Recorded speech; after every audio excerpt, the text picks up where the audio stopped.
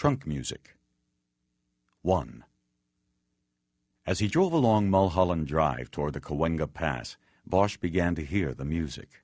It came to him in fragments of strings and errant horn sequences, echoing off the brown, summer-dried hills and blurred by the white noise of traffic carrying up from the Hollywood freeway. Nothing he could identify. All he knew was that he was heading toward its source. He slowed when he saw the cars parked off to the side of a gravel turnoff road. 2 detective sedans and a patrol car. Bosch pulled his caprice in behind them and got out. A single officer in uniform leaned against the fender of the patrol car.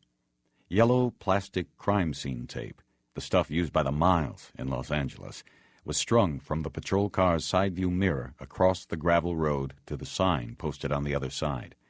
The sign said, in black on white letters that were almost indistinguishable behind the graffiti that covered the sign, LAFD Fire Control, Mountain Fire District Road. No public admittance, no smoking. The patrol cop, a large man with sun-reddened skin and blonde, bristly hair, straightened up as Bosch approached. The first thing Bosch noted about him, other than his size, was the baton. It was holstered in a ring on his belt, and the business end of the club was marred, the black acrylic paint scratched away to reveal the aluminum beneath. Street fighters wore their battle-scarred sticks proudly as a sign, a not-so-subtle warning. This cop was a headbanger, no doubt about it. The plate above the cop's breast pocket said his name was Powers. He looked down at Bosch through Ray-Bans, though it was well into dusk and a sky of burnt-orange clouds reflected in his mirrored lenses. It was one of those sundowns that reminded Bosch of the glow the fires of the riots had put in the sky a few years back. "Harry Bosch," Powers said with a touch of surprise. "When did you get back on the table?" Bosch looked at him a moment before answering. He didn't know Powers, but that didn't mean anything. Bosch's story was probably known by every cop in Hollywood Division. "Just did," Bosch said. He didn't make any move to shake hands. You didn't do that at crime scenes. "First case back in the saddle, huh?" Bosch took out a cigarette and lit it. It was a direct violation of department policy, but it wasn't something he was worried about. "Something like that." He changed the subject. "Who's down there?" "Edgar and the new one from Pacific, his soul sister." "Ryder." "Whatever." Bosch said nothing further about that. He knew what was behind the contempt in the uniform cop's voice. It didn't matter that he knew Kismine Ryder had the gift and was a top-notch investigator. That would mean nothing to Powers, even if Bosch told him it was so. Powers probably saw only one reason why he was still wearing a blue suit instead of carrying a detective's gold badge, that he was a white man in an era of female and minority hiring and promotion. It was the kind of festering sore better left undisturbed. Powers apparently registered Bosch's non-response as disagreement and went on. "Anyway, they told me to let Emmy and Sid drive on down when they get here. I guess they're done with the search, so you can drive down instead of walking, I guess."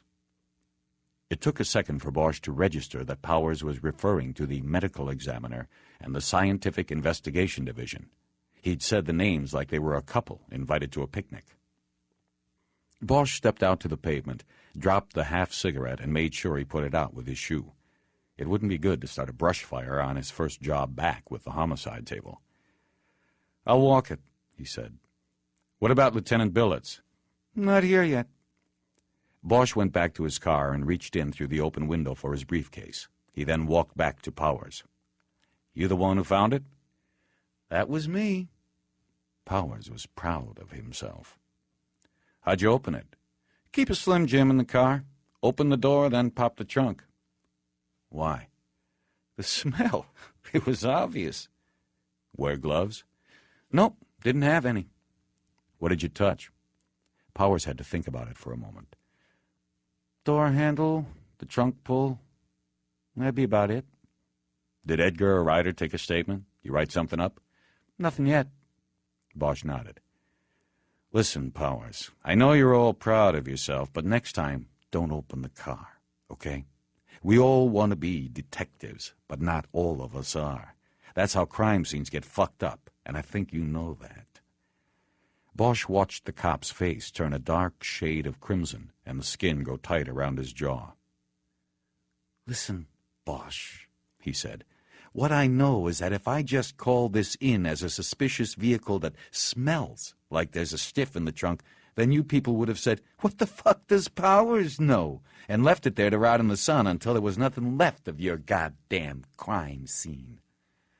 That might be true, but see, then that would be our fuck-up to make.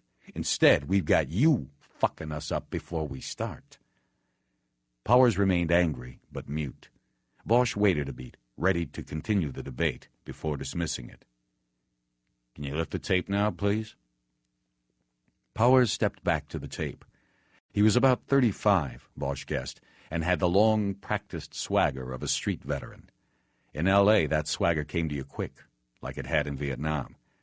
Powers held the yellow tape up, and Bosch walked under. As he passed, the cop said, "Don't get lost." "Good one, Powers. You got me there." The fire road was one lane and overgrown at its sides with brush that came as high as Bosch's waist.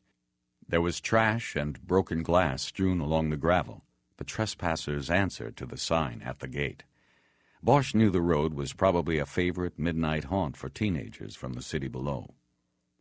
The music grew louder as he went further in, but he still could not identify it. About a quarter-mile in, he came to a gravel-bedded clearing that he guessed was a staging point for firefighting apparatus in the event that a brush fire broke out in the surrounding hills. Today it would serve as a crime scene. On the far side of the clearing, Bosch saw a white Rolls-Royce silver cloud. Standing near it were his two partners, Ryder and Edgar. Ryder was sketching the crime scene on a clipboard, while Edgar worked with a tape measure and called out measurements. Edgar saw Bosch and gave an acknowledging wave with a latex-gloved hand. He let the tape measure snap back into its case. "Harry, where you been?"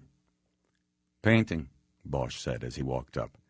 "I had to get cleaned up and changed, put stuff away." As Bosch stepped closer to the edge of the clearing, the view opened below him. They were on a bluff rising above the rear of the Hollywood Bowl. The rounded music shell was down to the left no more than a quarter-mile, and the shell was the source of the music. The L.A. Philharmonic's end-of-the-season Labor Day weekend show. Bosch was looking down at 16,000 people in concert seats stretching up the opposite side of the canyon. They were enjoying one of the last Sunday evenings of the summer. "Jesus," he said out loud, thinking of the problem. Edgar and Ryder walked over. "What have we got?" Bosch asked. Ryder answered. "One in the trunk. White male. Gunshots. We haven't checked him out much further than that. We've been keeping the lid closed. We've got everybody rolling, though." Bosch started walking toward the rolls, going around the charred remnants of an old campfire that had burned in the center of the clearing. The other two followed. "This okay?" Bosch asked as he got close to the rolls.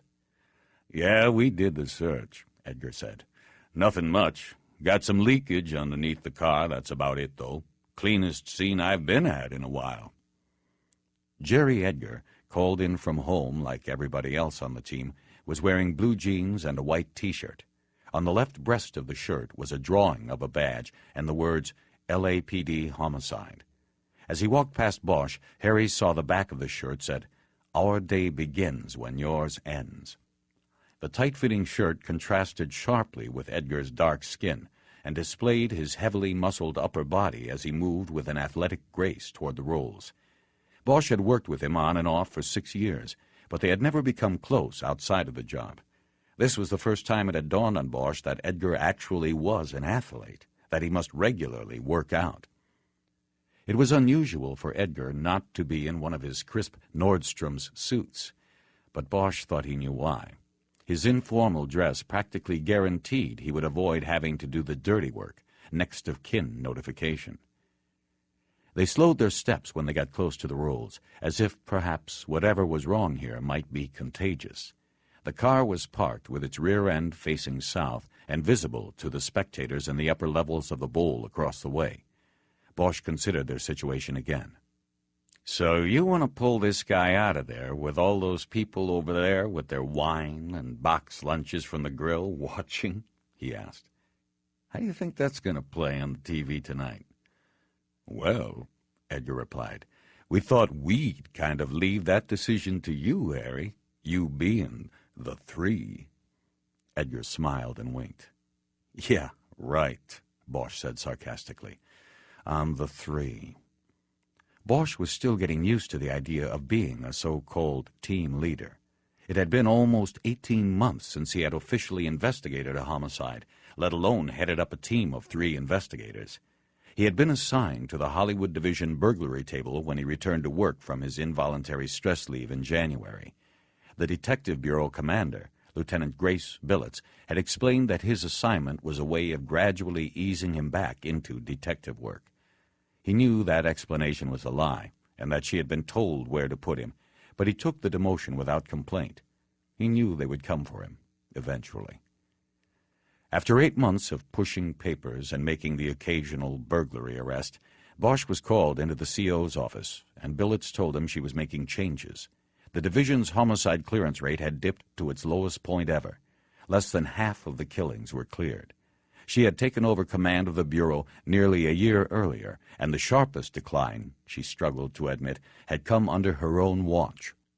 Bosch could have told her that the decline was due in part to her not following the same statistical deceptions practiced by her predecessor, Harvey Pounds, who always found ways of pumping up the clearance rate.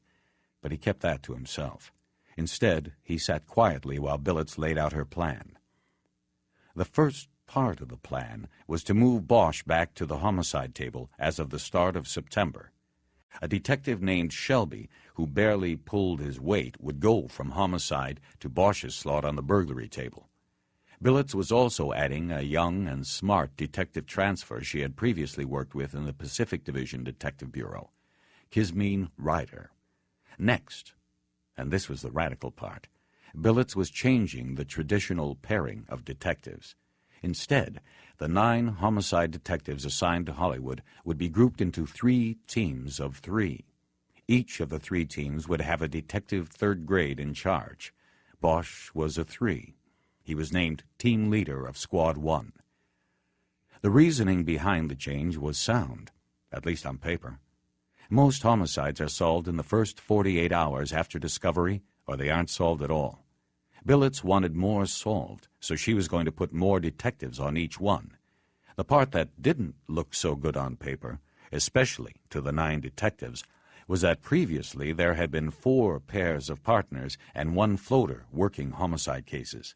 The new changes meant each detective would be working every 3rd case that came up, instead of every 4th. It meant more cases, more work, more court time, more overtime, and more stress.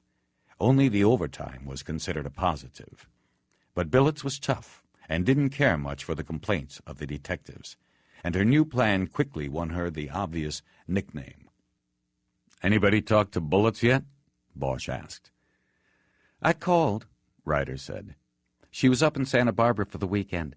Left a number with the desk. She's coming down early, but she's still at least an hour and a half from us. She said she was going to have to drop the hubby off first and would probably just roll to the bureau." Bosch nodded and stepped to the rear of the rolls. He picked up the smell right away. It was faint, but it was there, unmistakable, like no other. He nodded to no one in particular again. He placed his briefcase on the ground, opened it, and took a pair of latex gloves from the cardboard box inside. He then closed the case and placed it a few feet behind him and out of the way. "Okay, let's take a look," he said, while stretching the gloves over his hands. He hated how they felt. "Let's stand close. We don't want to give the people in the bowl more of a show than they paid for." "It ain't pretty," Edgar said as he stepped forward.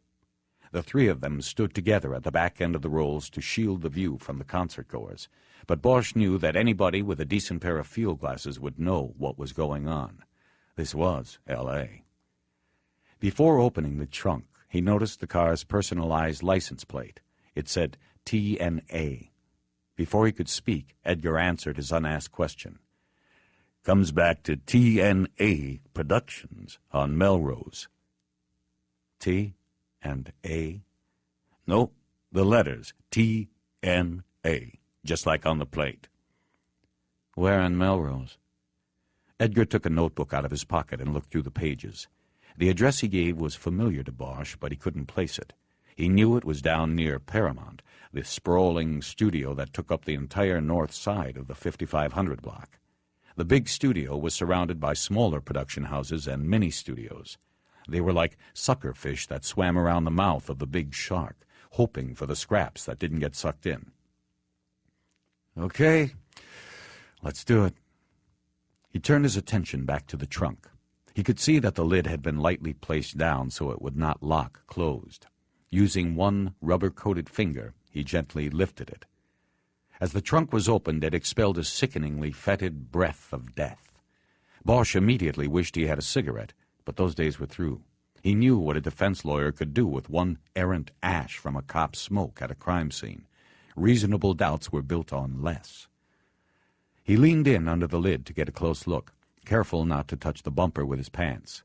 The body of a man was in the trunk. His skin was a grayish-white, and he was expensively dressed in linen pants sharply pressed and cuffed at the bottom, a pale blue shirt with a flowery pattern, and a leather sport coat. His feet were bare. The dead man was on his right side in the fetal position, except his wrists were behind him instead of folded against his chest. It appeared to Bosch as if his hands had been tied behind him, and the bindings then removed most likely after he was dead.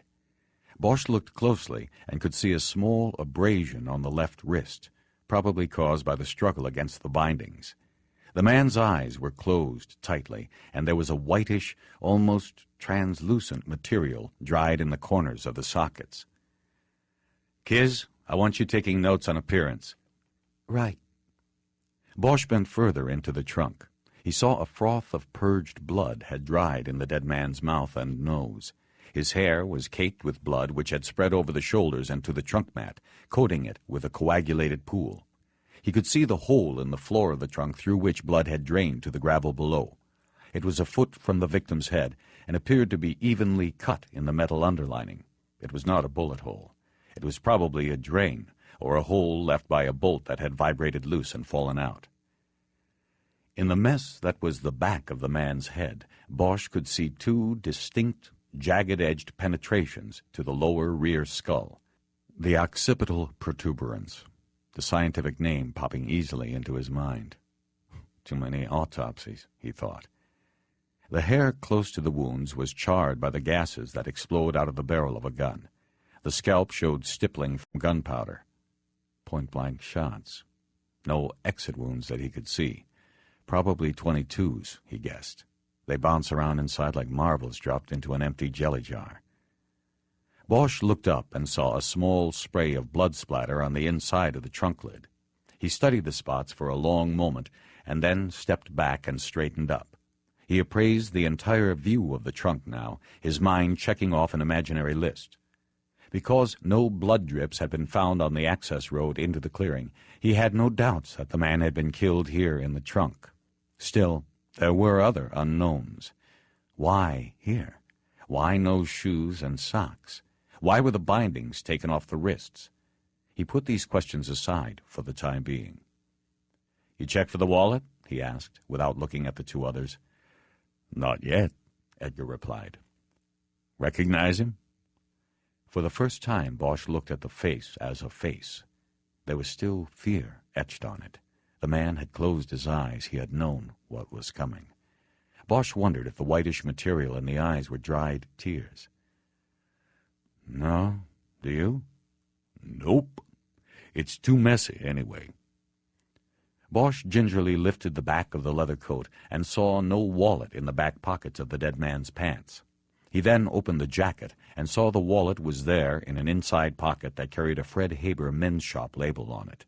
Bosch could also see a paper folder for an airline ticket in the pocket. With his other hand, he reached into the jacket and removed the two items. "Get the lid," he said as he backed away. Edgar closed it over as gently as an undertaker closing a coffin. Bosch then walked over to his briefcase, squatted down, and put the two items down on it. He opened the wallet first. There was a full complement of credit cards in slots on the left side and a driver's license behind a plastic window on the right. The name on the license said Anthony N. Aliso. Anthony and Aliso, Edgar said. Tony for short. TNA.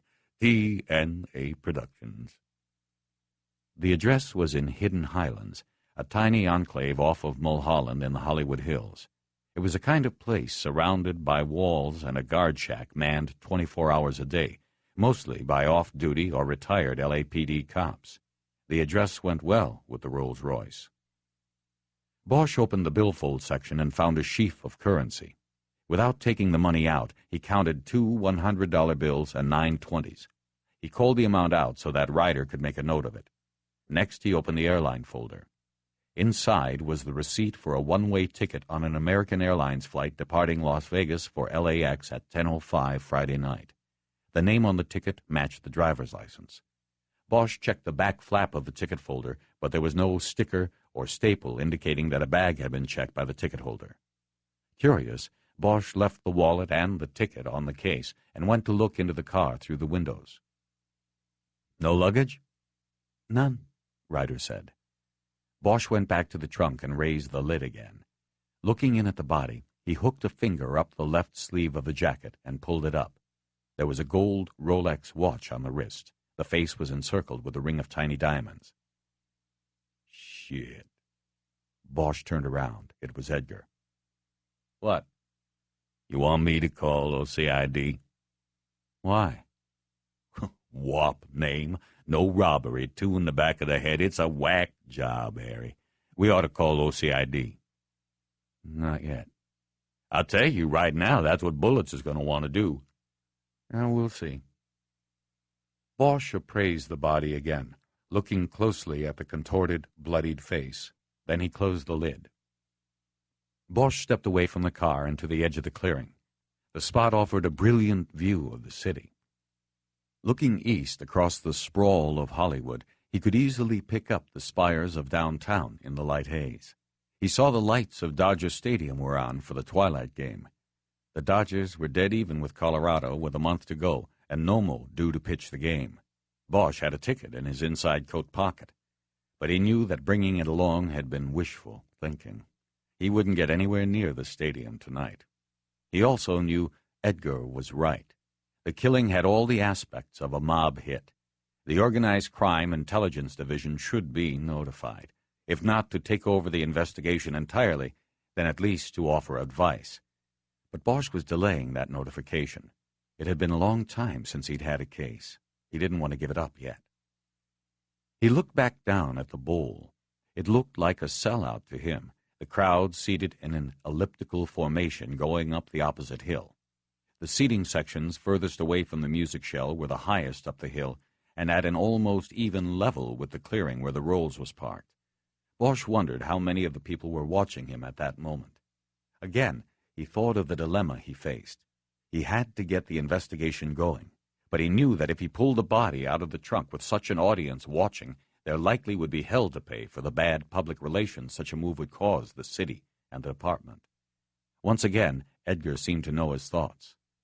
Hell, Harry, they won't care. At the Jazz Festival a few years back, there's a couple up on this spot doing the nasty for half an hour. When they were done, they got a standing ovation. Guy stands up buck naked, takes a little bow. Bosch looked back at him to see if he was serious. I read it in the Times, the Only in L.A. column. Well, Jerry, this is the Philharmonic. It's a different crowd, know what I mean? And I don't want this to end up in Only in L.A., okay? Okay, Harry. Bosch looked at Ryder. She hadn't said much of anything yet. What do you think, Kiz? I don't know. You're the 3. Ryder was small, 5 feet and no more than 100 pounds with her gun on. She would never have made it before the department relaxed the physical requirements to attract more women. She had light brown skin. Her hair was straightened and kept short. She wore jeans and a pink Oxford shirt beneath a black sport coat. On her small body, the jacket did not do much to disguise that she had a 9mm Glock 17 holstered on her right hip. Billets had told him that she had worked with Ryder in Pacific. Ryder had worked robbery and fraud cases, but was called out on occasion to work homicides in which there were overlying financial aspects. Billets had said Ryder could break a crime scene down as well as most veteran homicide detectives. She had pulled strings to get Ryder's transfer approved, but was already resigned to the fact that she wouldn't stay long in the division. Ryder was marked for travel. Her double minority status, coupled with the fact that she was good at what she did and had a guardian angel, Billets wasn't sure who, at Parker Center, practically guaranteed her stay in Hollywood would be short. It was a bit of final seasoning before she headed downtown to the Glass House. "What about the OPG?" Bosch asked. "Held up on that," Ryder said. "Thought we'd be here a while before we move the car." Bosch nodded. It was what he expected her to say. The official police garage was usually last on the call-out list. He was just stalling, trying to make a decision while asking questions he already knew the answers to. Finally, he made his decision on what to do. "Okay, go ahead and call," he said. "Tell them to come now, and tell them to bring a flatbed, okay? Even if they got a hook in the neighborhood, make them turn around. Tell them it's got to be a flat. There's a phone in my briefcase." "Got it," Ryder said. "Why the flatbed, Harry?" Edgar asked. Bosch didn't answer. "We're moving the whole show," Ryder said. "What?" Edgar asked. Ryder went to the briefcase without answering. Bosch held back a smile. She knew what he was doing, and he began to see some of the promise Billets had talked about. He got out a cigarette and lit it. He put the burnt match into the cellophane around the pack and replaced it in the pocket of his coat. He noticed as he smoked that the sound at the edge of the clearing, where he could look directly down into the bowl, was much better. After a few moments, he was even able to identify the piece being played. "Scheherazade," he said. What's that, Harry?" Edgar asked. "The music. It's called Scheherazade. Ever heard it?" "I'm not sure I'm hearing it now. All the echoes, man." Bosch snapped his fingers. Out of the blue, a thought had pushed through. In his mind, he saw the studio's arched gate, the replica of the Arc de Triomphe in Paris. "That address on Melrose," Bosch said. "That's near Paramount. One of those feeder fish studios right nearby. I think it's Archway." "Yeah? I think you're right." Ryder walked up then. "We got a flat on the way," she said. "ETA is 15. I checked on Sid and me, also on the way. Sid has somebody just wrapped up a home invasion in Nichols Canyon, so they should be right over." "Good," Bosch said. "Either of you go over the story with the swinging stick yet?" "Not since the preliminary," Edgar said. "Not our type. Thought we'd leave him for the 3. The unspoken meaning of this was that Edgar had sensed the racist animosity Powers radiated toward himself and Ryder. "Okay, I'll take him," Bosch said. "I want you two to finish the charting, then do another sweep of the immediate area. Take different areas this time." He realized he had just told them things he didn't need to tell them. "Sorry. You know what to do. All I'm saying is, let's take this one by the numbers. I've got a feeling this one's going 8 by 10 on us." "What about OCID?" Edgar asked. "I told you, not yet." 8 by 10? Ryder said, a confused expression on her face. 8 by 10 case, Edgar told her. Celebrity case, studio case. If that's a hot shot from the industry in that trunk, somebody from Archway, we're going to get some media on this. More than some.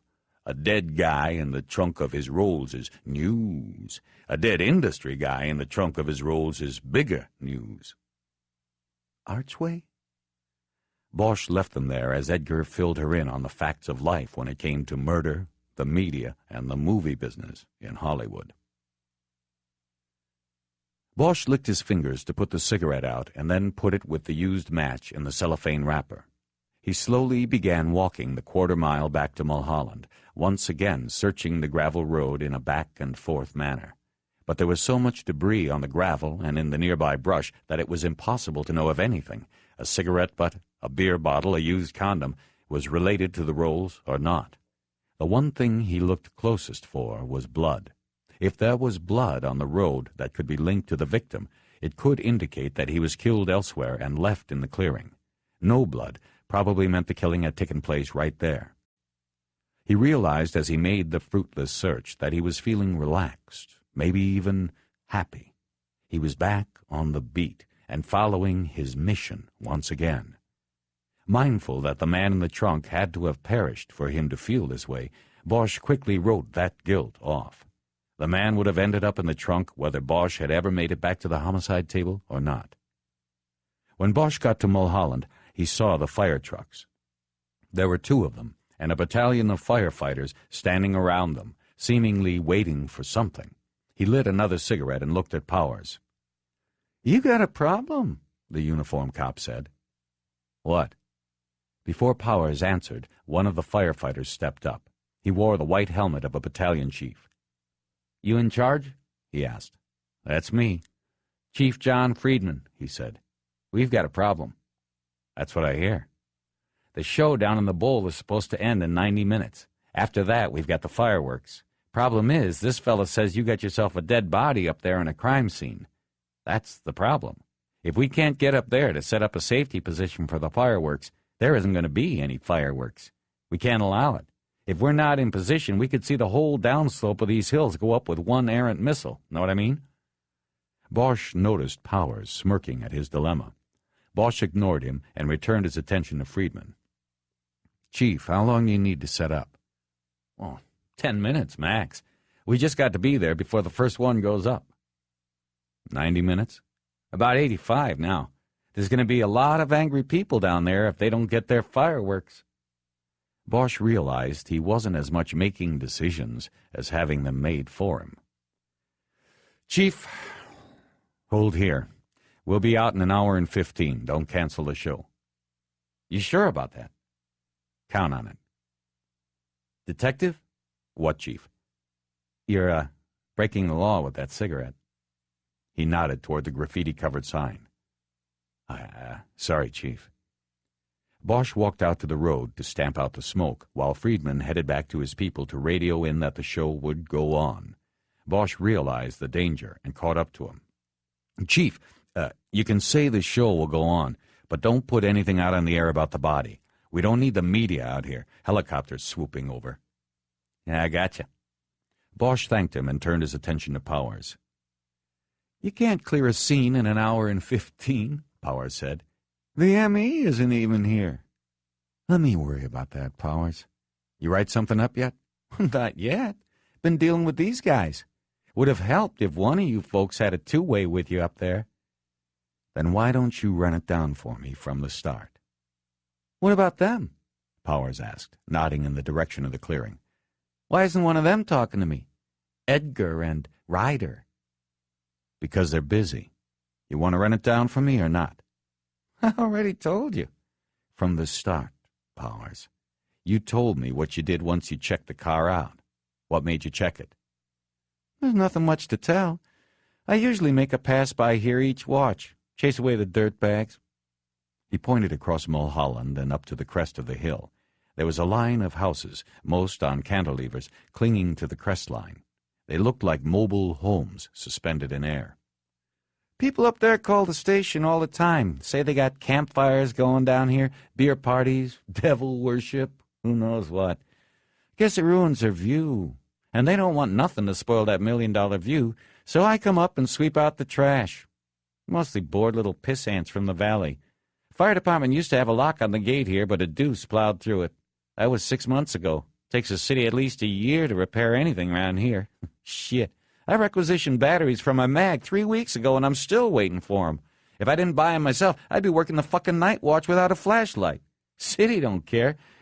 So what about the rolls, Powers? Let's stay on the subject." "Yeah. Well, I usually make it by after dark, but because of the show in the bowl, I swung by early today. Saw the rolls then." "You came on your own? No complaint from up the hill?" "No. Today I just cruised it on my own. On account of the show, I figured there might be some trespassers." "Were there?" "A few. People waiting to hear the music. Not the usual crowd, though. That's refined music, I guess you'd call it. I chased them out anyway, and when they were gone, the rolls was what was left. But there was no driver for it." "So you checked it out?" "Yeah.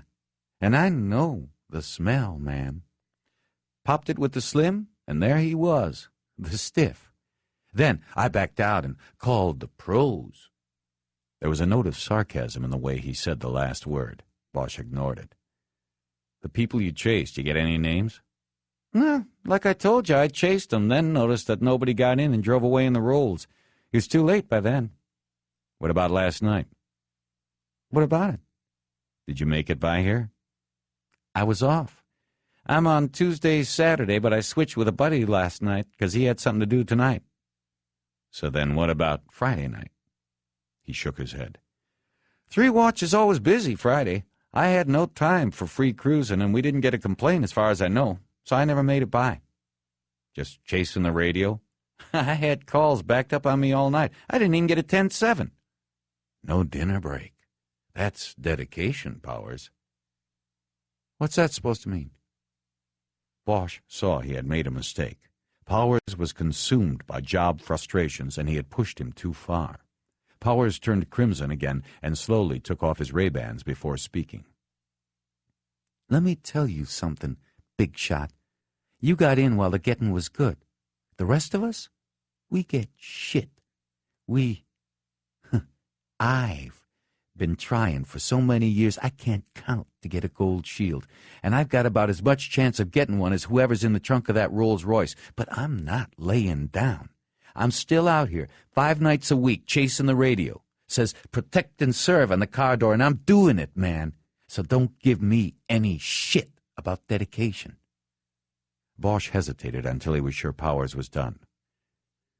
Look, Powers, I didn't mean to give you shit, okay? You want a cigarette? I don't smoke. Okay, let's try this again. He waited a beat while Powers put the mirrors back on his eyes and seemed to calm down. You always work alone? On the Z-car. Bosch nodded. Zebra unit. An officer of many stripes, meaning he handled a variety of calls, usually trash calls, while cars with 2 officers aboard handled the hot shots, the prime, possibly dangerous calls. Zebras worked patrol alone and often had free rein of the entire division. They were in the supervisory level between the sergeants and the grunts who were assigned to patrol geographic slices of the division known as basic car areas. How often you chase people out of here? Once or twice a month. Can't say what happens on the other shifts or with the basic cars, but shit calls like this usually go to the Z-car. You got any shakes? Shakes were 3x5 cards formally called field interview, or FI, cards. Cops filled them out when they stopped suspicious people but did not have enough evidence to arrest them, or when making such an arrest, in this case for trespassing, would be a waste of time. The American Civil Liberties Union called such stops shakedowns and an abuse of police powers. The name stuck, even with the cops. I got some, yeah, at the station. Good. We'd like to have a look if you could dig them out. Also, think you could ask the cops in the basic car if they've noticed the rolls here the last few days? Is this where I'm supposed to thank you for letting me have a part in the big bad investigation and ask you to put in a good word for me with the deputy chief of Dicks? Bosch stared at him a few moments before answering. No. This is where I tell you to have the cards ready for us by 9 tonight, or I'll put in a word about that with the patrol skipper. And never mind the basic car people. We'll go ahead and talk to them ourselves. Don't want you to miss your 10-7 2 shifts in a row, Powers. Bosch started back toward the crime scene, moving slowly again and checking the other side of the gravel road. Twice he had to step off the gravel and into the brush to let the official police garage truck pass and then the Scientific Investigation Division van. By the time he got to the clearing, he again had come up with nothing during his search and was sure the victim had been murdered in the trunk while the Rolls was parked in the clearing. He saw Art Donovan, the SID tech, and Roland Quattro, the photographer who came with him, starting their work. Bosch walked up to Ryder. Anything? She asked. No. You? Nothing. I think the Rolls must have been driven in with our guy in the trunk. Then the doer gets out, opens the lid, and pops him twice. He closes the trunk and walks out. Somebody picks him up out on Mulholland. Clean scene back here. Bosch nodded. Him? Well, I'm going with the percentages for now. Bosch walked over to Donovan, who was bagging the wallet and airline ticket in a clear plastic evidence envelope. Art, we've got a problem. You're telling me? I was just thinking, I can rig some tarps over light tripods, but I don't think you'll be able to block the view for everybody in the bowl. Some of them are going to get a show, all right. I guess it'll make up for canceling the fireworks. That is, unless you're just planning to sit tight with it until after the show. Nah, we do that, and some defense lawyer will tear us new assholes in court for delaying things. Every lawyer went to school on OJ, Art. You know that. So then, what do we do? Just do what you've got to do here with some speed, and then we'll take the whole thing to the print shed. You know if anybody's in there right now? No, it should be free, Donovan said slowly. You mean you're talking about the whole thing? The body, too? Bosch nodded. Besides, you can do a better job with it in the shed, right? Absolutely. But what about the ME? They've got to sign off on something like this, Harry. I'll deal with that. Before we put it on the flatbed, though, make sure you guys have got stills and video in case things shift during transit. Also, run a print card off the guy and give it to me. You got it. While Donovan went to Quattro to explain the drill, Bosch huddled with Edgar and Ryder. Okay, for now we're going to run with this one. If you had plans for the rest of the night, make your calls. It's going to be a long one. This is how I want to break it up. He pointed up to the homes on the crest line. First, Kiz, I want you to go up there and do a house-to-house. You know the routine. See if anybody remembers seeing the rolls or knows how long it's been here. Maybe somebody heard the shots. They might have echoed up the side of the hill. We want to try to pin down the time this happened. After that, You got a phone? No. I have a rover in the car. No. I want to keep everything about this off the air. I can use a phone in somebody's house. Okay. Call me when you're done, or I'll page you when I'm done. Depending on how things shake out, you and I will either do next to kin or his office after that. She nodded. Bosch turned to Edgar. Jerry, you go in and work from the station. You've got the paper on this one. She's the rookie. Well, then next time, don't show up in a T-shirt. You can't go knocking on doors dressed like that. I got a shirt in the car. I'll change. Next time. You're on the paper on this one. But before you start, I want you to put Aliso through the box and see what you get on him. He's got a DL issued last year, so they've got his thumbprint on file through DMV. See if you can get somebody from Prince to compare it to the print card Art's getting for you right now. I want the ID confirmed as soon as possible. There ain't going to be anybody in Prince tonight. Art's the guy on call. He should do this. Art's going to be tied up. See if you can shake somebody at home loose. We need the ID. I'll try, but I can't Good. After that, I want you to call everybody who works a basic car in this area and see if anyone's seen the rolls. Powers, the guy up at the road, is going to pull shake cards on the kids who hang out here. I want you to start running them down, too. After that, then you can start the paper going. Shit. With all this, I'll be lucky if I start typing before next Monday. Bosch ignored his whining and appraised both his partners. I'll stay with the body. If I get tied up, Kiz, you go on to check out the office address, and I'll handle next of kin. Okay. Everybody know what's what? Ryder and Edgar nodded. Bosch could tell Edgar was still annoyed about something. Kiz, you head out now. She walked away, and Bosch waited until she was out of earshot before speaking. Okay, Jerry, what's the problem? I just want to know if that's how it's going to be on this team. Am I going to get the shit work while the princess skates? No, Jerry, it's not going to be like that, and I think you know me well enough not to ask. What's the real problem? I don't like your choices on this, Harry.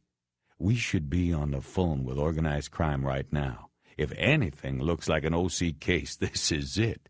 I think you should call them, but I think because you're fresh back on the table and been waiting for a case so long, you're not making the call. That's the problem. Edgar held his hands out as if to indicate how obvious this was.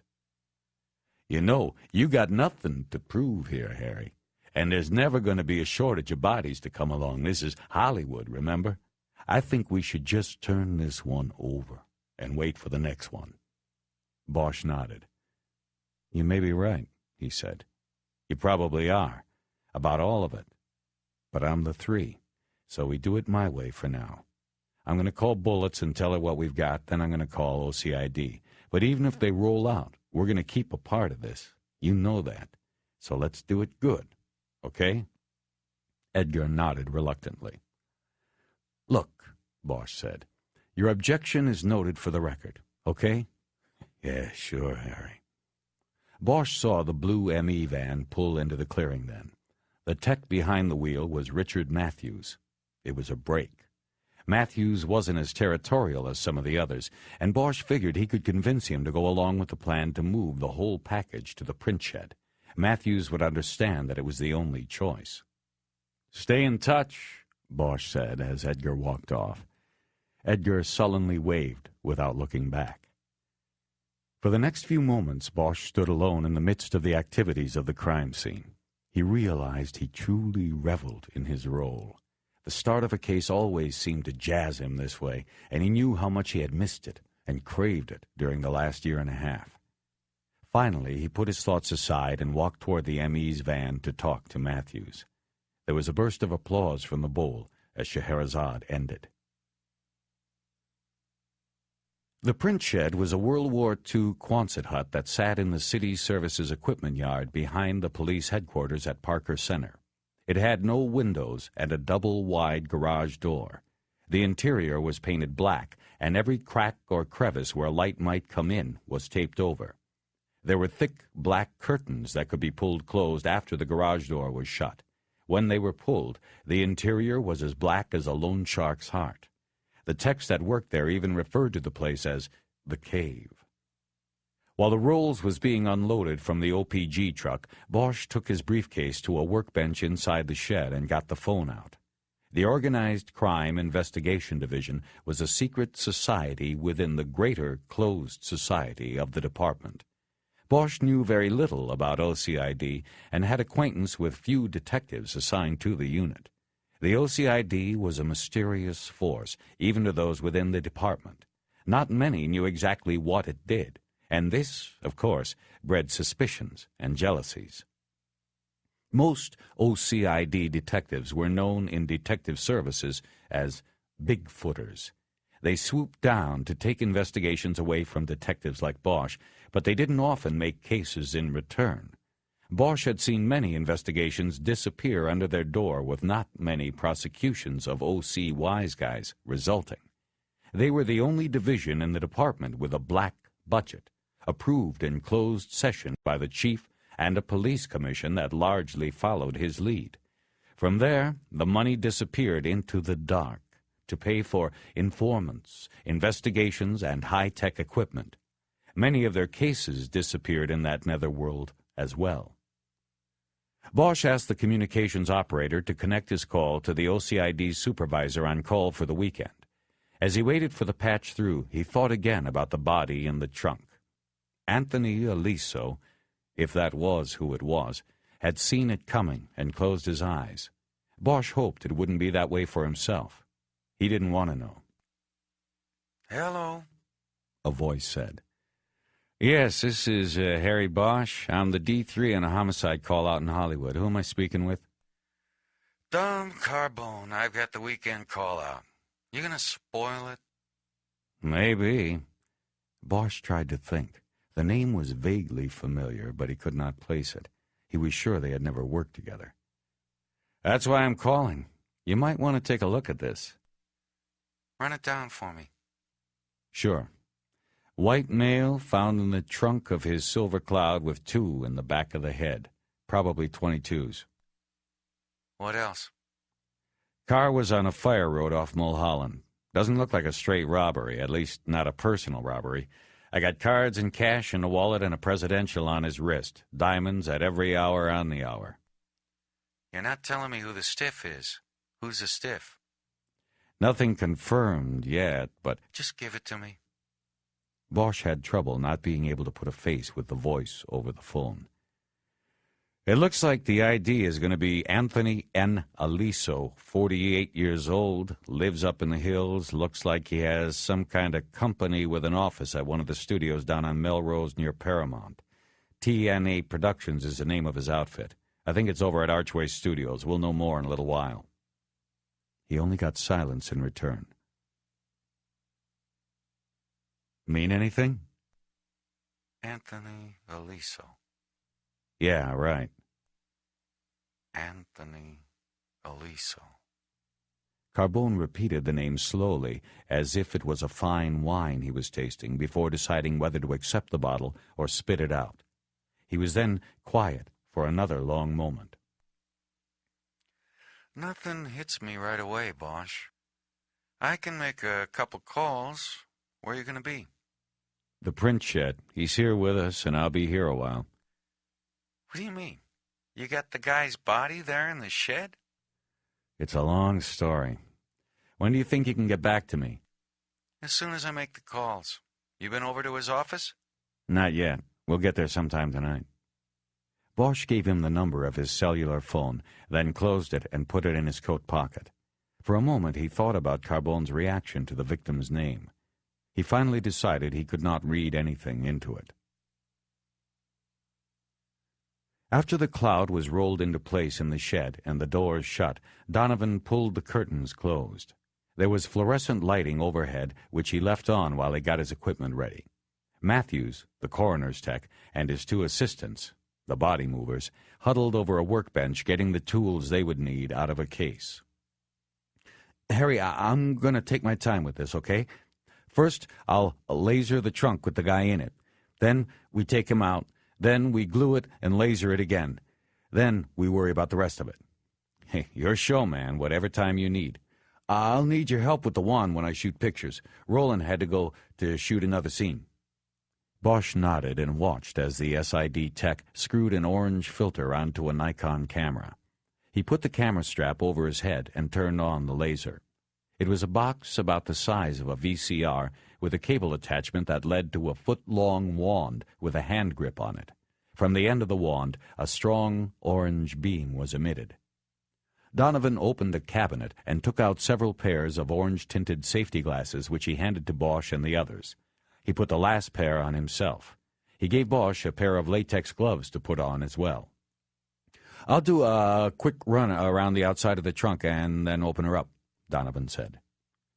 Just as Donovan moved to the switch box to cut off the overheads, the phone in Bosch's pocket buzzed. Donovan waited while Bosch answered. It was Carbone. Bosch, we're taking a pass. Harry didn't say anything for a moment, and neither did Carbone. Donovan hit the light switch and the room plunged into complete blackness.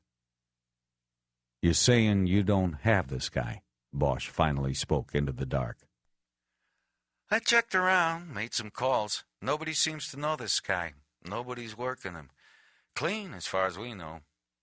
You said he was put in his trunk and capped twice, huh?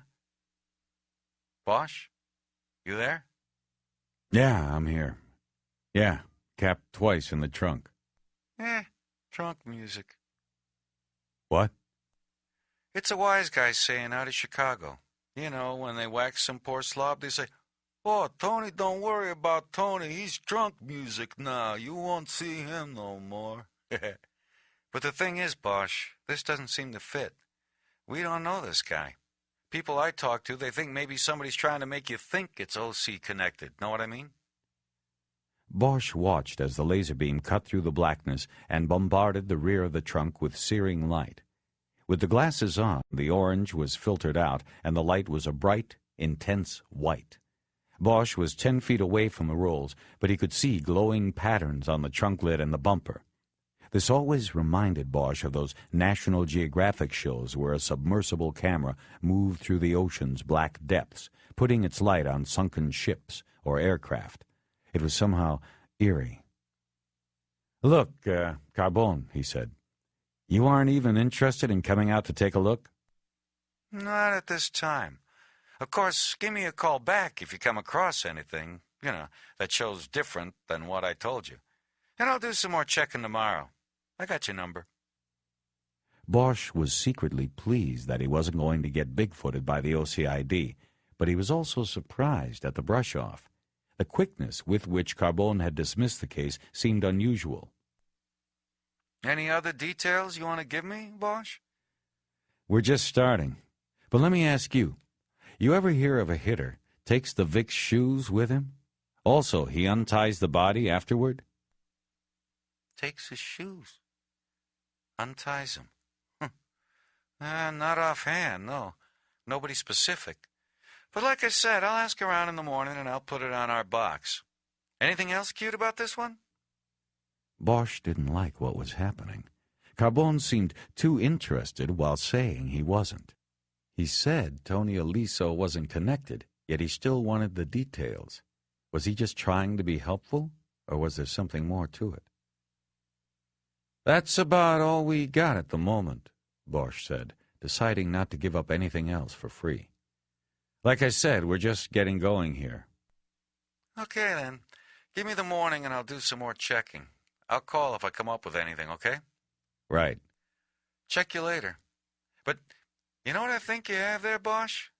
You got a guy, he was probably making sandwiches with somebody's wife. A lot of times things look like pro hits that aren't. You know what I mean? Yeah, I know what you mean. I'll talk to you later. Bosch walked to the rear of the rolls. Up close, he could see the pattern swirls he had noticed in the laser light before appeared to be swipe marks made with a cloth. It looked like the whole car had been wiped down. But when Donovan moved the wand over the bumper, the laser picked up a partial shoe print on the chrome. Did anybody? No, Bosch said. Nobody put their foot there. Okay, then. Hold the wand on the print. Bosch did so while Donovan bent over and took several photos, bracketing the exposure settings to make sure he had at least one clear shot. It was the forward half of the foot. There was a circle pattern at the ball of the foot with lines extending from it like the rays of a sun. There was a cross-cut pattern through the arch, and then the print was cut off by the edge of the bumper. A tennis shoe, Donovan said. Maybe a work shoe. After he photographed it, he moved the wand around the trunk again, but there was nothing but wipe marks. Okay, Donovan said. Open it. Using a penlight to guide his way, Bosch made it to the driver's door and bent in to pull the trunk release. Shortly afterward, the smell of death flooded the shed. It looked to Bosch as though the body had not shifted during the transport, but the victim took on a ghoulish look under the harsh examination of the laser, his face almost skeletal, like the monsters painted in dayglow in funhouse hallways. The blood seemed blacker, and the bone chips in the jagged wound were luminescent in bright counterpoint. On his clothes, small strands of hair and tiny threads glowed. Bosch moved in with a pair of tweezers and a plastic vial like the kind made to hold a stack of silver $50. He carefully picked those pieces of potential evidence off the clothing and collected them in the vial. It was painstaking, and there was nothing much there. He knew this kind of material could be found on anybody at any time. It was common. When he was done, he said to Donovan, "The tail of the jacket, I flipped it up to check for a wallet." Okay, pull it back down. Bosch did so, and there on Aliso's hip was another footprint. It matched the footprint on the bumper, but was more complete.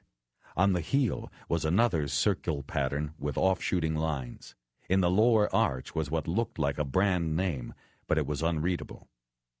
Regardless of whether they could identify the shoe, Bosch knew it was a good find. It meant that a careful killer had made a mistake. At least one. If nothing else, it gave rise to the hope that there might be other mistakes, that they might eventually lead him to the killer. Take the wand? Bosch did so, and Donovan did his thing with the camera again. I'm just shooting this to document it, but we'll take the jacket off before the body goes, he said. Next, Donovan moved the laser up around the inside of the trunk lid. Here the laser illuminated numerous fingerprints, mostly thumbprints, where a hand would have been placed to prop the lid open while loading things in or out. Many of the prints overlapped each other, a sign that they were old, and Bosch knew right away that they probably belonged to the victim himself. I'll shoot these, but don't count on anything, Donovan said. I know. When he was done, he put the wand and the camera on top of the laser box and said, "Okay, why don't we take this fella out of there, lay him out, and scan him real quick before he's out of here?" Without waiting for an answer, he flipped the fluorescents back on, and everybody put their hands to their eyes as the harsh light blinded them. A few moments later, the body movers and Matthews went to the trunk and started transferring the corpse to a black plastic body bag they had unfolded on a gurney. "This guy is loose," Matthews said as they put the corpse down. "Yeah," Bosch said. "What do you think?" 42 to 48. But let me do some stuff and see what we've got." But first, Donovan put out the lights again and moved the wand over the body, from the head down. The tear pools in the eye sockets glowed white in the light. There were a few hairs and fibers on the dead man's face, and Bosch dutifully collected them. There was also a slight abrasion high on the right cheekbone, which had been hidden when the body was lying on its right side in the trunk. "He could have been hit, or it might have been from being shoved into the trunk," Donovan said. As the beam moved down over the chest, Donovan got excited. "Well, looky here!" Glowing in the laser light were what looked like a complete handprint on the right shoulder of the leather jacket and two smudged thumbprints, one on each of the lapels. Donovan bent down very close to look. "This is treated leather. It doesn't absorb the acids in the prints. We caught a major break here, Harry. This guy wears anything else and forget it. The hand is excellent. These thumbs didn't take. I think we can raise him up with some glue. Harry, bend one of the lapels over." Bosch reached for the left lapel and carefully turned the cloth over. There on the inside of the crease were 4 more fingerprints. He turned the right lapel and saw 4 more there. It appeared as if someone had grabbed Tony Aliso by the lapels. Donovan whistled. "Ooh, this looks like 2 different people. Look at the size of the thumbs on the lapel and the hand on the shoulder. I'd say the hand is smaller, Harry, maybe a woman. I don't know. But the hands that grabbed this guy by the lapels were big." Donovan got scissors from a nearby toolbox and carefully cut the sport coat off the body. Bosch then held it as Donovan went over it with the laser wand. Nothing else came up besides the shoe print and the fingerprints they had already cited. Bosch carefully hung the jacket over a chair at the counter and came back to the body. Donovan was moving the laser over the lower extremities. "What else?" Donovan said, to no one except maybe the body. "Come on now, tell us a story." There were more fibers and some old stains on the pants. Nothing that stood out as possibly significant until they reached the cuffs. Bosch pulled open the cuff on the right leg, and in the crease was a large buildup of dust and fibers. Also, 5 tiny pieces of gold glitter glowed in the laser beam. Bosch carefully tweezered these into a separate plastic vial. From the left cuff, he recovered 2 more similar pieces. "What is it?" he asked. "Got me. Looks like glitter or something." Donovan moved the wand over the bare feet. They were clean, which indicated to Bosch that the victim's shoes were probably removed after he was forced into the trunk of the rolls. "Okay, that's it," Donovan said. The lights came back on, and Matthews went to work with the corpse, rotating joints, opening the shirt to look at the lividity level of the blood, opening the eyes and swiveling the head. Donovan paced around, waiting for the coroner's tech to finish so he could continue the laser show. He walked over to Bosch. "Harry, you want the swag on this?" "Swag?" "Scientific wild-ass guess?" "Yeah," Bosch said, amused. "Give me the swag." "Well, I think somebody gets a drop on this guy, ties him up, dumps him in the trunk, and drives him to that fire road. He's still alive, okay? Then our doer gets out, opens the trunk, puts his foot on the bumper, ready to do the job, but can't get all the way in there to put the muzzle against the bone, you know? That was important to him, to do the job right. So he sticks his big foot on this poor guy's hip, leans further in, and bam, bam, out go the headlights. What do you think?" Bosch nodded. "I think you are onto something." He had already been thinking along the same lines, but was past those deductions to the problem. "Then, how does he get back?" he asked. "Back to where?" "If this guy was in the trunk the whole time, then the doer drove the rolls. If he drove there in the Rolls, then how's he get back to wherever he intercepted Tony? The other one, Donovan said. We've got two different prints on the jacket. Somebody could have followed behind the Rolls. The woman, the one who put her hand on the Vic's shoulder. Bosch nodded. He had already been puzzling with this, but didn't like something about the scenario Donovan had weaved. He wasn't sure what it was. Okay, Bosch, Matthews interrupted. You want to hear this tonight, or you want to wait for the report? Tonight, Bosch said. Okay, then, listen up. Lividity was fixed and unchanged. The body was never moved once the heart stopped pumping. He referred to a clipboard. Let's see, what else? We've got rigor mortis resolution, cornea clouding, and we've got skin slippage. I think you take all of that, and it's 48 hours, maybe a little less. Let us know if you come up with any markers, and we might do better. Will do, Bosch said. By markers, he knew Matthews meant that if he traced the victim's last day and found out what he ate last and when, the ME could get a better fix on time of death by studying the digestion of food in the stomach. He's all yours, Bosch said to Matthews. Any idea on the post? You caught the tail end of a holiday weekend. That's bad luck for you. Last I heard, we run on 27 homicides in the county so far. We probably won't cut this one until Wednesday, if you're lucky. Don't call us, we'll call you. Yeah, I've heard that one before. But the delay didn't really bother Bosch this time. Cases like this, the autopsy usually held few surprises. It was pretty clear how the victim died. The mystery was why and by whom. Matthews and his assistants wheeled the corpse out, leaving Bosch and Donovan alone with the Rolls. Donovan stared at the car silently, contemplating it the way a matador looks at the bull he is going to fight. We're gonna get her secrets, Harry. Bosch's phone buzzed then, and he fumbled getting it out of his jacket and open. It was Edgar. We got the ID, Harry. It is Aliso. You got this off the prints? Yeah. Mosler's got a fax at home. I sent him everything, and he eyeballed it. Mosler was one of the SID's latent print men. This is with the DL thumbprint? Right. Also, I pulled a full set of Tony's prints from an old pop for soliciting. Mosler had those to look at, too. It's Aliso. Okay, good work. What else you got? Like I said, I ran this guy. He's pretty clean. Just a soliciting arrest back in '75. Few other things, though. His name comes up as a victim on a burglary up at his house in March. And on the civil indexes, I got a few civil actions against the guy. Breach of contract stuff, it looks like. A trail of broken promises and pissed off people, Harry. Good motive stuff. What were the cases about? That's all I got for now, just the abstracts in the civil index. I'll have to pull the actual cases first thing in the morning at the courthouse. Okay. Did you check missing persons? Yeah, I did. He was never reported. You got anything there? Maybe. We might have gotten lucky. Looks like we are going to get some prints off the body. 2 sets. Off the body? Ooh, that's very cool. Off the leather jacket. Bosch could tell Edgar was excited.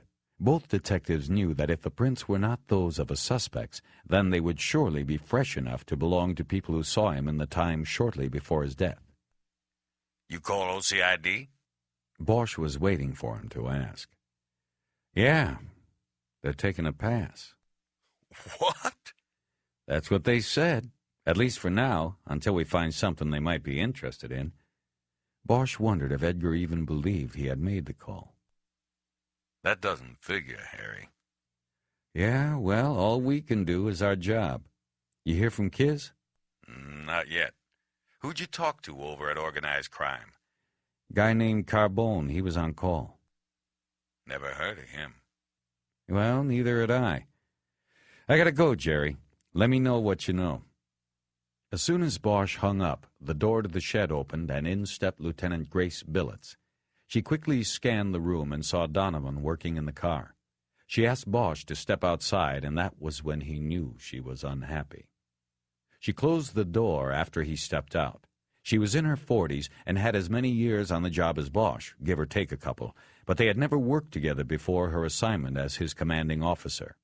She was of medium build with reddish-brown hair she kept short. She wore no makeup. She was dressed entirely in black, jeans, T-shirt, and blazer.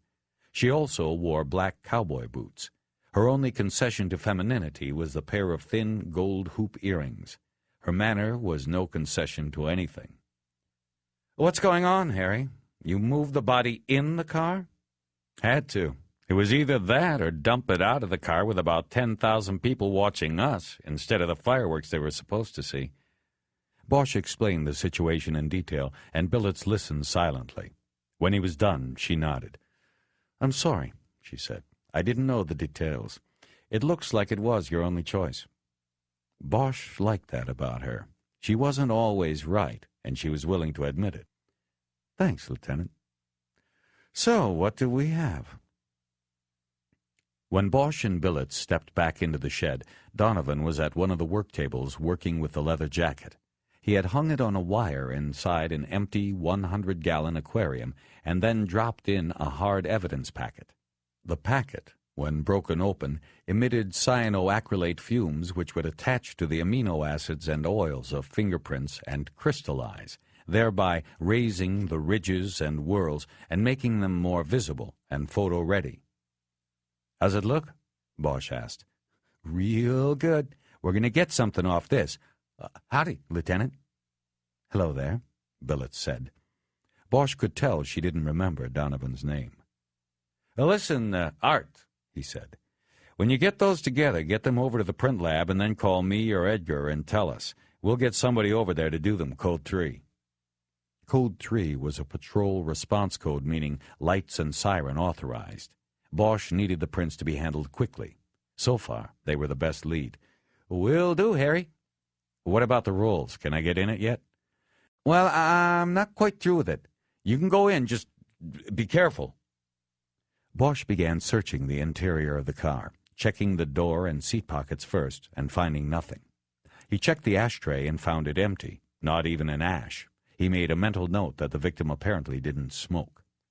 Billets stood nearby, watching but not helping. She had risen to Detective Bureau commander primarily on the success of her skills as an administrator, not as an investigator. She knew when to watch and not get in the way. Bosch checked under the seats and found nothing of interest. He opened the glove compartment last, and a small, square piece of paper fell out. It was a receipt for an airport valet company. Holding it by the corner, Bosch walked it over to the workbench and told Donovan to check it for prints when he got the chance. He went back to the glove compartment and found the lease agreement and registration of the car, its service records, and a small tool kit with a flashlight. There was also a half-used tube of Preparation H, a hemorrhoid medication. It seemed like an odd place to keep it, but Bosch guessed that maybe Eliso kept the tube handy for long drives. He bagged all of the items from the compartment separately, and while doing so noticed an extra battery in the toolkit. It struck him as odd because the flashlight obviously took 2 batteries. Having one extra would not do much good. He pressed the flashlight's on-off switch. It was dead. He unscrewed the cap, and 1 battery slid out. Looking into the barrel, Bosch saw a plastic bag. He used a pen to reach in and pull the bag out. It contained about 24 brown capsules. Billets stepped closer. "Poppers," Bosch said. "Amyl nitrate. Supposed to help you get it up and keep it there. You know, improve your orgasm." He suddenly felt the need to explain his knowledge was not based on personal experience. "It's come up in other cases before." She nodded. Donovan walked over with the valet ticket in a clear plastic envelope. "A couple smudges. Nothing we can work with." Bosch took it back. He then carried the various plastic evidence bags he had to the counter. "Art, I'm taking the receipt, the poppers, and the car's service records, okay?" "You got it." "I'll leave you the plane ticket in the wallet. You are also going to put some speed on the prints from the jacket and what else? Oh, yeah, those sparkles. What do you think?" Hopefully tomorrow. The rest of the fiber stuff, I'll take a look at it, but it's probably going to be exclusionary." That meant most of the material they had collected would sit in storage after a quick examination by Donovan, and come into play only if a suspect was identified. It would then be used either to tie that suspect to the crime scene or exclude him. Bosch took a large envelope off a shelf over the counter, put all the pieces of evidence he was taking into it, then put it in his briefcase and snapped it closed. He headed for the curtain with billets. "Good to see you again, Art," she said. "Likewise, Lieutenant." "You want me to call OPG to come get the car?" Bosch asked. "Nah, I'm going to be here a while," Donovan said. "Got to use the vac, and I might think of something else to do. I'll take care of it, Harry." "Okay, man. Later." Bosch and Billets stepped through the curtain and then through the door. Outside, he lit a cigarette and looked up at the dark, starless sky. Billets lit one of her own. "Where to?" she asked. "Next of kin. You want to come? It is always a fun thing." She smiled at his sarcasm. "No, I think I'll pass on that. But before you leave, what's your gut on this, Harry? I mean, OCID passing without taking a look. That kind of bothers me." "Me too." He took a long drag and exhaled. "My gut is that this one's going to be tough, unless something good comes out of those prints. That's our only real break so far." "Well, tell your people that I want everybody in at 8 for a round table on what we've got so far." "Let's make it 9, Lieutenant. I think by then we should have something back from Donovan on the prints." "Okay, 9 then. I'll see you then, Harry. And from now on, when we're talking like this, informally, call me Grace." "Sure, Grace. Have a nice night." She expelled her smoke in a short burst that sounded like the start of a laugh. "You mean what's left of it?" On the way up to Mulholland and Hidden Hills, Bosch paged Ryder, and she called back from one of the houses she was visiting. She said it was the last of the houses overlooking the clearing where the Rolls was parked. She told him the best she could come up with was a resident who remembered seeing the white Rolls-Royce from the back deck of his home on Saturday morning about 10. The same resident also believed the car was not there on Friday evening when he was out on the deck to watch the sunset. "That fits with the time frame the ME's looking at in the plane ticket. I think we're zeroing in on Friday night, sometime after he got in from Vegas, probably on his way home from the airport. Nobody heard any shots?" "Not that I've found. There's 2 houses where I got no answer. I was going to go back and try them now." "Maybe you can catch him tomorrow. I'm heading up to Hidden Highlands. I think you should go with me." They made arrangements to meet outside the entrance to the development where Aliso had lived, and Bosch closed the phone. He wanted Kiz along when he told Aliso's next of kin he was dead, because it would be good for her to learn the grim routine, and because the percentages called for whoever that next of kin was to be considered a possible suspect. It was always good to have a witness with you when you first spoke to the person who later could become your quarry. Bosch looked at his watch. It was nearly 10. Taking care of the notification meant they probably wouldn't be getting to the victim's office until midnight. He called the communication center and gave the operator the address on Melrose and had her look it up in the cross-directory. It came back to Archway Pictures, as Bosch had guessed. He knew they had caught a bit of a break.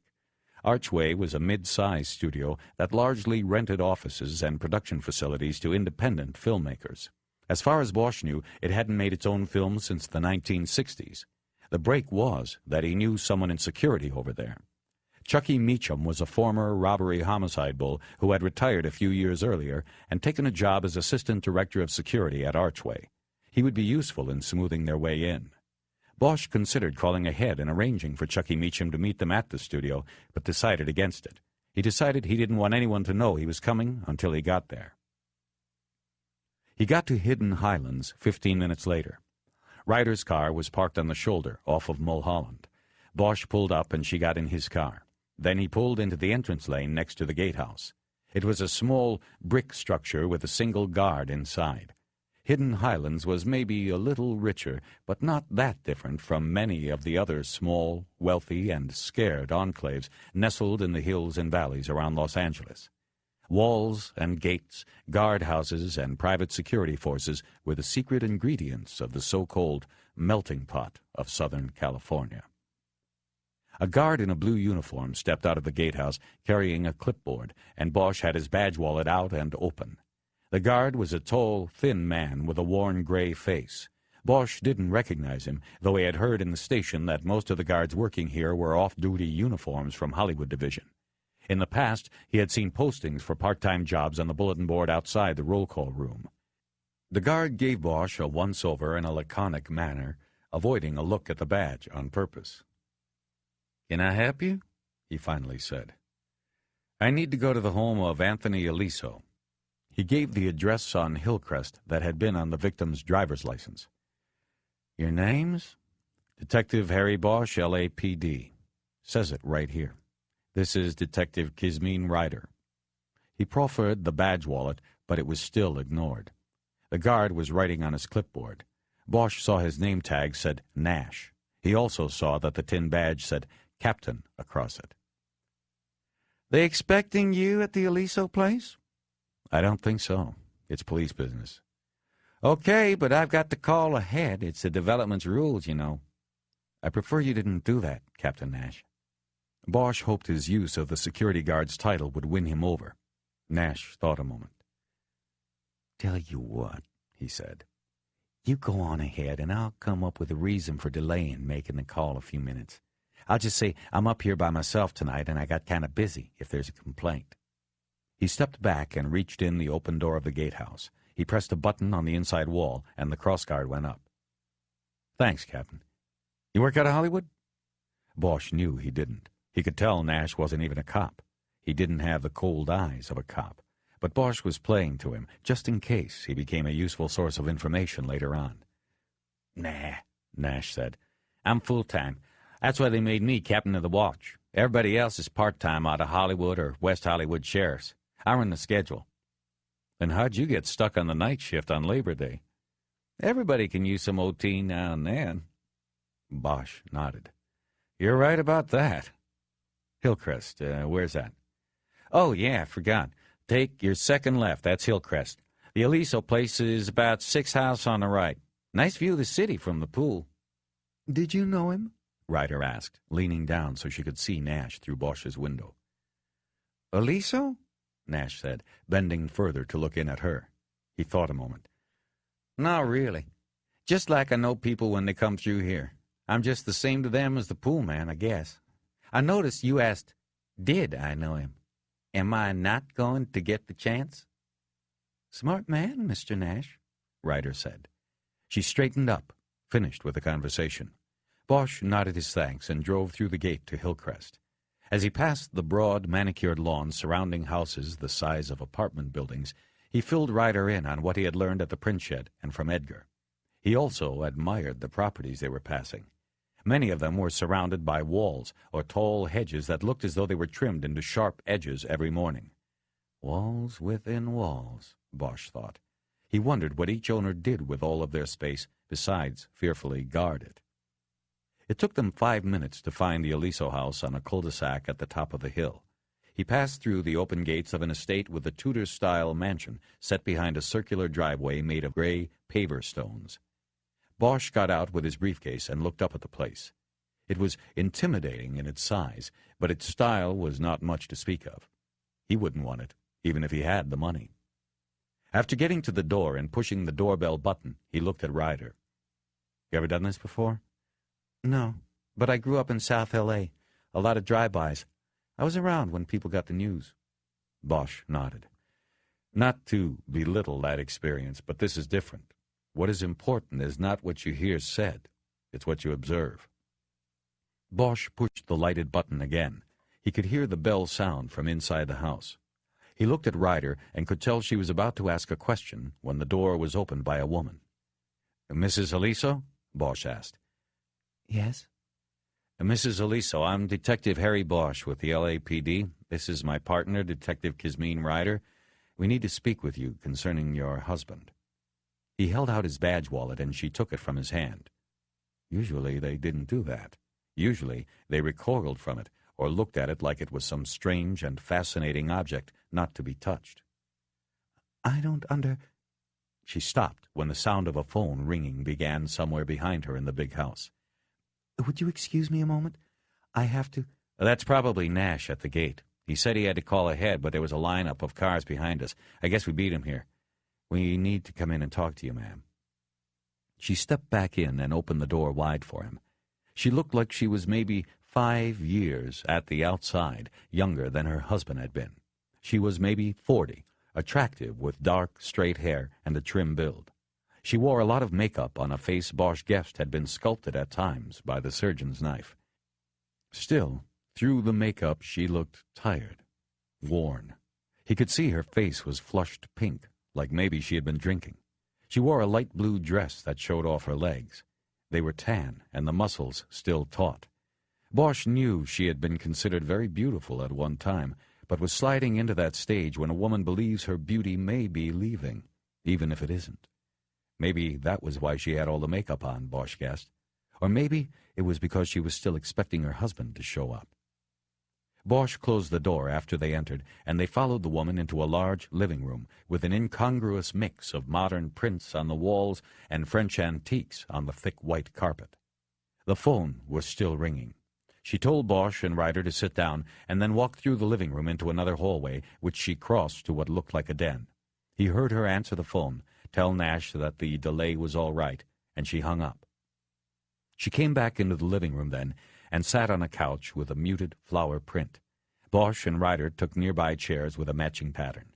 Bosch took a quick look around and saw no photographs in frames, only the artwork. It was always one of the first things he looked for when he had to quickly judge a relationship. "I'm sorry," he said. "I didn't get your name." Veronica Aliso. What about my husband, Detective? Is he hurt? Bosch leaned forward in his chair. No matter how many times he did this, he never got used to it, and he was never sure he was doing it the right way. "Mrs. Aliso, I'm very sorry, but your husband is dead. He was the victim of a homicide. I'm sorry to have to tell you this." He watched her closely, and she said nothing at first. She instinctively crossed her arms in front of her and brought her face down in a pained grimace. There were no tears. Not yet. In his experience, Bosch had seen them come either right away, as soon as they opened the door and saw him and knew, or much later, when it sinks in that the nightmare is reality. I don't... How did this happen?" she asked, her eyes staring down at the floor. "He was found in his car. He'd been shot." "In Las Vegas?" "No, here. Not far.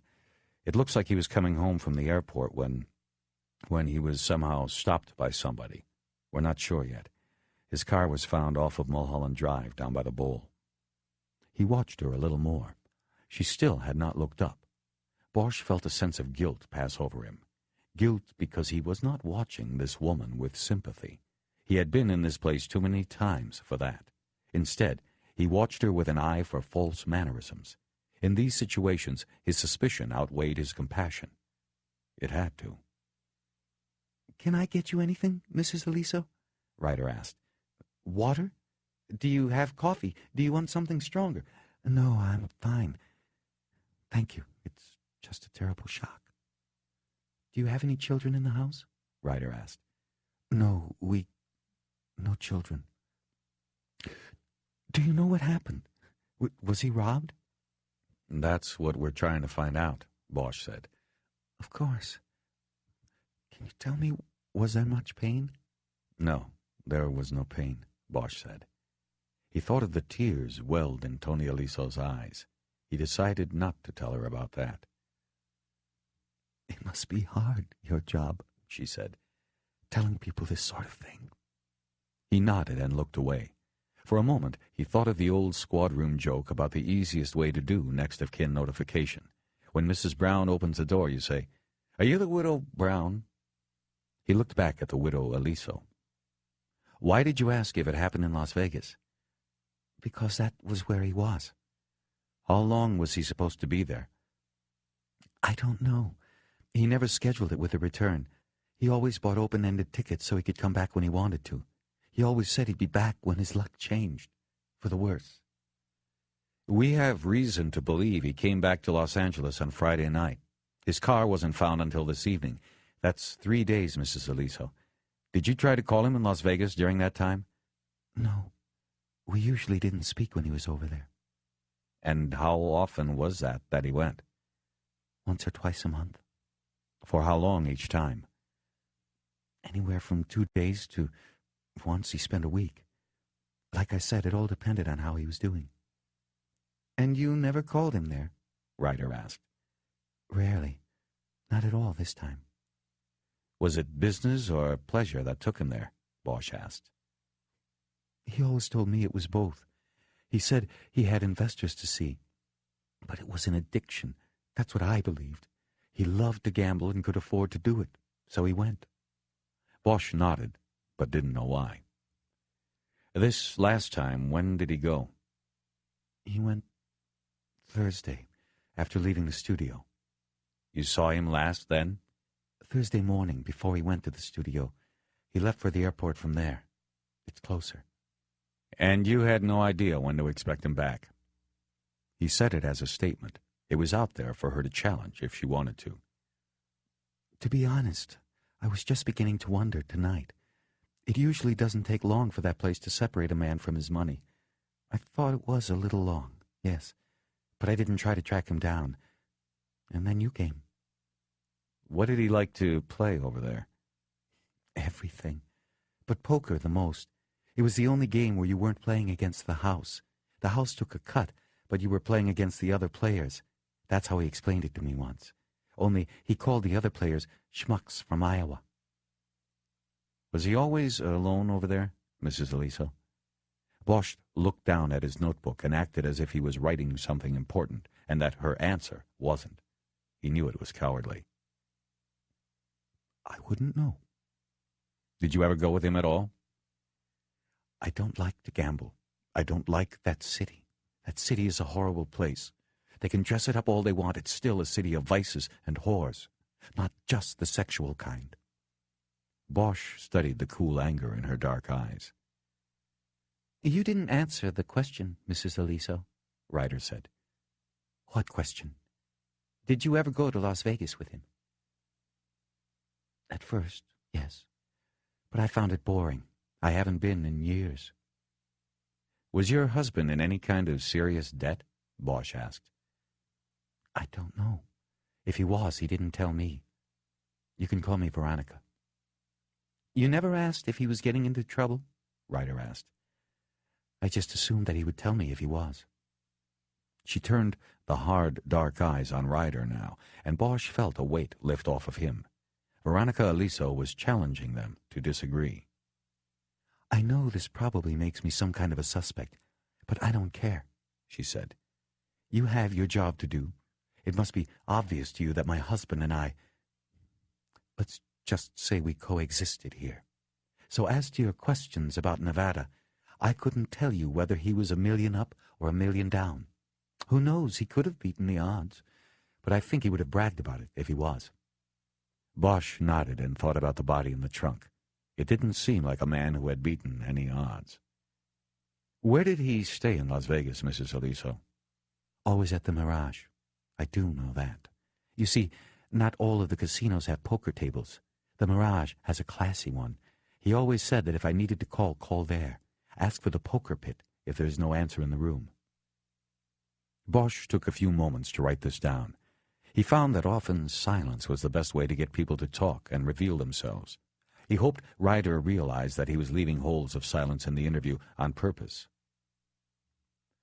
You asked if he went there alone. Yes. Detectives, in the course of your investigation, I believe you will undoubtedly learn that my husband was a philanderer. I ask only one thing of you. Please do your best to keep that information from me. I simply don't want to know. Bosch nodded and was silent a moment while he composed his thoughts. What kind of woman wouldn't want to know, he wondered. Maybe one who already did. He looked back at her, and their eyes connected again. Aside from gambling, was your husband in any other kind of trouble as far as you know? He asked. Work-related? Financial? As far as I know, he wasn't. But he kept the finances. I could not tell you what our situation is at the moment. When I needed money, I asked him, and he always said, cash a check and tell him the amount.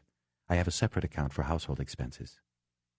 Without looking up from the notebook, Bosch said, "Just a few more and we'll leave you alone for now. Did your husband have any enemies that you know of? Anybody who would want to harm him?" "He worked in Hollywood. Backstabbing is considered an art form there. Anthony was as skilled at it as anyone else who has been in the industry 25 years. Obviously, that means there could always be people who were unhappy with him. But who would do this? I don't know." The car, the Rolls-Royce, is leased to a production company over at Archway Studios. How long had he worked there? His office was there, but he didn't work for Archway per se. TNA Productions was his own company. He simply rented an office and a parking spot on the Archway lot, but he had about as much to do with Archway as you do. "Tell us about his production company," Ryder said. "Did he make films?" "In a manner of speaking, you could say he started big and ended small.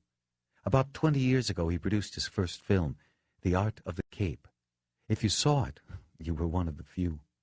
Bullfight movies are not popular, but it was critically acclaimed, played the film festival circuit and then the art houses, and it was a good start for him." She said that Aliso managed to make a couple more films for general release. But after that, his production and moral values steadily declined until he was producing a procession of exploitive dreck. "These films, if you want to call them that, are notable only for the number of exposed breasts in them," she said. "In the business, it's called straight-to-video stock. In addition to that, Tony was quite successful in literary arbitrage." "What is that?" "He was a speculator, mostly scripts, but he did manuscripts, books on occasion." "And how would he speculate on them?" "He'd buy them, wrap up the rights, then when they became valuable or the author became hot, he'd go to market with them. Do you know who Michael St. John is?" The name sounded familiar, but Bosch could not place it. He shook his head. Ryder did the same. "He's one of the screenwriters of the moment. He'll be directing studio features within a year or so. He's the flavor of the month, so to speak." "Okay."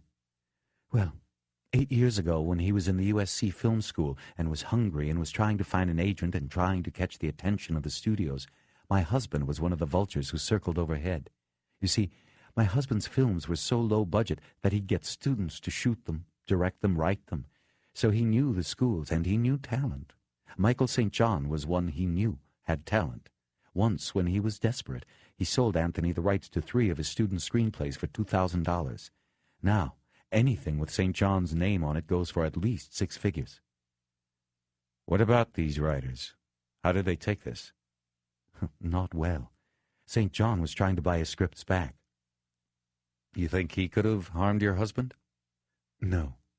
You asked me what he did, and I told you. If you are asking who would kill him, I don't know." Bosch jotted a couple of notes down.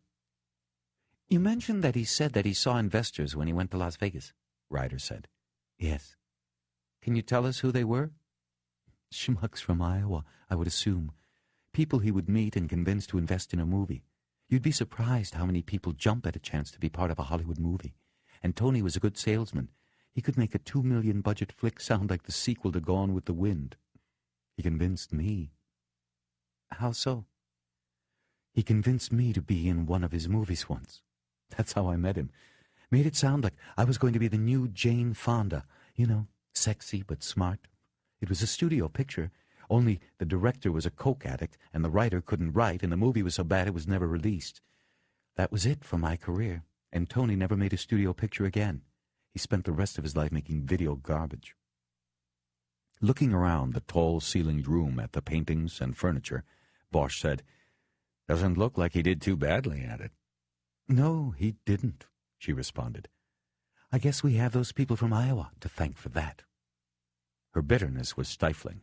Bosch looked down at his notebook just so he could avert his eyes from her. "All this talk," she said then. "I need some water. Do either of you want something?" "Water would be fine," Bosch said. "We're not going to be much longer." "Detective Ryder?" "I'm fine, thank you. I'll be right back." While she was gone, Bosch stood up and looked around the living room in a manner that suggested he wasn't really interested. He said nothing to Ryder. He was standing near a side table, looking at a carved glass figurine of a nude woman, when Veronica Aliso came back in with 2 glasses of ice water. "I just want to ask you a few more questions about this past week," Bosch said. "Fine." He sipped from his glass and remained standing. "What would your husband have taken with him to Las Vegas, as far as luggage went?" "Just his overnighter." "What did it look like?" "It was a hanging bag that, folded over. It was green with brown leather trim and straps. He had a name tag on it." "Did he take a briefcase or any work with him?" "Yes, his briefcase. It was one of those aluminum shell kind. They are lightweight, but impossible to break into or something. Is the luggage missing?" "We're not sure. Do you know where he kept the key to the briefcase?" "On his keychain, with the car keys." There had been no car keys in the rolls or on Aliso's body. Bosch realized that the reason they may have been taken was to open the briefcase. He put the glass down next to the figurine and looked at it again. He then began writing the descriptions of the briefcase and hanging bag in his notebook. "Did your husband wear a wedding ring?" "No. He did wear quite an expensive watch, though. It was a Rolex. I gave it to him." "The watch was not taken." "Oh." Bosch looked up from his notebook. "Do you remember what your husband was wearing on Thursday morning when you last saw him?" Just clothes. He had on his white pants and a blue shirt and his sport coat." "His black leather sport coat?" "Yes." "Mrs. Aliso, do you remember if you hugged him or kissed him goodbye?" This seemed to fluster her, and Bosch immediately regretted the way he had phrased the question. "I'm sorry. What I meant was that we found some fingerprints on the jacket, on the shoulder, and if you might have touched him there on the day he left, it could explain this piece of evidence." She was quiet a moment, and Bosch thought that she was finally going to begin to cry. But instead, she said, "I might have, but I don't remember. I don't think I did." Bosch opened his briefcase and looked for a print screen. He found one in one of the pockets. It looked like a photo slide, but the center was a double-sided screen with ink between the screens. A thumb could be pressed on the A side, and a fingerprint would be imprinted on a card held against the B side. "I want to take your thumbprint so we can compare it to the print taken off the jacket. If you did not touch him there, then it might be a good lead for us." She stepped over to him, and he pressed her right thumb down on the print screen. When he was done, she looked at her thumb. "No ink?" "Yes, that's nice, no mess. We just started using these a few years ago." "The print on the jacket? Did it belong to a woman?" He looked at her and held her eyes for a moment. "We won't know for sure until we get a match." As he put the card and the print screen back in the briefcase, he noticed the evidence bag containing the poppers. He took it out and held it up for her to look at. "Do you know what these are?" She narrowed her eyes and shook her head no. "Amyl nitrate poppers. Some people use them to enhance sexual performance and satisfaction. Do you know if your husband ever used these?" "You found them with him?" "Mrs. Aliso, I'd rather that you just answer my questions. I know this is difficult, but there are some things I can't tell you yet. I will when I can, I promise." "No, he didn't use them. With me." "I'm sorry that I have to be so personal, but we want to catch the person who did this. We both want that. Now, your husband was about 10 or 12 years older than you?" He was being charitable here. "Did he have problems performing sexually? Is there any chance he might have been using poppers without your knowledge?" She turned to go back to her chair. When she was seated again, she said, "I wouldn't know." Now Bosch narrowed his eyes. What was she trying to say? His silence worked.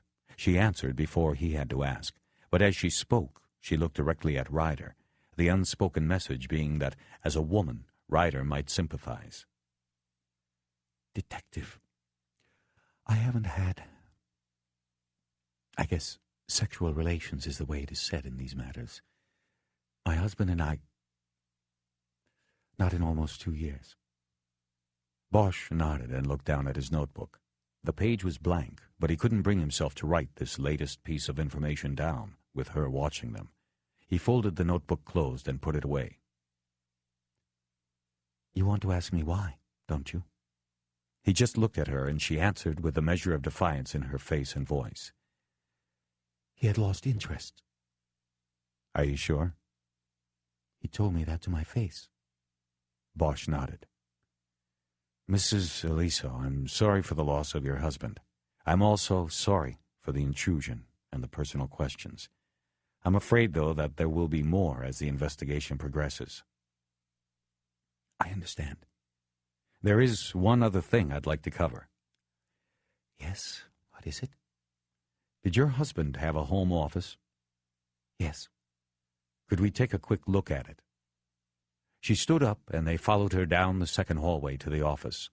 They both stepped into the room, and Bosch looked around. It was a small room with a desk and 2 file cabinets. There was a TV on a cart in front of a wall of shelves. Half were filled with books, and the rest stacked with scripts, the titles written with magic markers on the edges of the pages. There was a golf bag leaning in the corner. Bosch walked over and studied the desk. It was spotless. He came around and saw that the desk contained 2 file drawers. He opened these and found one empty and one containing several files. He quickly looked through the file tabs and saw that they apparently were files containing personal finance records and tax documents. He closed the drawers, deciding that a search of the office could probably keep. "It's late," he said. "This is not the time. I want you to understand, though, that investigations like this often shoot off into many directions. But we have to follow up on everything. We're going to need to come in here tomorrow and go through your husband's things. We'll probably take a lot with us. We'll have a warrant, so everything will be perfectly legal." "Yes, of course. But can't I just give you permission to take what you need?" "You could, but it would be better this way. I'm talking about checkbooks, savings account records, credit card statements, insurance, everything. We'll probably need the records on your household account, too." "I understand. What time?" "I don't know yet. I'll call first, or someone will." "Do you know, did your husband leave a will?" "Yes, both of us made wills. They're with our attorney." "How long ago was that?" "The will? Oh, a long time. Years." "In the morning, I'd like you to call the attorney and tell him we'll need a copy of it. Are you up to doing that?" "Of course." "What about insurance?" "Yes, we have policies. The attorney, Neil Denton in Century City, will have them also." "Okay, we'll worry about that tomorrow. I need to seal this room now." They stepped back into the hallway, and Bosch closed the door. From his briefcase, he took a sticker that said, "Crime scene. Do not enter premises. Call LAPD 213-485-4321. Bosch pressed the sticker across the door jamb. If anyone entered the room now, they would have to cut the sticker or peel it off. Bosch would know. "Detective?" Veronica Aliso said quietly from behind him. Bosch turned around. "I am the suspect, aren't I?" Bosch put the 2 papers he had peeled off the back of the sticker in his pocket. "I suppose everyone and no one is a suspect at this point. We're looking at everything. But yes, Mrs. Aliso, we're going to be looking at you." "I guess I shouldn't have been so candid before, then." Ryder said, "If you've got nothing to hide, the truth shouldn't hurt you." Bosch knew from long experience never to say such a thing. He knew the words were false before they were out of her mouth. Judging by the small, thin smile on Veronica Aliso's face, she knew it as well. "Are you new at this, Detective Ryder?" she asked, while looking at Bosch with that smile. "No, ma'am. I've been a detective for 6 years." "Oh. And I guess I don't have to ask Detective Bosch." "Mrs. Aliso?" Bosch asked. "Veronica." "There is one last thing you could clear up for us tonight. We do not know yet exactly when your husband was killed, but it would help us concentrate on other matters if we could quickly eliminate routine avenues of—" "You want to know if I have an alibi? Is that it?" "We just want to know where you were the last few days and nights. It's a routine question, nothing else." "Well, I hate to bore you with my life's details because I'm afraid that's what they are. Boring. But other than a trip to the mall and supermarket Saturday afternoon, I haven't left the house since I had dinner with my husband Wednesday night." "You've been here alone?" "Yes. But I think you can verify this with Captain Nash at the gate. They keep records of who comes in as well as out of hidden Highlands, even the residents. Also, on Friday our pool man was here in the afternoon. I gave him his check. I can get you his name and number. That won't be necessary right now. Thank you. And again, I'm sorry for your loss. Is there anything we can do for you right now? She seemed to be withdrawing into herself. He was not sure she had heard his question. I'm fine, she finally said. He picked up his briefcase and headed down the hallway with Ryder. It ran behind the living room and took them directly to the front door. All the way along the hallway there were no photos on the wall. It didn't seem right to him, but he guessed nothing had been right in this house for a while. Bosch studied dead people's rooms the way scholars studied dead people's paintings at the Getty. He looked for the hidden meanings, the secrets of lives and deaths. At the door, Ryder went out first. Bosch then stepped out and looked back down the hall. Veronica Aliso was framed at the other end in the light. He hesitated for a beat. He nodded and walked out. They drove in silence, digesting the conversation, until they got to the gatehouse, and Nash came out. How'd it go? It went. He's dead, isn't he, Mr. Aliso? Yeah. Nash whistled quietly. Captain Nash, you keep records here of when cars come in and out? Ryder asked. Yes, but this is private property. You'd need a search warrant, Bosch said. Yes, we know. But before we go to all that trouble, tell me something. Say I come back with a warrant. Are your gate records going to tell me when exactly Mrs. Aliso came in and out of here the last few days? Nope. It'll only tell you when her car did. Gotcha. Bosch dropped off Ryder at her car, and they drove separately down out of the hills to the Hollywood Division station on Wilcox. On the way, Bosch thought about Veronica Aliso and the fury she seemed to hold in her eyes for her dead husband. He didn't know how it fit, or if it even fit at all, but he knew they would be coming back to her. Ryder and Bosch stopped briefly in the station to update Edgar and pick up cups of coffee. Bosch then called Archway and arranged for the security office to call in Chucky Meacham from home. Bosch did not tell the duty officer who took the call what it was about or what office inside the studio they would be going to. He just told the officer to get Meacham there. At midnight, they went out the rear door of the station house, past the fenced windows of the drunk tank, and to Bosch's car. "So, what did you think of her?" Bosch finally asked as he pulled out of the station lot. The embittered widow? I think there wasn't much to their marriage, at least at the end. Whether that makes her a killer or not, I don't know. No pictures. On the walls? Yeah, I noticed that. Bosch lit a cigarette, and Ryder didn't say anything about it, although it was a violation of department policy to smoke in the detective car. What do you think? Ryder asked. I'm not sure yet. There's what you said, the bitterness you could almost put in a glass if you ever ran out of ice. Couple other things I'm still thinking about. Like what? Like all the makeup she had on, and the way she took my badge out of my hand. Nobody's ever done that before. It's like, I don't know, like maybe she was waiting for us. When they got to the entrance of Archway Pictures, Meacham was standing under the half-size replica of the Arc de Triomphe, smoking a cigarette and waiting. He was wearing a sport coat over a golf shirt and had a bemused smile on his face when he recognized Bosch pulling up. Bosch had spent time with Meacham in the robbery-homicide division 10 years before. Never partnered, but they worked a few of the same task forces. Meacham got out when the getting out was good. He pulled the pin a month after the Rodney King tape hit the news. He knew. He told everybody it was the beginning of the end. Archway hired him as the assistant director of security. Nice job, nice pay, plus he was pulling in the 20-year pension of half pay. He was the one they talked about when they talked about smart moves. Now, with all the baggage the LAPD carried, the King beating, the riots, the Christopher Commission, O.J. Simpson and Mark Furman, a retiring Dick would be lucky if a place like Archway hired him to work the front gate.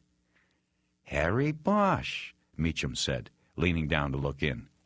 "What it is, what it is." The first thing Bosch had noticed was that Meacham had gotten his teeth capped since he'd last seen him. "Chucky, long time. This is my partner, Kiz Ryder." Ryder nodded, and Meacham nodded, and studied her a moment. Black female detectives were a rarity in his day, even though he hadn't been off the job more than 5 years. So, what's shaking, detectives?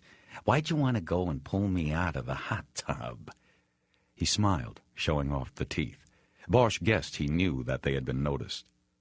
We got a case. We want to take a look at the Vic's office. It's here? Who's the stiff? Anthony N. Aliso, TNA Productions. Meacham crinkled his eyes. He had the deep tan of a golfer who never misses his Saturday morning start and usually gets away for at least 9 once or twice during the week. It doesn't do anything for me, Harry. You sure he... Look it up, Chuck. He's here. Was. All right. Tell you what. Park the car over in the main lot and we'll go back to my office, grab a cup, and look this guy up. He pointed toward a lot directly through the gate, and Bosch did as instructed.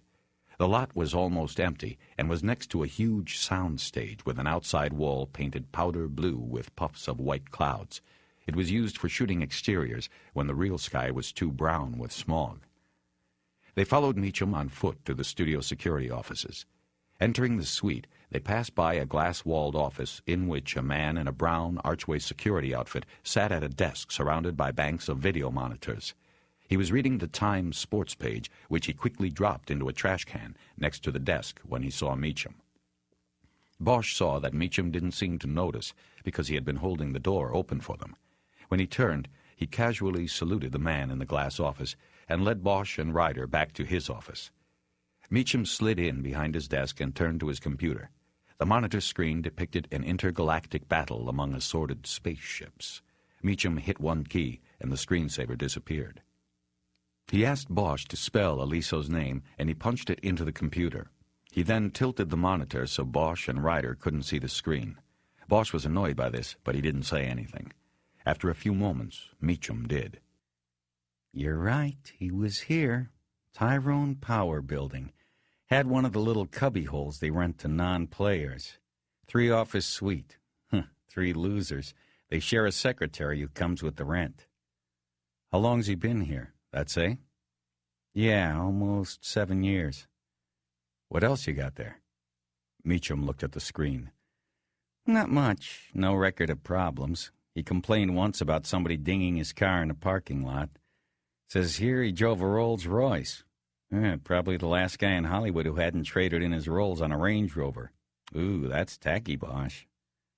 Let's go take a look.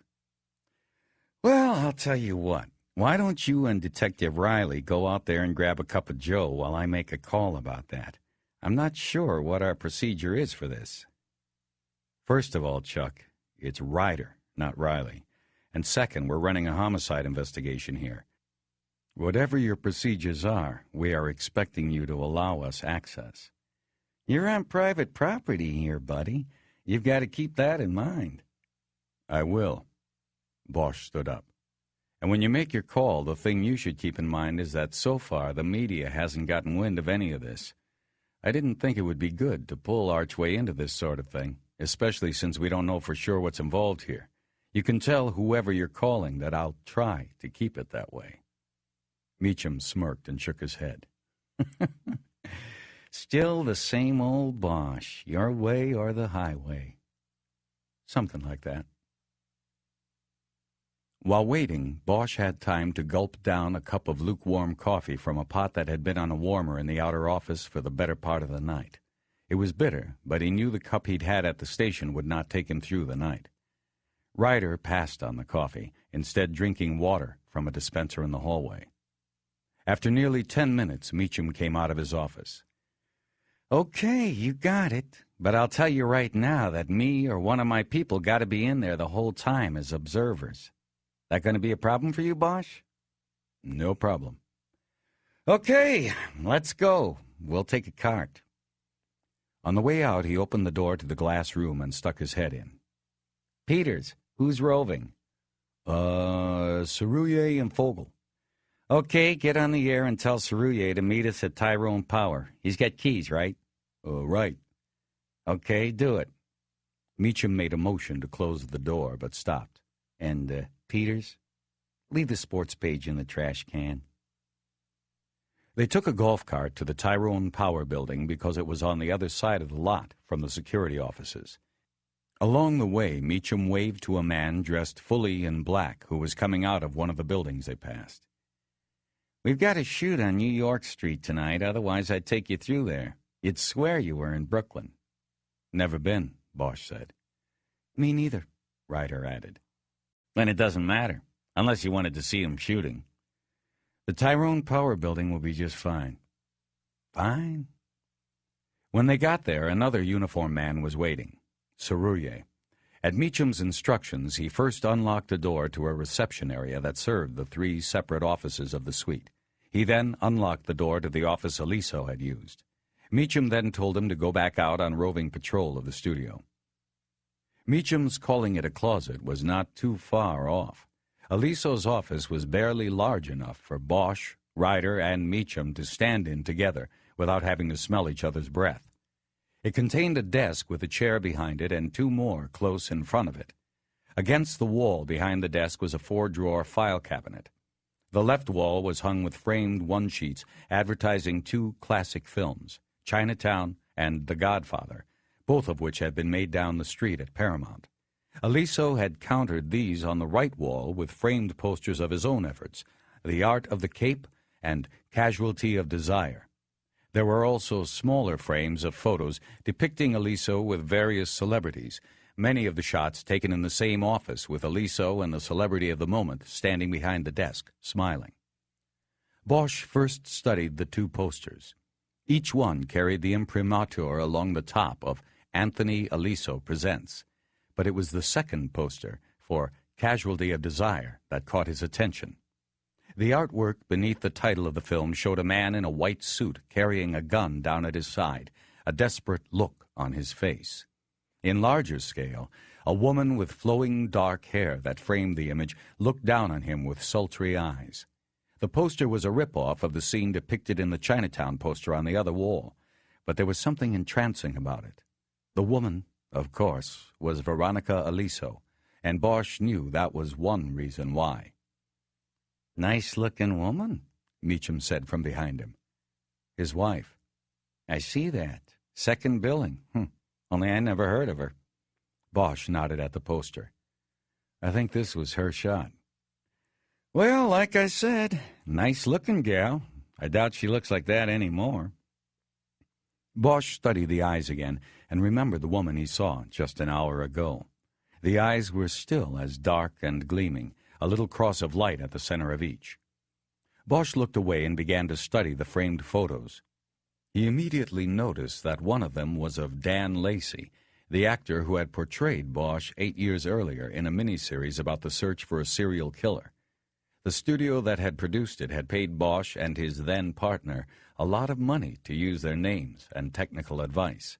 His partner took the money and ran, retired to Mexico. Bosch bought a house in the hills. He couldn't run. He knew the job was his life. He turned and took in the rest of the small office. There were shelves against the wall near the door, and these were piled with scripts and videotapes. No books, save for a couple of directories of actors and directors.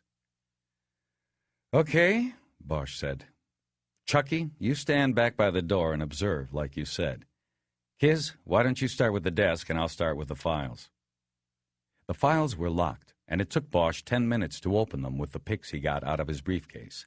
It then took an hour just to make a cursory study of the files. The drawers were stocked with notes and financial records regarding the development of several films that Bosch had never heard of. This did not seem curious to him, after what Veronica Aliso had said, and because he knew little about the film business anyway. But it seemed, from his understanding of the files he was quickly scanning, that large sums of money had been paid to various film services companies during the production of the films. And what struck Bosch the most was that Aliso seemed to have financed a hell of a nice lifestyle from this little office.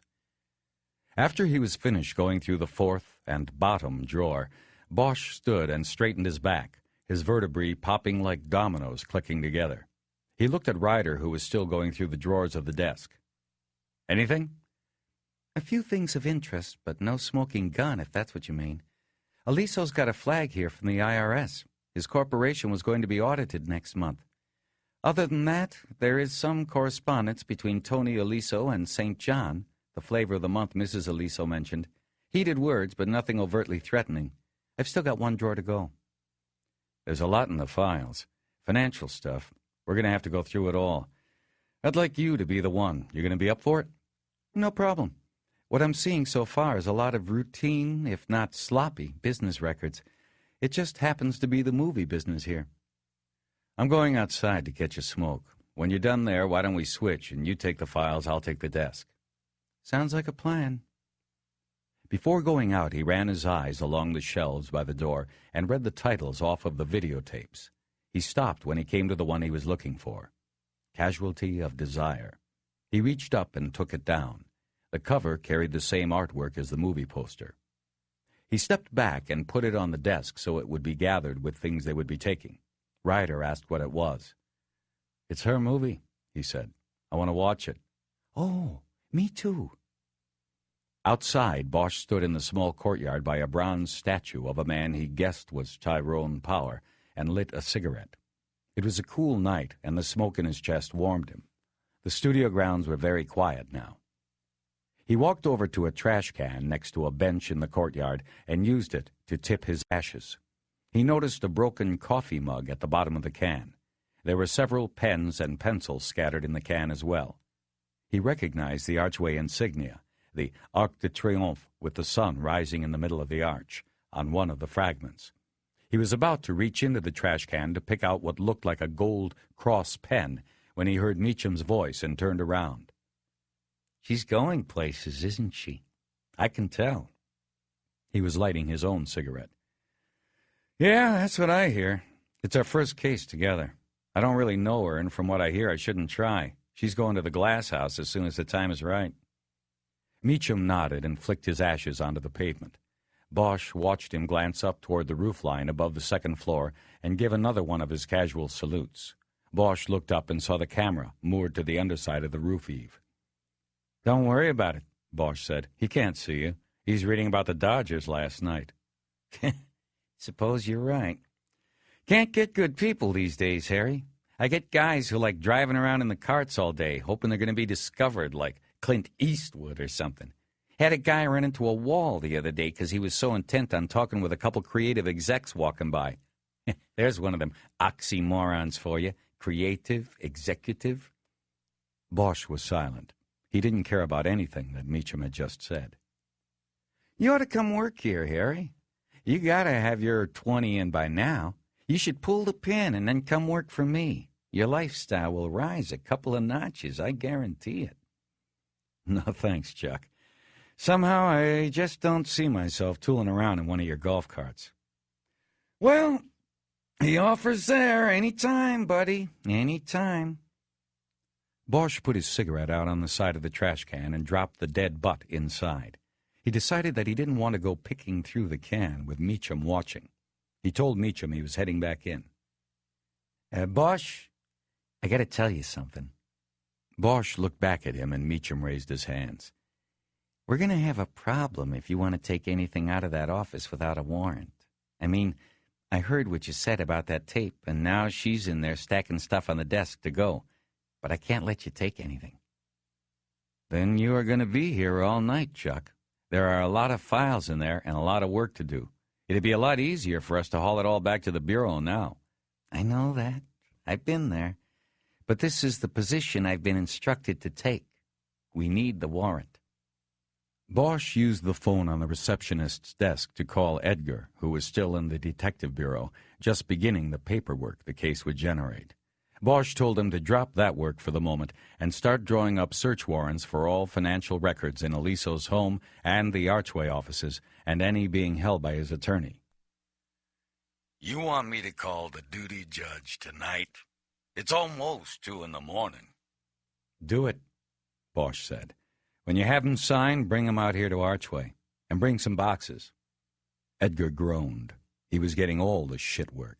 Nobody liked waking up a judge in the middle of the night. I know, Jerry, but it's got to be done. Anything else going on? No. I called the Mirage, talked to a guy in security. The room Aliso used was rebooked over the weekend. It's open now, and he's got a hold on it, but it's spoiled. Probably.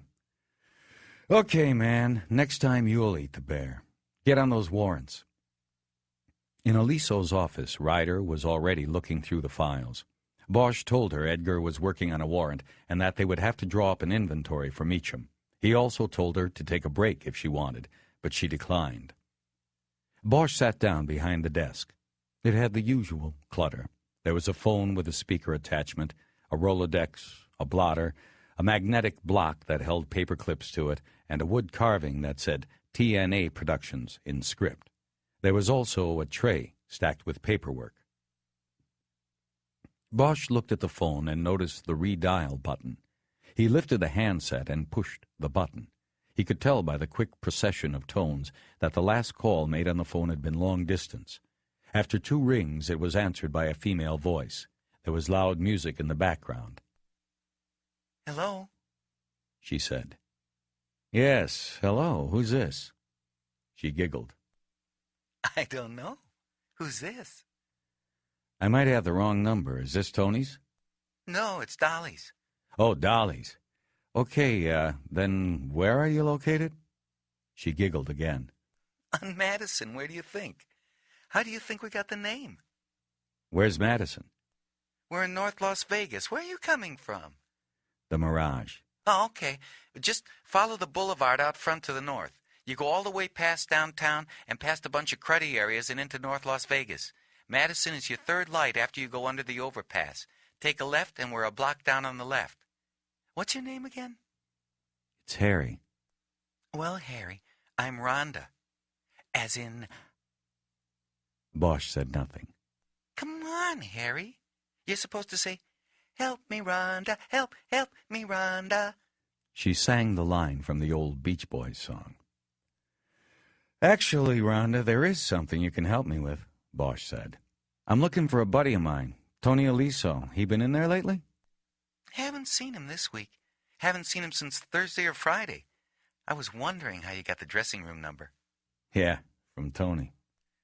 "Well, Layla isn't here tonight, so Tony wouldn't be coming in anyway, I don't think. But you can come on out. He don't have to be here for you to have a good time." "Okay, Rhonda, I'll try to swing by." Bosch hung up.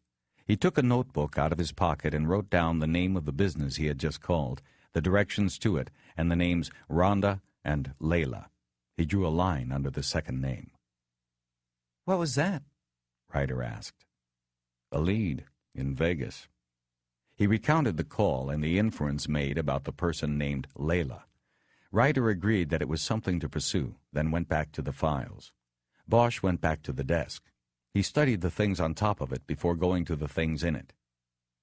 "Hey, Chucky?" he asked.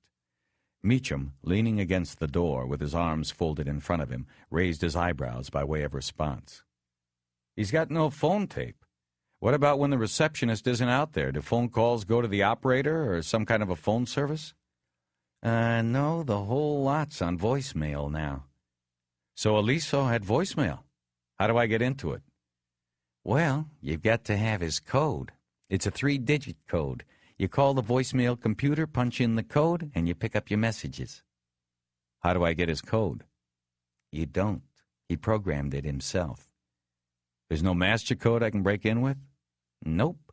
It's not that sophisticated a system, Bosch. I mean, what do you want? It's phone messages."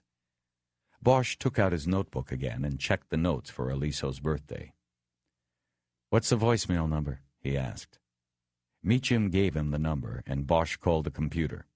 After a beep, he punched in 721, but the number was rejected. Bosch drummed his fingers on the desk, thinking. He tried 862, the numbers corresponding with TNA, and a computer voice told him he had 4 messages. "His, listen to this," he said. He put the phone on speaker and hung up. As the messages were played back, Bosch took a few notes, but the first 3 messages were from men reporting on technical aspects of a planned film shoot, equipment rental, and costs. Each call was followed by the electronic voice which reported when, on Friday, the call came in.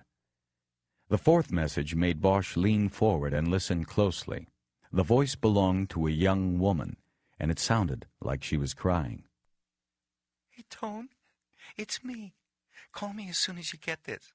I almost feel like calling your house. I need you. That bastard Lucky says I'm fired, and for no reason. He just wants to get his dick into modesty. I don't want to have to work at the Palomino or any of those other places. The Garden. Forget it. I want to come out there to L.A., be with you. Call me. The electronic voice said the call came in at 4 a.m. on Sunday, long after Tony Aliso was dead. The caller had not given her name. It was therefore obviously someone Aliso would have known. Bosch wondered if it was the woman Rhonda had mentioned, Layla. He looked at Ryder, and she just shook her shoulders.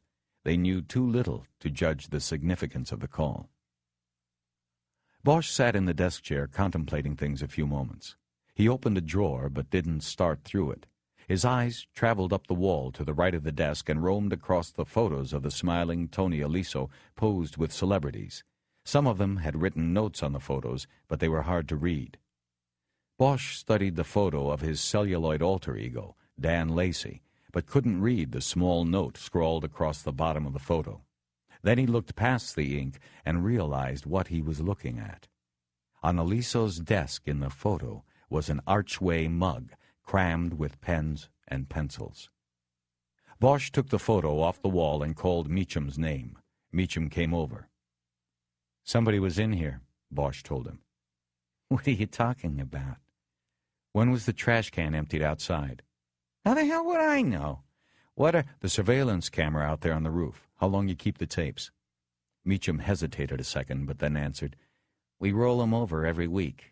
We'd have 7 days off that camera. It's all stop action, 10 frames a minute." "Let's go and take a look." Bosch didn't get home until 4. That left him only 3 hours to sleep before an agreed-upon breakfast meeting with Edgar and Ryder at 7:30. But he was too strung out on coffee and adrenaline to even think about shutting his eyes.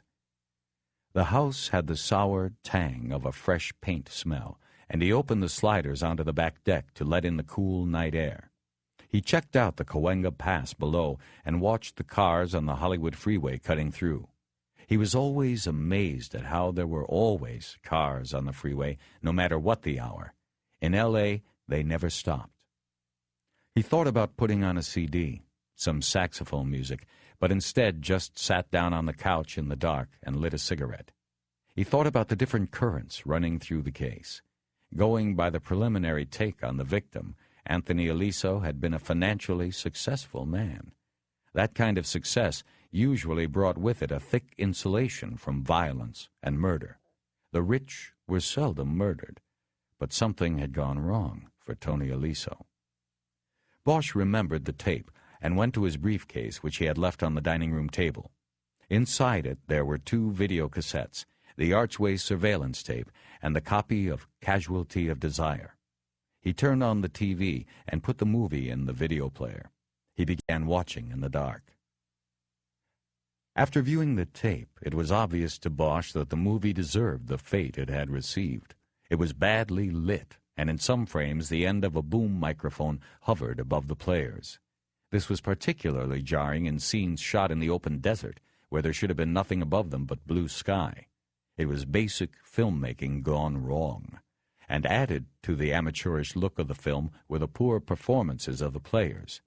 The male lead, an actor Bosch had never seen before, was woodenly ineffective in portraying a man desperate to hold on to his young wife, who used sexual frustration and taunting to coerce him into committing crimes, eventually including murder, all for her morbid satisfaction. Veronica Aliso played the wife and was not much better an actor than the male lead. When lighted well, she was stunningly beautiful. There were 4 scenes in which she appeared partially nude, and Bosch watched these with a voyeuristic fascination. But overall, it was not a good role for her, and Bosch also understood why her career, like her husband's, did not move forward. She might blame and harbor a resentment for her husband, but the bottom line was that she was like thousands of beautiful women that come to Hollywood every year. Her looks could put applause in your heart, but she could not act to save her life. In the climactic scene of the film, when the husband is apprehended and the wife cuts him loose with the cops, she delivered her lines with the conviction and weight of a blank page of typing paper. "It was him. He's crazy. I couldn't stop him until it was too late. Then I couldn't tell anyone because it would look like I was the one who wanted them all dead." Bosch watched all the way through the credits and then rewound the tape by using the remote. He never got off the couch.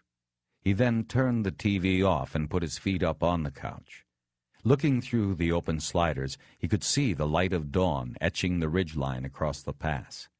He still wasn't tired. He kept thinking about the choices people make with their lives.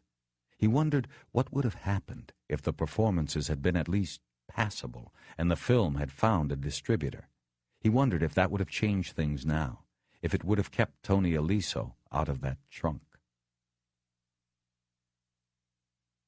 The meeting at the station with billets didn't start until 9:30. Though the squad room was deserted because of the holiday, they all rolled chairs into the lieutenant's office and closed the door. Billets started things off by saying that members of the local media, apparently having picked up on the case by checking the coroner's overnight log, were already beginning to take a more than routine interest in the Aliso murder. Also, she said, the department weight all the way up the line was questioning whether the investigation should be turned over to the elite robbery homicide division. This, of course, grated on Bosch. Earlier in his career, he had been assigned to RHD, but then a questionable on-duty shooting resulted in his demotion to Hollywood, and so it was particularly upsetting to him to think of turning over the case to the big shots downtown. If OCID had been interested, that would have been easier to accept. But Bosch told Billets that he could not accept turning the case over to RHD after his team had spent almost an entire night without sleep on it and had produced some viable leads. Ryder jumped in and agreed with him. Edgar, still riding his sulk over being put on the paperwork, remained silent. "Your point is well taken," Billets said. "But when we're done here, I have to call Captain LaValle at home and convince her we've got a handle on this. So let's go over what we have. You convince me, I'll convince her. She'll then let me know how we feel about it downtown." Bosch spent the next 30 minutes talking for the team and carefully recounting the night's investigation. The detective squad's only television VCR was kept in the lieutenant's office because it wasn't safe to leave it unlocked, even in a police station. He put in the tape Meacham had dubbed off the Archway surveillance tape and queued up the part that included the intruder. "The surveillance camera this was shot from turns a frame every 6 seconds. So it's pretty quick and jerky, but we've got the guy on it," Bosch said. He hit the play button, and the screen depicted a grainy black and white view of the courtyard and front of the Tyrone Power Building. The lighting made it appear to be late dusk. The time counter on the bottom of the screen showed the time and date to be 8:13 the evening before. Bosch put the machine on slow motion, but still the sequence he wanted to show Billets was over very quickly. In 6 quick frames, they showed a man go to the door of the building, hunch over the knob, and then disappear inside. "Actual time at the door was about 30 to 35 seconds, Ryder said. "It may look from the tape like he had a key, but that's too long to open the door with the key. The lock was picked. Somebody good and fast." "Okay, here he comes back out," Bosch said. When the time counter hit 8:17, the man was captured on the video emerging from the doorway. The video jumped, and the man was in the courtyard, heading toward the trash can. Then it jumped, and the man was walking away from the trash can. Then he was gone.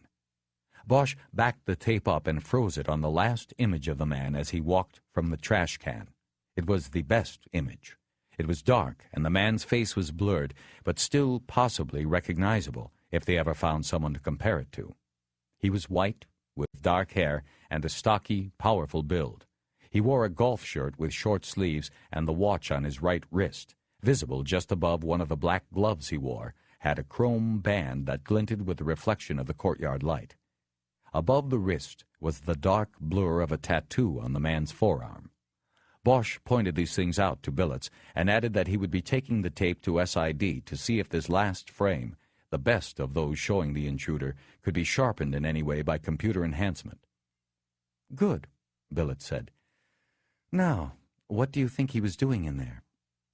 "Retrieving something," Bosch said. "From the time he goes in until he comes out, we've got less than 4 minutes. Not a lot of time. Plus, he had to pick the interior door to Aliso's office. Whatever he's doing in there, he knocks an archway mug off the desk and it breaks on the floor. He does what he was there to do, then gathers up the broken mug and the pens and dumps them in the trash can on his way out. We found the broken mug and the pens in the can last night." "Any prints?" Billets asked. "Once we figured there was a break-in, we backed out and had Donovan come on out when he was done with the rolls.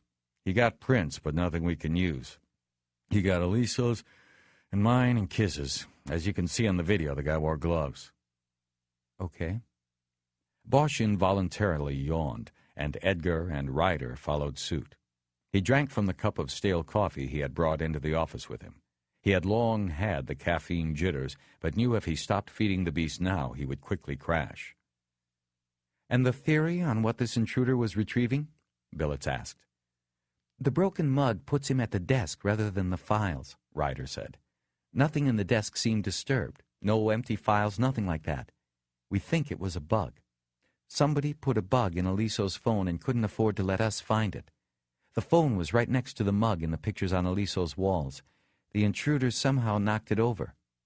Funny thing is, we never checked the phone for a bug. If whoever this guy was had left well enough alone, we probably would have never tumbled to it." "I've been to Archway," Billett said. "It's got a wall around it. It's got its own private security force. How's this guy get in? Or are you suggesting an inside job?" "Two things," Bosch said. "There was a film shooting in progress at the studio on the New York Street set. That meant a lot of people in and out of the front gate. Maybe this guy was able to slip through with part of the shooting crew. The direction in which he walks off in the video is to the north. That's where New York Street is. The gate is to the south. Also, the north side of the studio butts up against the Hollywood Cemetery. You're right, there is a wall, but at night, after the cemetery is closed, it's dark and secluded. Our guy could have climbed the wall there. Whatever way he did it, he had practice." "What do you mean?" "If he was taking a bug out of Tony Aliso's phone, it had to have been planted there in the first place." Billets nodded. "Who do you think he was?" she asked quietly. Bosch looked at Ryder to see if she wanted to answer. When she didn't speak, he did. "Hard to say. The timing is the catch. Aliso's probably been dead since Friday night. His body's not found till about 6 last night. Then this break-in comes at 8:13. That's after Aliso's been found and after people start finding out about it." "But 8:13, that's before you talked to the wife?" "Right. So that kind of threw a wrench into it. I mean, I was all set to say, let's go full speed on the wife and see what we get. Now, well, I'm not so sure. See, if she's involved, this break-in doesn't make sense." "Explain."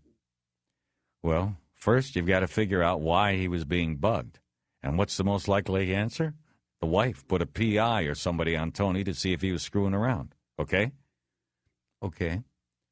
Now, saying that's the case, if the wife was involved in putting her husband down into that trunk, why should she or her PI or whoever wait until last night?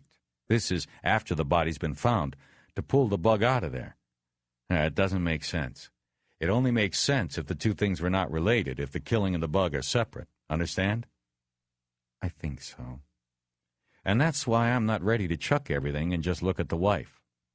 Personally, I think she might be good for this. But there's too much we don't know right now. It doesn't feel right to me. There's something else running through all of this, and we don't know what yet." Billets nodded and looked at all the investigators. "This is good. I know there isn't a lot that is solid yet, but it's still good work. Anything else? What about the prints Art Donovan pulled off the victim's jacket last night?" For now, we've struck out. He put them on APHIS, NCIC, the whole works, and got blanked." "Damn." "They're still valuable. We come up with a suspect, the prints could be a clincher." "Anything else from the car?" "No," Bosch said. Yes, Ryder said. Billets raised her eyebrows at the contradiction. One of the prints Donovan found on the inside lip of the trunk lid, Ryder said. It came back to Ray Powers. He's the P3 who found the body. He overstepped when he popped the trunk. He obviously left his print when he opened it. We caught it, and no harm, no foul, but it was sloppy work, and he should have never opened the trunk in the first place. He should have called us. Billets glanced at Bosch, and he guessed she was wondering why he hadn't brought this to her attention. He looked down at her desk. Okay, I'll take care of it, Billets said. I know Powers. He's been around, and he should certainly know procedure. Bosch could have defended Powers with the explanation the cop had given the day before, but he let it go. Powers wasn't worth it. Billets went on. So, where do we go from here? Well, we've got a lot of ground to cover, Bosch said. I once heard this story about a sculptor, and somebody asked him how he turned a block of granite into a beautiful statue of a woman, and he said that he just chips away everything that isn't the woman. That's what we have to do now. We've got this big block of information and evidence. We got to chip away everything that doesn't count, that doesn't fit. Billets smiled, and Bosch suddenly felt embarrassed about the analogy, though he believed it was accurate. What about Las Vegas? She asked. Is that part of the statue, or the part we need to chip away? Now Ryder and Edgar were smiling. Well, we've got to go there, for one thing, Bosch said, hoping he didn't sound defensive. Right now, all we know is that this victim went there and was dead pretty soon after he came back. We don't know what he did there, whether he won, lost, whether somebody tailed him back here from there. For all we know, he could have hit a jackpot there and was followed back here and ripped off. We've got a lot of questions about Las Vegas. Plus, there's the woman, Ryder said. What woman? Billets asked. Right, Bosch said. The last call made on Tony Aliso's office line was to a club in North Las Vegas. I called it and got the name of a woman I think he was seeing over there. Layla. There was... Layla? Like that song? I guess. There also was a message from an unnamed woman on his office line. I think it might have been this Layla. We've got to talk to her. Billets nodded, made sure Bosch was done, and then laid down the battle plan. All right, Billets said. First off, all media inquiries are to be directed to me. The best way to control information on this is to have it come from one mouth. For the moment, we'll tell the reporters it is obviously under investigation, and we are leaning toward a possible carjacking or robbery scenario. It's innocuous enough and will probably appease them. Everyone okay with that? The three detectives nodded. Okay, I'm going to make a case with the captain to keep the case here with us. It looks to me like we have 3 or 4 avenues which need to be pursued vigorously. Granite that we have to chip away at, as Harry would say. Anyway, it will also help me with the captain if we are already scrambling on these things. So, Harry, I want you to get on a plane as soon as possible and get to Vegas. I want you on that end of it. But if there's nothing there, I want you to get in and get out. We'll need you back here, okay? Bosch nodded. It would have been his choice if he was the one making the decisions, but he felt a pang of discomfort that she was doing it. Kiz, you stick with the financial trail. I want to be in a position of knowing everything about this guy Anthony Aliso by tomorrow morning. You're also going to have to go up to the house with the search warrant, so while you're there, take another shot at the wife. See what else you can get about the marriage when you're picking up the records. I don't know. If you get a chance, sit down with her. Try to get a heart-to-heart. I don't know, Ryder said. I think we're past the heart-to-heart. She's a smart woman, smart enough to already know we're taking a look at her. I almost think that to be safe, we've got to advise her next time any of us talk to her. It was pretty close last night.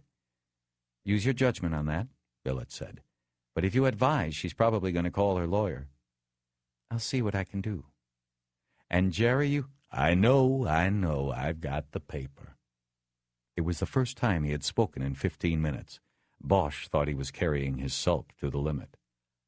Yes, you have the paper. But I also want you on the civil cases and this screenwriter guy who is having the dispute with Aliso. It sounds to me to be the longest shot, but we've got to cover everything. Get that cleared up, and it will help narrow our focus. Edgar mock saluted her. Also, she said, while Harry's putting together the trail in Vegas, I want you to put it together from the airport here. We've got his parking stub. I think you should start there. When I talk to the media, I'll also give a detailed description of the car. Can't be that many white clouds around. And say we're looking for anyone who might have seen it Friday night. I'll say we're trying to recreate the victim's ride from the airport. Maybe we'll get lucky and get some help from the John Q's out there. Maybe, Edgar said. Okay, then. Let's do it, Billets said. The three of them stood up while Billets stayed seated. Bosch took his time taking the tape out of the VCR so that the other two were out of the office when he was done, and he was alone with Billets.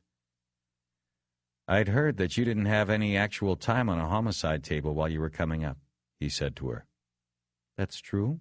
My only job as an actual detective was working sexual crimes in Valley Bureau." "Well, for what it's worth, I would have assigned things just the way you just did." "But did it annoy you that I did it instead of you?" Bosch thought a moment. "I'll get over it." "Thank you." "No problem. Listen, that thing about Powers leaving his print, I probably would have told you about it, but I didn't think this meeting was the right time. I chewed him out for opening the car yesterday. He said if he hadn't opened it and waited for us to check it out, the car would probably still be sitting out there. He is an asshole, but he makes a point." "I understand." "You pissed at me for not telling you?" Billets thought a moment. "I'll get over it." 2. Bosch fell asleep a few minutes after belting himself into a window seat on the Southwest shuttle from Burbank to Las Vegas. It was a deep, dreamless sleep, and he didn't wake until the clunk of the landing gear hitting the tarmac jolted him forward. As the plane taxied to its gate, he came out of the fog and felt himself re-energized by the hour-long rest. It was high noon and 104 degrees when he walked out of the terminal. As he headed toward the garage where his rental car was waiting, he felt his newfound energy being leached away by the heat. After finding his car in its assigned parking stall, he put the air conditioning on high and headed toward the Mirage. Bosch had never liked Las Vegas, though he came often on cases. It shared a kinship with Los Angeles. Both were places desperate people ran to. Often, when they ran from Los Angeles, they came here. It was the only place left. Beneath the veneer of glitz and money and energy and sex beat a dark heart. No matter how much they tried to dress her up with neon and family entertainment, she was still a whore. But if any place could sway him of that opinion, it was the Mirage. It was the symbol of the new Las Vegas, clean, opulent, legit. The windows of its tower glinted gold in the sun, and inside no money had been spared in its rich casino design. As Bosch walked through the lobby, he was first mesmerized by the white tigers in a huge glassed-in environment that any zookeeper in the world would salivate over. Next, as he waited in line to check in, he eyed the huge aquarium behind the front desk. Sharks lazily turned and moved back and forth behind the glass, just like the white tigers. When it was Bosch's turn to check in, the desk clerk noticed a flag on his reservation and called security. A day-shift supervisor named Hank Meyer appeared and introduced himself. He said that Bosch would have the complete cooperation of the hotel and casino. "Tony Aliso was a good and valued customer," he said. "We want to do what we can to help, but it's highly unlikely that his death had anything to do with his stay here. We run the cleanest ship in the desert here." "I know that, Hank," Bosch said. "And I know about the reputation you don't want blemished. I'm not expecting to find anything inside the Mirage, but I need to go through the motions. So do you, right?" "Right." "Did you know him?" "No, I didn't. I've been on day shift the entire 3 years I've been here. From what I understand, Mr. Aliso primarily gambled at night." Meyer was about 30 and had the clean-cut image that the Mirage, and now all of Las Vegas, wanted to present to the world. He went on to explain that the room Aliso had last stayed in at the hotel was sealed and was being held that way for Bosch's inspection. He gave Bosch the key and asked that he return it as soon as he was finished with the room. He also said the poker pit dealers and sports book clerks who worked the night shift would be made available for interviews. All of them knew Aliso because of his regular visits. "You have an eye in the sky over the poker tables?" Yes, we do." You have video from Thursday going into Friday? I'd like to see it if you do. That won't be a problem. Bosch made arrangements to meet Meyer at the second-floor security office at 4. That was when the casino shifts changed and the dealers who knew Aliso would report for work. He could look at the surveillance tape from the poker pit's overhead camera then as well. A few minutes later, alone in his room, Bosch sat on the bed and looked around. The room was smaller than he had expected, but it was very nice, by far the most comfortably appointed room he had ever seen in Las Vegas. He pulled the phone off the side table onto his lap and called the Hollywood division to check in. Edgar picked up the line. It's Bosch. Well, the Michelangelo of murder, the Rodin of homicide. Funny. So what's going on over there? Well, for one thing, Bullets won the battle. Nobody from RHD has come around to snatch the case. That's good. What about you? You making any progress? I almost have the murder book up to speed. I have to put it aside now, though. The screenwriter's coming in at 1:30 for a sit-down. Says he doesn't need a lawyer. Okay, I'll leave you to it. Tell the lieutenant I checked in. Yeah. And by the way, she wants another confab on how things are going at 6. You should call in and we'll put you on the speaker. Will do. Bosch sat on the bed a few moments, wishing he could lie back on it and sleep, but he knew he couldn't. He had to drive the case forward.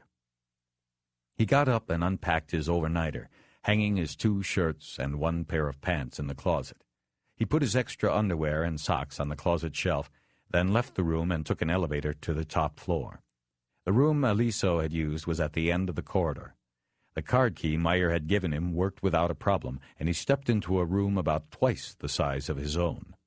It was a combination bedroom and sitting room, and had an oval jacuzzi next to the windows that looked out across the expanse of the desert and the smooth, coca-colored mountain chain to the northwest of the city.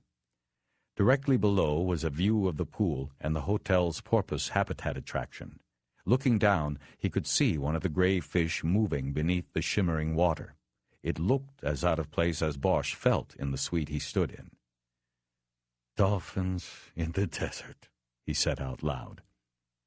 The room was plush by any standards in any city, and obviously was kept for high rollers.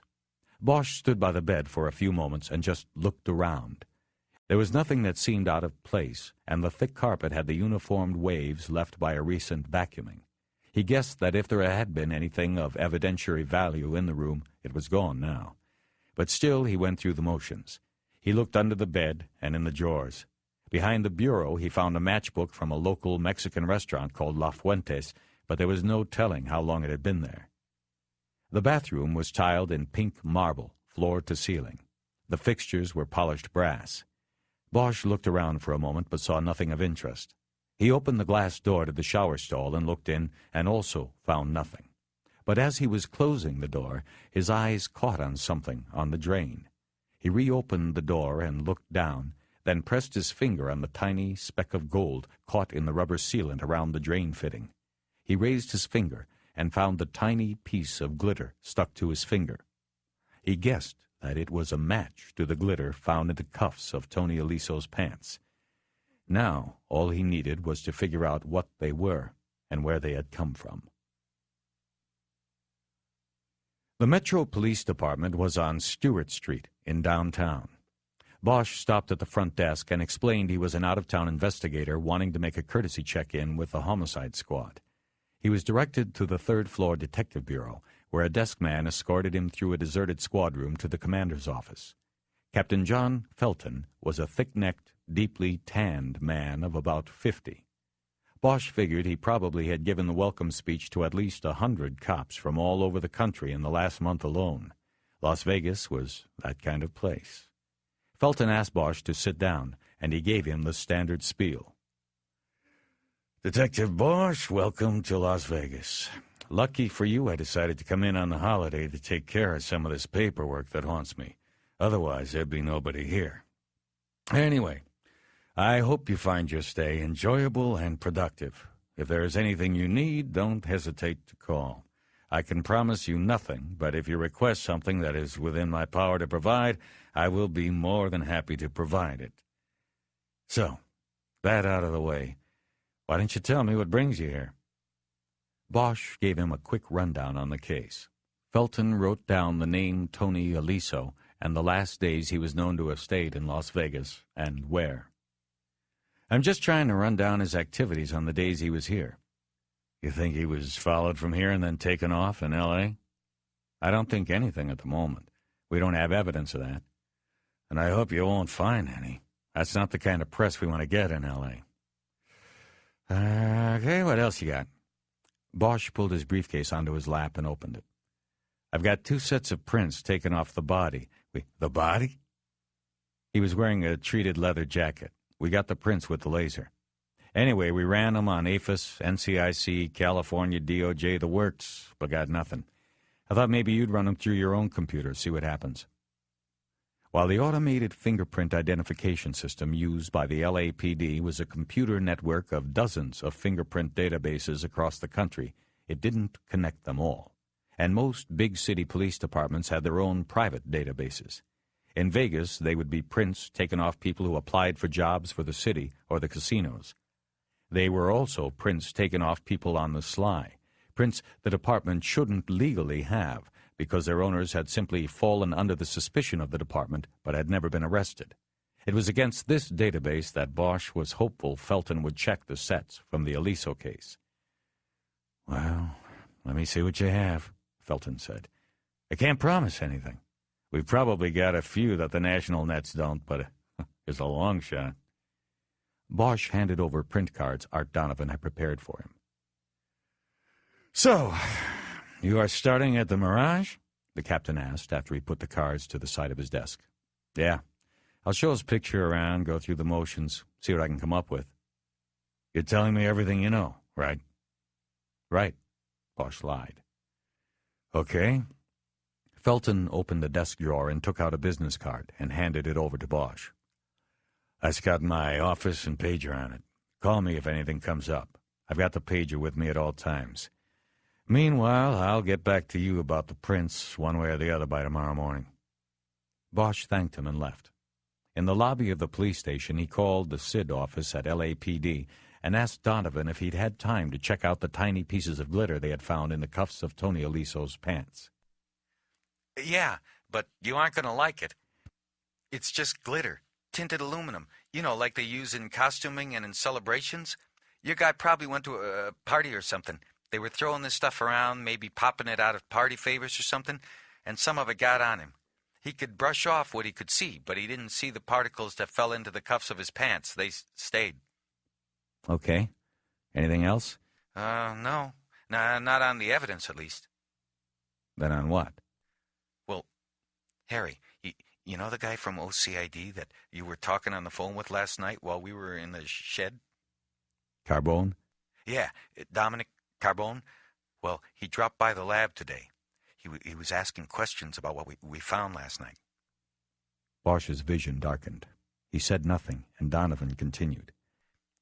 He said he was here on something else and was just acting curious, but, Harry, I don't know. It seemed more than just a passing interest, if you know what I mean. Yeah, I know what you mean. How much did you tell him? Well, before I caught on and started wondering what was going on, I sort of let slip we pulled prints off the jacket. Sorry, Harry, but I was proud. It's rare that we pull righteous prints off a dead guy's jacket, and I guess I was sort of bragging about it. It's okay.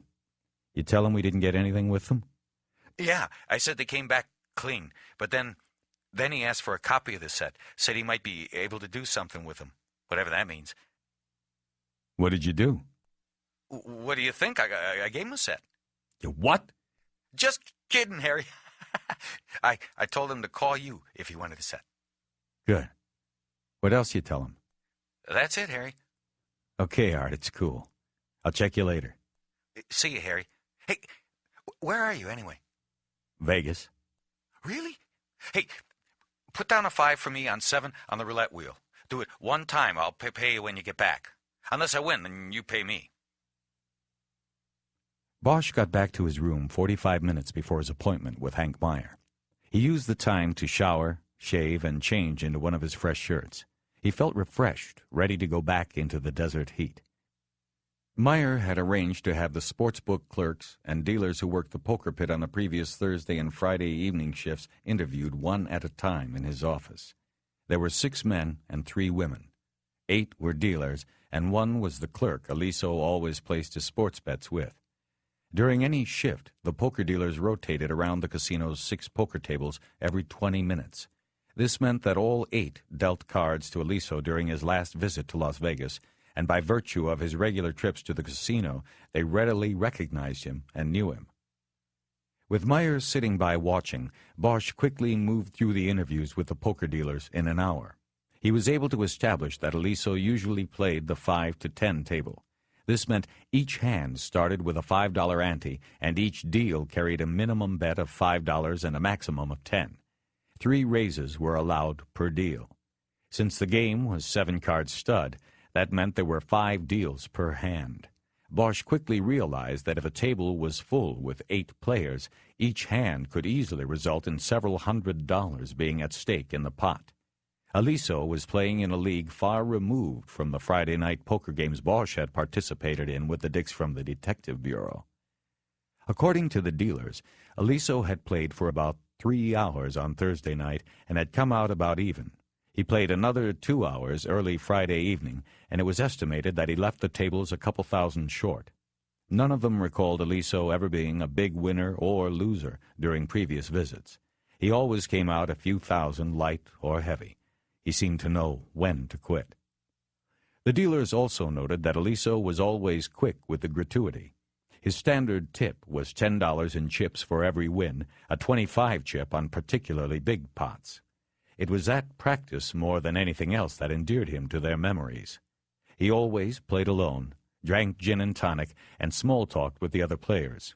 In recent months, the dealers said, Aliso had been in the company of a young blonde woman, barely into her 20s. She never played, but would work the slots nearby and come back to Tony when she needed more money. Tony never introduced her to anybody, and none of the dealers ever overheard her name. In his notebook, where Bosch jotted this down, he wrote, Layla, after this entry. After the dealers came Aliso's favorite sportsbook clerk. She was a mousy-looking bottle blonde named Irma Chantry. She lit a cigarette as soon as she sat down and talked in a voice that indicated she had never gone long without a smoke. She said that on both of the last 2 nights Aliso had been in town, he had bet on the Dodgers. He had a system, she said. He always doubled up until he won. How do you mean? Well, that first night he put $1,000 down on the Dodgers to win. They lost. So the next day he comes in and puts down 2 big ones on them again. They won. So after you take out the casino vig, he was almost $1,000 up for the trip. Except he never picked it up. He didn't collect? Nope. But that's not unusual. His chit was good as long as he kept it. He could come in any time and we'd stick it in the computer. It had happened before. He'd win, but he wouldn't collect until the next time he was in town. How do you know he didn't take it to another clerk? Tony wouldn't do that. He always cashed out with me. That way he could tip me. He always said I was his lucky charm. Bosch thought a moment. He knew the Dodgers played at home Friday night, and Aliso's plane left Las Vegas at 10. Therefore, it was a pretty safe bet that Aliso had to be at McCarran International or already on his plane heading back to L.A. before the game was over. But there was no betting receipt found in his wallet or on his person. Harry considered the missing briefcase again. Would it have been in there? Could a betting slip worth $4,000 minus the vig be motive for his murder? It seemed unlikely, but still it was something to pursue. He looked at Irma, who was drawing so hard on her cigarette that he could see the outline of her teeth on her cheeks. What if somebody else cashed the bet? With another clerk, is there any way to tell that? Irma hesitated, and Meyer broke in. There's a good chance, he said. Each receipt is coded with the clerk number and time the bet was placed. He looked at Irma. Irma, you remember taking very many $2,000 bets on the Dodgers on Friday? Nope. Not a one, other than Tony's. We'll get on it, Meyer said to Bosch. We'll start going through the cashed receipts going back to Friday night. If Mr. Aliso's bet was cashed, then we'll know when it was cashed and we'll have video of who cashed it. Bosch looked at Irma again. She was the only one of the casino employees he had talked to who had referred to Aliso by his first name. He wanted to ask her if there was something more than a gambling relationship between them, but he knew that it was likely that employees were forbidden by the casino from dating or fraternizing with the guests. He couldn't ask her in front of Meyer and expect a straight reply. He made a mental note to track Irma down later, and then excused her from the interview. Bosch looked at his watch and saw he had 40 minutes until the conference call with Billets and the others.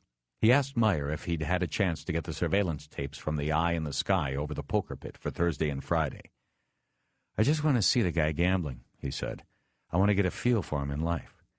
"I understand, and yes, the tapes are ready for viewing. I told you we wanted to cooperate completely." They left the office and walked down a corridor to a tech room. The room was dimly lit and very quiet except for the thrum of an air conditioner. There were 6 consoles arranged in 2 lines where men in gray blazers sat and watched banks of 6 video monitors per console. On the video screens, Bosch could see various overhead views of gambling tables. Each console had an electronic control board that allowed them to change focus or magnification of a particular camera view. "If they wanted to," Meyer whispered, "they could tell you what cards a player is holding at any blackjack table in the house. It's amazing." Meyer led Bosch to a supervisor's office off the tech room.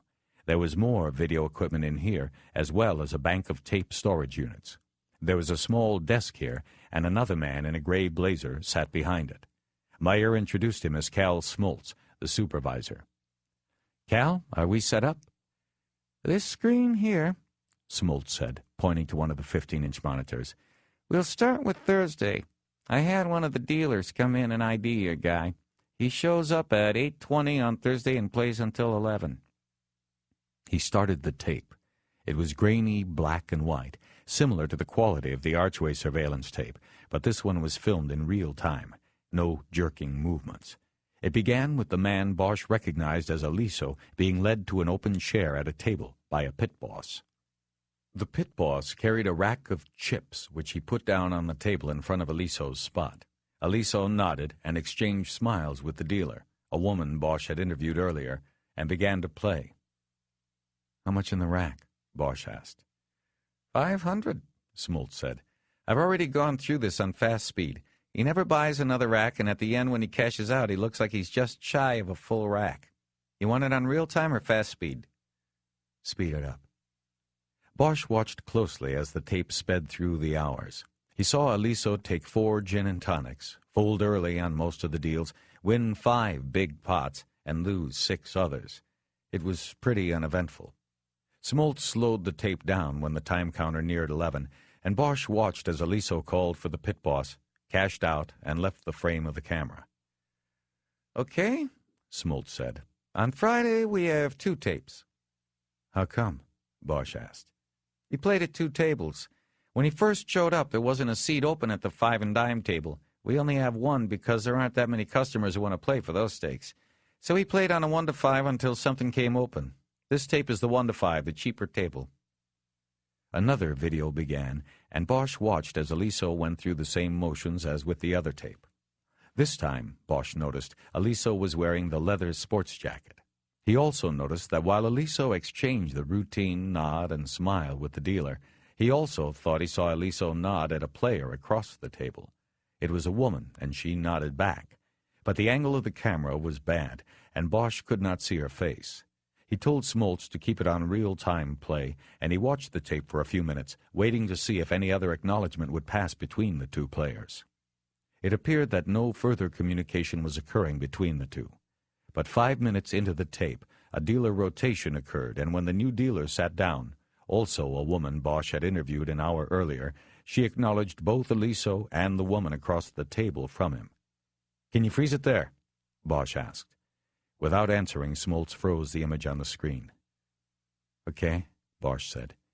"Which dealer is that?" "That's Amy Rohrback. You talked to her." "Right. Hank, could you bring her back up here?" Sure. Can I ask why?" "This player," Bosch said, pointing on the screen to the woman across from Aliso. She acknowledged Aliso when he sat down. Amy Rohrback just acknowledged her. She must be a regular. She knew Aliso and Rohrbach. I might want to talk to her, and your dealer might know her name. Okay, I'll go get her. But if she's in the middle of a dealing rotation, I'll have to wait. That's fine.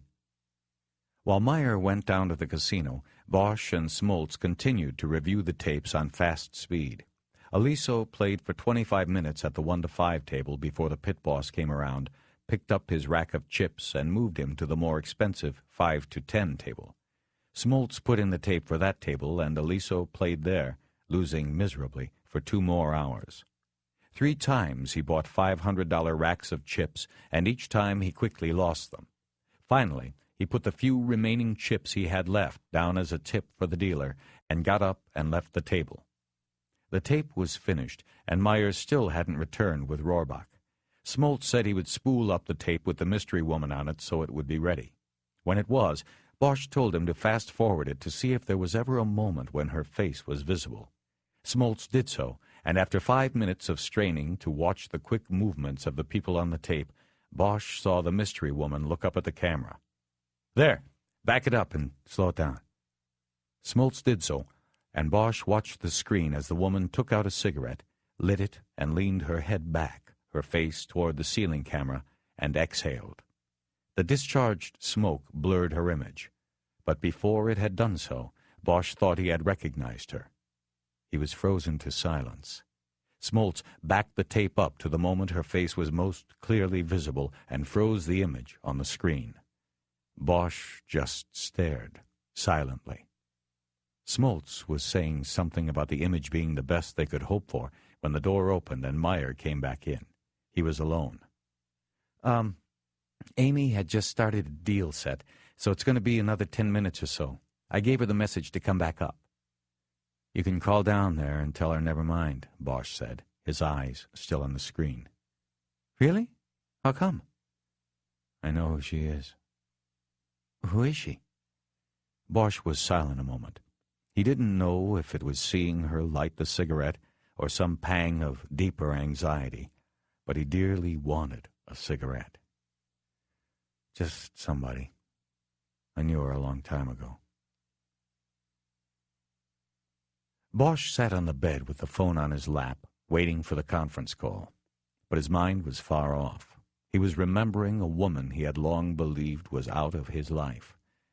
What had it been now? 4, 5 years? His mind was such a rush of thoughts and emotions he couldn't remember for sure. It had been long enough, he realized. It should be no surprise to him that she was out of prison by now. Eleanor Wish, he said out loud. He thought of the smell of jasmine outside her townhouse in Santa Monica. He thought of them making love and the small crescent scar barely visible on her jawline. He remembered the question she had asked him so long ago when they were making love. Do you believe you can be alone and not be lonely? The phone rang. Bosch jerked out of his reverie and answered. It was Billets. Okay, Harry, we're all here. Can you hear me all right? It's not good, but it probably won't get any better. Right, city equipment. Okay, let's start by everybody kind of reporting on the day's events. Harry, you want to go first? All right. There's not a lot to tell so far.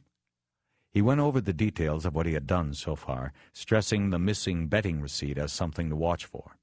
He told of his review of the surveillance tapes, but left out mention of his recognizing Eleanor Wish. He had decided that there was no definitive sign of a connection between her and Aliso, and that for the time being he would keep it to himself. He ended his summary by telling the others of his plans to check out Dolly's, the place Aliso had last called from his office line at Archway, and the woman named Layla, who was mentioned when Bosch had called there. Next, it was Edgar's turn. He announced the Flavor of the Month screenwriter had been cleared through alibi and Edgar's own gut instinct that the young man might have rightfully hated Aliso, but was not of the personality type that would act on that hate with a .22. Edgar said he had also interviewed the employees at the garage where Aliso had his car washed and waxed while he went to Las Vegas. Part of the service was airport pickup, and Edgar said the man who picked Aliso up said that Tony was alone, relaxed, and in no hurry. It was a routine pickup. Aliso took his car and went home, gave the guy a $20 tip. So whoever put him down, they intercepted him on the way home. My guess is it was somewhere up there on Mulholland. Lots of deserted curves. You could stop a guy if you did it quick. Probably 2 people. What did the valet say about luggage? Bosch asked. Oh, yeah. He said that, as near as he could remember, Tony had the 2 bags the wife described, a silver briefcase and one of those hanging bags. He hadn't checked either one for the flight. Bosch nodded, though he was alone. What about the media? Bosch said. We put anything out yet? It's being handled, Billett said. Media Relations is putting out a release first thing tomorrow. It will have a picture of the roles. They'll also make the car available at the OPG for video, and I'll be available for sound bites.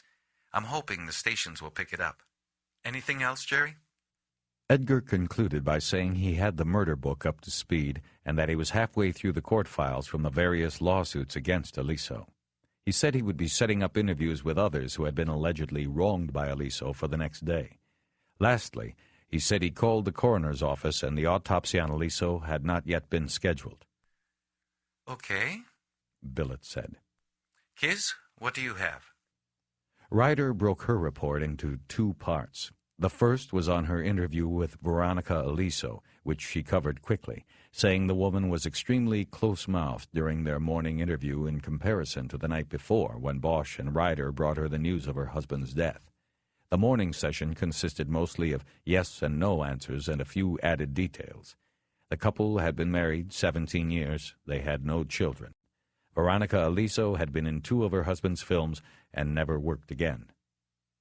You think she talked to a lawyer about talking to us? Bosch asked. She didn't say so, but I think that's exactly what's going on, Ryder said. Just getting what I got was like pulling teeth. Okay, what else? Billett said, trying to keep the discussion moving. Ryder went on to the second part of her day's investigation, which was the focus on the financial records of Anthony Aliso. Even listening on the poor conference line connection, Bosch could tell Kiz was excited about what she had learned so far. Basically, this guy's financial portfolio shows an extremely comfortable standard of living. He's got high 5-figure sums in his personal bank accounts, zeroed-out credit cards, that house that has a $700,000 mortgage against the value of $1.1 million. That's it, though, as far as what I could find. The Rolls is leased, his wife's Lincoln is leased, and the office we know is leased. She paused a moment before going on. Incidentally, Harry, if you have the time, here's something you might want to check out over there. Both the cars are leased to his company, TNA Productions, through a dealership over there in Vegas. You might want to check it out if there's time. It's called Ride Along, one word, Incorporated. The address is 2002 Industrial Drive, Suite 330. Bosch's jacket, with his notebook inside it, was on a chair on the other side of the room. He wrote the name and address down on a little pad that was on the night table. Okay, Ryder said. So now we go on to his business, and this is where it gets pretty interesting. I'm really only halfway through the records we pulled out of his office, but so far it looks like this guy was into a Class A scam. And I'm not talking about ripping off some schmuck student screenplays. I think that was just his side hobby. I'm talking about him running a laundry. I think he was a front for somebody. She waited a beat before going on. Bosch moved to the edge of the bed, excitement tickling the back of his neck. We've got tax returns, production orders, equipment rentals, pays and owes from the making of several films, more than a dozen. All of it straight to video stuff. Like Veronica said, it's just this side of porno. I looked at some of the tapes he had in his office, and it was all pretty awful stuff. Not much in the way of narrative unless you count the buildup of tension waiting for the female lead to get naked. The only problem is that the ledgers don't match what's on the film, and most of the big checks paid by TNA Productions went to mail drops and companies that I'm finding out don't exist anywhere but on paper. How do you mean? Billett asked. I'm saying his business records show $1 million to $1.5 million going into each of these so-called movies, and you look at the tapes, and I'm telling you, there can't be more than 100, maybe 200,000 involved.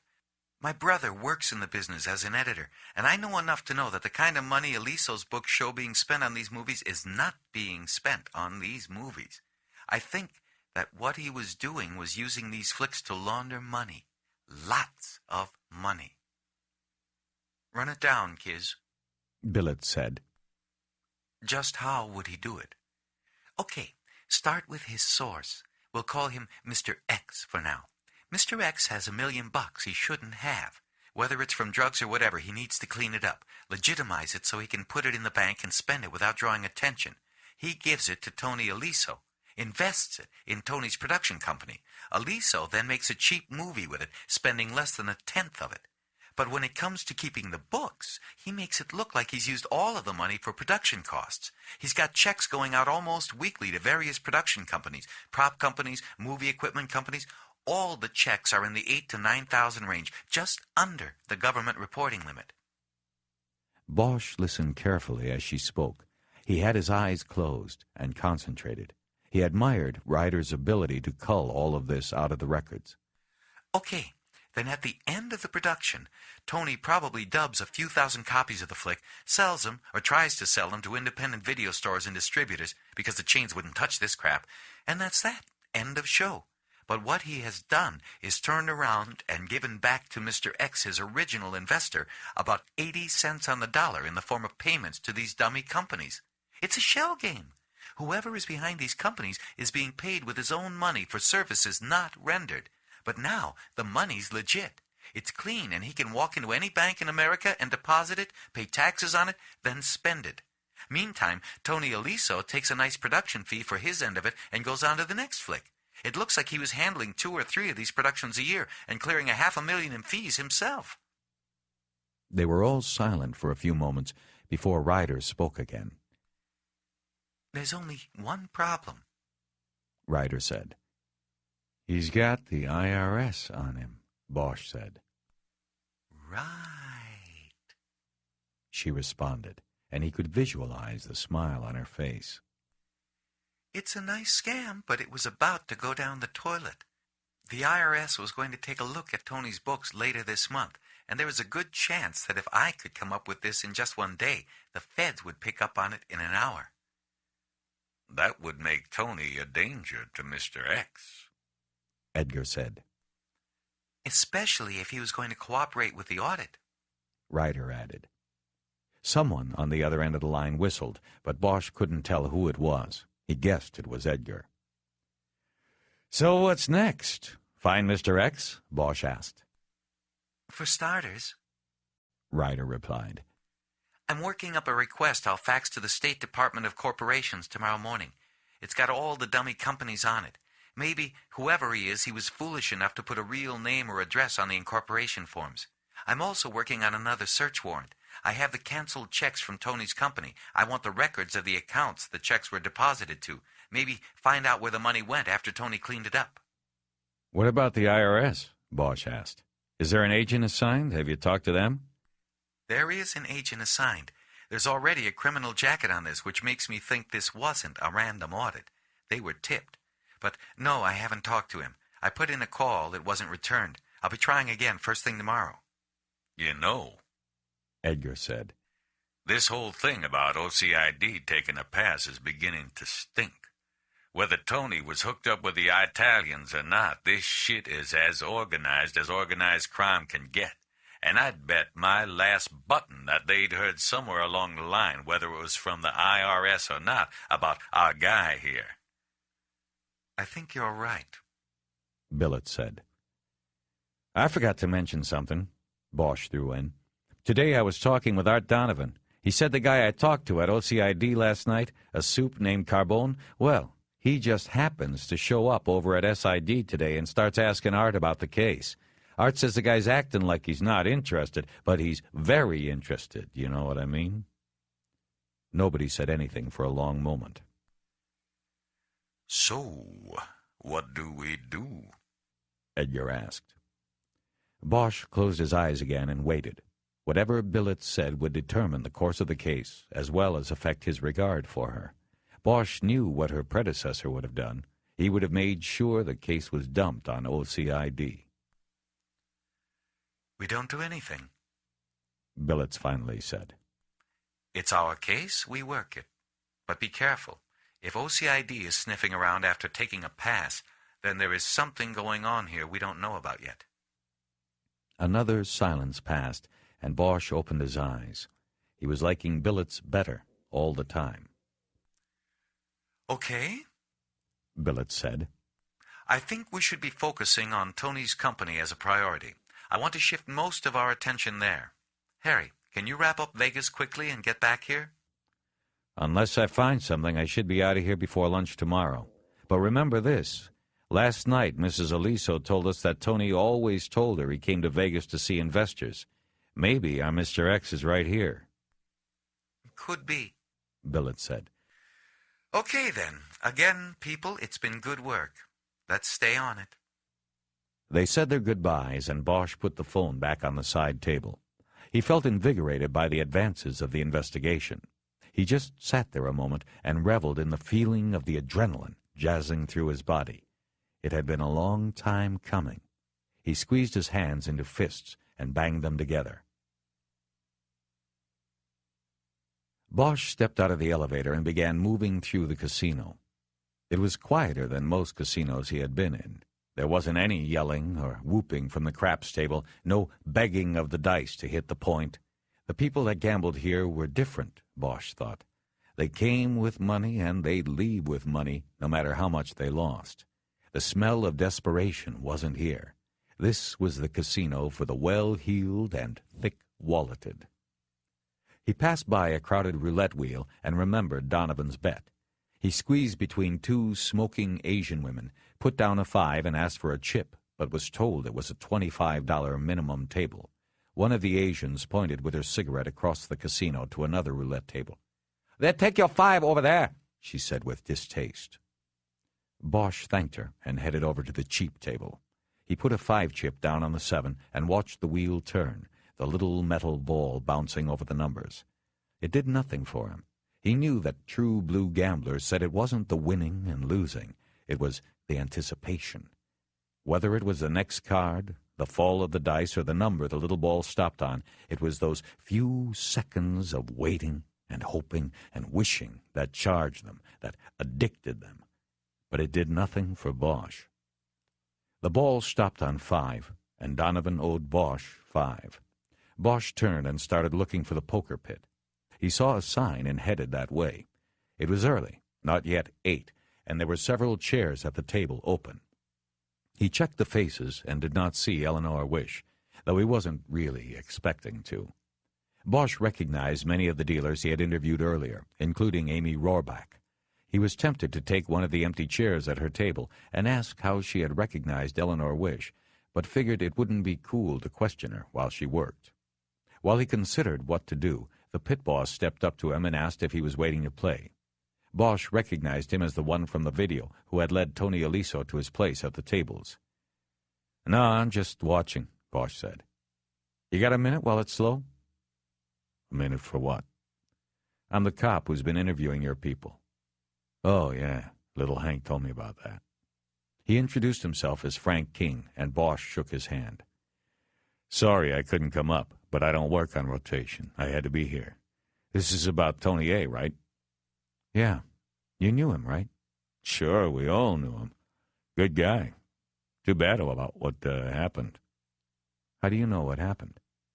Bosch had specifically not told any of the dealers about Aliso's demise during the interviews. "Little Hank," King said. "He said he got shot up or something in L.A. What do you want? I mean, you live in L.A., you take your chances." "I guess. How long have you known him?"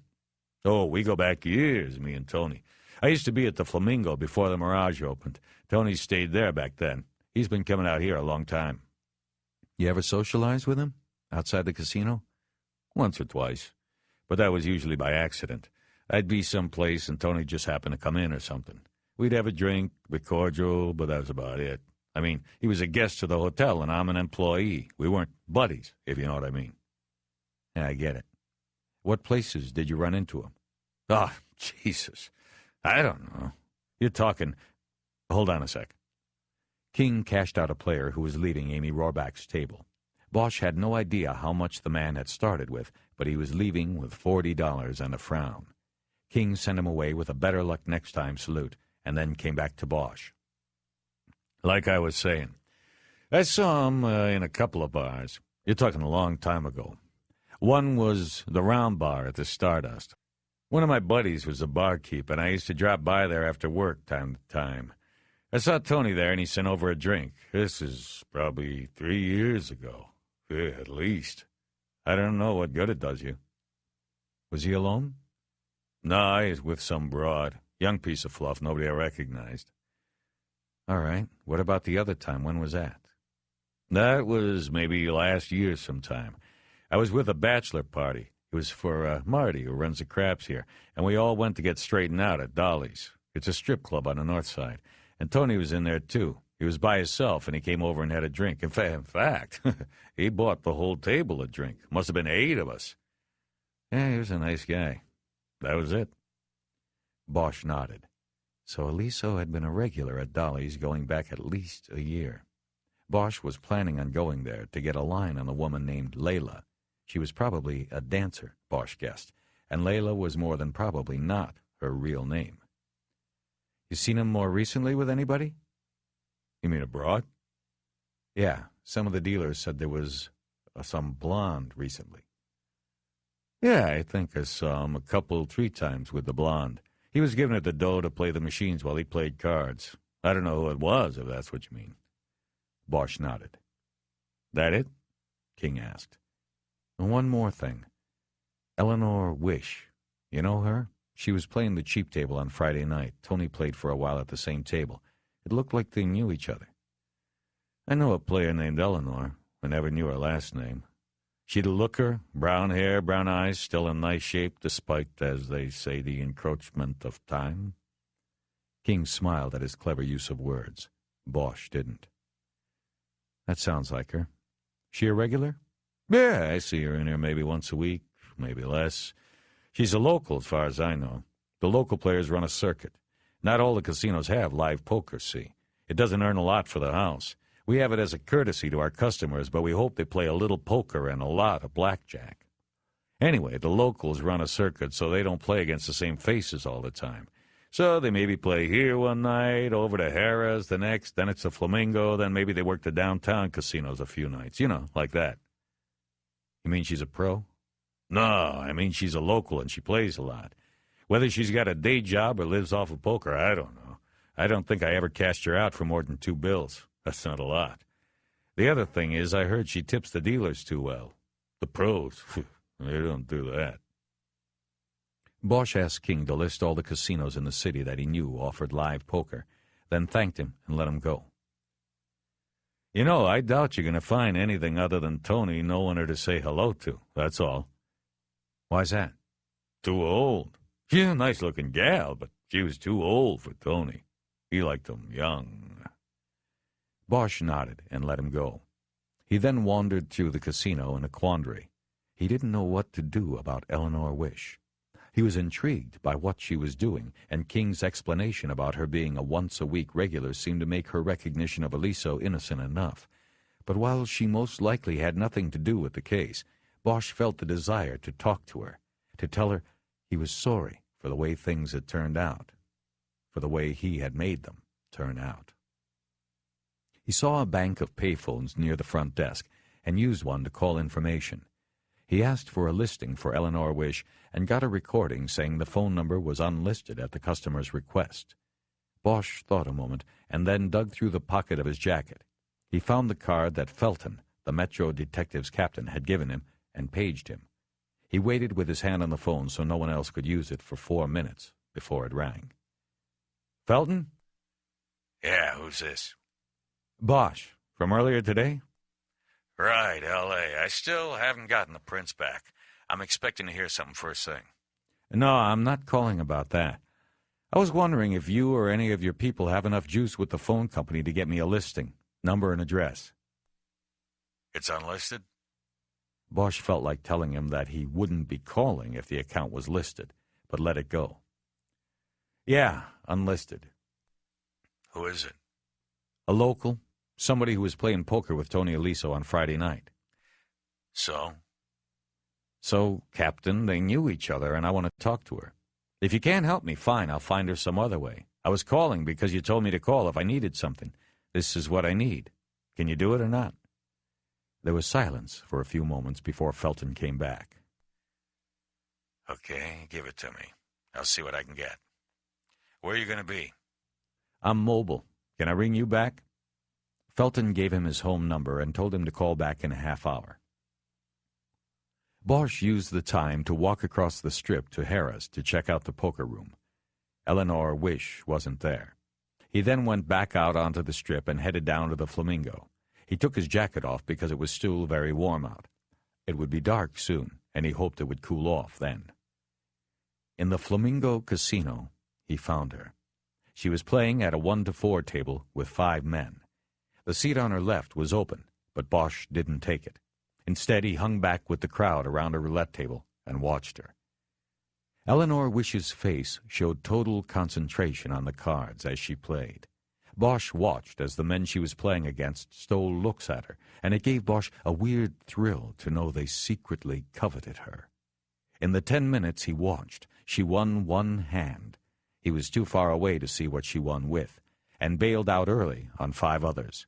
It looked as though she was well ahead. She had a full rack in front of her and 6 stacks of chips on the blue felt. After he watched her win a second hand, this time a massive pot, and the dealer began to push the pile of blue chips to her spot, Bosch looked around for a payphone. He called Felton at home and got Wish's home phone and address. The captain told him that the address on Sands Avenue was not far off the strip in an area of apartment buildings mostly inhabited by casino employees. Bosch didn't tell him that he had already found her. Instead, he thanked him and hung up. When Bosch got back to the poker room, she was gone. The 5 men were still there, but there was a new dealer and no Eleanor Wish. Her chips were gone. She had cashed out and he had lost her. Bosch cursed to himself. "You looking for someone?" Bosch turned around. It was her. There was no smile on her face, just a slight look of irritation, or maybe defiance. His eyes fell to the small white scar on her jawline. Eleanor. Yeah, I was looking for you." "You were always so obvious. I picked you out 1 minute after you were there. I would have gotten up then, but I was bringing that guy from Kansas along. He thought he knew when I was bluffing. He didn't know shit. Just like you." Bosch was tongue-tied. This was not how he envisioned this happening, and he didn't know how to proceed. "Look, Eleanor, I just wanted to see how you were doing. I don't know, I just..." "Right. So you just flew out to Vegas to look me up? What's going on, Bosch?" Bosch looked around. They were standing in a crowded section of the casino. Players passing on both sides of them, the cacophony of the slot machine din and whoops of success and failure created a blur of sight and sound around him. "I'll tell you. Do you want to get a drink or something? Maybe something to eat?" "1 drink. You know a place that's quiet?" "Not here. Follow me." They left through the front doors of the casino and walked out into the dry heat of the night. The sun was all the way down now, and it was neon that lit the sky. "There's a bar in Caesars that's quiet. It doesn't have any machines." She led him across the street and onto the people mover that delivered them to the front door of Caesar's Palace. They walked past the front desk and into a circular bar where there were only 3 other customers. Eleanor had been right. It was an oasis with no poker or slot machines, just the bar. He ordered a beer and she ordered scotch and water. She lit a cigarette. "You didn't used to smoke before," he said. "In fact, I remember you were..." "That was a long time ago. Why are you here?" "I'm on a case." During the walk over, he'd had time to compose himself and put his thoughts in order. "What case, and what does it have to do with me?" "It's got nothing to do with you, but you knew the guy. You played poker with him on Friday at the Mirage." Curiosity and confusion creased her brow. Bosch remembered how she used to do that, and remembered how attractive he'd found it. He wanted to reach over and touch her, but he didn't. He had to remind himself that she was different now. "Anthony Aliso," he said. He watched the surprise play on her face and believed instantly that it was real. He wasn't a poker player from Kansas who couldn't read a bluff. He had known this woman and believed from the look on her face she clearly did not know Aliso was dead until he told her. "Tony A.," she said, and then let it trail off. "Did you know him well, or just to play against?" She had a distant look in her dark eyes. "Just when I'd see him there, at the Mirage. I've been playing there on Fridays. A lot of fresh money and faces come in. I'd see him there a couple times a month. For a while I thought he was a local too." "How'd you find out he wasn't?" "He told me. We had a drink together a couple months ago. There were no seats at the tables. We put our names in and told Frank, he's the night man, to come get us at the bar when there was an opening. So we had a drink, and that's when he told me he was from L.A. He said he was in the movie business." "That's it? Nothing else?" "Well, yeah, he said other things. We talked, nothing that stands out, though. We were passing the time until one of our names came up." "You didn't see him again, outside of playing?" "No. And what's it to you? Are you saying I'm a suspect because I had a drink with the guy?" "No, I'm not saying that, Eleanor. Not at all." Bosch got out his own cigarettes and lit one. The waitress in a white and gold toga brought their drinks, and they settled into a silence for a long moment. Bosch had lost his momentum. He was back to not knowing what to say. "Looked like you were doing pretty good tonight," he tried. "Better than most nights. I got my quota and I got out." "Quota?" "Whenever I get 200 up, I cash out. I'm not greedy, and I know luck doesn't last for long on any given night. I never lose more than 100, and if I'm lucky enough to get 200 ahead, then I'm done for the night. I got there early tonight." "How'd you—" He stopped himself. He knew the answer. "How'd I learn to play poker well enough to live off it? You spend 3.5 years inside, and you learn to smoke and play poker and other things." She looked directly at him as if daring him to say anything about it. After another long moment, she broke away and got out another cigarette. Bosch lit it for her. "So there's no day job? Just the poker?" "That's right. I've been doing this almost a year now. Kind of hard to find a straight job, Bosch. You tell them you're a former FBI agent, and their eyes light up. Then you tell them you just got out of federal prison, and they go dead." "I'm sorry, Eleanor." "Don't be. I'm not complaining. I make more than enough to get by.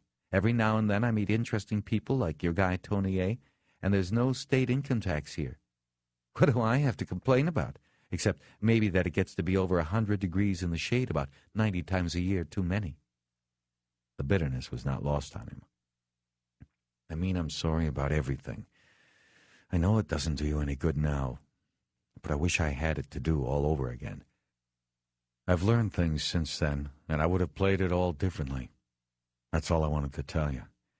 I saw you on the surveillance tape playing with Tony Aliso, and I wanted to find you to tell you that. That's all I wanted." She stubbed her half-finished smoke out in the glass ashtray and took a strong pull on her glass of scotch. "Then I guess I should be going then," she said. She stood up. "You need a ride anywhere?" "No, I actually have a car, thank you." She started out of the bar in the direction of the front doors, but after a few yards stopped and came back to the table. "You're right, you know." "About what?" "About it not doing me any good now." With that, she left. Bosch watched her push through the revolving doors and disappear into the night. Following the directions he had written down when he spoke with Rhonda over the phone in Tony Aliso's office, Bosch found Dolly's on Madison in North Las Vegas. It was strictly an upper-crust club. $20 cover, 2-drink minimum, and you were escorted to your seat by a large man in a tuxedo with a starched collar that cut into his neck like a garrote. The dancers were upper-crust, too. Young and beautiful, they probably were just shy of having enough coordination and talent to work the big room shows on the Strip. Bosch was led by the tuxedo to a table the size of a dinner plate about 8 feet from the main stage, which was empty at the moment. "A new dancer will be on stage in a couple minutes," the man in the tuxedo told Bosch. "Enjoy the show." Bosch didn't know if he was supposed to tip the guy for sitting him at such a close-up location as well as putting up with the tuxedo, but he let it go, and the man didn't hang around with his hand out. Bosch had barely gotten his cigarettes out when a waitress in a red silk negligee, high heels, and black fishnet stockings floated over and reminded him of the 2-drink minimum. Bosch ordered beer. While his beer was being poured, Bosch took a look around. Business seemed slow, it being the Monday night tail end of a holiday weekend. There were maybe 20 men in the place. Most of them were sitting by themselves and not looking at each other while they waited for the next nude woman to entertain them. There were full-length mirrors on the side and rear walls. A bar ran along the left side of the room, and cut into the wall in the back was an arched entrance above which a red neon sign glowed in the darkness and announced "Private Dancers." The front wall was largely taken up by a shimmering curtain and the stage. A runway projected out from the stage and through the center of the room. The runway was the focus of several bright lights attached to a metal gridwork on the ceiling. Their brightness made the runway almost glow in contrast to the dark and smoky atmosphere of the seating area. A disc jockey in a sound booth at the left side of the stage announced the next dancer would be Randy. An old Eddie Money song, 2 Tickets to Paradise, started blaring over the sound system as a tall brunette wearing blue jeans cut off to expose the lower half of her bottom and a neon pink bikini top charged through the shimmering curtain and started moving to the beat of the music. Bosch was immediately mesmerized. The woman was beautiful, and the first thought he had was to question why she was doing this. He had always believed that beauty helped women get away from many of the hardships of life. This woman, this girl, was beautiful, and yet here she was. Maybe that was the real draw for these men, he thought. Not the glimpse of a naked woman, but the knowledge of submission, the thrill of knowing another one had been broken. Bosch began to think he had been wrong about beautiful women. The waitress put down 2 beers on the little table and told Bosch he owed $15. He almost asked her to repeat the price, but then figured it came with the territory. He handed her a 20, and when she started digging through the stack of bills on her tray for his change, he waved it off.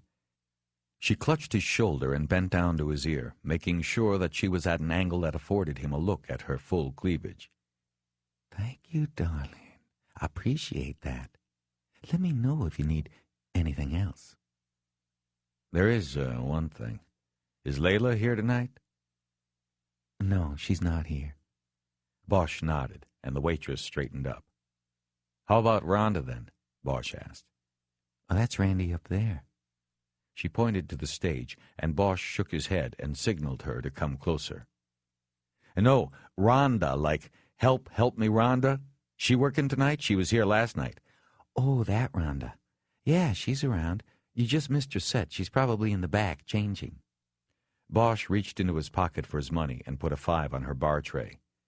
"Will you go back and tell her the friend of Tony's she talked to last night wants to buy her a drink?" "Sure." She squeezed his shoulder again and went off. Bosch's attention was drawn to the stage where Randy's first song had just ended. The next song was Lawyers, Guns, and Money by Warren Zevon. Bosch hadn't heard it in a while, and he remembered how it had been an anthem among the uniforms back when he had worked patrol. The dancer named Randy soon slipped out of her outfit and was nude except for a garter stretched tightly around her left thigh. Many of the men got up and met her as she danced her way slowly down the runway. They slid dollar bills under the garter, and when a man put a 5 under the strap, Randy bent down over him, using his shoulder to steady herself, and did an extra wiggle and kissed his ear. Bosch watched this and was thinking that he now had a pretty good idea how Tony Aliso ended up with the small handprint on his shoulder when a petite blonde woman slid into the seat next to him. "Hi, I'm Rhonda. You missed my show." "I heard that. I'm sorry." Well, I go back on in a half hour and do it all over again. I hope you'll stay. Yvonne said you wanted to buy me a drink? As if on cue, Bosch saw the waitress heading their way. Bosch leaned over to Rhonda. Listen, Rhonda, I'd rather take care of you than give my money to the bar, so do me a favor and don't go exorbitant on me. Exorbitant? She crinkled her face up in a question. Don't go ordering champagne. Oh, I gotcha. She ordered a martini, and Yvonne floated back into the darkness. So, I didn't catch your name? Harry. And you're a friend of Tony's from L.A. You make movies, too? No, not really. How do you know Tony? I just met him recently. Listen, I'm trying to find Layla to get a message to her. Yvonne tells me she's not on tonight. You know where I can find her? Bosch noticed her stiffen. She knew something wasn't right. First of all, Layla doesn't work here anymore. I didn't know that when I talked to you last night, but she's gone and won't be back. And secondly, if you're a friend of Tony's, then how come you're asking me how to find her? She wasn't as dumb as Bosch had thought. He decided to go direct. Because Tony got himself killed, so I can't ask him. I want to find Layla to tell her, and maybe warn her. What? She shrieked. Her voice cut through the loud music like a bullet through a slice of bread. Everybody in the place, including the naked Randy on the stage, looked in their direction. Bosch had no doubt that everyone in the place must think he had just propositioned her, offering an insulting fee for an equally insulting act. Keep it down, Randy, he quickly said. It's Rhonda. Rhonda, then. What happened to him? He was just here. Somebody shot him in L.A. when he got back. Now, do you know where Layla is or not? You tell me and I'll take care of you. Well, what are you? Are you really his friend or not? In a way, I'm his only friend right now. I'm a cop. My name's Harry Bosch, and I'm trying to find out who did it. Her face took on a look that seemed even more horrified than when he told her Aliso was dead. Sometimes telling people you're a cop does that. Save your money, she said. I can't talk to you.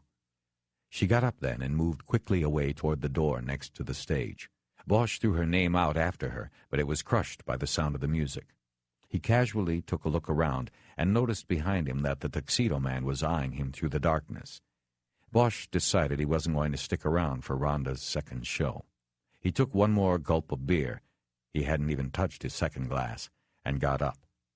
As he neared the exit, the tuxedo leaned back and knocked on the mirror behind him. It was then that Bosch realized there was a door cut into the glass. It opened, and the tuxedo stepped to the side to block Bosch's exit. Sir, could you step into the office, please? What for? Just step in. The manager would like a word with you. Bosch hesitated, but through the door he could see a lighted office where a man in a suit sat behind a desk.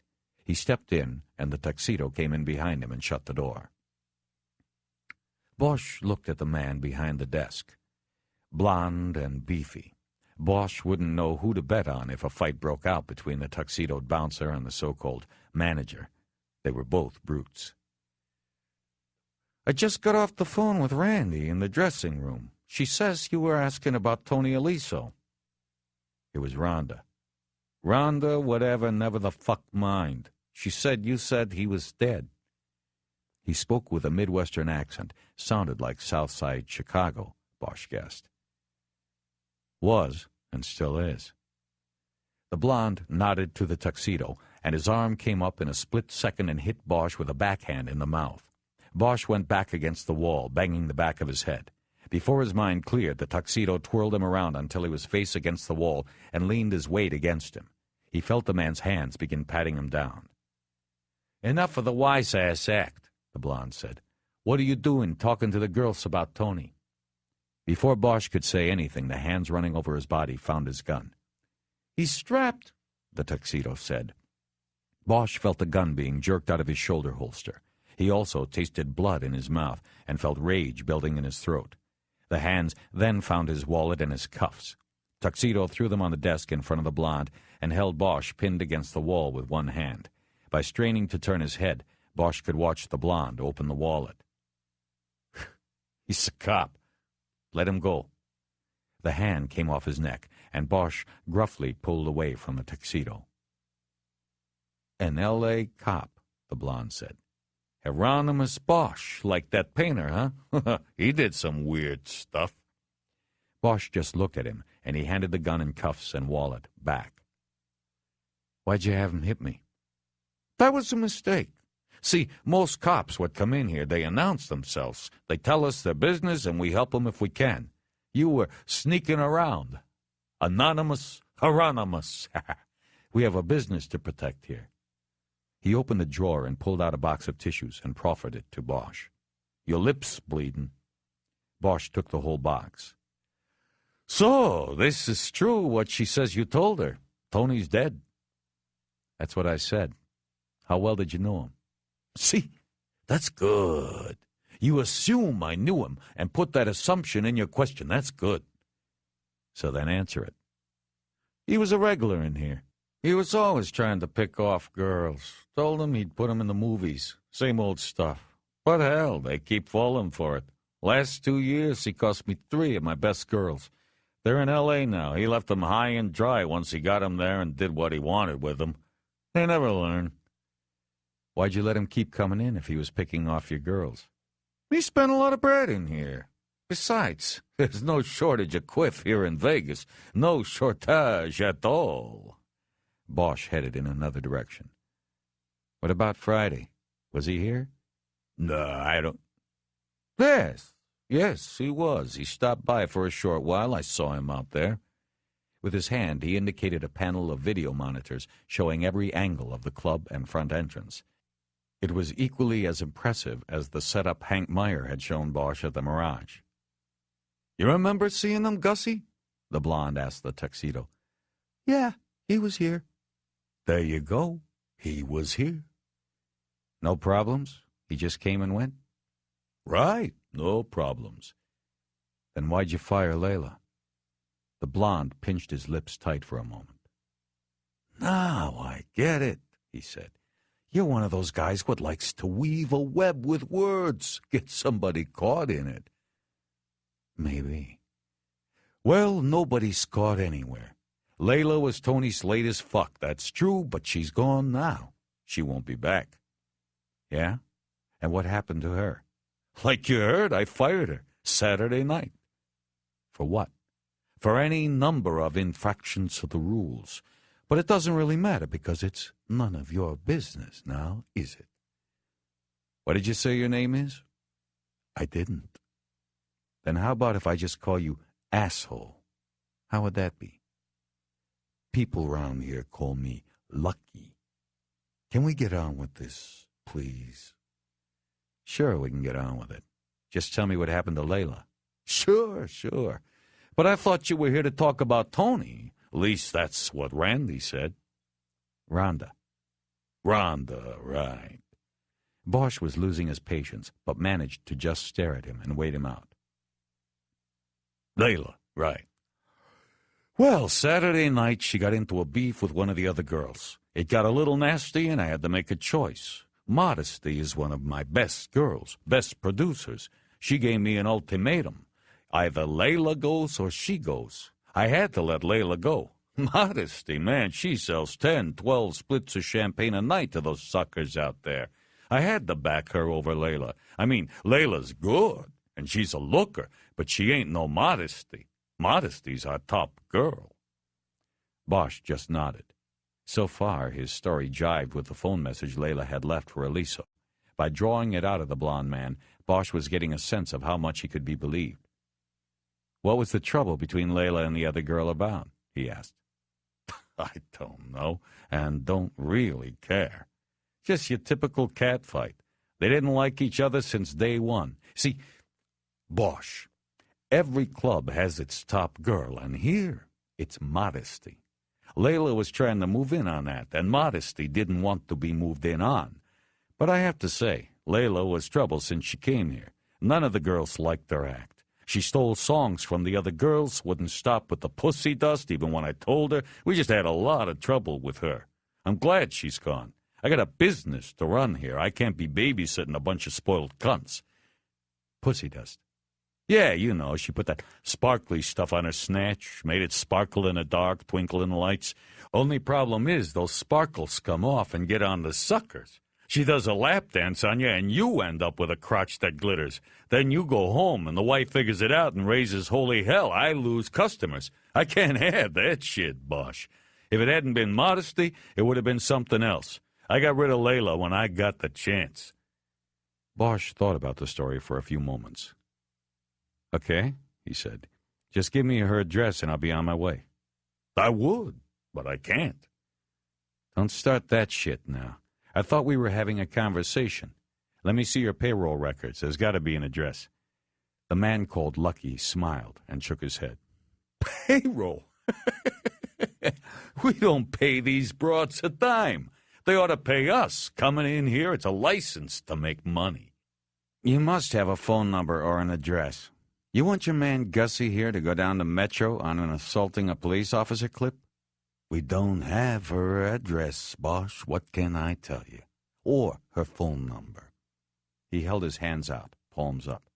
I mean, I don't have addresses on any of the girls. I set a schedule and they come in and they dance. They don't show, they aren't allowed back. See, it's nice and simple, streamlined that way. It's the way we do it. And as far as the assault thing goes with Gussie, if you want to do that dance, we'll do it. But remember, you're the guy what came in here by himself, never said who you were or what you wanted to nobody, had 4 beers in less than an hour, and insulted one of the dancers before we asked you to leave. We can have affidavits to that effect in an hour. He raised his arms again, this time in a hands-off manner, as if to say it was Bosch's call. Bosch had no doubt that Yvonne and Rhonda would tell the story they were told to tell. He decided to cut his losses. He smiled glibly. "Have a good night," he said, and turned to the door. You too, officer, Lucky said to his back. Come back when you have time and can enjoy the show. The door opened by some unseen electronic means, apparently controlled from the desk.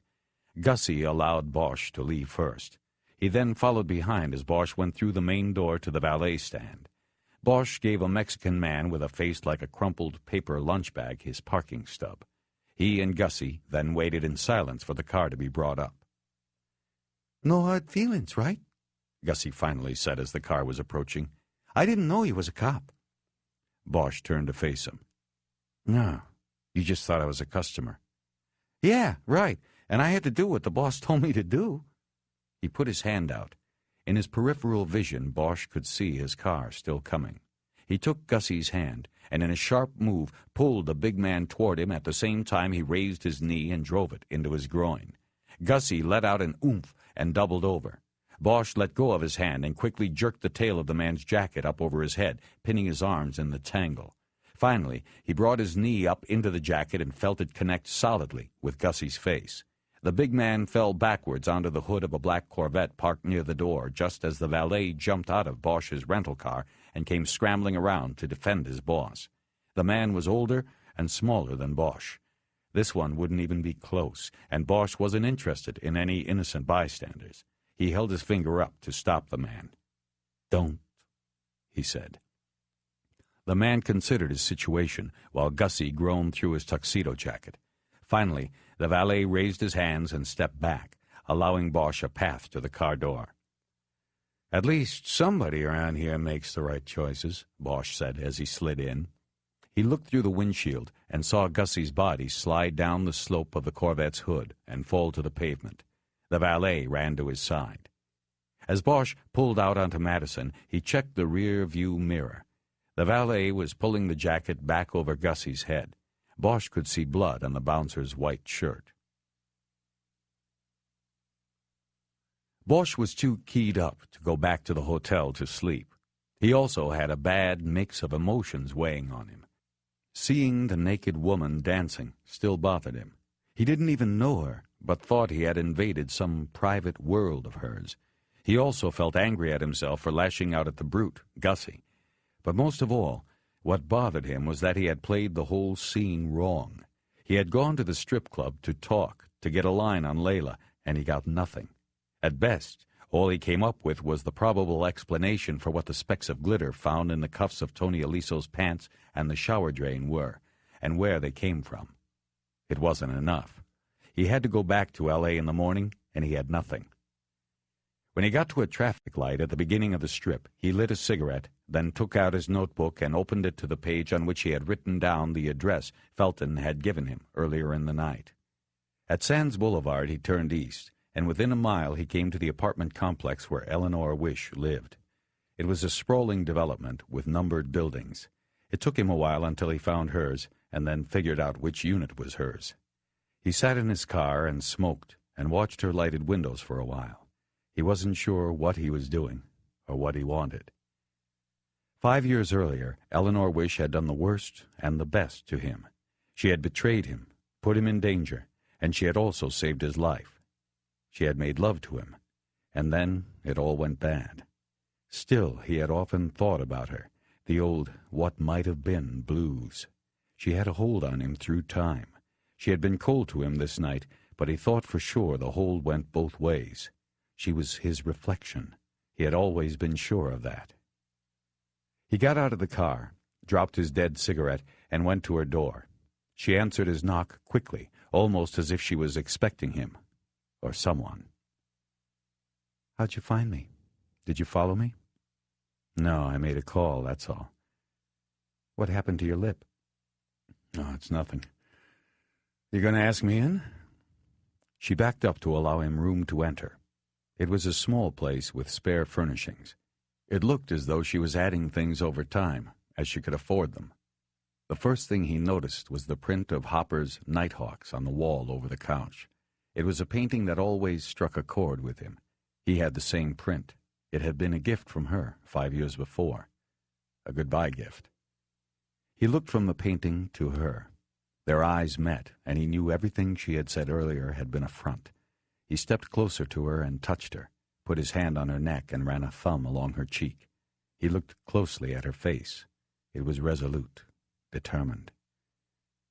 "This time it's been a long time for me," she whispered. And he remembered that he had told her the same on the night they'd first made love. That was a lifetime ago, Bosch thought. What am I doing now? Can you pick up after so long and so many changes? He pulled her close, and they held each other and kissed for a long moment, and then she wordlessly led him to the bedroom, where she quickly unbuttoned her blouse and dropped her jeans to the floor. She pressed herself to him again, and they kissed while she worked her hands up his shirt, opening it and pressing her skin to his. Her hair smelled of smoke from the tables, but there was an underlying scent of perfume that reminded him of jacaranda, and he again remembered the trees outside her window 5 years before. He remembered how they put a violet snow on the ground. They made love with an intensity that Bosch forgot that he had. It was a bruising, huffing, physical act devoid of love, invigorated and driven solely, it seemed, by lust and maybe a memory. When he was done, she pulled him toward her, into her, in rhythmic thrusts until she, too, reached her moment and subsided. Then, with the clarity of thought that always comes after, they became embarrassed about their nakedness, about how they had coupled with the ferocity of animals and now looked at each other as human beings. "I forgot to ask," she said. "You're not married now, are you?" She giggled. He reached to the floor to where his jacket had been thrown and pulled out the cigarettes.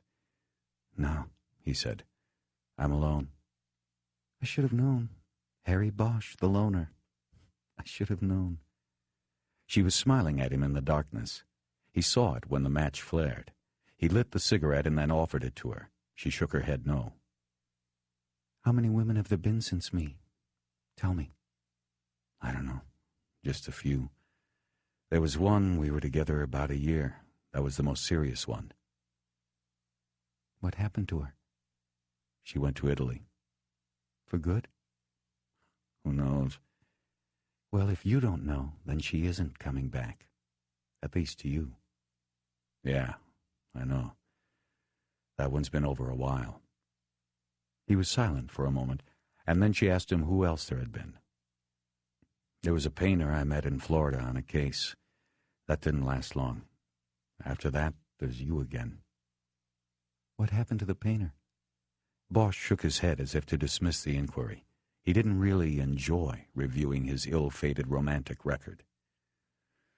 Distance, I guess, he said. It just didn't work.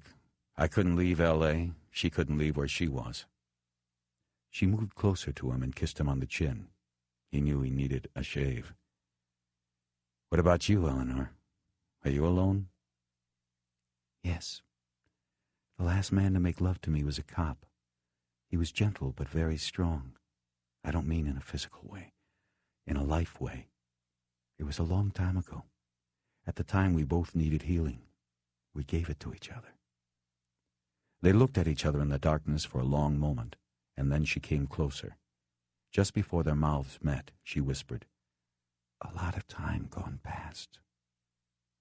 He thought about those words as she kissed him, and then pushed him back on the pillows. She straddled him and started a gentle rocking motion with her hips. Her hair hung down around his face until he was in a perfect darkness. He ran his hands along her warm skin, from her hips to her shoulders, and then underneath to touch her breasts. He could feel her wetness on him, but it was too soon for him.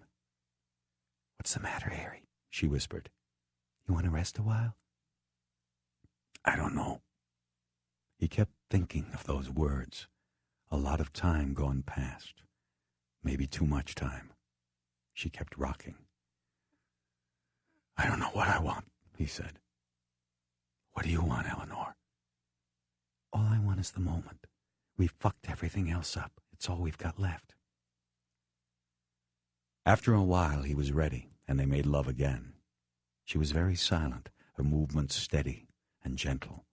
She stayed on top of him, her face above him, breathing in short, rhythmic clips.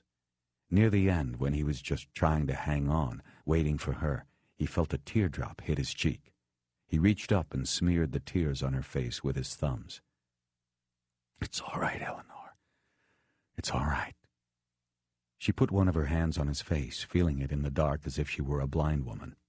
In a short while they met at the moment when nothing in the world can intrude, not words or even memories. It was just them together. They had the moment. He slept on and off in her bed until nearly dawn. She slept soundly with her head on his shoulder, but when he was lucky enough to doze off, it never lasted long. For the most part, he lay there staring into the gray darkness, smelling their sweat and sex, wondering what road he was on now. At 6, he extricated himself from her unconscious embrace and got dressed. When he was ready, he kissed her awake and told her he must go.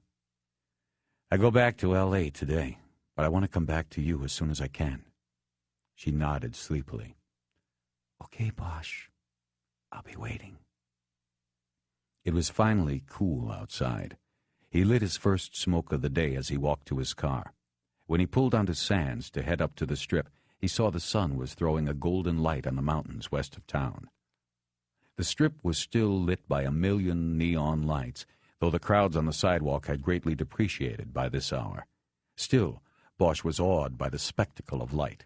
In every imaginable color and configuration, it was a megawatt funnel of enticement to greed that burned 24 hours a day. Bosch felt the same attraction that all the other grinders felt tug at them. Las Vegas was like one of the hookers on Sunset Boulevard in Hollywood. Even happily married men at least glanced their way, if only for a second, just to get an idea what's out there, maybe give them something to think about. Las Vegas was like that. There was a visceral attraction here, the bold promise of money and sex. But the first was a broken promise, a mirage, and the second was fraught with danger, expense, physical and mental risk. It was where the real gambling took place in this town. When he got to his room, he noticed the message light was blinking. He called the operator and was told that someone named Captain Felton called at 1, and then again at 2, and then someone named Layla at 4. There were no messages or numbers left by either of the callers. Bosch put the phone down and frowned. He figured it was too early to call Felton, but it was the call from Layla that most interested him. If it had been the real Layla who had called, then how did she know where to reach him? He decided that it had probably been through Rhonda. The night before, when he had called from Tony Aliso's office in Hollywood, he had asked Rhonda for directions from the Mirage. She could have passed that on to Layla. He wondered why she had called. Maybe she hadn't heard about Tony until Rhonda had told her. Still, he decided to put Layla on a back burner for the moment. With the financial probe Kismeen Ryder had opened up in L.A., the focus of the case seemed to be shifting. It was important for them to talk to Layla, but his priority was to get back to L.A. He picked the phone back up and called Southwest and booked a 10:30 flight to L.A. He figured that would give him time to check in with Felton, then check out the dealership where Ryder said Tony Aliso had leased his cars, and still make it back to the Hollywood division by lunchtime. Bosch stripped off his clothes and took a long, hot shower, washing the sweat of the night away. When he was done, he wrapped a towel around himself and used another to wipe the fog off the mirror so he could shave. He noticed that his lower lip had swollen on one side to the size of a marble, and his mustache did little to hide it. His eyes were red-rimmed and bloodshot. He wondered as he got the bottle of Visine drops out of his shaving bag if Eleanor had found a single thing about him attractive. When he stepped back into the room to get dressed, he was greeted by a man he had never seen before sitting in the chair by the window. He was holding a newspaper, which he put down when he noticed Bosch step into the room, clad only in the towel. "It's, Bosch, right?" Bosch looked to the bureau and saw his gun was still sitting there. It was closer to the man in the chair, but Bosch thought he might be able to get to it first. "Easy now," the man said. "We're in this together. I'm a cop with Metro. Felton sent me." "What the fuck you doing in my room?" "I came up, got no answer. I could hear the shower. I had a friend from downstairs slip me in. I didn't want to wait around in the hall. Go ahead, get dressed, then I'll tell you what we got." "Let me see some ID." The man got up and approached Bosch, pulling a wallet from his inside coat pocket and putting a bored look on his face. He opened the wallet, flashing the badge and ID card.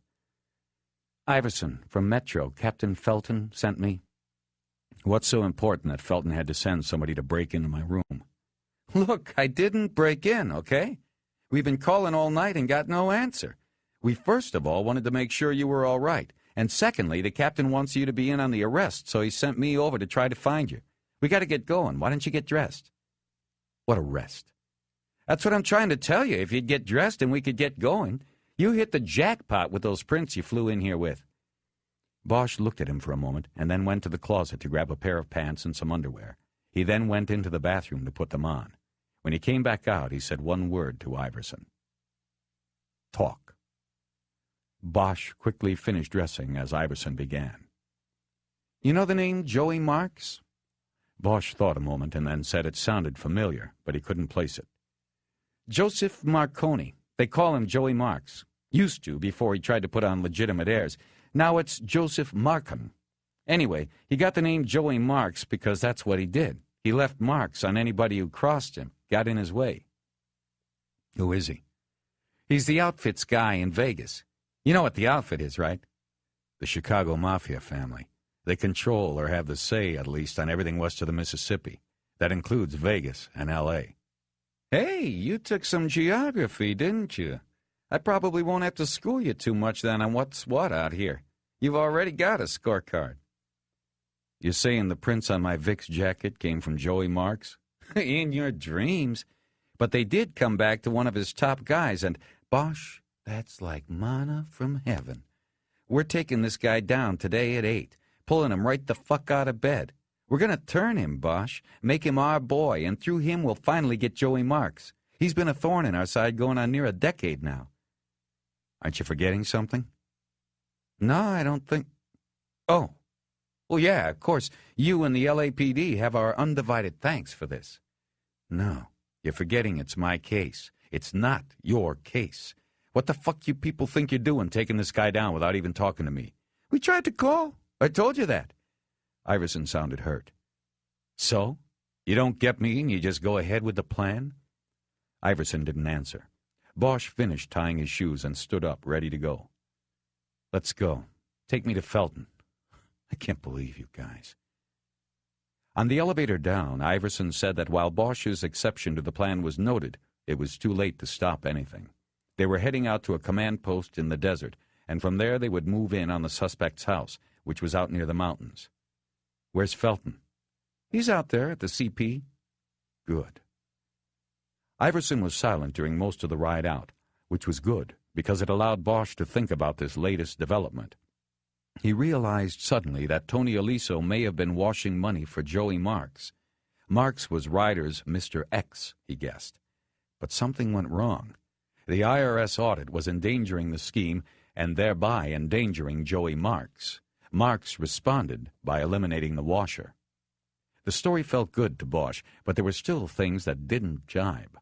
The break-in at Aliso's office 2 days after he was dead. Why did whoever that was wait until then? And why didn't they take all the financial records? The records, if connections between the dummy corporations and Joey Marks could be made, might be just as dangerous to Marks as Aliso was. Bosch found himself wondering if the hitter and the B&E man were the same person. It didn't seem so. What's this guy's name, the one the prints matched? Luke Goshen. We only had his prints on file because he had to give them to get the entertainment license for one of Joey's strip clubs. The license is in Goshen's name. It keeps Joey out of it. Nice and clean. Only not anymore. The prints tie Goshen to a murder, and that means Joey isn't far behind. Wait a minute. What's the name of the club? Dolly's. It's in North Las Vegas. Son of a bitch. What? I say something? This Goshen guy, do they call him Lucky? Probably not after today. His luck's about to run out. Sounds like you know of him. I met the prick last night. You shitting me? At Dolly's. The last phone call from Aliso's office in L.A. was to Dolly's. I found out he was coming out here and spending time with one of the dancers at that place. I went to check it out last night and fucked up. Goshen had one of his guys give me this. Bosch touched the bump on his lip. I was wondering where you got that. Which one give you that? Gussie. Fucking Big John Flanagan. Yeah, we'll be bringing his lard ass in today, too. John Flanagan? How'd they get Gussie out of that? It's on account he's the best-dressed bouncer in the county. You know, the tuxedo. He gets all gussied up to go to work. That's how he got that one. I hope you didn't let him get away with putting that knot on your lip. We had a little discussion in the parking lot before I left. Iverson laughed. I like you, Bosch. You're a tough nut. I'm not sure I like you yet, Iverson. I'm still not happy about you people trying to take over my case. It'll work out for all of us. You're going to clear your case, and we're going to take a couple of major douchebags out of the picture. City fathers are going to be smiling all around. We'll see. There's one other thing, Iverson said. We were already working a tip on Lucky when you showed up. What are you talking about? We got a tip. It was anonymous. Came in Sunday to the bureau. Guy won't give his name, but says he was in a strip club the night before and hears a couple of big guys talking about a hit. He heard one call the other Lucky. What else? Just something about the guy being put in the trunk and then getting capped. Felton know this when I talked to him yesterday? No, it hadn't filtered up to him. It came up last night after he found out the prints you brought matched Goshen. One of the guys in the bureau had taken the tip and was going to check it out, put out a flyer on it.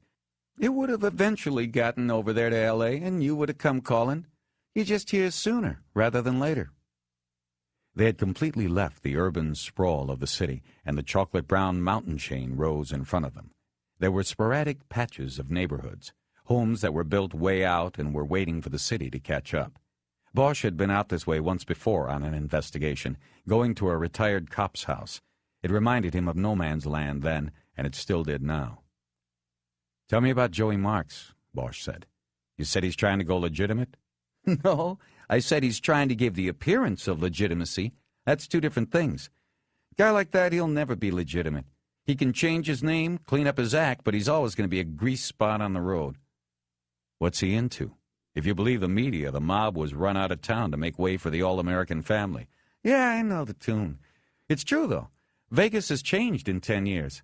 When I first made it to the bureau, you could practically take your pick of the casinos and go to work. They all had connections. If it wasn't the front office, then it was the suppliers, the unions, whatever. Now it's cleaned up. It's gone from Sin City to fucking Disneyland. We got more water slides and whorehouses now. Yeah, I think I liked it the old way. Had more of an edge. Know what I mean? Yeah, I know what you mean. Anyway, the important thing is we 99% have the mob out of the casinos. That's a good thing. But there's still a lot of what we call ancillary action around. That's where Joey fits in. He runs a string of high-rent strip bars, mostly in North Vegas because nudity and alcohol are allowed there, and the money is in alcohol. Very hard to watch, that money. We figure he's siphoning a couple $1 a year off the top on the clubs alone. We've had the IRS go after his books, but he does too good a job. Let's see. We think he also has a piece of some of the brothels up north. Then he's got the usual, your standard loan sharking and fencing operations. He runs a book and has the street tax on almost anything that moves in town. You know, the escort services, peep shows, all of that. He's the king. He can't go in any of the casinos because he's in the commission's black book, but it doesn't matter. He's the king. How does he have a betting book in a town where you can walk into any casino and bet on any game, any race, anywhere? You got to have money to do that. Not with Joey. He'll take your bet. And if you are unlucky enough to lose, then you better come up with the money quick or you're one sorry motherfucker. Remember how he got his name? Well, suffice it to say, his employees carry on the tradition. See, that's how he gets his hooks into people. He gets them to owe him, and then they have to give him a piece of what they have, whether it's a company that makes paint in Dayton or something else. Maybe a guy who makes cheap movies in L.A.? Yeah, like that. That's how it works. They open up to him or they get 2 broken knees, or worse. People still disappear in Vegas, Bosch. It might look like it's all volcanoes and pyramids and pirate ships on the outside, but on the inside it's still dark enough for people to disappear in. Bosch reached over and turned the air up a notch. The sun was already all the way up, and the desert was beginning to bake. "This is nothing," Iverson said. "Wait till about noon. If we're out here then, forget about it. We'll be over 110 easy." What about Joey's air of legitimacy? Yeah, well, like I said, he's got holdings all over the country. Pieces of the legitimate world he got through these various scams. He also reinvests. He cleans up all the cash he's pulling out of his various enterprises and then puts it into legit stuff, even charities. He's got car dealerships, a country club on the east side, a goddamn wing of a hospital named after one of his kids who died in a swimming pool. His picture gets in the paper at ribbon cuttings, Bosch. I tell you, we've either got to fucking take the guy down or give him the key to the city, and I don't know which would be more appropriate. Iverson shook his head. After a few minutes of silence, they were there. Iverson pulled into a county fire station and drove around back, where there were several more detective cars and several men standing around them holding paper cups of coffee. One of them was Captain Felton. Bosch had forgotten to take a bulletproof vest with him from Los Angeles and had to borrow one from Iverson. He was also given a plastic raid jacket that said LVPD in bright yellow letters across the chest when it was zipped closed. They were standing around Felton's Taurus, going over the plan and waiting for the uniform backup. Execution of the warrant was going to be done by Vegas rules, the captain said. That meant at least one uniform team had to be there when they kicked the door. By this time, Bosch had already had his friendly exchange with Felton. The two had gone into the fire station to get Bosch some coffee, and Bosch had given the police captain an earful for the way he had handled the discovery that the prince Bosch had brought with him belonged to Lucky Luke Goshen. Felton feigned contrition and told Bosch he'd be involved in calling the shots from that moment on. Bosch had to back down after that. He'd gotten what he wanted, at least in the captain's words. Now he just had to watch that Felton walked the talk. Besides Felton and Bosch, there were 4 others standing around the car. They were all from Metro's organized crime unit. It was Iverson and his partner, Ciccarelli, and then another pair, Baxter and Parmalee. The MCU was part of Felton's domain in the department, but it was Baxter who was running the show. He was a black man who was balding, with gray hair lightly powdered around the sides of his head. He was heavily muscled and had a countenance that said, "I want no hassles." He seemed to Bosch to be a man accustomed to both the violent and violence. There was a difference. Luke Goshen's home was known to them. From their banter, Bosch figured that they had watched the place before. It was about a mile further west from the station, and Baxter had already made a drive-by and determined that Goshen's black Corvette was in the carport. "What about a warrant?" Bosch asked. He could just envision the whole thing getting kicked out of court because of a warrantless entry into the suspect's house. "The prints were more than enough for a warrant to search the premises and arrest your man," Felton said. "We took it to a judge first thing this morning. We also had our own information, which I think Iverson told you about. Look, his prints were on the guy, but it doesn't mean he did it. It doesn't make a case. We're acting too quickly here. My guy was put down in L.A. I've got nothing putting Luke Goshen there. And your own information? That's a joke. You've got an anonymous call, that's it. It doesn't mean shit. They all looked at Bosch as if he had just belched at the debutante ball. Harry, let's get another cup, Felton said. I'm fine. Let's get one anyway. He put his arm on Bosch's shoulder and led him back toward the station. Inside at the kitchen counter, where there was a coffee urn, Felton poured himself another cup before speaking. Look, Harry, you gotta go with this. This is a major opportunity for us and for you. I know that. I just don't want to blow it. Can't we hold off on this until we're sure of what we've got? It's my case, Captain, and you're still running the show. I thought we had that all straightened out. I thought we did too, but I might as well be pissing in the wind. Look, Detective, we're going to go up the road and take this guy down, search his place, and put him in a little room. I guarantee that if he isn't your man, he's going to give him to you, and he's going to give us Joey marks along the way. Now come on, get with the program and get happy. He cuffed Bosch on the shoulder and headed back out to the lot. Bosch followed in a few moments. He knew that he was whining over nothing. You find somebody's prints on a body, you bring him in. That's a given. You sweat the details later. But Bosch didn't like being a bystander. That was the real rub, and he knew it. He wanted to run the show. Only out here in the desert, he was a fish out of water, flopping on the sand. He knew he should call Billets, but it was too late for her to do anything, and he didn't like the idea of waking her up to tell her he had let this one get away from him. The patrol car with the 2 uniforms was there when Bosch stepped out of the fire station and back into the oven. All right, Felton said. We're all here. Mount up and let's go get this fucker. They were there in 5 minutes. Goshen lived in a house that rose out of the scrubland on Desert View Avenue. It was a large house, but not one that looked particularly ostentatious. The one thing that looked out of the ordinary was the concrete block wall and gate that surrounded the half-acre property. The house was in the middle of nowhere, but its owner needed to put a security wall around it. They all stopped their cars on the shoulder of the road and got out. Baxter had come prepared. From the trunk of his Caprice, he pulled out 2 stepladders that they would use to scale the wall next to the driveway gate. Iverson was the first to go over. When he got to the top of the wall, he put the other ladder in place on the other side, but hesitated before climbing down into the front yard. "Anybody see any dogs?" "No dogs," Baxter said. "I checked this morning." Iverson went down, and the others followed him over. While he waited for his turn, Bosch looked around and could just see the neon demarcation of the strip several miles to the east. Above this, the sun was a neon red ball. The air had gone from warm to hot and was as dry and rough as sandpaper. Bosch thought of the cherry-flavored chapstick in his pocket that he had bought at the hotel gift shop, but he didn't want to use it in front of the local boys. After Bosch had scaled the wall and was approaching the house behind the others, he looked at his watch. It was now almost 9, but the house seemed dead. No movement, no sound, no lights, nothing. Curtains were closed across every window. "You sure he's here?" Bosch whispered to Baxter. "He's here," Baxter replied without lowering his voice. "I jumped the wall about 6 and touched the hood of the vet. It was warm. He hadn't been home long. He's in there asleep, I guarantee it. 9 o'clock to this guy is like 4 in the morning for normal people." Bosch looked over at the Corvette. He remembered it from the night before. As he looked around further, he realized the confines within the walls of the compound were carpeted in lush green grass. It must have cost a fortune to plant and another one to keep it watered.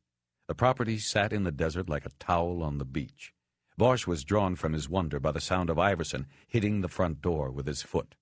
With weapons drawn, Bosch and the others followed Iverson into the dark opening to the house. They went in screaming the usual identifiers, "Police!" and "Don't move!" and quickly moved down a hallway to the left. Bosch followed the sharp slashes of light from their flashlights. Almost immediately, he heard female screams, and then a light came on in a room at the end of the hall. By the time he got in there, he saw Iverson kneeling on a king-size bed, holding his Smith & Wesson short barrel 6 inches from the face of Luke Goshen. The big man Bosch had encountered the night before was wrapped in the bed's black silk sheets and looked as calm about the situation as Magic Johnson used to look while shooting free throws with the game on the line. He even took the time to glance up at the ceiling to view the reflection of the scene in the mirror. It was the women who weren't calm. Two of them, both nude, stood on either side of the bed, oblivious to their nakedness, but fully in the latter stages of fright. Finally, Baxter quieted them with a loud shout of, "Shut up!" It took a few moments for the silence to sink in. Nobody moved. Bosch never took his eyes off of Goshen. He was the only danger in the room. He sensed that the other cops, who had branched off to search the house, had now moved into the room behind him, along with the two uniformed cops. "On your face, Luke," Iverson finally ordered. "You girls get some clothes on. Now!" One of the women said, "You can't just—" "Shut up!" Iverson cut her off. "Or you go into town like that. Your choice. I'm not Randy!" Goshen boomed with a voice as deep as a barrel. "Shut the fuck up and get dressed. They're not taking you anywhere. You too, Harm." All the men but Goshen instinctively looked at the woman he had called Harm. She looked like she weighed about 90 pounds. She had soft blonde hair, breasts she could hide in a child's teacups, and a gold hoop piercing one of the folds of her vagina. There was a look of fright etched on her face that had completely crowded out any hint of beauty. "Harmony," she whispered, understanding their dilemma.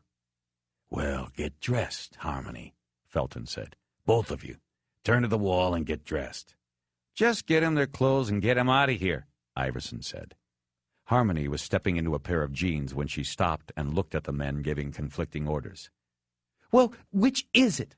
Randy asked in an irritated voice. "You people got your shit together or what?" Bosch recognized her as the woman who had been dancing in Dolly's the night before. "Get them out of here!" Iverson yelled. "Now!" The uniforms moved in to usher the naked women out. "We're going!" Randy yelled. "Don't touch me!" Iverson yanked the sheets off of Goshen and began cuffing his hands behind his back. Goshen's blonde hair ran in a thin and tightly braided ponytail down his back. Bosch hadn't noticed that the night before. "What's the matter, Iverson?" he said, his face against the mattress. "You got a problem with a little poon hanging around? You little punk or something?" "Goshen, do yourself a favor. Shut your fucking hole." Goshen laughed off the threat. He was a deeply tanned man who seemed even larger than Bosch recalled from the night before. He was completely buffed, his arms the size of hams.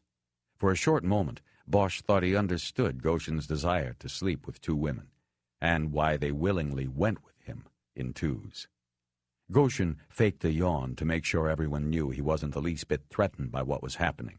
He wore only black bikini underwear that matched the sheets.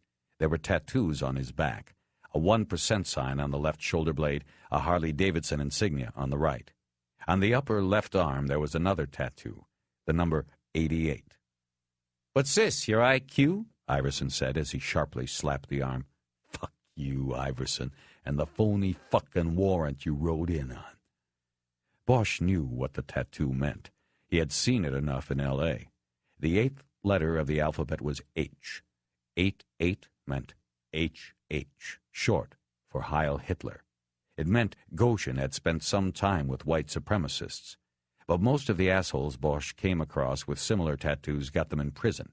It was amazing to him that Goshen apparently had no criminal record and had spent no time in stir. If he had, his name would have come up when the prints from Tony Aliso's jacket had been run through the APHIS computer. He put thoughts of this contradiction aside when Goshen managed to turn his head so that he was looking at Bosch. "You," he said, "you're the one they should be arresting after what you did to Gussie." Bosch bent over the bed to reply. "This ain't about last night. This is about Tony Aliso."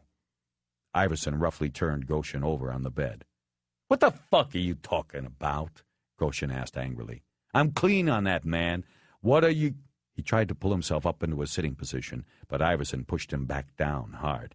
"Just sit tight," Iverson said. "We'll hear your sorry side of things, but we're going to have a look around first." He took the warrant out of his pocket and dropped it on Goshen's chest. "There's your phony warrant."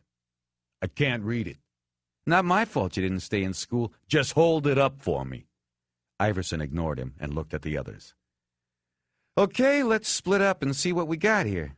Harry, you take this room, okay? Keep our friend here company? Right. Iverson then addressed the two uniforms. I want one of you guys in here. Just stand out of the way and keep your eyes on douchebag here. One of the uniforms nodded, and the others left the room. Bosch and Goshen looked at each other. I can't read this thing, Goshen said. I know, Bosch said. You said that. This is bullshit. It's just a roust. You couldn't possibly have anything on me because I didn't do it. Then who'd you have do it? Gussie? No, man, nobody. There's no way you'll be able to pin this on me. No fucking way. I want my lawyer. As soon as you're booked. Booked for what? For murder, Lucky. He continued his denials and demands for a lawyer while Bosch ignored him and started looking around the room, checking the drawers of the dresser. He glanced back at Goshen every few seconds. It was like walking around a lion's cage. He knew he was safe, but that didn't stop him from checking. He could tell Goshen was watching him in the mirror over the bed. When the big man finally quieted, Bosch waited a few moments and then started asking questions. He did it casually while he continued the search, as if he didn't really care about the answers. So, where were you Friday night? Fucking your mother. She's dead. I know it. It wasn't all that good. Bosch stopped what he was doing and looked at him. Goshen wanted him to hit him. He wanted the violence. It was the playing field he understood. Where were you, Goshen? Friday night.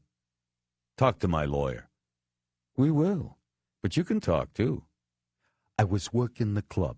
I have a fucking job, you know. Yeah, I know. When did you work till? I don't know. 4. I go home after that. Yeah, right. It's the truth. Where were you? In that office? That's right. Anybody see you? You ever come out before 4? I don't know. Talk to my lawyer. Don't worry. We will. Bosch went back to the search and opened the closet door. It was a walk-in, but it was only a third lined with clothes. Goshen lived light. Fucking A, it's right, Goshen called from the bed. You go check. Check it out. The first thing he did was turn over the 2 pairs of shoes and the Nikes that were lying on the floor. He studied the sole patterns, and none of them appeared even remotely like the pattern found on the bumper of the rolls and Tony Aliso's hip. He glanced back out at Goshen to make sure the big man wasn't moving. He wasn't. Bosch next reached to the shelf above the clothes rod. He took a box down and found it full of photos. They were 8x10 publicity shots of dancers. They weren't nudes. Each young woman was posed provocatively in a skimpy costume. Each one's name was printed in the white border below the photo, accompanied by the name and number of Models a Million, which Bosch guessed was a local agency that provided dancers to clubs. He looked through the box until he found a photo with the name Layla on it. He studied the photo of the woman he had been looking for the previous night. She had long, flowing brown hair with blonde highlights, a full figure, dark eyes, and bee-stung lips. In the photo they were parted just enough to show a hint of white teeth. She was a beautiful woman, and there was something familiar about her, but he couldn't place it. He decided that maybe the familiarity was the sexual malice that all the women in the photos and who he had seen the night before in the club seemed to convey. Bosch took the box out of the closet and dropped it on the bureau. He held a picture of Layla out of it. What's with the pictures, Lucky? They're all the girls I've been with. How about you, cop? You had that many? I bet the ugliest one in there is better than the best one you've ever had. So what do you want to do, compare pricks, too? I'm glad you've had your fill of women, Lucky, 'cause there aren't going to be any more. I mean, sure, you'll be able to fuck, or be fucked. It just won't be with women, is all I'm saying. Goshen was quiet while he contemplated this. Bosch put the photo of Layla on the bureau next to the box. Look, Bosch, just tell me what you guys got and I'll tell you what I know so we can get this straightened out. You're wrong on this. I didn't do anything. So let's get this over with. Stop wasting each other's time. Bosch didn't answer. He went back into the closet and hiked up on his toes to see if there was anything else on the shelf. There was. A small cloth folded like a handkerchief. He took it down and unfolded it. It was soiled with oil, He smelled it and recognized it. Bosch came out of the closet, tossed the rag so it hit Goshen in the face, and fell onto the bed. "What's this?" I don't know. What is it? "It's a rag with gun oil on it." "Where's the gun?" I don't have a gun. "And that isn't mine either. Never saw it before." "Okay." What do you mean, okay? "I never fucking saw it before." "I mean, okay, Goshen, that's all. Don't get nervous. It's hard with you people sticking your nose up my ass." Bosch bent over the night table. He opened the top drawer, found an empty cigarette box, a set of pearl earrings, and an unopened box of condoms. Bosch threw the box at Goshen. It bounced off his huge chest and fell to the floor. "You know, Goshen, just buying them ain't safe sex. You gotta put 'em on." He opened the bottom drawer. It was empty. "How long you lived here, Goshen?" Moved in right after I kicked your sister out on her ass. Put her on the street. Last I seen, she was selling it over on Fremont outside the Cortez." Bosch straightened up and looked at him. Goshen was smiling. He wanted to provoke something. He wanted to control things, even handcuffed on the bed, even if it cost him some blood. "My mother, now my sister. Who's next? My wife?" "Yeah, I got something planned for her. Shut up, would you? It's not working, understand? You're not getting to me. You can't get to me, so save your strength." "Everybody can be gotten to, Bosch. Remember that." Bosch looked at him and then stepped into the master bathroom. It was a large room with a separate shower and tub, almost in the same configuration as the room Tony Aliso had used at the Mirage. The toilet was in a small, closet-sized room behind a door with a slatted grill. Bosch started there. He quickly lifted the top of the water tank and found nothing unusual. Before putting the porcelain top back in place, he leaned over the toilet and looked down the wall behind the tank. What he saw made him immediately call for the uniform in the bedroom. "Yes, sir?" the cop said. He looked like he wasn't yet 25. His black skin had almost a bluish tint to it. He kept his hands on his equipment belt in a relaxed mode, his right just a few inches from his gun. It was the standard pose. Bosch saw that the nameplate above his breast pocket said Fontenot. "Fontenot, take a look down here behind the tank." The cop did as he was asked without even taking his hands off his belt. "What is it?" he asked. "I think it's a gun. Why don't you step back and let me pull it out?" Bosch flattened his hand and reached it down into the 2-inch space between the wall and the tank. His fingers closed on a plastic bag attached to the back of the tank with gray duct tape. He managed to pull it free and get the bag out. He held it up for Fontenot to see. The bag contained a blue metal pistol equipped with a 3-inch screw-on silencer. "A .22? Fontenot asked. "Oh, yeah," Bosch said. "Go get Felton and Iverson, would you? Right away." Bosch followed Fontenot out of the bathroom. He was holding the bag containing the gun like a fisherman holds a fish by its tail. When he stepped into the bedroom, he couldn't help but smile at Goshen, whose eyes noticeably widened. "That ain't mine," Goshen immediately protested. "That's a plant, you fuck. I don't Get me my goddamn lawyer, you son of a bitch." Bosch let the words go by, but studied the look. He saw something flash in Goshen's eyes. It was there for only a second, and then he covered up. It wasn't fear. He didn't think that was something Goshen would let slip into his eyes. Bosch believed he had seen something else. But what? He looked at Goshen and waited a moment for the look to return. Was it confusion? Disappointment? Goshen's eyes showed nothing now, but Bosch believed he knew the look. What he had seen had been surprise. Iverson, Baxter, and Felton then filed into the room. They saw the gun, and Iverson yelped in triumph. "Sayonara, baby!" His glee showed on his face. Bosch explained how and where he found the weapon. "These fuckhead gangsters," Iverson said, looking at Goshen. "Think the cops never saw The Godfather? Who'd you put it there for, Goshen? Michael Corleone?" "I said get me my fucking lawyer," Goshen yelled. "You'll get your lawyer," Iverson said. "Now get up, you piece of shit. You got to get dressed for the ride in." Bosch held him at gunpoint while Iverson took one of the cuffs off. Then they both pointed guns at him while he got dressed in black jeans, boots, and T-shirt, the shirt manufactured for a much smaller man. "You guys are always tough in numbers," Goshen said as he went about putting the clothes on. "You ever come up against me alone, then it's going to be wet-ass time." "Come on, Goshen, we don't have all day," Iverson said. When he was done, they cuffed him and stuffed him into the back of Iverson's car. Iverson locked the gun in the trunk. Then they went back inside the house. In a short meeting inside the front hallway, it was decided that Baxter and 2 of the other detectives would stay behind to finish the search of the house. "What about the women?" Bosch asked. "The uniforms will watch them until these boys are done," Iverson said. "Yeah, but as soon as they leave, they'll be on the phone. We'll have Goshen's lawyer down our throat before we even get started." "I'll take care of that. Goshen's got 1 car here, right? Where's the keys?" "Kitchen counter," one of the other detectives said.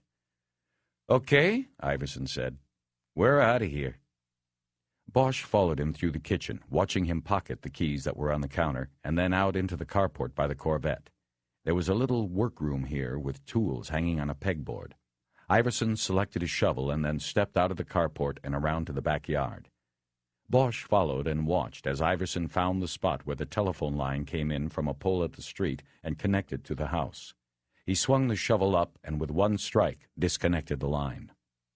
"Amazing how strong the wind can get out here in the open desert," he said. He looked around behind the house. "Those girls have no car and no phone," he said. "Nearest house is a half-mile, city's about 5. My guess is they'll stay put a while. That'll give us time. All we need." Iverson took a baseball swing with the shovel and launched it out over the property wall and into the scrub brush. He started walking toward the front of the house and his car. "What do you think?" Bosch asked. "I think the bigger they are, the harder they fall. Goshen's ours, Harry. Yours." "No, I mean about the gun." "What about it?" "I don't know. It seems too easy. Nobody said criminals got to be smart. Goshen's not smart. He's just been lucky. But not anymore." Bosch nodded, but he still didn't like it. It wasn't really a question of being smart or not. Criminals followed routines, instincts. This didn't make sense. "I saw something in his eyes when he saw the gun, like he was just as surprised to see it as we were." "Maybe. Maybe he's just a good actor. And maybe it's not even the right gun. You'll have to take it back with you to run tests. Find out if it's the gun, Harry, then worry about if it's too easy." Bosch nodded. He took out a cigarette and lit it. "I don't know. I feel like I'm missing something." "Look, Harry, you want to make a case or not?" "I want a case." "Then let's take him in and put him in a room. See what he has to say." They were at the car. Bosch realized he had left the photo of Layla inside. He told Iverson to start the car and he'd be right back. When he came back with the photo and got in, he checked Goshen in the back and saw a trickle of blood running down from the corner of his mouth. Bosch looked at Iverson, who was smiling. "I don't know. He must have bumped his face getting in. Either that or he did it on purpose to make it look like I did it." Goshen said nothing, and Bosch just turned around. Iverson pulled the car out onto the road, and they headed back toward the city. The temperature was climbing rapidly, and Bosch could already feel the sweat sticking his shirt to his back. The air conditioner labored to overcome the heat that had built up in the car while they were inside the house. The air was as dry as old bones. Bosch finally took out the chapstick and rolled it across his sore lips. He didn't care what Iverson or Goshen thought about it. They took Goshen up to the detective bureau in a back elevator in which Goshen audibly farted. Then Bosch and Iverson walked him down a hallway off the squad room and into an interview room barely larger than a restroom stall. They handcuffed him to a steel ring bolted to the center of the table and locked him in. Then they left him there. As Iverson closed the door, Goshen called after him that he wanted to make his phone call. Bosch noticed that the squad room was almost deserted as they walked back toward Felton's office. "Somebody die?" Bosch asked. "Where is everybody?" "They're out picking up the others." "What others?"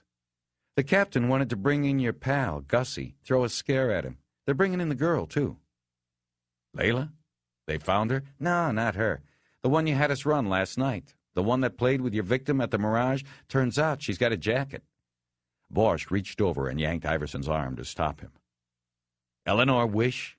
You're bringing in Eleanor Wish? He didn't wait for Iverson's reply. He broke away from the man and charged into Felton's office. The captain was on the phone, and Bosch paced anxiously in front of the desk, waiting for him to hang up. Felton pointed at the door, but Bosch shook his head. He could see Felton's eyes start to smolder as he told whoever was on the other end of the line he had to go. "I can't talk right now," he said. "You don't have to worry. It's under control. I'll talk to you." He hung up and looked at Bosch.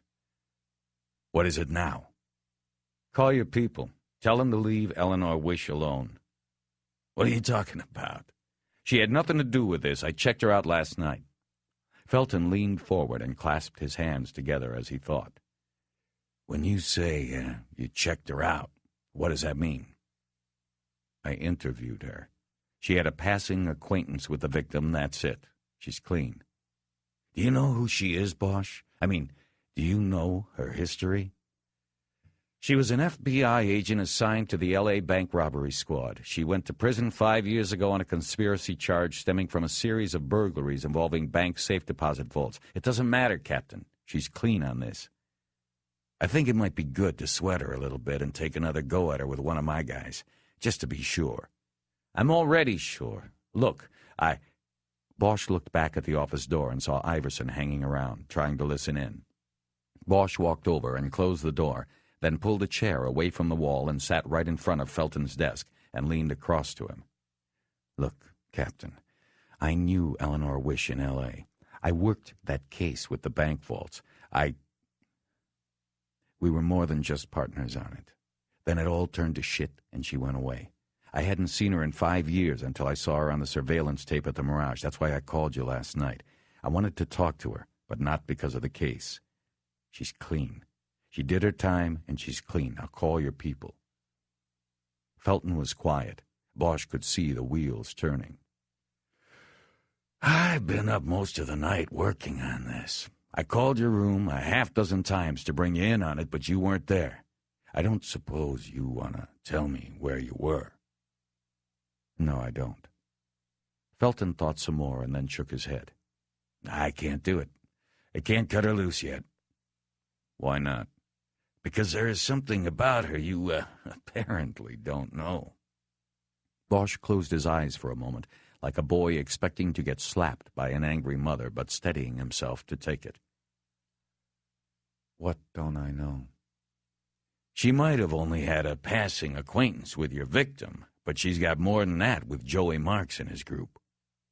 It was worse than he expected. "What are you talking about?" "I put her name up for discussion with some of my people last night after you called. We've got her in a file.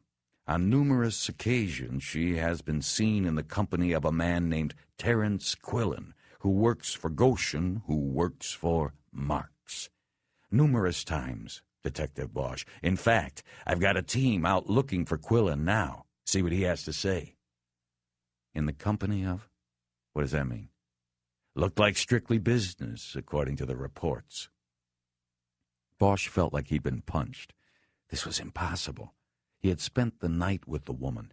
The sense of betrayal was building in him, but a deeper gut sense told him she was true, that this was all some huge mix-up. There was a knock on the door, and Iverson poked his head in.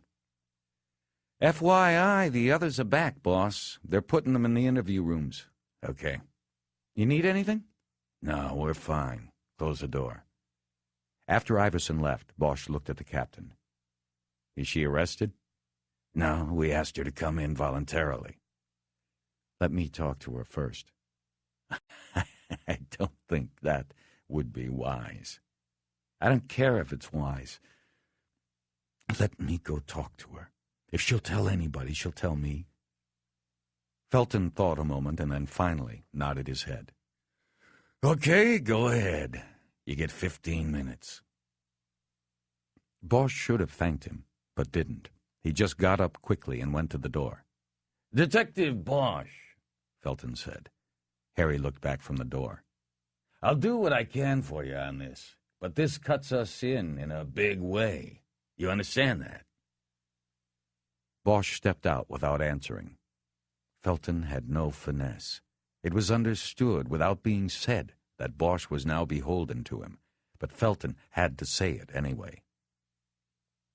In the hallway, Bosch passed the first interview room where they had placed Goshen and opened the door to the second.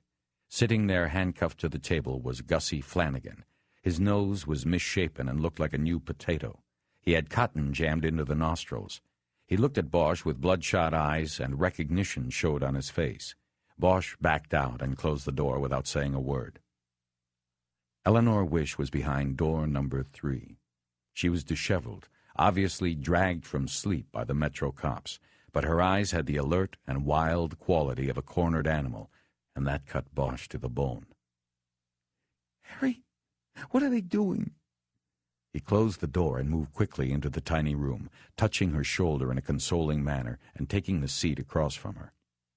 Eleanor, I'm sorry. What? What did you do?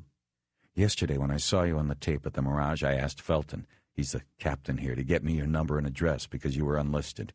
He did. But then without my knowledge, he ran your name and pulled up your package. Then on his own, he had his people get you this morning. It's all part of this Tony Aliso thing. I told you.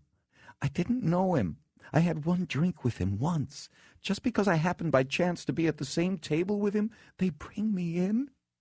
She shook her head and looked away, the distress written on her face. This was the way it would always be, she now knew. The criminal record she carried would guarantee it. I've got to ask you something. I want to get this cleared up and get you out of here. What?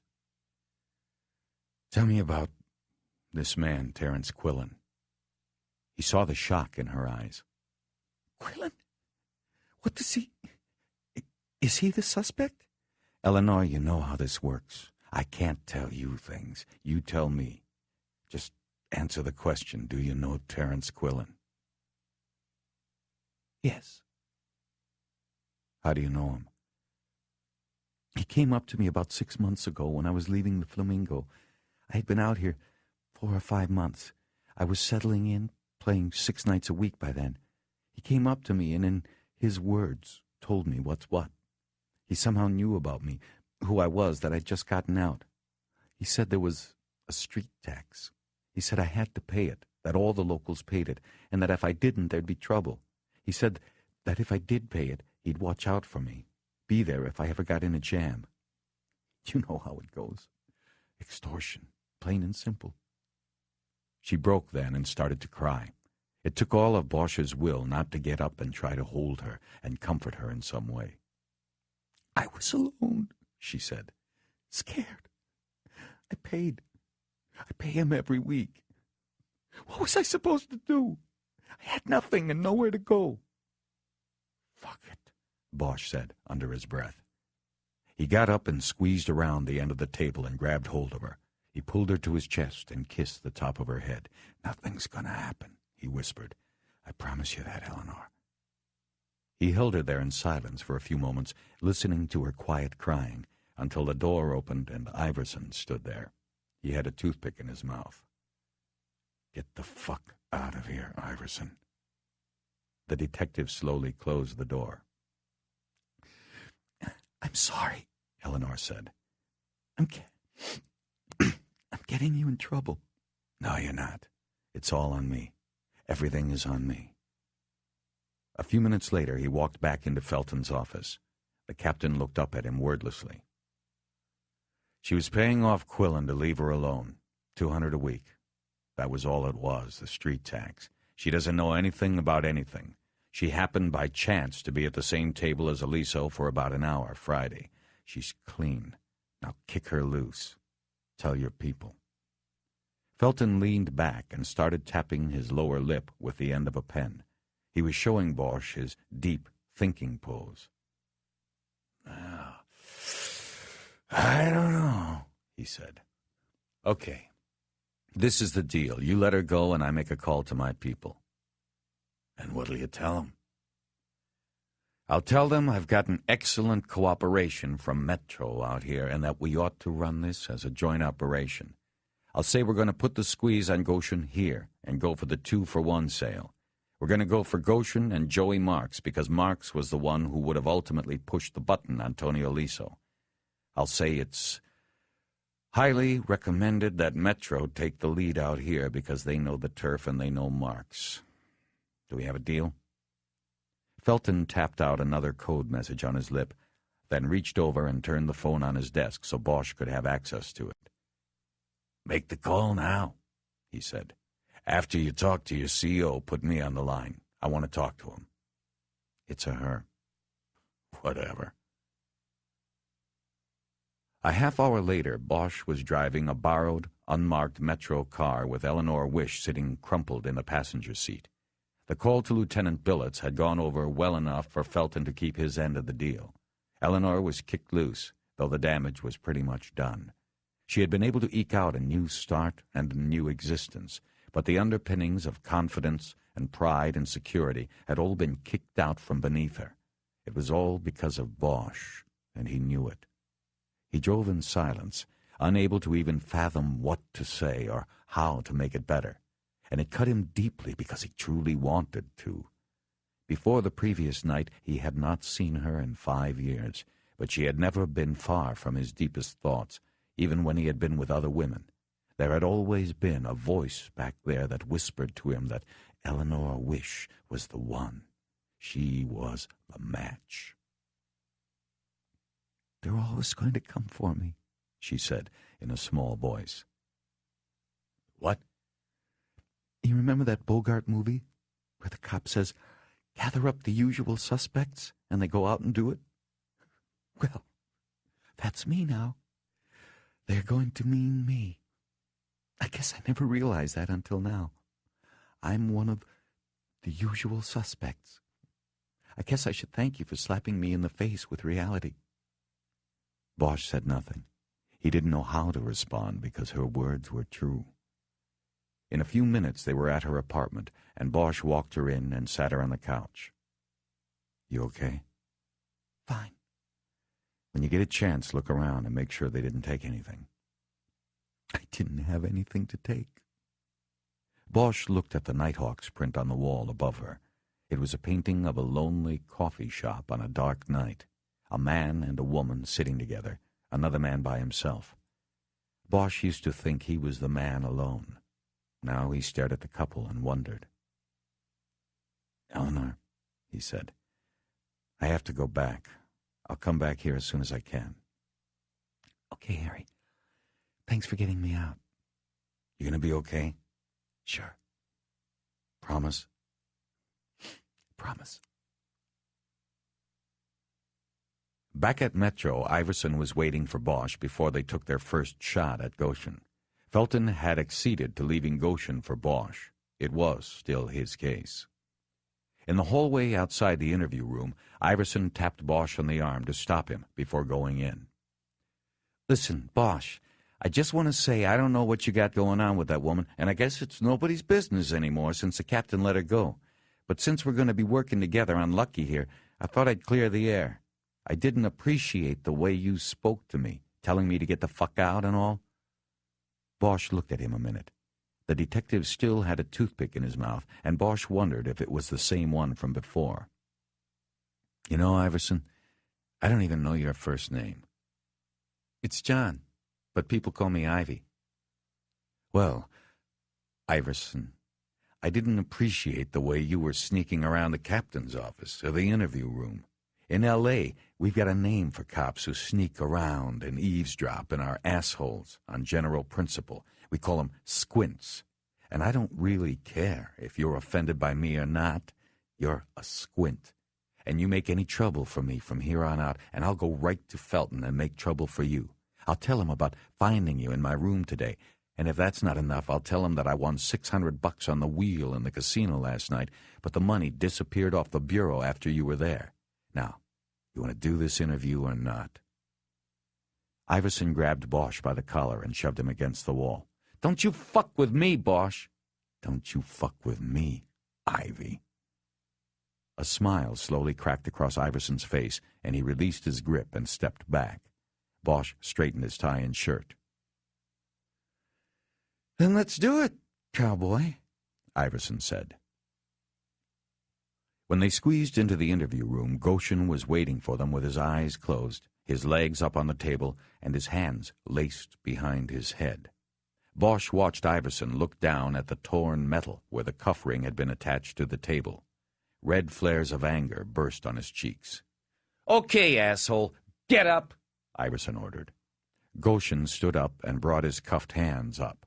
Iverson got out his keys and took the cuff off of one wrist. "Let's try this again. Sit down." When Goshen was back down, Iverson cuffed his wrists behind his back, looping the chain through one of the steel slats of the chair back. Iverson then kicked out a chair and sat to the side of the gangster. Bosch sat across from him. "Okay, Houdini, you've also got destroying public property on your list now," Iverson said. "Wow, that's bold, Iverson. Really bold. That's like the time you came into the club and took Cinda into the fantasy booth. I think you called it interrogation. She called it something else. What's this going to be?" Iverson's face now glowed with anger. Goshen puffed his chest up proudly and smirked at the detective's embarrassment. Bosch shoved the table into Goshen's midsection, and the big man doubled over it as his breath burst out. Bosch was up quickly and around the table. As he went, he pulled his keychain from his pocket. Then, using his elbow to keep Goshen's chest down on the table, he flicked open the blade of his pocket knife and sawed off the big man's ponytail. He went back to his seat, and when Goshen lifted up, threw the 6-inch length of hair on the table in front of him. "Ponytails went out of style at least 3 years ago, Goshen. You probably didn't hear about it." Iverson burst out in uproarious laughter. Goshen looked at Bosch with pale blue eyes that seemed as soulless as buttons on a machine. He didn't say a word. He was showing Bosch he could take it. He was stand-up. But Bosch knew even he couldn't stand up forever. Nobody can. "You got a problem, Lucky," Iverson said. "Big problems. You—" Wait a minute. I don't want to talk to you, Iverson. I don't want you to talk to me.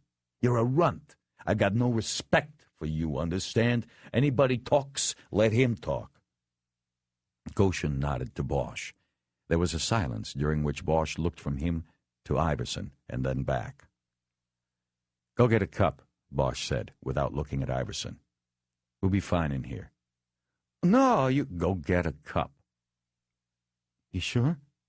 Iverson looked as if he was being kicked out of the college fraternity because the boys didn't think he fit in. "Yeah, I'm sure.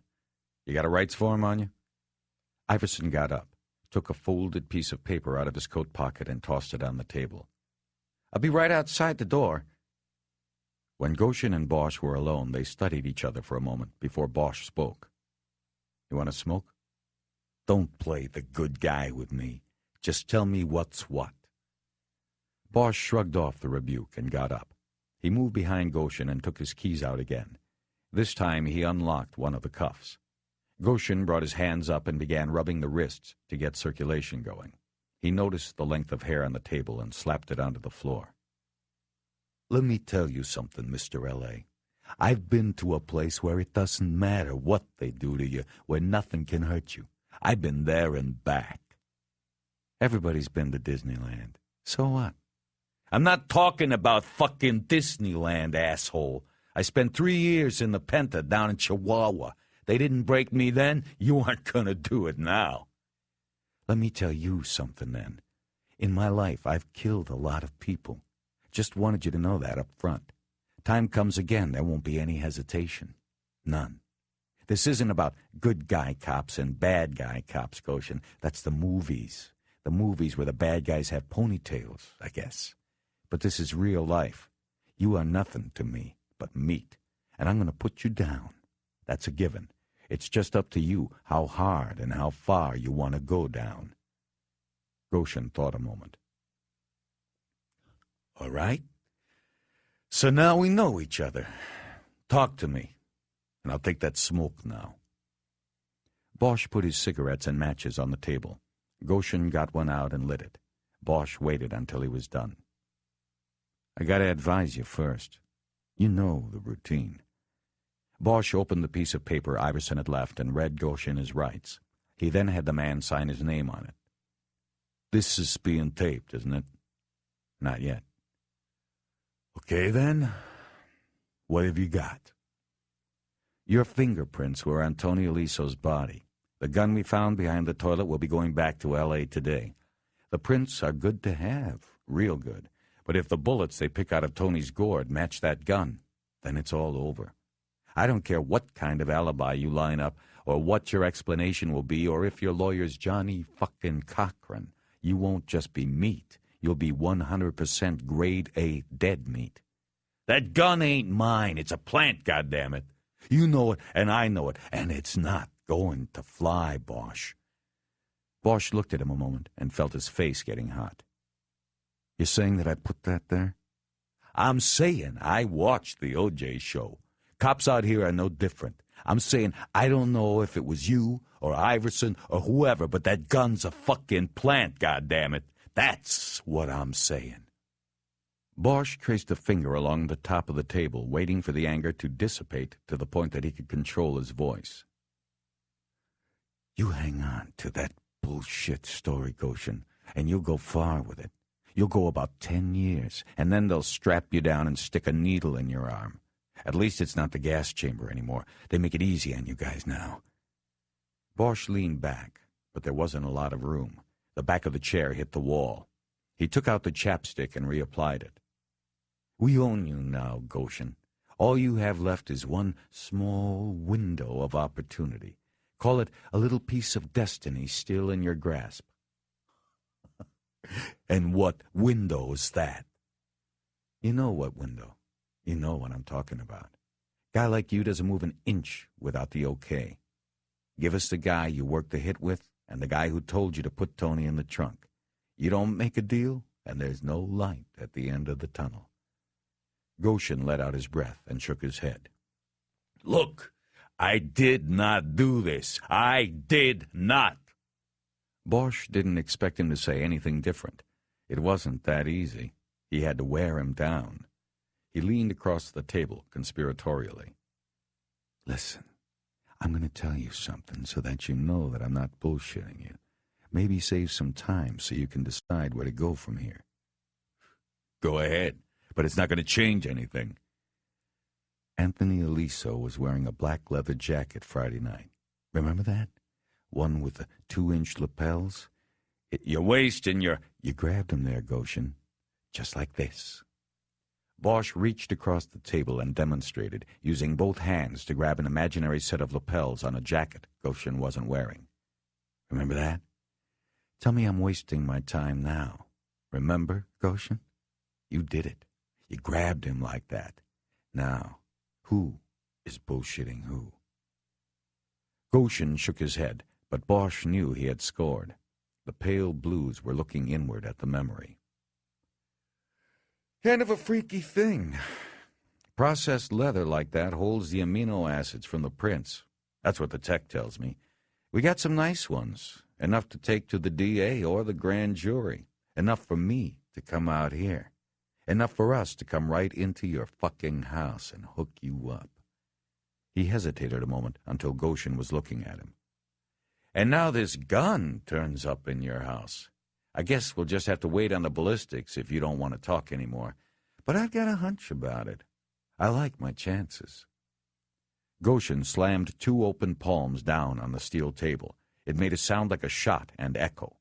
This is a setup. You people put... Iverson burst through the door, his gun out and aimed at Goshen. He jerked the weapon up like a TV cop. You okay? Yeah, Bosch said. Lucky here's just a little mad is all. Give us a few more minutes. Iverson went back out without a word. Nice play, but that's all it was, Goshen said. Where's my phone call? Bosch leaned back across the table. You can make the call now, but you make the call and it's over right here, because that won't be your lawyer. That'll be Joey's lawyer. He'll be here to represent you, but we both know the one he'll be watching out for is Joey Marks. Bosch stood up. I guess then we'll just have to settle for you. We'll go the distance on you. Yeah, but you don't have me, you prick. Fingerprints? You need more than that. The gun's a plant, and everybody's going to know it. Yeah, you keep saying it. I'll know what I need to know from ballistics by tomorrow morning. It was hard for Bosch to tell if that had registered, because Goshen didn't give it much time to. I got a fucking alibi. You can't pin this on me, man. Yeah? What's your fucking alibi? How do you even know when he got hit? You asked me about Friday night, right? That's the night. I didn't say that. Goshen sat silent and motionless for a half-minute. Bosch could see the eyes going to work. Goshen knew he had crossed one line with what he had said. Bosch guessed he was considering how far he should cross. Bosch pulled a chair out and sat back down. I got an alibi, so I'm in the clear. You're not in the clear till we say you are. What's your story? No, I'm going to tell my lawyer what it is. You're hurting yourself, Goshen. You got nothing to lose telling me. Except my freedom, right? I could go out, verify your story. Maybe then I'd start listening to your story about the gun being planted. Yeah, right. That's like putting the inmates in charge of the prison. Talk to my lawyer, Bosch. Now give me a fucking phone. Bosch stood up and signaled for him to put his arms behind his back. He did so, and Bosch cuffed him again, then left the room. After Bosch filled him in on how Goshen had won round one, Felton told Iverson to take a phone into the interview room and allow the suspect to call his lawyer. I guess we'll let him stew, Felton said when he and Bosch were alone. See how he likes his first taste of incarceration. He told me he did 3 years down in Mexico. Yeah, he tells that to a lot of people he's trying to impress. Like the tattoos. When we were backgrounding him after he showed up a couple years ago, we never found anything about a Mexican prison. And as far as we know, he's never ridden a Harley, let alone with any motorcycle gang. I think a night in county might soften him up. Maybe by round 2 we'll have the ballistics back. Bosch said he had to use a phone to call his CO to check on what the plan was for the gun. Yeah, just pick an empty desk out there, Felton said. Make yourself at home. Listen, I'll tell you how this most likely will go, and you can tell your Lieutenant Billets. The lawyer he calls is most likely going to be Mickey Torino. He's Joey Marks' top guy. He's going to object to extradition and meantime try to get bail. Any bail will do. All they want to do is get him out of our hands and into their hands, and then they can make their decision. What decision? Whether or not to whack him. If Joey thinks Lucky might flip, he'll just take him out to the desert somewhere and we'll never see him again. Nobody will. Bosch nodded. So you go make your call, and I'll call over to the prosecutor's office, see if we can't get an X hearing scheduled. I think the sooner the better. If you can get Lucky to L.A., he's going to be even more likely to start thinking about cutting a deal. That is, if we don't break him first. It'd be nice to have the ballistics before the extradition hearing. If we get a ballistics match, it'll seal it. But things don't move so quickly in L.A., if you know what I mean. I doubt there's even been an autopsy. Well, make your call, and then we'll reconnoiter. Bosch used an empty desk next to Iverson's to make his call. He got Billets at her desk, and he could tell she was eating. He quickly updated her on his failed effort to scam Goshen into talking and the plans to have the prosecutor's office in Las Vegas handle the extradition hearing. "What do you want to do about the gun?" he asked when he was done. I want it back here as soon as possible. Edgar talked somebody over at the coroner's office into doing the cut this afternoon. We should have the bullets by tonight. If we have the gun, we can take the whole thing over to ballistics tomorrow morning. Today's Tuesday. I doubt there'd be an extradition hearing before Thursday. We'd have an answer from ballistics by then. Okay, I'll grab a plane. Good. Bosch sensed something off about her tone. She was preoccupied by something other than ballistics and what she was eating. "Lieutenant," he said, "what's up? Is there something I don't know about?" She hesitated a moment, and Bosch waited her out. Actually, something's come up. Bosch's face flashed warm. He guessed that Felton had screwed him and told Billets about the Eleanor Wish situation. "What is it?" I've made an ID on the guy who was in Tony Aliso's office. "That's great," Bosch said, relieved but confused by her somber tone. "Who?" No, it's not great. It was Dominic Carbone from OCID. Bosch was stunned into silence for a long moment. "Carbone? What the... I don't know. I've got some feelers out. I'd like you back here until we figure out what to do with this. Goshen will keep until the extradition hearing. He's not going to be talking to anyone but his lawyer. If you can get back, I'd like us all to get together and hash this around. I haven't talked to Kiz and Jerry yet today. They're still working the financial trail. How'd you make the ID on Carbone? Pure luck. Things were kind of slow after I talked to you and the captain out there this morning. I took a drive downtown and stopped by Central. I've got a friend, she's a lieutenant too, up in O.C. Lucinda Barnes, you know her? No. Anyway, I went up to see her. I wanted to kind of feel around, maybe get an idea why they took the pass on this one. And lo and behold, we're sitting there talking, and this guy walks through the squad, and I think I recognize him, but I'm not sure from where. I ask who he is, and she tells me that's Carbone, and that's when I remembered. He's the guy on the tape. He had his suit jacket off and his sleeves rolled up. I even saw the tattoo. It's him. You tell all this to your friend? Hell no. I just acted natural and got the hell out of there.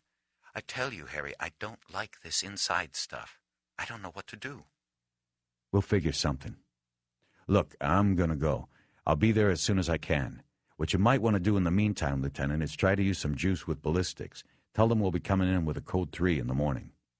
Billets said she would do what she could on that. After making arrangements to fly back to L.A., Bosch barely had time to take a cab back to the Mirage and check out and still make it by Eleanor's apartment to say goodbye. But his knock on her door went unanswered. He didn't know what kind of car she had, so it was impossible for him to check the lot to make sure she was gone. He went back to his rental and sat inside and waited as long as he could, until he was at risk of missing his flight. He then scribbled a message on a page from his notebook saying he would call her, and went back to the door. He folded the page up tightly and stuck it in the crack of the door jamb so that it would fall and be noticed the next time she opened the door. He wanted to wait around longer and talk to her in person, but he couldn't. 20 minutes later, he was leaving the security office of the airport. The gun from Goshen's house was wrapped in an evidence bag and safely in his briefcase. 5 minutes later, he was aboard a jet headed for the City of Angels. 3. Billets had a weighted and worried look on her face when Bosch stepped into her office. Harry? Lieutenant, I dropped the gun at ballistics. They're waiting on the bullets. Whoever it was you talked to over there, they snapped too. Good. Where is everybody? They're both over at Archway. Kiz spent the morning at the IRS and then went over to help Jerry with the interview with Aliso's associates. I also borrowed a couple of people from Major Fraud to help with the books. They're tracing down these dummy corporations. They're going to go after the bank accounts. Search and seizure. When we freeze the money, then maybe some real live people will come out of the woodwork and claim it. My theory is that this Joey Marks was not the only one Aliso was washing money for. There's too much involved, if Kiz's numbers are right. Aliso was probably working for every mob combine west of Chicago. Bosch nodded. Oh, by the way, she continued, I told Jerry that you'd take the autopsy so he can stay at Archway. Then I want everybody back here at 6 to talk about what we have. Okay. When's the autopsy? 3:30. That going to be a problem? No. Can I ask you something? Why'd you call Major Fraud in instead of OCID? For obvious reasons. I don't know what to do about Carbone and OCID. I don't know whether to bring in internal affairs, look the other way, or what. Well, we can't look the other way. They have something we need. And if you call in IAD, then forget it. That'll freeze everything up down there, and that'll be that. What do they have that we need? It stands to reason that if Carbone was pulling a bug out of that office, then... There's tapes. Jesus, I forgot about that. They dropped into silence for a few moments. Bosch pulled a chair out across from her desk and finally sat down. Let me take a run at Carbone, see if I can figure out what they were doing and get the tapes, he said. We've got the leverage. This may have something to do with the chief in Fitzgerald, you know. Maybe. She was referring to the intra-departmental skirmish between Deputy Chief Leon Fitzgerald, commander of OCID for more than a decade, and the man who was supposed to be his boss, the chief of police. In the time Fitzgerald had run the OCID, he had taken on an aura akin to J. Edgar Hoover's at the FBI, a keeper of secrets who would use them to protect his position, his division, and his budget. It was believed by many that Fitzgerald had his minions investigate and keep tabs on more honest people, cops, and elected officials of the city than the mobsters his division was charged with rooting out. And it was no secret within the department that there was an ongoing power struggle between Fitzgerald and the police chief. The chief wanted to rein in OCID and its deputy chief, but Fitzgerald didn't want to be reined in. In fact, he wanted his domain to broaden. He wanted to be police chief. The struggle was largely at a name-calling standstill. The chief could not fire Fitzgerald outright because of civil service protections, and he could not get backing to simply gut and overhaul OCID from the police commission, mayor, or city council members because it was believed that Fitzgerald had thick files on all of them, including the chief.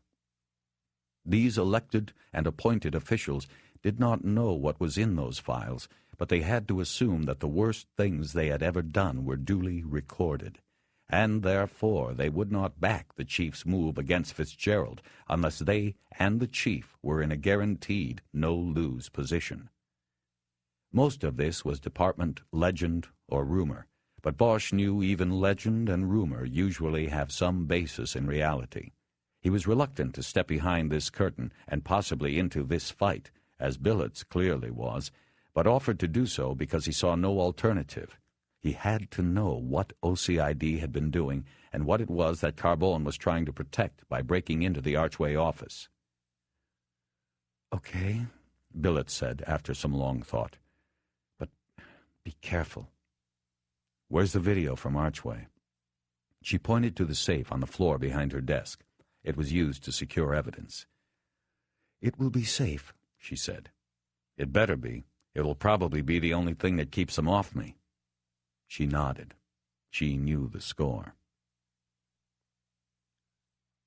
The OCID offices were on the 3rd floor of Central Division in downtown. The division was located away from police headquarters at Parker Center because the work of the OCID involved many undercover operations, and it would not be wise to have so many undercovers going in and out of a place as public as the so-called Glass House, Parker Center. But it was that separation that helped foster the deepening gulf between Leon Fitzgerald and the police chief. On the drive over from Hollywood, Bosch thought about a plan and knew just how he was going to play it by the time he got to the guard shack and flipped his ID to the rookie assigned parking lot duty. He read the name off the tag above the cop's breast pocket and drove into the lot and over toward the back doors of the station, then put the car in park and got out his phone. He called the OCID's main number, and a secretary answered. "Yeah, this is Trindle down in the parking lot," Bosch said. "Is Carbone there?" Yes, he is. If you hold a... "Just tell him to come down. Somebody busted into his car." Bosch hung up and waited. In 3 minutes, one of the doors at the rear of the station house opened, and a man hurried out. Bosch recognized him from the Archway surveillance tape. Billets had been right on. Bosch put the car in drive and followed along behind the man. Eventually, he pulled up alongside him and lowered the window. "Carbone." "Yeah, what?" He kept walking, barely giving Bosch a glance. "Slow down. Your car's all right." Carbone stopped and now looked closely at Bosch. "What? What are you talking about?" "I made the call. I just wanted to get you out here." "Who the fuck are you?"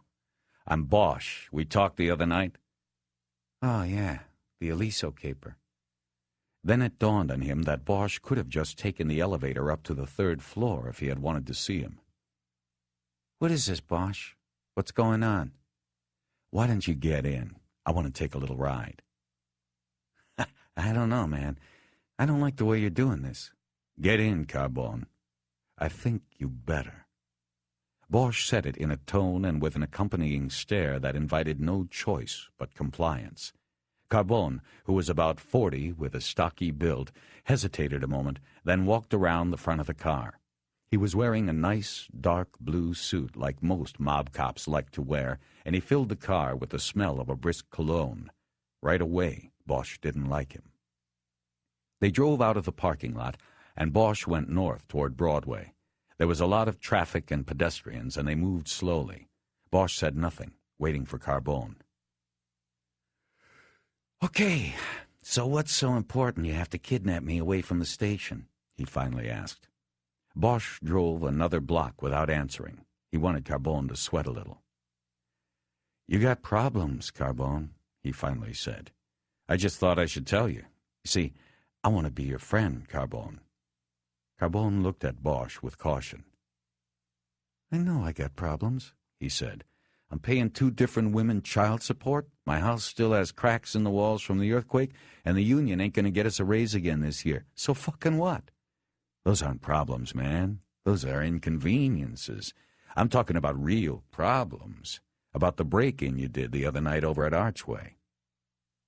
Carbone was silent for a long moment, and Bosch wasn't sure, but he thought the man was holding his breath. I don't know what you're talking about. Take me back. No, Carbone. See, that's the wrong answer. I'm here to help you, not hurt you. I'm your friend. And that goes for your boss, Fitzgerald, too. I still don't know what you're talking about. Okay, then I'll tell you what I'm talking about. I called you Sunday night and asked you about my stiff named Aliso. You call me back and tell me not only is OCID taking a pass, but you never heard of the guy. But as soon as you hang up the phone, you get over to Archway, break into the guy's office, and pop the bug you people planted in his phone. That's what I'm talking about. Bosch looked over at him for the first time, and he saw the face of a man whose mind is racing to find a way out. Bosch knew he had him now. Bullshit! That's what you're talking about. Yeah, you dumb fuck. Next time you decide to do a little breaking and entering, look up. Check for cameras. Rodney King rule number 1. Don't get caught on tape. He waited a moment to let that sink in, and then put the final nails in the coffin. You knocked the mug off the desk and broke it. You then dumped it outside, hoping nobody would notice anything. And one last thing about the rules. If you're going to do a B&E in short sleeves, then you ought to get yourself a Band-Aid or something and cover up that tattoo on your arm. Know what I mean? That's a slam-bang identifier when you get it on tape. And Carbone, you're on tape. Lots of tape. Carbone wiped a hand across his face. Bosch turned on third, and they went into the tunnel that runs under Bunker Hill. In the darkness that shrouded the car, Carbone finally spoke. Who knows about this? For the moment, just me. But don't get any ideas. Anything happens to me and the tape will get known by a lot of people. But for the moment, I can probably contain it. What do you want? I want to know what was going on, and I want all the tapes you took off his phone. Impossible. Can't do it. I don't have those tapes. It wasn't even my file. I just did what Fitz told you to do. Yeah, I know. But I don't care about that. You go to Fitz or whoever's file it was and get it. I'll go with you if you want, or I'll wait out in the car, but we're going back now to get them. I can't do it. What Bosch knew he meant was that he couldn't get the tapes without going to Fitzgerald and telling him how he had so badly messed up the break-in. You're going to have to, Carbone. I don't give a shit about you. You lied to me and fucked with my case. You either get me the tapes and an explanation, or this is what I do. I dub off 3 copies of the surveillance tape. One goes to the chief's office in the glass house, one goes to Jim Newton at the Times, and the last goes over to Stan Chambers at Channel 5. Stan's a good man. He'll know what to do with it. Do you know he's the one who got the Rodney King tape first? Jesus, Bosch, you're killing me. You've got your choice. The autopsy was being conducted by a deputy coroner named Salazar. He had already started by the time Bosch got to the coroner's office at County USC Medical Center. They said their perfunctory hellos, and Bosch, garbed in the protective paper bodysuit and plastic mask, leaned back against one of the stainless counters and just watched. He wasn't expecting much from the autopsy. He really only came for the bullets, and his hope was that one of them would be usable for comparison purposes.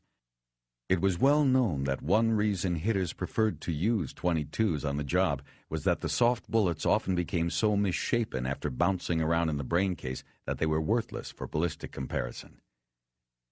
Salazar kept his long black hair in a ponytail that he then wrapped in a larger paper cap.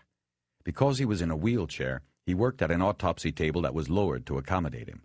This gave Bosch an unusually clear vantage point in viewing what was happening to the body. In years past, Bosch would maintain an ongoing banter with Salazar while the autopsy proceeded, but since his motorcycle accident, his 9-month medical leave, and his return in a wheelchair, Salazar was no longer a cheerful man and rarely engaged in small talk. Bosch watched as Salazar used a dulled scalpel to scrape a sample of the whitish material from the corners of Aliso's eyes. He placed the material in a paper bindle and put it in a petri dish. He placed the dish on a tray that held a small stand containing the test tubes filled with blood, urine, and other samples of body materials to be scanned and tested. "Think it was tears?" Bosch asked. "I don't think so. Too thick. He had something in his eyes or on his skin. We'll find out what." Bosch nodded, and Salazar proceeded to open the skull cap and examine the brain. "The bullets mushed this puppy," he said. After a few minutes, he used a pair of long tweezers to pick out 2 bullet fragments and drop them in a dish. Bosch stepped over and looked at them and frowned. At least one of the bullets had fragmented upon impact. The pieces probably were worthless for comparison purposes. Then Salazar pulled out a complete bullet and dropped it in the tray. "You might be able to work with this one," he said. Bosch took a look. The bullet had mushroomed on impact, but about half the shaft was still intact, and he could see the tiny scratches made when it was fired through the barrel of a gun. He felt a tiny twinge of encouragement. "This might work," he said. The autopsy wrapped up in about 10 more minutes. Overall, Aliso had gotten 50 minutes of Salazar's time. It was more than most. Bosch checked a clipboard that was on the counter and saw that it was the 11th autopsy of the day for Salazar. Salazar cleaned the bullets and put them in an evidence envelope. As he handed it to Bosch, he told the detective that he would be informed of the results of the analysis of the samples retrieved from the body as soon as it was completed. The only other thing that he thought was worth mentioning was that the bruise on Aliso's cheek was ante-mortem by 4 or 5 hours. This Bosch found to be very curious. He didn't know how it fit in. It would mean that someone roughed Aliso up while he was in Las Vegas, yet he was killed here in L.A. He thanked Salazar, calling him Sally, as many people did, and headed out. He was in the hallway before he remembered something and went back to the door of the autopsy suite. When he stuck his head in, he saw Salazar tying the sheet around the body, making sure the toe tag hung free and could be read. "Hey, Sally, the guy had hemorrhoids, right?" Salazar looked back at him with a quizzical look on his face. "Hemorrhoids? No, why do you ask?" "I found a tube of preparation H in his car. In the glove box, it was half used." "Well, no hemorrhoids, not on this one." Bosch wanted to ask him if he was sure, but knew that would be insulting. He let it go for the moment and left. Details fueled any investigation. They were important and not to be misplaced or forgotten. As he headed toward the glass exit doors of the coroner's office, Bosch found himself bothered by the detail of the tube of preparation H found in the glove box of the Silver Cloud. If Tony Aliso didn't suffer from hemorrhoids, then who did the tube belong to, and why was it in his car? He could dismiss it as probably being unimportant, but that wasn't his way. Everything had its place in an investigation, Bosch believed. Everything. His deep concentration on this problem caused Bosch to go through the glass doors and down the stairs to the parking lot before he saw Carbone standing there smoking a cigarette and waiting. When Bosch had dropped him off earlier, the OCID detective had begged for a couple of hours to get the tapes together. Bosch had agreed, but hadn't told him that he was heading to an autopsy. So he now assumed that Carbone had called the bureau in Hollywood and been told by Billets or someone else that he was at the coroner's office. Bosch wouldn't check this with Carbone because he didn't want to show any kind of concern that the OCID detective had so easily found him. Bosch. Yeah? Somebody wants to talk. Who? When? I want the tapes, Carbone. Cool your jets for a couple minutes.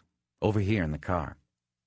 He led Bosch to the second parking row where there was a car with its engine running and its dark-tinted windows all the way up.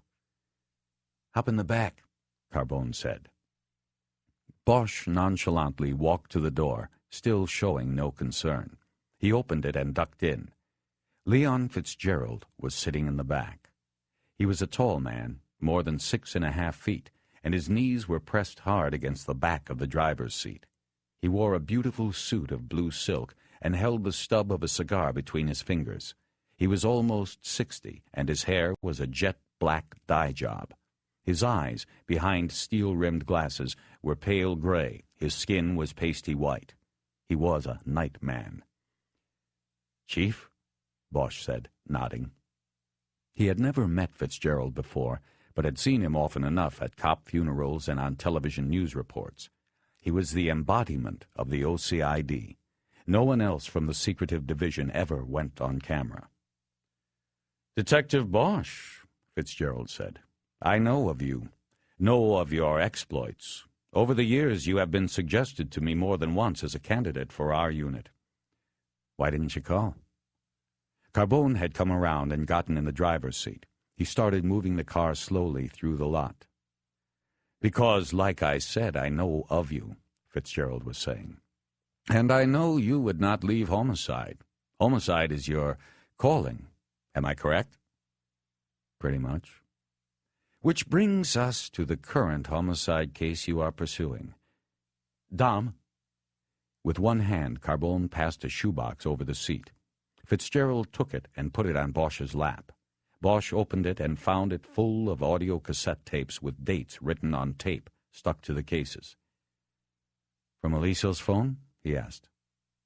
"Obviously." "How long were you on it?" "We'd only been listening for 9 days.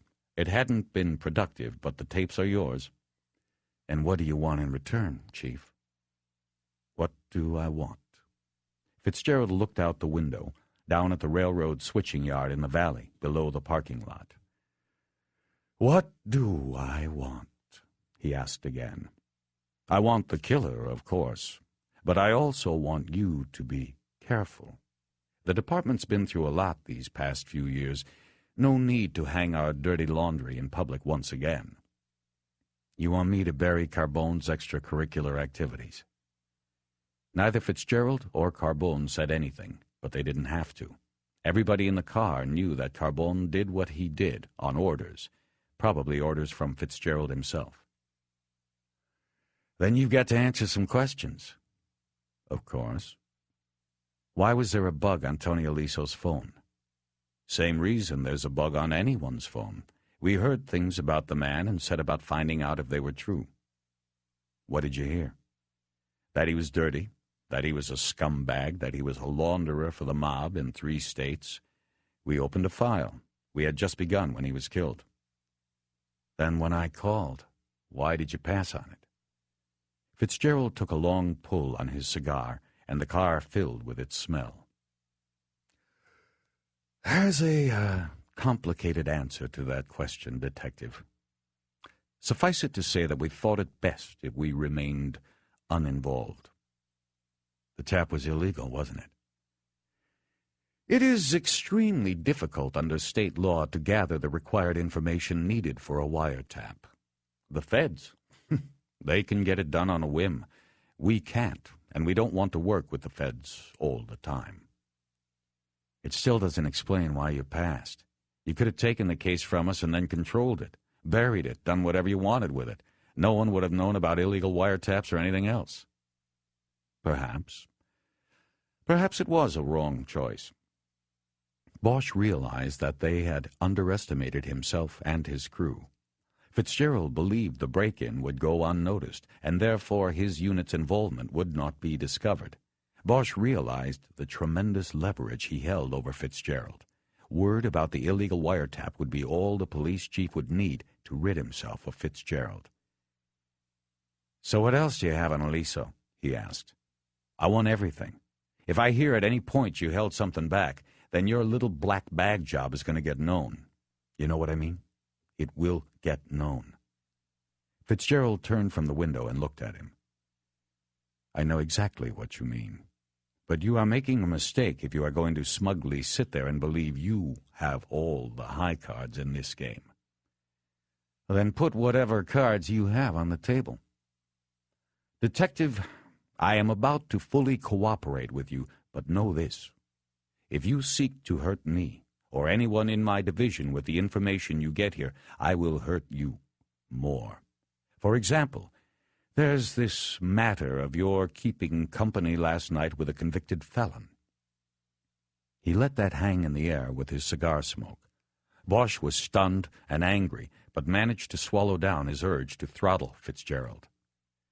There is a department prohibition against any officer knowingly associating with criminals. I'm sure you know that, Detective, and understand the need for such a safeguard. If this were to become known about you, then your job could be in jeopardy. Then where would you and your mission be? Bosch didn't answer. He looked straight ahead, over the seat and out the front window. Fitzgerald leaned over so that he was almost whispering in his ear. This is what we know about you in just 1 hour, he said. What if we spend a day, a week? And it's not just you, my friend. You can tell your lieutenant that there is a glass ceiling in the department for lesbians, especially if something like that should get out.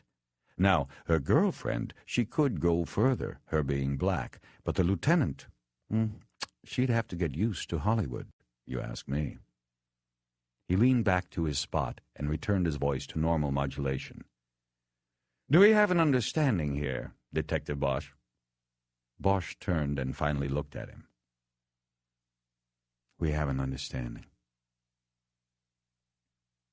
After dropping the bullets retrieved from Tony Aliso's head at the ballistics lab in Boyle Heights, Bosch made it back to the Hollywood division just as the investigators were gathering in Billuts's office for the 6 o'clock meeting.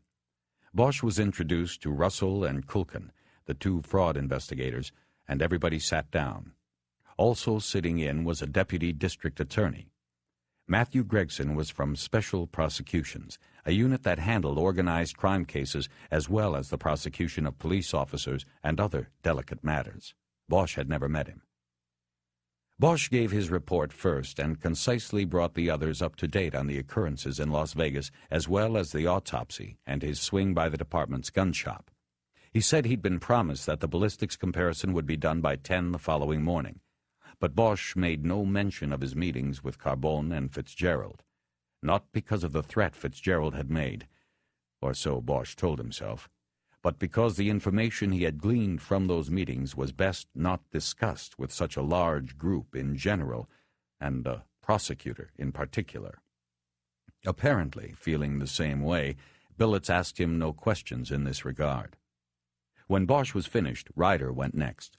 She said she talked to the IRS auditor assigned to the TNA Productions case and got very little information.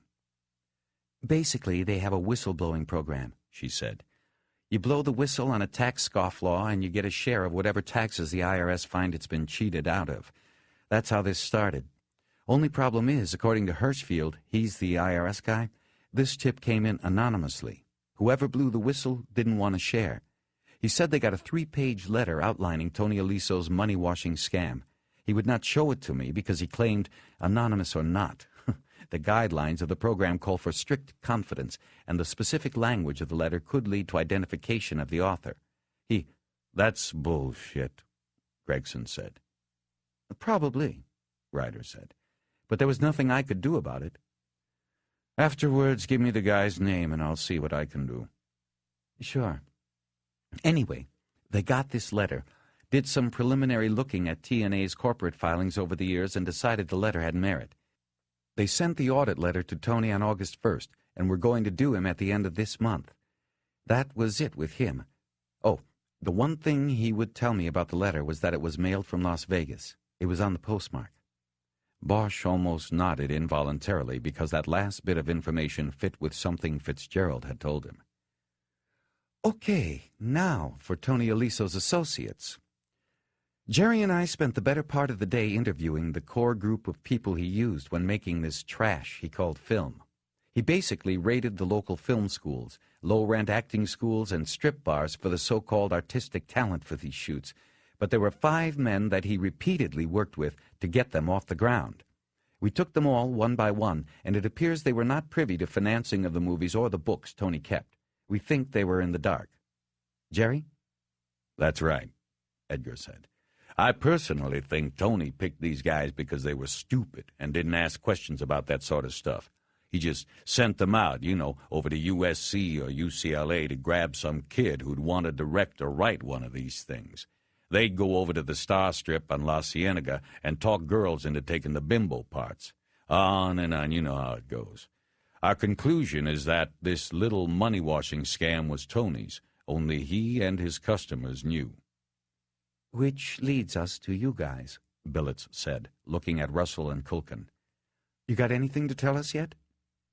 Culkin said they were still waist-deep in the financial records, but they had so far traced money from TNA Productions to dummy corporations in California, Nevada, and Arizona.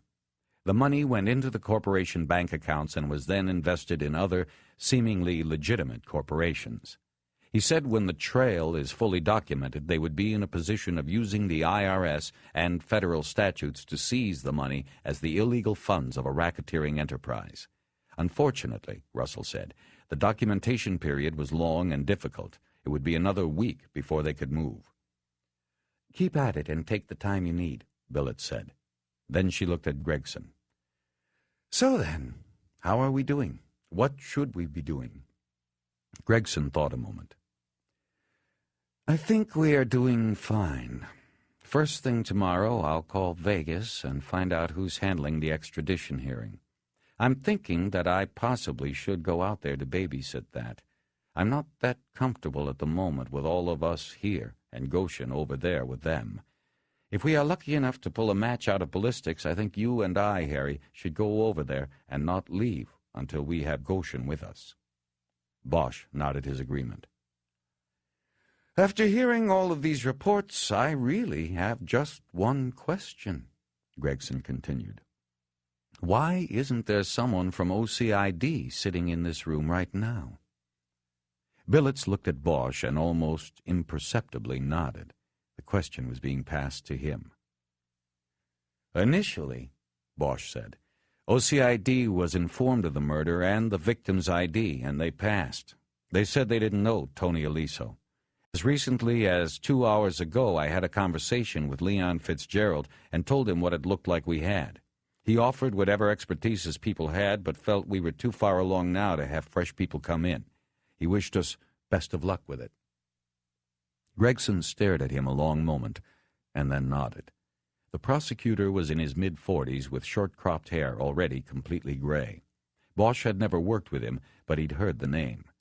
Gregson had been around long enough to know there was more to what Bosch had said, but he had also been around long enough to let it go for the time being. Billets didn't give him a lot of time to make something out of it anyway. Okay, so why don't we brainstorm a little bit before we call it a night, she said. What do we think happened to this man? We're gathering a lot of information, a lot of evidence, but do we know what happened to him? She looked at the faces gathered in the room. Finally, Ryder spoke up. My guess is that the IRS audit brought it all about, she said. He got the notice in the mail and he made a fatal mistake. He told this guy in Vegas, Joey Marks, that the government was going to look at his books and his cheap movies, and the scam was likely going to come out. Joey Marks responded the way you expect these guys to respond. He whacked him. He had his man Goshen follow Tony back home from Vegas so it would happen far away from him, and Goshen puts him in the trunk. The others nodded their heads in agreement. This included Bosch. The information he'd received from Fitzgerald fit with this scenario as well. It was a good plan, Edgar said. Only mistake was the fingerprints Artie Donovan got off the jacket. That was pure luck, and if we didn't have that, we probably wouldn't have any of this. That was the only mistake. Maybe not, Bosch said. The prints on the jacket just hurried things along. But Metro in Vegas was already working a tip from an informant who overheard Lucky Goshen talking about hitting somebody and putting him in a trunk. It would have gotten back to us. Eventually. Well, I'd rather be already on it than waiting for eventually, Billets said. Any alternative theories we should also be chasing? Are we clear on the wife, the angry screenwriter, his other associates? Nothing that sticks out, Ryder said. There definitely was no love lost between the victim and the wife, but she seems clean so far. I pulled the gatehouse log up there with a warrant, and her car never left Hidden Highlands on Friday night. She seems clean. What about the letter to the IRS? Gregson asked. Who sent it? Obviously someone with pretty good knowledge of what this man was doing, but who would that be? This could all be part of a power play within the Joey Marks group, Bosch said. Like I said before, something about the look on Goshen's face when he saw that gun and his claims later that it was a plant. I don't know. Maybe somebody tipped the IRS knowing it would get Tony whacked and that they could then possibly lay it off on Goshen. With Goshen gone, this person moves up. You're saying Goshen didn't do it? Gregson asked, his eyebrows arched. No, I think Goshen is probably good for it, but I don't think he was counting on that gun showing up behind the toilet. It doesn't make sense anyway to keep it around. So, say he whacks out Tony Aliso on orders from Joey Marks. He gives the gun to somebody in his crew to get rid of, only that person goes and plants it at the house. This is the same person who sent the letter to the IRS in the first place to get the whole thing going. Now we come along and wrap Goshen up in a bow. The guy who stashed the gun and sent the letter, he's in a position to move up. Bosch looked at their faces as they tried to follow the logic. Maybe Goshen isn't the intended target, Ryder said. Everybody looked at her. Maybe there's one more play. Maybe it's someone who wants Goshen and Joey Marks out of the way so he can move in. How will they get Marks now? Edgar asked. Through Goshen, she said. If those ballistics come back a match, Bosch said, then you can stick a fork in Goshen because he'll be done. He'll be looking at the needle or life without possibility, or a reduced sentence if he gives us something. Joey Marks, Gregson and Edgar said at the same time. So who is the letter writer? Billets asked. Who knows? Bosch answered. I don't know enough about the organization over there, but there's a lawyer that was mentioned by the cops there, a guy who handles everything for Marks. He'd know about Aliso's scam. He could pull this off. There's probably a handful of people close to Marks capable of doing it. They all were silent for a long moment, each one thinking the story through and seeing that it could work. It was a natural conclusion to the meeting, and Billets stood up to end it. Let's keep up the good work, she said. Matthew, thanks for coming out. You'll be the first one I call when we get the ballistics in the morning. Everyone else started standing up. Kiz and Jerry, flip a coin, Billets said. One of you will have to go to Vegas to work the extradition escort with Harry. It's regulations. Oh, and Harry, could you wait a minute? There's something I need to discuss with you about another case. After the others left, Billets told Bosch to close the door. He did so and then sat down in one of the chairs in front of her desk. So what happened? She asked. Did you really talk to Fitzgerald? Well, I guess it was more that he talked to me, but yeah, I met with him and Carbone. What's the deal? Basically, the deal is that they didn't know Tony Aliso from a hole in the ground until they, too, got a letter. Probably the same one that went to the IRS. I've got a copy of it. It has details. It was from somebody with knowledge, just like Kiz said. The letter OCID got also was postmarked in Las Vegas, and it was addressed specifically to Fitzgerald. So their response was to bug his office phone. Right. Illegal bug. They had just started. I have 9 days worth of tapes to listen to. When I call up and say Tony got whacked, they panicked. You know his situation with the chief. If it came out that, first of all, they illegally put the bug on Tony, and second of all, they might have somehow been the cause of his death because Joey Marks found out, then the chief would pretty much have all he'd need to move Fitzgerald out and reestablish controls on OCID. So Fitzgerald sends Carbone in to get the bug, and they play dumb about Tony. Right. Carbone didn't see the camera, or we wouldn't know any of this. That prick. When this is over, the first thing I'm going to do is give it all to the chief. Bosch wasn't sure how to say it. What is it? Fitzgerald could see that coming. I cut a deal with him. What? I cut a deal. He gave me everything, the tapes, the letter, but their activities go no further than you and me. The chief never knows. Harry, how could you? You had no... He's got something on me, Lieutenant. He's got something on you, too. And Kiz. A long silence followed, and Bosch watched the anger flush her cheeks. That arrogant bastard, she said. Bosch told her what it was Fitzgerald had come up with. Since Bosch now was privy to her secret, he thought it was only fair that he tell her about Eleanor. Billets just nodded. She was clearly thinking more about her own secret and the consequences of Fitzgerald having knowledge of it. Do you think he actually put people on me? A tale? Who knows? He's the kind of guy who sees opportunities and acts on them. He keeps information like money in a bank in case of a rainy day. This was a rainy day for him, and he pulled it out. I made the deal. Let's forget about it and move on with the case. She was silent a moment, and Bosch watched her for any sign of embarrassment. There was none. She looked directly at Bosch, her eyes searching him for any sign of judgment. There was none. She nodded. What else did they do after the letter came?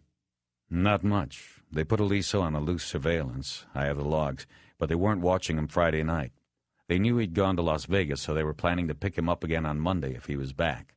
They were really just getting started when it all went down. She nodded again.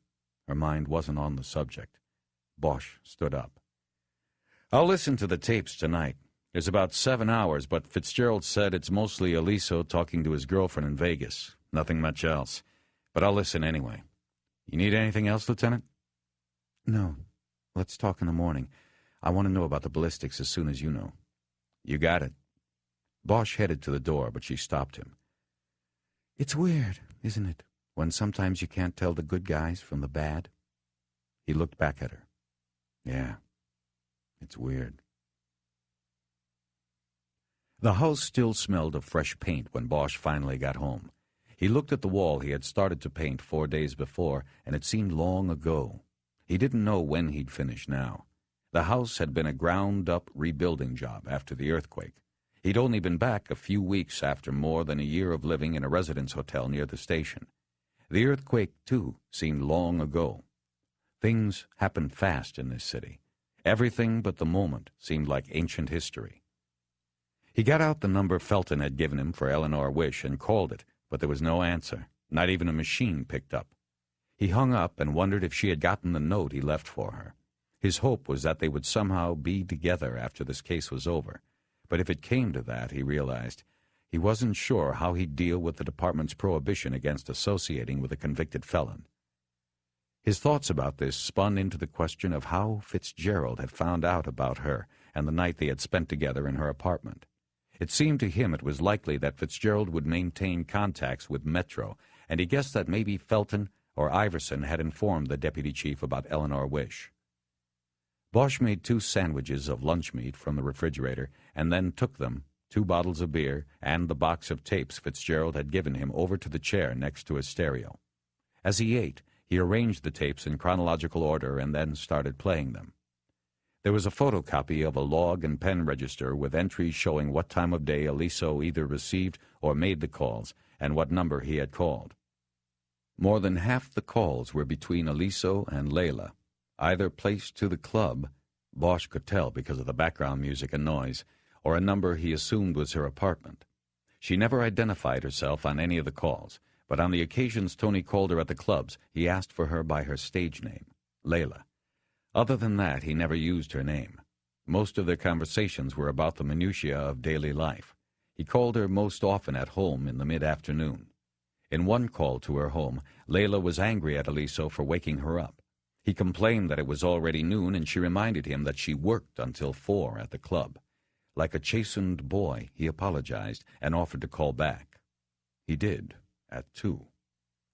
In addition to the conversations with Layla, there were calls to other women involving the timing of a scene that needed to be reshot for one of Tony's movies and various other film-related business calls. There were 2 calls placed by Aliso to his home, but both of his conversations with his wife were quick and to the point. One time he said he was coming home, and the other time he said he was going to be held up and wouldn't be home for dinner. When Bosch was done, it was after midnight, and he had counted only one of the conversations as being of even marginal interest. It was a call placed to the dressing room at the club on the Tuesday before Aliso was murdered. In the midst of their rather boring, innocuous conversation, Layla asked him when he was coming out next. Coming out Thursday, baby. Why, you miss me already? No, yeah, sure. I miss you and all, Tone. But Lucky was asking if you were coming. That's why I asked. Layla had a soft little girl voice that seemed unpracticed or fake. Well, tell him I'll be in Thursday night. You working then? Yeah, I'm working. Bosch turned off the stereo and thought about the one call that mattered. It meant Goshen knew, through Layla, that Aliso was coming out. It wasn't much, but it could probably be used by a prosecutor as part of an argument for premeditation. The problem was it was tainted evidence. In legal terms, it did not exist. He looked at his watch. It was late, but he decided to call. He took the number off the log where Layla's number had been recorded by a pen register, which reads the tones that sound when a number is punched into a phone. After 4 rings, it was answered by a woman with a slow voice laced with practiced sexual intent. Layla? No, this is Pandora. Bosch almost laughed, but he was too tired. Where's Layla? She isn't here. This is a friend of hers, Harry. She tried to call me the other night. You know where she is or where I could reach her? No, she hasn't been around for a couple days. I don't know where she is. Is this about Tony? Yeah. Well, she's pretty upset. I guess if she wants to talk to you, she'll call you again. You in town? Not right now. Where do you guys live? I don't think I'm going to tell you that. Pandora, is Layla scared of something? Of course she is. Her old man gets killed. She thinks people might think she knows something, but she doesn't. She's just scared. Bosch gave Pandora his home number and told her to have Layla call if she checked in. After he hung up, he looked at his watch and took out the little phone book he kept in his jacket. He called Billets's number, and a man answered. Her husband. Bosch apologized for the late call, asked for the lieutenant, and wondered while he waited what the husband knew about his wife and Kismeen Ryder. When Billets picked up, Bosch told her about his review of the tapes and how little value they were. The one call establishes Goshen's knowledge of Aliso's trip to Vegas, as well as his interest in it. But that's about it. I think it's kind of marginal, and we'll be okay without it. When we find Layla, we should be able to get the same information from her, legally. Wow, that makes me feel better. Bosch heard her exhale. Her unspoken worry had obviously been that if the tapes contained any vital information, they would have had to have been brought forward to prosecutors, thereby alienating Fitzgerald and ending her own career. Sorry for the late call, Bosch said, but I thought you might want to know as soon as I knew. Thanks, Harry.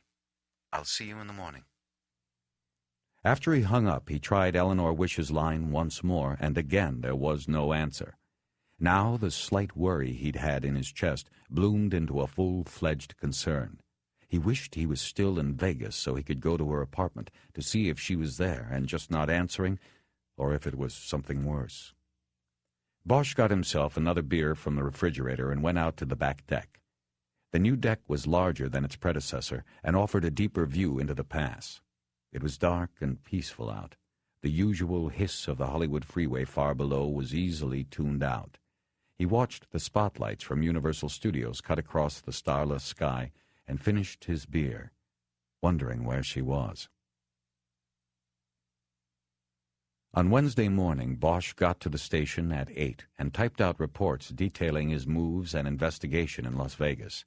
He made copies and put them in the lieutenant's mailbox, and then clipped the originals into the already inch-thick murder book that Edgar had started. He filed no report on his conversations with Carbone and Fitzgerald, or his review of the tapes OCID had made off of Eliso's office phone. His work was only interrupted by frequent walks to the watch office for coffee. He had completed these chores by 10 o'clock, but waited another 5 minutes before calling the department's gun shop. He knew from experience that he should not call before the time the report on the bullet comparisons was to be finished. He threw in the extra 5 minutes just to make sure. It was a long 5 minutes. As he called, Edgar and Ryder gravitated toward his spot at the homicide table so that they could immediately get the comparison results.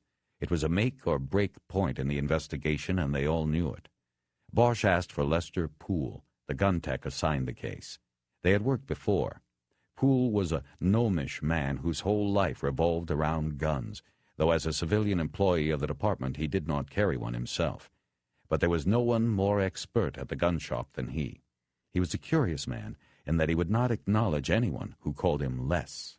He insisted on being called Lester or even just Poole, never the diminutive of Lester. Once he confided to Bosch that this was because he feared that if he became known as Les Poole, it would only be a matter of time before some smart-ass cops started calling him Cesspool. It was his intention never to let that happen. "Lester, it's Harry," Bosch said when the tech picked up. "You're the man this morning. What have you got for me?" I've got good and bad news for you, Harry. "Give me the bad first." Just finished with your case. Haven't written the report yet, but this is what I can tell you. The gun has been wiped clean of prints and is not traceable.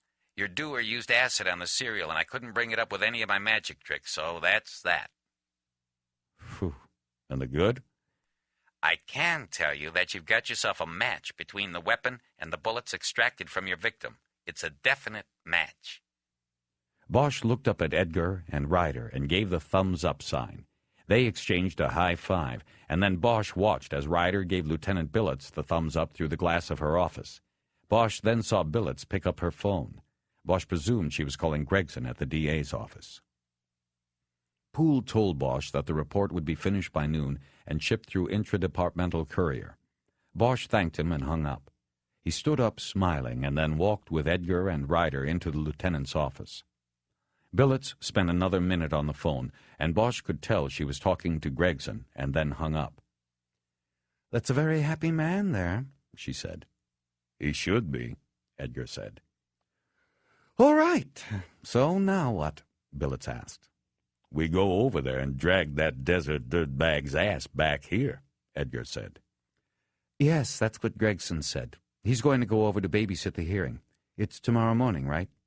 "Supposed to be," Bosch said. "I'm thinking of heading over there today. There are a couple of loose ends I want to square away, maybe take another shot at finding the girlfriend, and then I want to make the arrangements so we can get out of there with him as soon as the judge says go."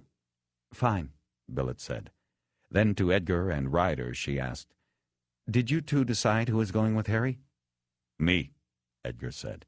"Kiz is more plugged in on the financial stuff. I'll go with Harry to get this sucker." "Okay, fine. Anything else?" Bosch told them about the gun being untraceable, but this didn't seem to dent the euphoria engendered by the ballistics match. The case was looking more and more like a slam dunk. They left the office after a few more self-congratulatory statements, and Bosch went back to his phone. He dialed Felton's office at Metro. The captain picked up right away. "Felton, it's Bosch in L.A. Bosch, what's up? Thought you might want to know. The gun checks out. It fired the bullets that killed Tony Eliso." Felton whistled into the phone. Damn, that's nice and neat. Lucky ain't gonna feel so lucky when he hears about that. "Well, I'm coming out in a little while to tell him." Good. When you gonna be here? "Haven't set it up yet. What about the extradition hearing? We still on for tomorrow morning?" Absolutely, as far as I know. I'll have somebody double-check to make sure. His lawyer might be trying to make waves, but that won't work. This added piece of evidence will help, too. Bosch told him that Gregson would be coming out in the morning to aid the local prosecutor, if needed. That's probably a wasted trip, but he's welcome just the same. "I'll tell him. Listen, if you've got a spare body, there's still one loose end bugging me." What? Tony's girlfriend. She was a dancer at Dolly's till she got fired by Lucky on Saturday. I still want to talk to her. She goes by the name Layla, that's all I have. That and her phone number. He gave Felton the number, and the captain said he'd have somebody check into it. Anything else? Yeah, one other thing. You know Deputy Chief Fitzgerald out here, don't you? Sure do. We've worked cases together. You talked to him lately? No. No, not in... Well, it's been a while. Bosch thought he was lying, but decided to let it go. He needed the man's cooperation for at least another 24 hours. Why do you ask, Bosch? No reason, just thought I'd ask. He's been advising us from this end, that's all. Good to hear that. He's a very capable individual. Capable? Yeah, that he is. Bosch hung up and then immediately set about making travel arrangements for himself and Edgar. He booked 2 rooms at the Mirage. They were above the department's maximum allowance for hotel rooms, but he was sure billets would approve the vouchers. Besides, Layla had called him once at the Mirage she might try again. Last, he reserved round-trip tickets for him and Edgar out of Burbank. On the Friday afternoon return, he reserved one more seat for Goshen. Their flight out left at 3:30 and got them into Las Vegas an hour later. He figured that would give them plenty of time to do what they had to do. Nash was in the gatehouse and came out to greet Bosch with a smile. Harry introduced Edgar. Looks like you guys have got yourself a real whodunit, eh? Looks that way, Bosch said. You got any theories? Oh, not a one. I gave your girl the gate log. She tell you that? She's not my girl, Nash. She's a detective. Pretty good one, too. Oh, I know. I didn't mean nothing. So, is Mrs. Aliso home today? Let's take a look. Nash slid the door of the gatehouse back open, then went inside and picked up a clipboard. He scanned it quickly and flipped back to the prior page. After scanning it, he put the clipboard down and came back out. She should be there, he said. Hasn't been out in 2 days. Bosch nodded his thanks. I got to call her, you know, Nash said. Rules. No problem. Nash raised the gate, and Bosch drove through. Veronica Aliso was waiting at the open door of her house when they got there. She was wearing tight gray leggings beneath a long, loose T-shirt with a copy of a Matisse painting on it. She had on a lot of makeup again. Bosch introduced Edgar, and she led them to the living room. They declined an offer for something to drink. Well, then, what can I do for you men? Bosch opened his notebook and tore out a page he had already written on. He handed her the page. That's the number of the coroner's office and the case number, he said. The autopsy was completed yesterday and the body can be released to you now.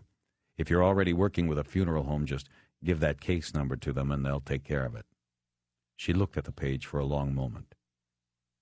Thank you, she finally said. You came all the way up here to give me this? No, we also have some news. We've arrested a man for your husband's murder. Her eyes widened. Who?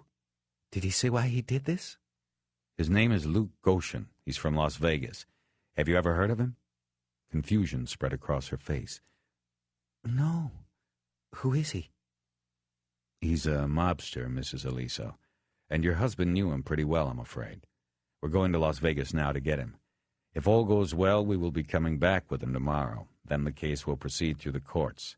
There'll be a preliminary hearing in municipal court, and then if Goshen is bound over for trial, as we assume he will be, there'll be a trial in Los Angeles Superior Court.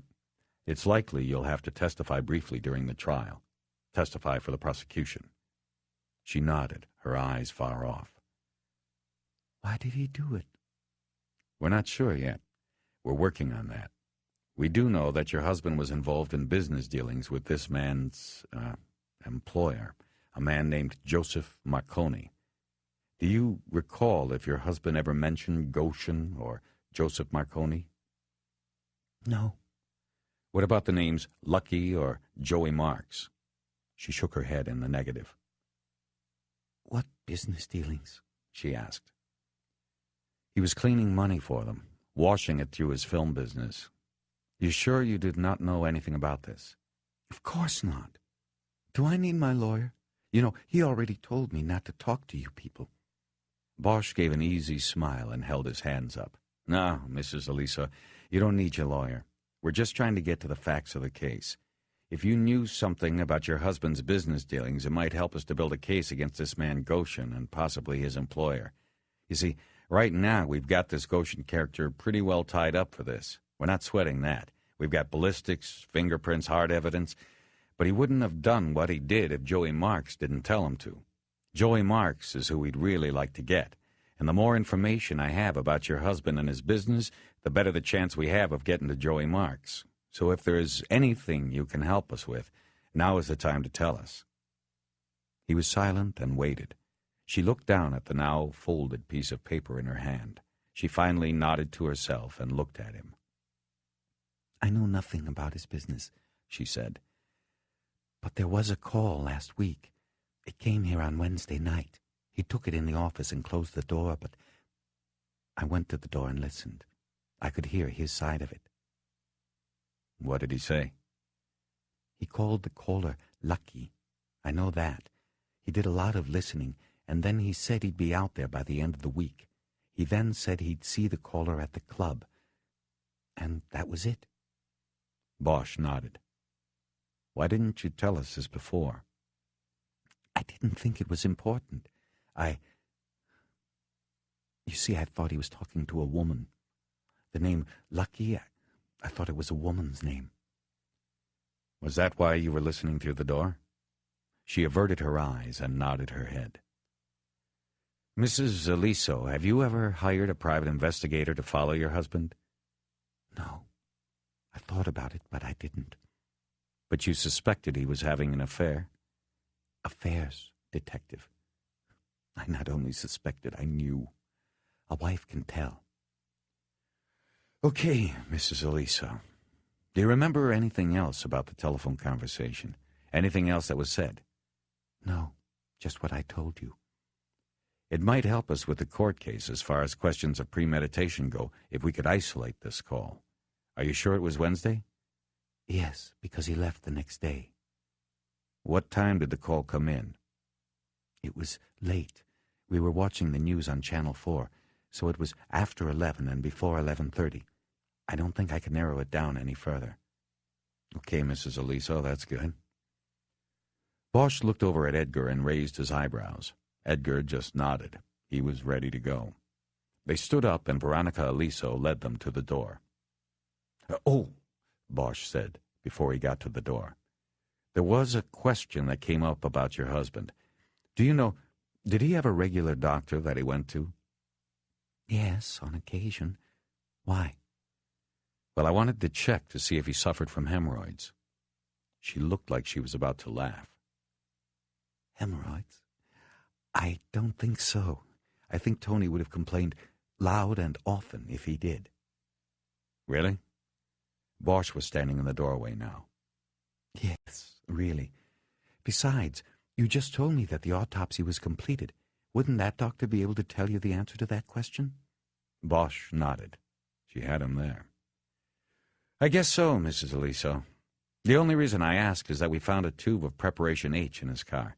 I was wondering why it was there if, he didn't need it. She smiled this time. Oh, that's an old performer's trick. A performer's trick? You know, actresses, models, dancers, they use that stuff. Bosch looked at her, waiting for more. She didn't say anything. I don't get it, he said. Why do they use it? Under their eyes, Detective Bosch. Shrinks the swelling. Well, you put it under your eyes and the bags from all that hard living get shrunk too. Probably half the people who buy that stuff in this town use it under their eyes, not what it's supposed to be used for. My husband, he was a vain man. If he was going to Las Vegas to be with some young girl, I think he would have done this. It was just like him. Bosch nodded. He thought of the unidentified substance under Tony Eliso's eyes. You learn something new every day, he thought. He would have to call Salazar. How do you think he would have known about that? He asked. She was about to answer, but hesitated. Then she just hiked her shoulders. It's a not-so-secret Hollywood secret, she said. He could have learned it anywhere. Including from you, Bosch thought, but didn't say. He just nodded and stepped through the door. "Oh, one last thing," he said, before she closed it. "This arrest is probably going to hit the media today or tomorrow. We'll try to contain it as much as possible. But in this town, nothing's ever sacred or secret for long. You should be prepared for that." "Thank you, Detective." "You might want to think about a small funeral, something inside. Tell the director not to give information out over the phone. Funerals always make good video." She nodded and closed the door. On the way out of Hidden Highlands, Bosch lit a cigarette, and Edgar didn't object. "She's a cold piece of work," Edgar said. "That she is," Bosch answered. "What do you think of the phone call from Lucky?" "It's just one more piece. We got Lucky by the balls. As far as he's concerned, it's over." Bosch took Mulholland along the crest of the mountains until it wound down to the Hollywood freeway. They passed the fire road down which Tony Aliso had been found without comment. At the freeway, Bosch turned south so he could pick up the 10 in downtown and head west. "Harry, what's up?" Edgar asked. "I thought we were leaving out of Burbank." "We're not flying, we're driving." "What are you talking about?" "I only reserved the flights in case somebody checked. When we get to Vegas, we let on that we flew in and that we're flying out right after the hearing with Goshen. Nobody has to know we're driving. You okay with that?" "Yeah, sure, fine, I get it. Precautions, setting a smoke screen in case somebody checks. I can dig it. You never know with the mobsters, do you?" Or with the cops. 4. Averaging over 90 miles an hour, including a 15-minute stop at a McDonald's, they got to Las Vegas in 4 hours. They drove to McCarran International Airport, parked in the garage, and took their briefcases and overnighters out of the trunk. While Edgar waited outside, Bosch went into the terminal and rented a car at the Hertz counter. It was almost 4:30 by the time they got to the Metro building. As they walked through the detective bureau, Bosch saw Iverson sitting at his desk and talking to Baxter, who stood nearby. A thin smile played on Iverson's face, but Bosch ignored it and went straight to Felton's office.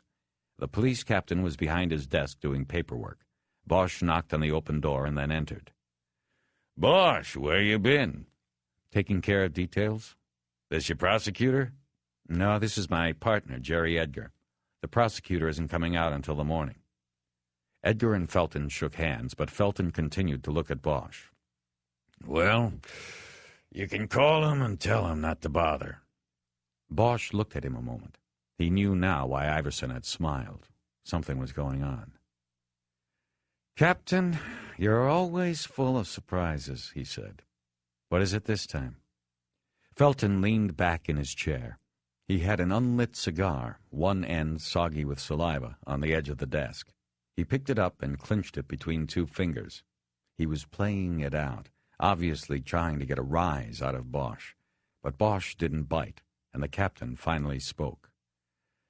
"Your boy, Goshen, is packing his bags." "He's waiving extradition?" "Yeah, he got smart." Bosch took the chair in front of the desk, and Edgar took one to the right. Felton continued.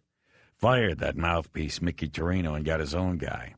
Not that much of an improvement, but at least the new guy's got Lucky's best interest in mind." "And how did he get smart?" Bosch asked. "You tell him about the ballistics?" "Sure, I told him.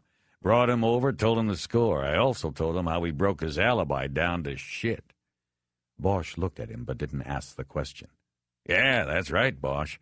We haven't been exactly sitting over here on our asses. We went to work on this guy, and we're helping to pound him into the ground for you. He said he never left his office Friday night until it was time to go home at 4. Well, we went over and checked that office out. There's a back door. He could have come in and gone out. Nobody saw him from the time Tony Aliso left until 4 when he came out to close the club. That gave him plenty of time to go out there, take down Tony, and hop the last flight back. And here's a kicker. Girl that works over there goes by the name of Modesty. She got into it with another dancer and went to the office to complain to Lucky. She said nobody answered when she knocked. So she tells Gussie she wants to see the boss, and he tells her the boss ain't in. That was about midnight." Felton nodded and winked. Yeah? And what did Gussie say about that? He isn't saying shit. We don't expect him to. But if he wants to get on the stand and back up Lucky's alibi, you can tear him apart easy. He's got a record going back to the 7th grade. All right, never mind him. What about Goshen? Like I said, we brought him over this morning and told him what we got and that he was running out of time right quick. He had to make a decision, and he made it. He switched lawyers. That's about as clear a sign as you're going to get. He's ready to deal, you ask me. That means you'll get him and Joey Marks, a few of the other douchebags in town. We'll take the biggest bite out of the outfit in 10 years. Everybody's happy. Bosch stood up. Edgar followed suit. This is the second time you've done this to me, Bosch said, his voice measured and controlled. You're not going to get a third. Where is he? Hey, cool down, Bosch. We're all working for the same thing. Is he here or not? He's in interview room 3. Last I checked, Weiss was in there with him, too. Alan Weiss, he's a new lawyer. Has Goshen given you any statement? No, of course not. Weiss gave us the particulars. No negotiating until you get him to L.A. In other words, he'll waive and you take him home. Your people will have to work out the deal over there. We're out of it after today, excepting when you come back to pick up Joey Marks. We'll help with that. I've been waiting for that day for a long time. Bosch left the office without further word. He walked through the squad room without looking at Iverson and made his way to the rear hallway that led to the interview rooms. He lifted the flap that covered the door's small window and saw Goshen in blue jail overalls sitting at the small table, a much smaller man in a suit across from him. Bosch knocked on the glass, waited a beat, and opened the door. "Counselor, could we speak for a moment outside? Are you from L.A.? It's about time." "Let's talk outside." As the lawyer got up, Bosch looked past him at Goshen. The big man was handcuffed to the table. It had barely been 30 hours since Bosch had seen him last, but Luke Goshen was a different man. His shoulders seemed slumped, as if he was closing in on himself. His eyes had a hollow look, the kind of stare that comes from a night of looking at the future. He didn't look at Bosch. After Weiss stepped out, Bosch closed the door. Weiss was about Bosch's age. He was trim and deeply tanned. Bosch wasn't sure, but thought he wore a hairpiece. He wore glasses with thin gold frames. In the few seconds he had to size the lawyer up, Bosch decided that Goshen had probably done well for himself. After introductions, Weiss immediately got down to business. "My client is willing to waive any challenge to extradition, but, detectives, you need to act quickly. Mr. Goshen does not feel comfortable or safe in Las Vegas, even in Metro lockup. My hope was that we would have been able to go before a judge today, but it's too late now. But at 9 a.m. tomorrow, I'll be in court. It's already arranged with Mr. Lipson, the local prosecutor. You'll be able to take him to the airport by 10. "Slow down a second, Counselor," Edgar said. "What's the hurry all of a sudden? Is it 'cause Luke in there heard about the ballistics we got, or because maybe Joey Marks has heard too and figures he better cut his losses?" "I guess maybe it's easier for Joey to put the hit out on him in Metro than all the way over in L.A., right?" Bosch added. Weiss looked at them like they were some form of life he had not previously encountered. "Mr. Goshen doesn't know anything about a hit, and I hope that statement is just part of the usual intimidation tactics you employ. What he does know is he is being set up to take the fall for a crime he did not commit, and he feels the best way to handle this is to cooperate fully in a new environment, someplace away from Las Vegas. Los Angeles is his only choice." "Can we talk to him now?" Weiss shook his head. "Mr. Goshen won't be saying a word until he's in Los Angeles. My brother will take the case from there. He has a practice there. Saul Weiss, you may have heard of him." Bosch had, but shook his head in the negative. "I believe he has already contacted your Mr. Gregson. So you see, Detective, you're just a courier here. Your job is to get Mr. Goshen on a plane tomorrow morning and get him safely to Los Angeles. It will most likely be out of your hands after that." "Most likely not," Bosch said. He stepped around the lawyer and opened the door to the interview room. Goshen looked up. Bosch stepped in and moved to the table. He leaned over it and put his hands flat on the table. Before he could speak, Weiss had moved into the room and was talking. Luke, don't say a word to this man. Don't say a word. Bosch ignored Weiss and looked only at Goshen. All I want, Lucky, is a show of faith. You want me to take you to L.A., get you there safe, then give me something. Just answer me one question. Where he has to take you anyway, Luke. Don't fall for this. I can't represent you if you don't listen to me. Where's Layla? Bosch asked. I'm not leaving Vegas until I talk to her. If you want to get out of here in the morning, I've got to talk to her tonight. She's not at her place. I talked to her roommate Pandora last night, and she says Layla's been gone a couple of days. Where is she? Goshen looked from Bosch to Weiss. Don't say a word, Weiss said. Detective, if you step out, I'd like to confer with my client. I think, actually, that might be something I won't have a problem with him answering. Hope not. Bosch went back into the hallway with Edgar. He put a cigarette in his mouth but didn't light it. Why's Layla so important? Edgar asked. I don't like loose ends. I want to know how she fits. Bosch didn't tell him that he knew from the illegal tapes that Layla had called Aliso and asked, at Goshen's request, when he'd be coming out to Vegas. If they found her, he would have to draw it out of her during the interview without giving away that he already knew it. It's also a test, he did tell Edgar, to see how far we can get Goshen to go with us. The lawyer stepped out then and closed the door behind him.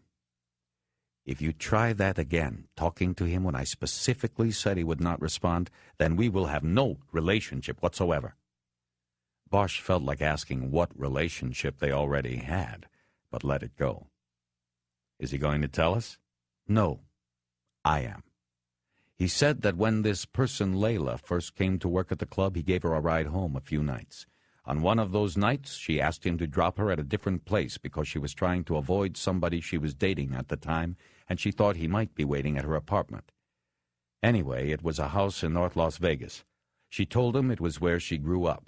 He doesn't have the exact address, but said the place was at the corner of Sycamore Street and Urbandale, the northeast corner. Try there, that's all he had. Bosch had his notebook out and wrote the street names down. Thank you, counselor. While you have the notebook out, write down courtroom 10. That's where we will be tomorrow at 9. I trust you will make secure arrangements for my client's safe delivery? That's what a courier is for, right? I'm sorry, Detective. Things are said in the heat of the moment. No offense. None taken. Bosch went out to the squad room and used the phone at an empty desk to call Southwest and change the reservations on the return flight from 3 in the afternoon to a 10:30 morning flight. Bosch didn't look at Iverson, but could tell the detective was watching him from a desk 15 feet away. When he was done, Bosch stuck his head in Felton's office. The captain was on the phone. Bosch just mock saluted him and was gone. Back in the rental car, Edgar and Bosch decided to go over to the jail and make arrangements for the custody transfer before trying to find Layla. The jail was next to the courthouse. A discharge sergeant named Hackett gave the detectives a rudimentary rundown on how and where Goshen would be delivered to them. Since it was after 5 and the shifts had changed, Bosch and Edgar would be dealing with a different sergeant in the morning. Still, it made Bosch feel more comfortable seeing the routine ahead of time. They would be able to put Goshen into their car in an enclosed and safe loading dock area. He felt reasonably sure that there wouldn't be trouble, at least not there. With directions from Hackett, they drove into a middle-class neighborhood in North Las Vegas and found the house where Goshen had once dropped Layla off. It was a small, bungalow-style house with aluminum awning over each window. There was a Mazda RX-7 parked in the carport. An older woman answered the door. She was mid-60s and well-preserved. Bosch thought he could see some of the photo of Layla in her face. Bosch held his badge up so she could see it. Ma'am, my name is Harry Bosch, and this is Jerry Edgar. We're over from Los Angeles, and we're looking for a young woman we need to talk to. She's a dancer and goes by the name Layla. Is she here? She doesn't live here. I don't know what you're talking about. I think you do, ma'am, and I'd appreciate it if you'd help us out. I told you she's not here. Well, we heard she's staying here with you. Is that right? Are you her mother? She tried to contact me. There's no reason for her to be afraid or to not want to talk to us. I'll tell her that if I see her. Can we come in? Bosch put his hand on the door and firmly but slowly started to push it open before she could reply. You can't just... She didn't finish. She knew what she was going to say would be meaningless. In a perfect world, the cops couldn't just push their way in. She knew it wasn't a perfect world. Bosch looked around after he entered. The furnishings were old, having to last a few more years than they were intended to, and she probably thought they would have to when she bought them. It was the standard couch and matching chair setup. There were patterned throws on each, probably to cover the wear. There was an old TV, the kind with a dial to change the channels. There were gossip magazines spread on a coffee table. The place had the funky smell of old people. "You live here alone?" he asked. "Yes, I do," she said indignantly, as if his question was an insult. "When was the last time you saw Layla?" Her name's not Layla. That was my next question. What is her name?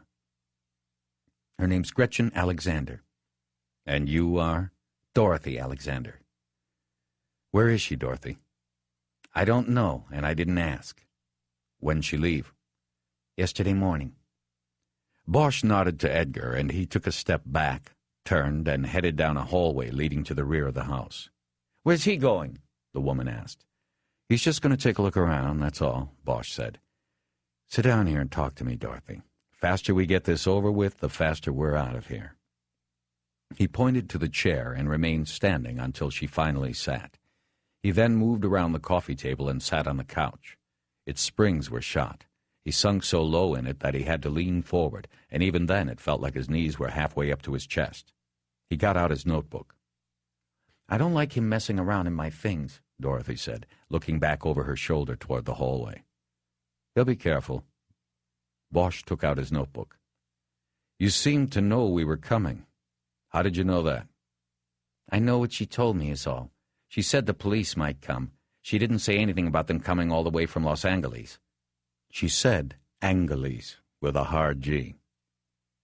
"And you know why we're here?" "Because of Tony. She said he went and got himself killed over there." "Where did Gretchen go, Dorothy?"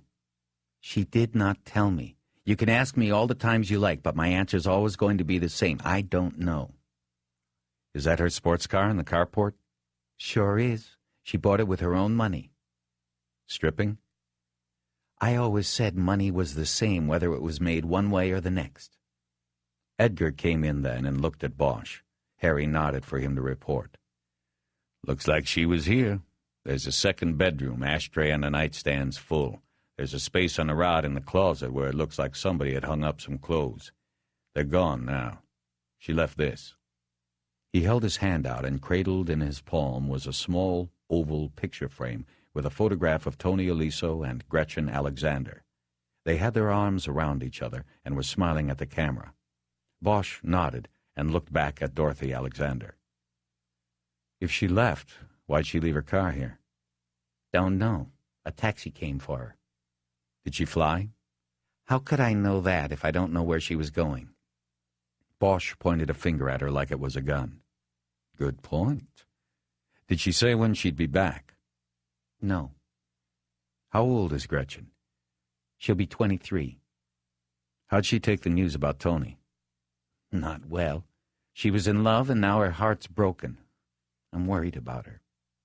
"You think she might do something to hurt herself?" "I don't know what she might do." "Did she tell you she was in love, or did you just think that?" "I just didn't think it up. She told me. She confided in me, and it was the truth. She said they were going to get married." "Did she know Tony Aliso was already married?" "Yes, she knew. But he told her, he said that it was over, and it was just a matter of time." Bosch nodded. He wondered if it was the truth. Not the truth that Gretchen may have believed, but the truth that Tony Aliso believed. He looked down at the blank page of his notebook. "I'm trying to think if there's anything else," he said. "Jerry?" Edgar shook his head, then spoke. "I guess I'd just like to know why a mother would let her daughter do that for a living, taking her clothes off like that." "Jerry, she had a talent, mister. Men came from all over the country, and when they see her, they keep coming back. Because of her. And I'm not her mother. I might as well have been. Her own went and left her with me a long time ago. But she has a talent, and I'm not talking to you two anymore. Get out of my house." She stood up as if ready to physically enforce her edict if she needed to. Bosch decided to let her have her way and stood up, putting his notebook away. "I'm sorry for the intrusion," he said, as he dug a business card out of his wallet. "If you hear from her, would you give her this number? And tonight she can get me at the Mirage again." "I'll tell her if I hear from her." She took the card and followed them to the door. On the front step, Bosch looked back at her and nodded. "Thanks, Mrs. Alexander." "For what?" They were quiet for a while, driving back to the Strip. Eventually, Bosch asked Edgar what he thought of the interview. "She's a crusty old bitch. I had to ask that question, just to see how she'd react. Other than that, I think this Layla or Gretchen is just a dead end. Just some stupid girl Tony was leading on. You know, it's usually the strippers that are working the angles, but this time I think it was Tony." "Maybe." Bosch lit a cigarette and dropped back into silence. He was no longer thinking of the interview. As far as he was concerned, the work for the day was over, and he was now thinking about Eleanor Wish. When he got to the Mirage, Bosch swung the car into the circle in front and pulled to a stop near the front doors. "Harry, man, what are you doing?" Edgar said. "Bullets might pop for the Mirage, but she ain't going to dig into the company wallet for valet parking." "I'm just dropping you off. I'm going to go switch the cars tonight. I don't want to go anywhere near that airport tomorrow." "That's cool, but I'll go with you, man. Nothing to do here but lose money on the machines." Bosch reached over and opened the glove box and pushed the trunk release button. "No, Jet, I'm going on my own. I want to think about some things. Grab your stuff out of the trunk." Edgar looked at him a long moment. Bosch had not called him Jed in a long time. Edgar was about to say something, but apparently thought better of it. He opened the door. "Okay, Harry. You want to grab dinner or something later?" "Yeah, maybe. I'll call you in your room." "You're the man." After Edgar slammed the trunk, Bosch drove back out onto Las Vegas Boulevard and then north to Sands. It was dusk, and the day's dying light was being replaced with the neon glow of the city. In 10 minutes, he pulled into a parking space in front of Eleanor Wish's apartment building. He took a deep breath and got out of the car. He had to know. Why had she not answered his calls? Why had she not responded to his message? When he got to the door, he felt his guts seize as if gripped in a huge fist. The note he had carefully folded and squeezed into the door jamb 2 nights before was still there. Bosch looked down at the worn doormat and then squeezed his eyes shut. He felt a tremendous wave of the guilt he had worked so hard to bury come forth from inside. He had once made a phone call that got an innocent man killed. It had been a mistake, something he could not possibly have seen coming, but it happened just the same, and he had worked hard to put it not behind him, but at least in a place where he could live with it. But now Eleanor. Bosch knew what he would find behind the door. Asking Felton for her number and address had sent things into motion. A terrible motion that ended with her being hauled into Metro and her fragile dignity and belief that bad things were behind her being crushed. Bosch kicked over the doormat on the off chance she had left a key. There was none. His lockpicks were in the glove compartment of the car parked at the airport. He hesitated a moment, focused on a spot over the doorknob, then stepped back, raised his left leg, and drove his heel into the door. It splintered along the jamb and flew open. Bosch slowly stepped into the apartment. He noticed nothing amiss in the living room. He moved quickly into the hallway and then down into the bedroom. The bed was unmade and empty. Bosch stood there for a moment, taking it all in. He realized he hadn't taken a breath since he had kicked in the door. He slowly exhaled and began breathing normally. She was alive. Somewhere. At least he thought so. He sat down on the bed, took out a cigarette, and lit it. His feeling of relief was quickly being crowded by other doubts and nagging questions. Why hadn't she called? Hadn't there been something real about what they had shared? "Hello?" A man's voice came from the front of the apartment. Bosch assumed it was someone who had heard him pop the door. He stood up and headed out of the bedroom. "Yeah," he said. "I'm back here. I'm with the police." He stepped into the living room and saw a man impeccably dressed in a black suit with a white shirt and black tie. It wasn't what Bosch expected. "Detective Bosch?" Bosch tensed and didn't answer. "There's someone outside who would like to talk to you." "Who?" "He'll tell you who he is and what his business is." The man walked out the front door, leaving it up to Bosch as to whether to follow. He hesitated a moment and did. There was a stretch limousine in the parking lot, its engine running. The man in the black suit walked around and got into the driver's seat. Bosch watched this for a moment and then walked toward the limo. He brought his arm up instinctively and brushed it against his coat until he felt the reassuring shape of his gun beneath it. As he did this, the rear door closest to him opened, and a man with a rough, dark face beckoned to him. Bosch showed no hesitation. It was too late now. Bosch ducked into the big car and took a seat facing the rear. There were two men sitting on the plucky, padded back seat. One was the rough-faced man who was casually dressed and slouching in his luxurious spot, and an older man in an expensive three-piece suit, the tie pulled tight to his neck. Sitting between the two men on a padded armrest was a small black box with a green light glowing on it. Bosch had seen them before. It was a device that detected electronic radio waves emitted by eavesdropping devices. As long as that green light glowed, they could talk and be reasonably assured they wouldn't be overheard and recorded. "Detective Bosch," the rough-faced man said.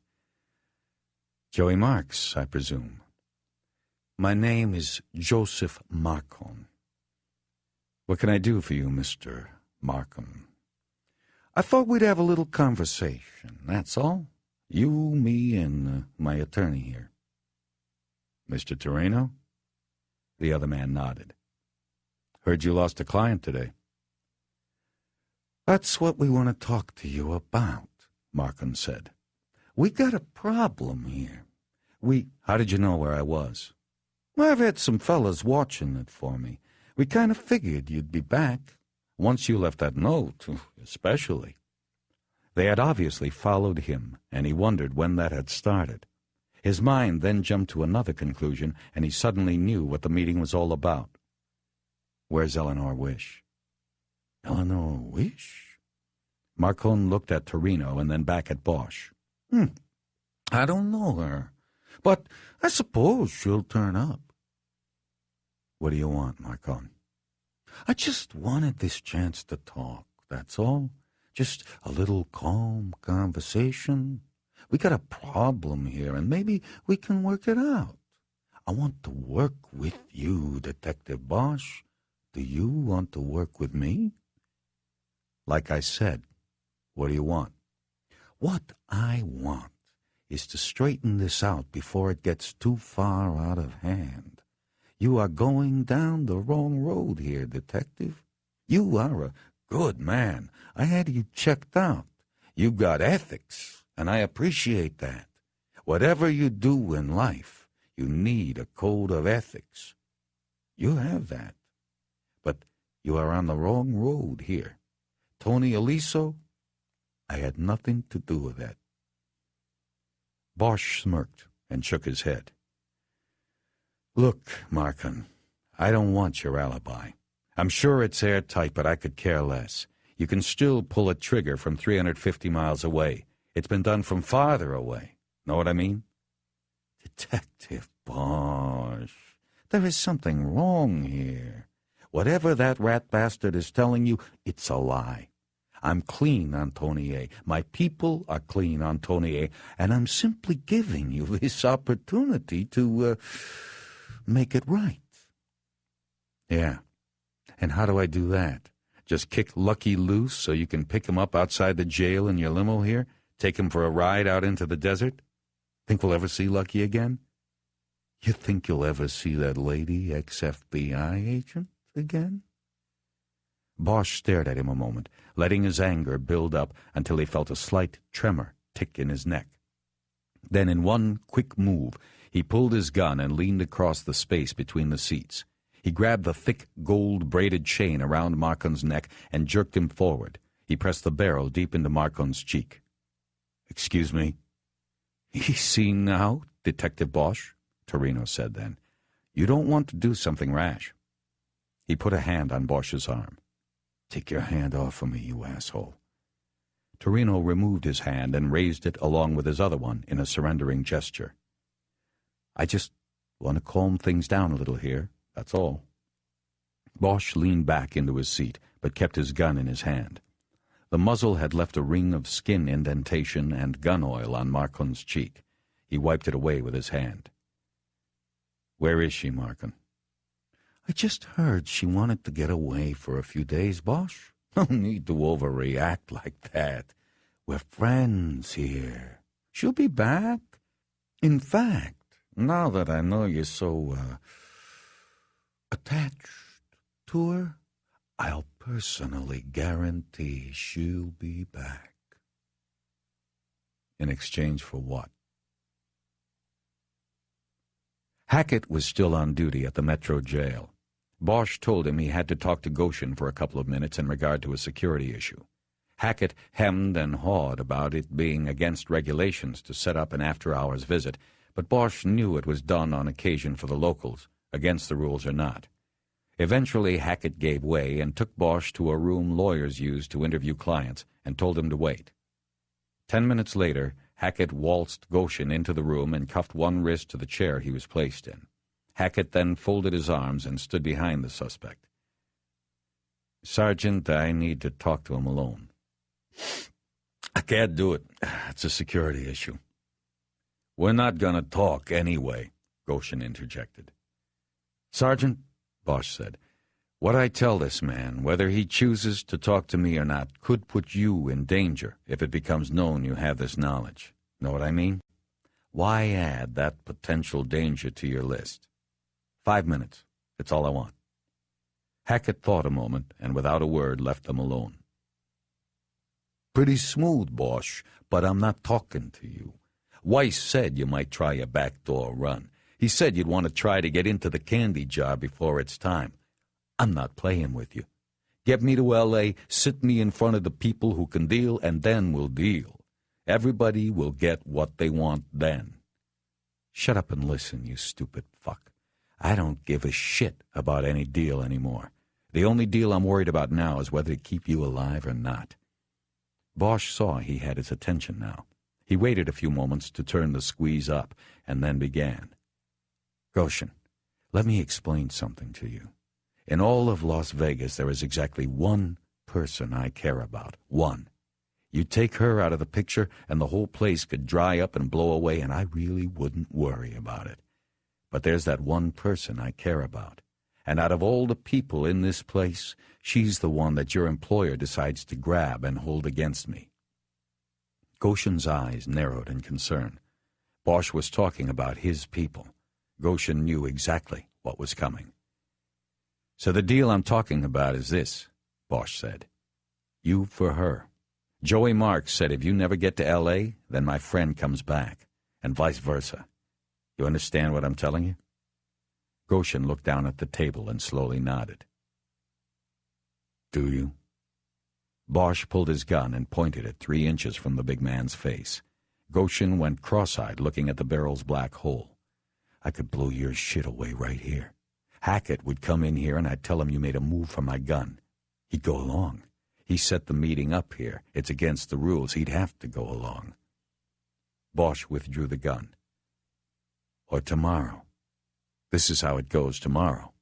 At the airport, we're waiting for our flight. There's a commotion over at the machines. Somebody's won a big fucking jackpot, and my partner and I make the mistake of looking over there. Meantime, somebody, maybe it's your pal, Gussie, puts a 6-inch stiletto in your neck. End of you, my friend comes home. What do you want, Bosch?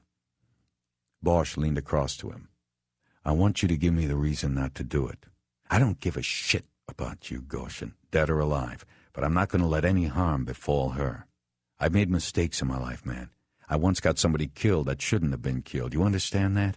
It's not going to happen again. This is redemption, Goshen, and if I have to give a piece of shit like you up to get it, I'll do it. There's only one alternative. You know Joey Marks. Where would he have her? Oh, Jesus, I don't know. Goshen rubbed a hand over his scalp. Think, Goshen.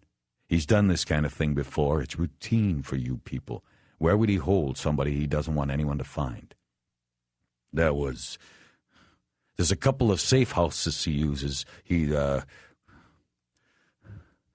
I think for this one he'd use the Samoans. Who are they? These two big fuckers he uses, Samoans. They're brothers. Their names are too hard to say. We call them Tom and Jerry. They got one of the safe houses. Joey would use their place for this. The other place is mostly for counting cash, putting up people from Chicago. Where's the house with the Samoans? It's in North Vegas, not too far from Dolly's, actually. On a piece of notebook paper Bosch gave him, Goshen drew a crude map with directions to the house. You've been there, Goshen? A few times. Bosch turned the piece of paper over on the table. Draw the layout of the house. Bosch pulled the dusty detective car he had picked up at the airport into the valet circle at the Mirage and jumped out. A valet approached, but Bosch walked past him. Sir, your keys? I'll only be a minute. The valet was protesting that he couldn't just leave the car there when Bosch disappeared through the revolving door. As he crossed through the casino toward the lobby, Bosch scanned the players for Edgar, his eyes stopping on every tall black man, of which there were few. He didn't see Edgar. On a house phone in the lobby, he asked for Edgar's room and then breathed an almost audible sigh of relief when his partner picked up the phone. Jerry, it's Bosch. I need your help. What's up? Meet me out front at the valet. Now? I just got room service. When you didn't call, Right now, Jerry. And did you bring your vest from L.A.? My vest? Yeah, what's... Bring your vest with you. Bosch hung up before Edgar could ask any questions. As he turned to head back to the car, he came face to face with someone he knew. At first, because the man was well-dressed, Bosch thought it was one of Joey Marks's men, but then he placed him. Hank Meyer, Mirage Security. Detective Bosch, I didn't expect to see you here.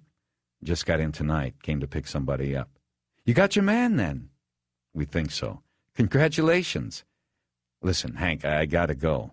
I've got a car blocking traffic in the front circle. Oh, that's your car. I just heard that on the security radio. Yes, please, move it. I'll talk to you later. Bosch made a move to pass him. Oh, Detective, just wanted you to know we still haven't had that betting slip come in. Bosch stopped. What? You asked if we checked to see if anyone cashed the bet your victim put down Friday night on the Dodgers? Oh, yeah, right. Well, we went through the computer tapes and located the sequence number. I then checked the number on the computer. No one has collected on it yet. Okay, thanks. I called your office today to let you know, but you weren't there. I didn't know you were coming here. We'll keep an eye out for it. Thanks, Hank. I gotta go. Bosch started walking away, but Meyer kept talking. No problem. Thank you. We look forward to opportunities to cooperate with and hopefully help our law enforcement brethren. Meyer smiled broadly. Bosch looked back at him and felt like he had a weight tied to his leg. He couldn't get away from him. Bosch just nodded and kept going, trying to remember the last time he had heard the phrase, law enforcement brethren. He was almost across the lobby when he glanced back and saw that Meyer was still behind him. One more thing, Detective Bosch. Bosch stopped, but lost his patience. Hank, what? I've got to get out of here. It will take just a second. A favor. I assume your department will go to the press with this arrest. I'd appreciate it if you kept any mention of the Mirage out of it. Even our help, if you don't mind. No problem. I won't say a word. Talk to you later, Hank. Bosch turned and walked away. It was unlikely the Mirage would have been mentioned in any press release anyway, but he understood the concern. Guilt by association. Meyer was mixing public relations with casino security. Or maybe they were the same thing. Bosch got to the car just as Edgar came out, carrying his bulletproof vest in his hand. The valet looked at Bosch balefully. Bosch took out a 5 and handed it to him. It didn't do much to change his disposition. Then he and Edgar jumped in the car and took off. The safe house Goshen told Bosch about looked deserted when they drove by. Bosch pulled the car to a stop a half block away. I still don't know about this, Harry, Edgar said. We should be calling in Metro. I told you we can't. Marks has to have somebody inside Metro, or else he wouldn't have known to snatch her in the first place. So we call Metro, he finds out, and she's dead or moved somewhere else before Metro even makes a move. So we go in and we call Metro afterward. If there is an afterward. Just what the hell are we going to do? Go in blasting? This is cowboy shit, Harry. No. All you're going to do is get behind the wheel, turn the car around, and be ready to drive. We might have to leave in a hurry. Bosch had hoped to use Edgar as a backup, but after telling him the situation on the way over, it was clear that Edgar wasn't going to be solid. Bosch went to Plan B, where Edgar was simply a wheelman. Bosch opened his door and looked back at Edgar before getting out. You're going to be here, right? I'll be here. Just don't get killed. I don't want to have to explain it. Yeah, I'll do my best. Let me borrow your cuffs and pop the trunk. Bosch put Edgar's cuffs into his coat pocket and went to the trunk. At the trunk, he took out his vest and put it on over his shirt, and then put his coat back on to hide his holster. He pulled up the trunk liner and lifted up the spare tire. Below it was a Glock 17 pistol wrapped in an oily rag. Bosch popped the clip on it, checked the top bullet for corrosion, and then put the weapon back together. He put it in his belt. If there was going to be any shooting on this mission, he wasn't going to use his service gun. He came up alongside the driver's window, saluted Edgar, and headed down the street. The safe house was a small, concrete block and plaster affair that blended in with the neighborhood. After jumping a 3-foot fence, Bosch took the gun from his belt and held it at his side as he walked along the side of the house. He saw no light emitted from any of the front or side windows, but he could hear the muffled sound of television. She was here. He could feel it. He knew Goshen had told the truth. When he got to the rear corner, he saw there was a pool in the backyard as well as a covered porch. There was a concrete slab with a satellite dish anchored to it. The modern mafia crash pad, Bosch thought. You never knew how long you'd have to hole up, so it was good to have 500 channels. The backyard was empty, but as Bosch turned the corner, he saw a lighted window. He crept down the back of the house until he was close. The blinds were drawn on the window, but by getting close and looking between the cracks, he could see them in there. 2 huge men he immediately assumed were the Samoans, and Eleanor. The Samoan sat on a couch in front of a television. Eleanor sat on a kitchen chair next to the couch. One wrist and one ankle were handcuffed to the chair. Because the shade of a floor lamp was in the way, he could not see her face, but he recognized her clothes as those she had worn on the day they had dragged her into Metro. The 3 of them were sitting there watching a rerun of a Mary Tyler Moore show. Bosch felt the anger building in his throat. Bosch crouched down and tried to think of a way to get her out of there. He leaned his back against the wall and looked across the yard and the shimmering pool. He got an idea. After taking one more glimpse through the blinds and seeing that no one had moved, Bosch went back to the corner of the house to the slab where the satellite dish sat. He put his gun back in his belt, studied the equipment for a few moments, and then simply used 2 hands to turn the dish out of alignment and point its focus toward the ground. It took about 5 minutes. Bosch figured most of this must have been spent with one or the other of the Samoans fiddling with the TV and trying to get the picture back. Finally, an outdoor floodlight came on, the back door opened, and one of them stepped out onto the porch. He wore a Hawaiian shirt as big as a tent and had long, dark hair that flowed over his shoulders. When the big man got to the dish, he clearly wasn't sure how to proceed. He looked at it for a long moment, then came around to the other side to see if this afforded him a better angle. He now had his back to Bosch. Bosch stepped away from the corner of the house and came up behind the man. He placed the muzzle of the Glock against the small of the man's back, though even the small of his back wasn't small. "Don't move, big man," he said in a low, calm voice. "Don't say a word, unless you want to spend the rest of your life in a wheelchair with your piss sloshing around in a bag." Bosch waited. The man did not move and said nothing. "Which are you, Tom or Jerry?" "I'm Jerry." Okay, Jerry, we're going to walk over to the porch. Let's go. They moved to one of the two steel support beams that held up the porch's roof. Bosch kept the gun pressed against his shirt the whole time. He then reached into his pocket and pulled out Edgar's cuffs. He handed them around the girth of the man and held them up. Okay, take 'em. Cuff yourself around the beam. He waited until he heard both cuffs click, then came around and checked them, clicking them tightly around the man's thick wrists. Okay, that's good, Jerry. Now, do you want me to kill your brother? I mean, I could just walk in there and waste him and get the girl. That's the easy way. You want me to do it that way? No? Then do exactly what I tell you. If you fuck up, he dies. Then you die, because I can't afford to leave a witness. Got it? Yes? Okay. Without saying his name, because I don't trust you, just call to him and ask if the picture's back on the TV. When he says no, tell him to come out here and help. Tell him she'll be fine, she's handcuffed. Do it right, Jerry, and everybody lives. Do it wrong, and some people aren't going to make it. What do I call him? How about, hey, bro? That ought to work. Jerry did as he was told, and did it right. After some back-and-forth banter, the brother stepped out onto the porch where he saw Jerry with his back to him. Just as he realized something wasn't right, Bosch came from the blind spot to his right rear and put the gun on him.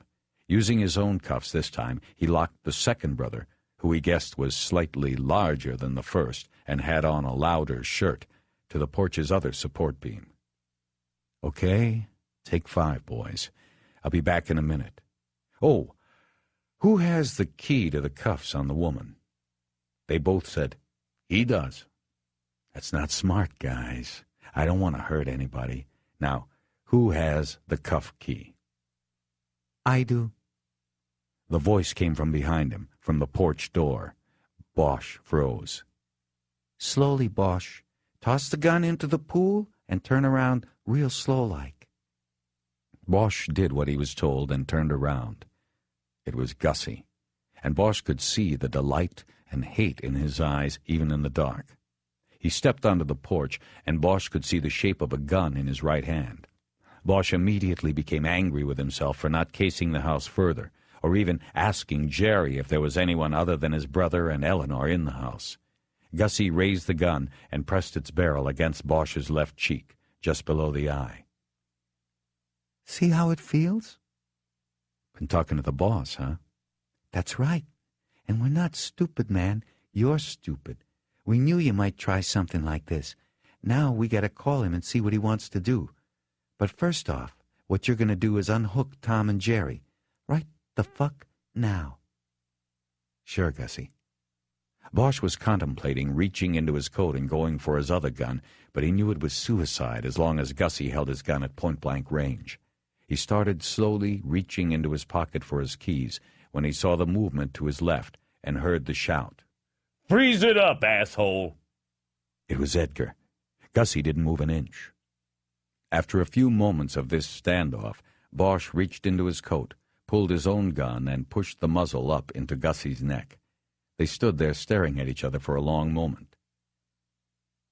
What do you think? Bosch finally said. You want to try it? See if we both get one off? Gussie said nothing, and Edgar moved in. He put the muzzle of his gun against Gussie's temple. A smile broke across Bosch's face, and he reached up and took Gussie's gun from him and threw it into the pool. I didn't think so. He looked over at Edgar and nodded his thanks. You got him? I'll go get her. I got him, Harry, and I'm hoping he does something stupid, the big fat fuck. Bosch checked Gussie for another weapon and found none. Where's the cuff key? He asked. Fuck you. Remember the other night, Gussie? You want a repeat performance? Tell me where the fucking key is. Bosch figured his own cuff key would fit, but he wanted to make sure he got one away from Gussie. The big man finally blew out his breath and told Bosch the key was on the kitchen counter. Bosch went inside the house, his gun out, his eyes scanning for more surprises. There was nobody. He grabbed the cuff key off the kitchen counter and went into the back den where Eleanor was. When he stepped into the room and her eyes rose to his, he saw something that he knew he would always cherish. It wasn't something he believed he could ever put into words. The giving way of fear, the knowledge of safety, maybe thanks. Maybe that was how people looked at heroes, he thought. He rushed to her and knelt in front of her chair so that he could unlock the cuffs. "You okay, Eleanor?" Yes, I'm fine. I knew, Harry. I knew you would come." He had the cuffs off, and he just looked up at her face. He nodded and pulled her into a quick hug. "We gotta go." They went out the back where the scene did not look as if it had changed at all. "Jerry, you got him? I'm going to find a phone and call Felton." "I got—" "No," Eleanor said. "Don't call them. I don't want that." Bosch looked at her. "Eleanor, what are you talking about? These guys, they abducted you. If we hadn't come here, there's a good chance they would have taken you out into the desert tomorrow and planted you." "I don't want the cops. I don't want to go through all of that. I just want this to end." Bosch looked at her a long moment. "Jerry, you got him?" he asked. "I got him." Bosch went to Eleanor and grabbed her arm and led her back into the house. When they were in the alcove by the kitchen and far enough away that the men outside could not hear them, he stopped and looked at her. "Eleanor, what's going on?" "Nothing. I just don't want—" "Did they hurt you?" "No, Did they rape you? Tell me the truth." "No, Harry. It is nothing like that. I just want this to end here." "Listen to me. We can take down Marks, his lawyer, and those 3 assholes out on the porch. That's why I'm here. Marks told me he had you." "Don't kid yourself, Harry. You can't touch Marks on this. What did he really tell you? And who's your witness going to be? Me? Look at me. I'm a convicted felon, Harry. Not only that, I used to be one of the good guys. Just think what a mob lawyer can do with that." Bosch didn't say anything. He knew she was right. "Well, I'm not going to put myself through that," she said. "I got a dose of reality when they jerked me out of my home and took me down to Metro. I'm not going to go to bat for them on this. Now, can you get me out of here?" "As long as you are sure. You can't change your mind once we're out of here." "I'm as sure as I'll ever be." Bosch nodded and led her out to the porch. "It's your lucky day, boys," he said to the 3 thugs. Then to Edgar he said, "We're pulling out of here. We'll talk about it later." Edgar just nodded. Bosch then went one by one to the Samoans and put their own cuffs on their wrists, and then took off the others. When he was done, he held the key up in front of the smaller of the 2 giants and then tossed it into the pool. He then went over to the fence that ran behind the pool and took down a long pole with a net attached to the end of it. He fished his gun off the bottom and handed it to Eleanor to hold. He then returned to Gussie. He was dressed completely in black. Edgar was still standing to his right, holding the gun against his temple. "Almost didn't recognize you without the tux, Gussie. Will you give Joey Marks a message?"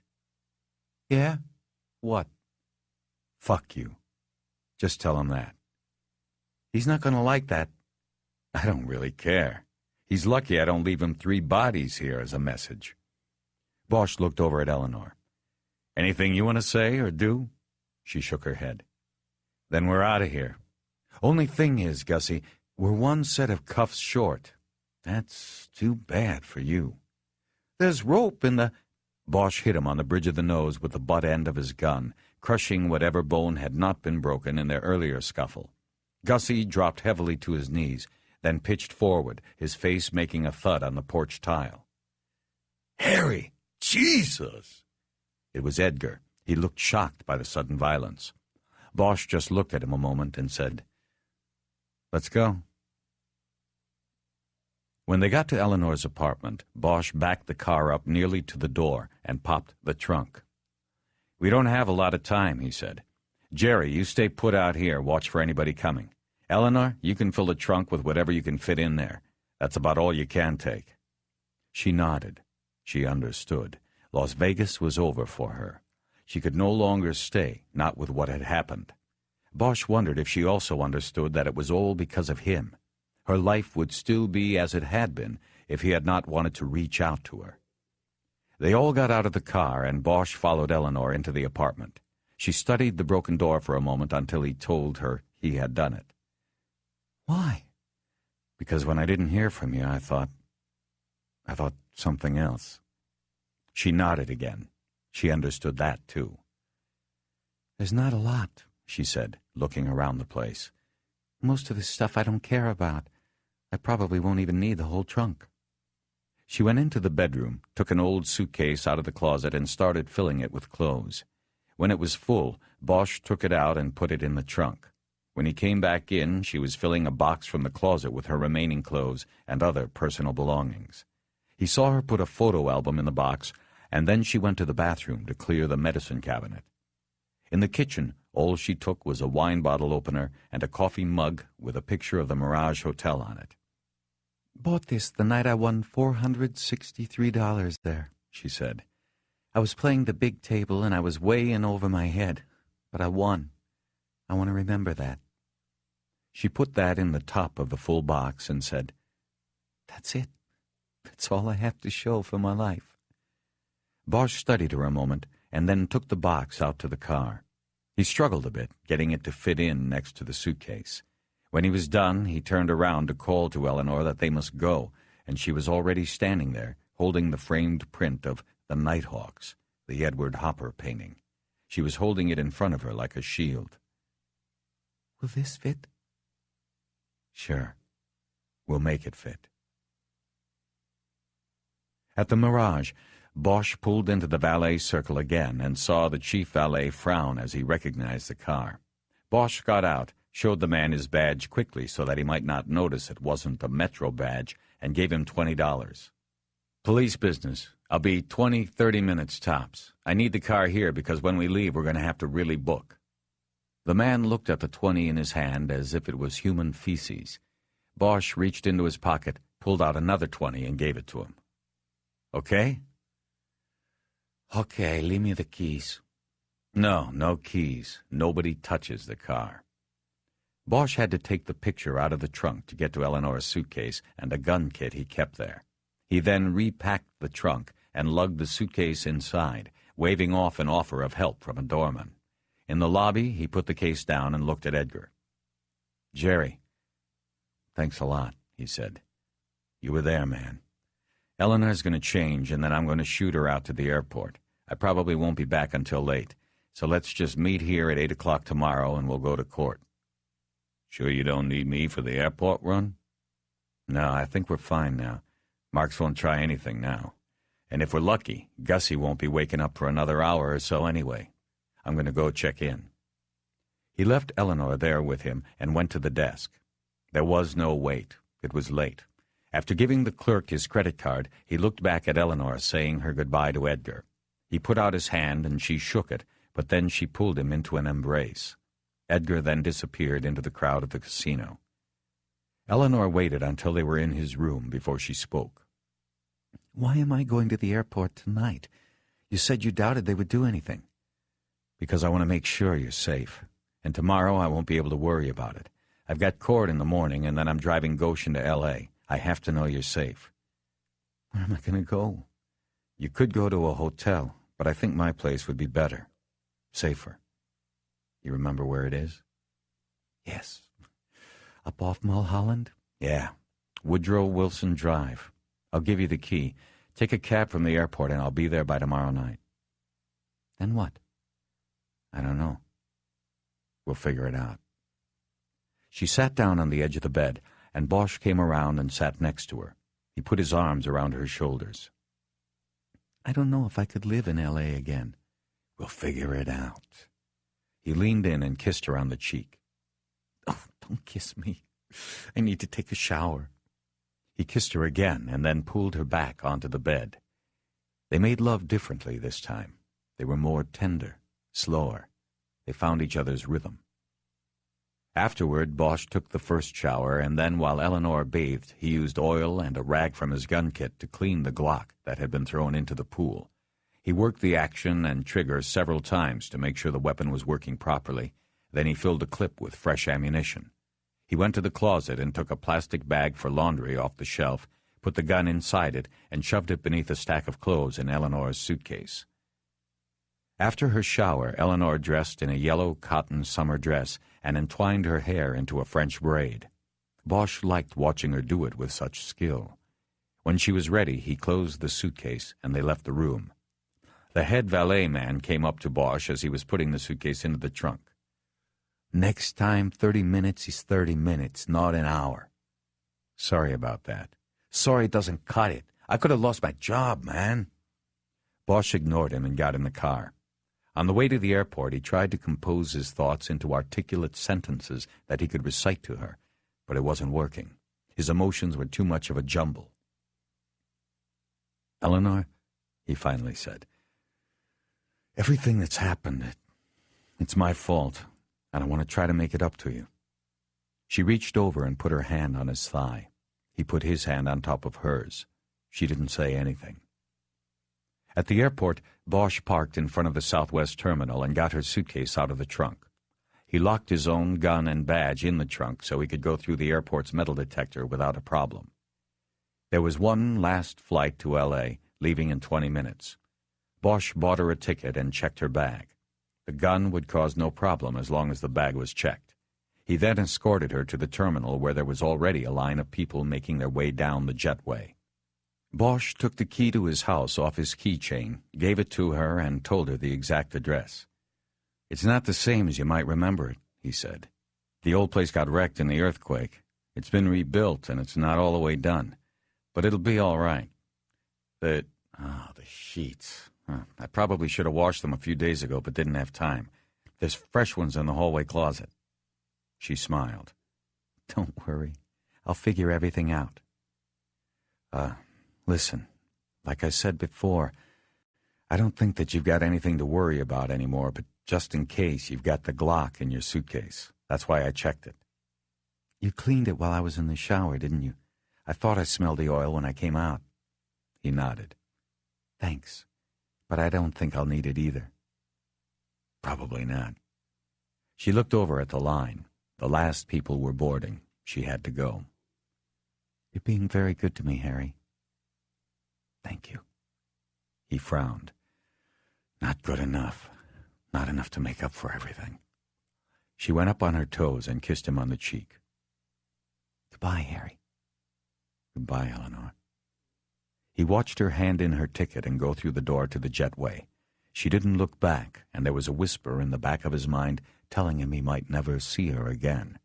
But he shut it off and walked back through the nearly deserted airport. Most of the slot machines stood mute and ignored. Bosch felt a deep sense of loneliness engulf him. The only hitch in the morning's court proceedings occurred before they started, when Weiss came out of lockup after conferring with his client and quickly went into the hall to find Bosch and Edgar conferring with Lipson, the local prosecutor who would handle the extradition hearing. Gregson had not made the trip from the L.A. County DA's office. Weiss and Lipson had given him their assurances that Luke Goshen was going to waive any objection to being brought back to California. "Detective Bosch?" Weiss said. "I was just in with my client, and he asked me to get him some information before the hearing. He said he wanted an answer before he gave any waiver. I don't know what it's about, but I hope you haven't been in contact with my client." Bosch put a concerned yet puzzled look on his face. "What's he want to know?" "He just wanted to know how last night worked out, whatever that means. I'd like to know what is going on here." "Just tell him everything is fine." "What is fine, detective?" "If your client wants to tell you, he can tell you. Just deliver the message." Weiss stalked away, heading back toward the lockup door. Bosch looked at his watch. It was 5 till 9, and he figured the judge wouldn't come out to the bench at the crack of 9. None of them ever did. He reached into his pocket for his cigarettes. "I'm going outside to have a smoke," he told Edgar. Bosch took the elevator down and went out to the front of the courthouse to have his cigarette. It was warm out, and he thought the day would probably be another scorcher. With Las Vegas in September, it was pretty much guaranteed. He was glad he'd be leaving soon, but he knew the ride through the desert during the heat of the day would be rough. He didn't notice Mickey Torino until the lawyer was a few feet away from him. He, too, was smoking a cigarette before going in to handle the day's business of mob-related legal work. Bosch nodded his greeting, as did Torino. "I guess you heard by now." "No deal." Torino looked around to see if they were being watched.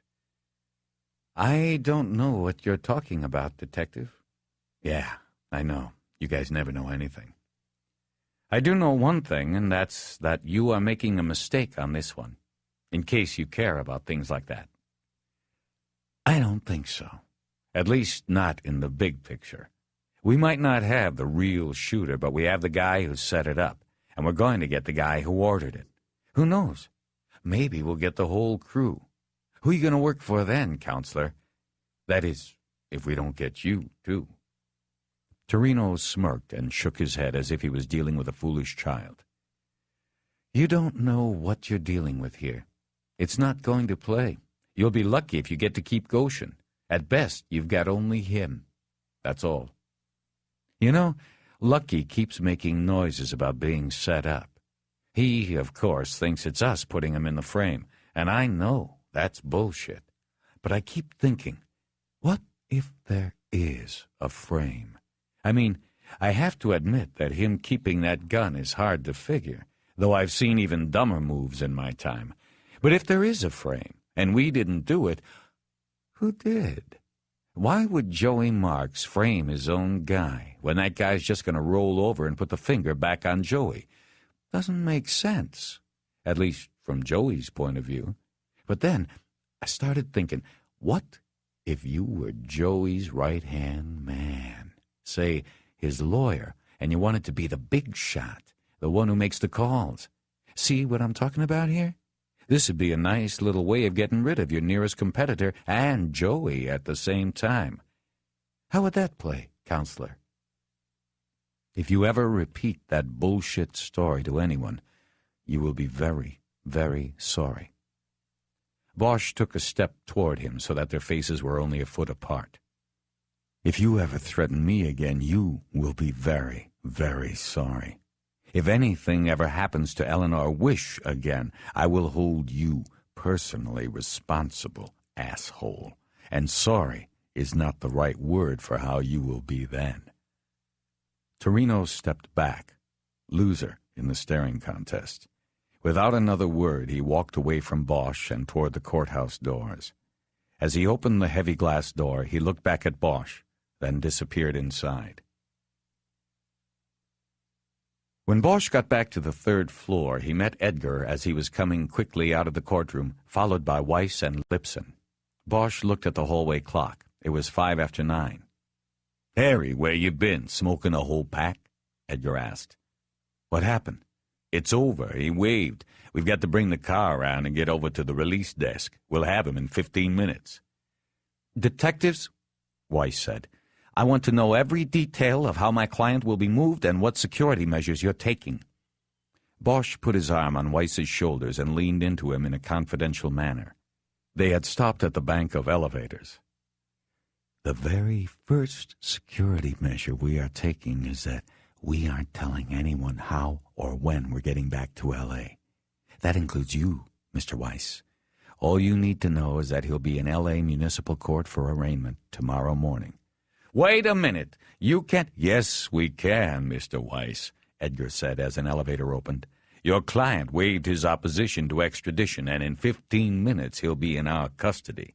And we're not going to divulge any information about security here or there or on the way there. Now, if you'll excuse us." They left him there and loaded onto the elevator. As the doors closed, Weiss shouted something about them not being allowed to talk to his client until his Los Angeles counsel had met with him. A half hour later, the Strip was in the rear-view mirror, and they were driving into the open desert. "Say goodbye, Lucky," Bosch said. "You won't be back." When Goshen didn't say anything, Bosch checked him in the mirror. The big man was sitting sullenly in the back with his arms cuffed to a heavy chain that went around his waist. He returned Bosch's stare and for a brief moment Bosch thought he saw the glimmer of fear in his eyes. It was the same look he had let loose for a moment in his bedroom before he managed to drag it back inside, like a naughty child. "Just drive," he said, after he had recovered his demeanor. "We're not having a conversation here." Bosch looked back at the road ahead and smiled. "Maybe not now, but we will. We'll be talking." 5. As Bosch and Edgar were leaving the men's central jail in downtown Los Angeles, Bosch's pager sounded, and he checked the number. He didn't recognize it, but the 485 exchange told him the person paging him was in Parker Center. He took the phone out of his briefcase and returned the call. It was Lieutenant Billets who answered. "Detective, where are you?" Her use of his rank instead of his name told him she probably wasn't alone. The fact that she was calling from Parker Center rather than the Bureau in Hollywood told him that something had gone wrong. "At Men's Central. What's up?" "Do you have Luke Goshen with you?" "No, we just dropped him off. Why, what is it?" "Give me the booking number." Bosch hesitated a moment, but then held the phone under his chin while he reopened his briefcase and got the number off the booking receipt. He gave Billets the number and once again asked what was going on. She once again ignored the question. "Detective, I want you to come over to Parker right away, the 6th floor conference room." The 6th floor was administration level. It also was where the internal affairs offices were. Bosch hesitated again before finally answering. "Sure, Grace. You want Jerry too?" "Tell Detective Edgar to go back to Hollywood Division. I'll contact him there." "We've only got the one car." "Then tell him to take a cab and put it on his expense account. Hurry it up, Detective. We are waiting for you here." "We? Who's waiting?" She hung up then, and Bosch just stared at the phone for a moment. "What is it?" Edgar asked. "I don't know." Bosch stepped off the elevator into the deserted 6th floor hallway and proceeded toward the conference room he knew was behind the last door before the entrance to the police chief's office at the end of the hall. The yellowed linoleum had been recently polished. As he walked toward his destiny with his head down, he saw his own dark reflection moving just in front of his steps. The door to the conference room was open, and as Bosch stepped in, all eyes in the room were on him. He looked back at Lieutenant Billets and Captain LaValle from the Hollywood Division and the recognizable faces of Deputy Chief Irvin Irving and an IAD squint named Chastain. But the 4 remaining men gathered around the long conference table were strangers to Bosch. Nevertheless, he guessed from their conservative gray suits that they were feds. "Detective Bosch, have a seat," Irving said. Irving stood ramrod straight in a tight uniform. The dome of his shaven head shone under the ceiling fluorescence. He motioned to the empty seat at the head of the table. Bosch pulled a chair out and sat down slowly, as his mind raced. He knew that this kind of showing of brass and feds was too big to have been caused by his affair with Eleanor Wish. There was something else going on, and it involved only him. Otherwise, Billets would have told him to bring Edgar along. "Who died?" Bosch asked. Irving ignored the question. When Bosch's eyes traveled across the table to his left and up to Billets's face, the lieutenant glanced away. "Detective, we need to ask you some questions pertaining to your investigation of the Eliso case," Irving said. "What are the charges?" Bosch responded. "There are no charges," Irving replied calmly. "We need to clear some things up." "Who are these people?" Irving introduced the 4 strangers. Bosch had been right. They were feds. John Samuels, an assistant U.S. attorney assigned to the Organized Crime Strike Force, and 3 FBI agents from 3 different field offices. They were John O'Grady from L.A., Dan Ekblad from Las Vegas, and Wendell Werris from Chicago. Nobody offered to shake Bosch's hand. Nobody even nodded. They just stared at Bosch with looks that transmitted their contempt for him. Being that they were feds, the contempt for the LAPD was standard issue. Bosch still couldn't figure out what was going on here. Okay, Irving said. We're going to get some things cleared up first. I'm going to let Mr. Samuels take it from here. Samuels wiped a hand down his thick black mustache and leaned forward. He was in the chair at the opposite end of the table from Bosch. He had a yellow legal tablet on the table in front of him, but it was too far away for Bosch to be able to read what was on it.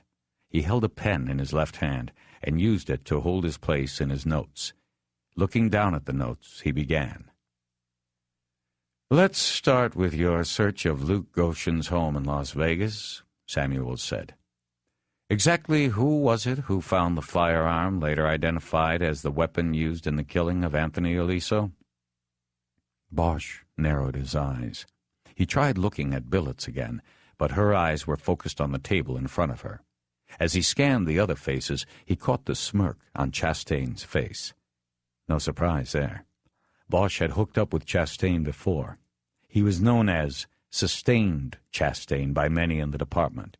When departmental charges are brought against an officer, an internal affairs investigation and Board of Rights hearing result in one of two findings. The allegations are either sustained or ruled unfounded. Chastain had a high ratio of sustained to unfounded cases, thus the departmental moniker which he wore like a medal. "If this is the subject of a departmental investigation, I think I'm entitled to representation," Bosch said. "I don't know what this is about, but I don't have to tell you people anything." "Detective," Irving said. He slid a sheet of paper across the table to Bosch. "That is a signed order from the Chief of Police telling you to cooperate with these gentlemen.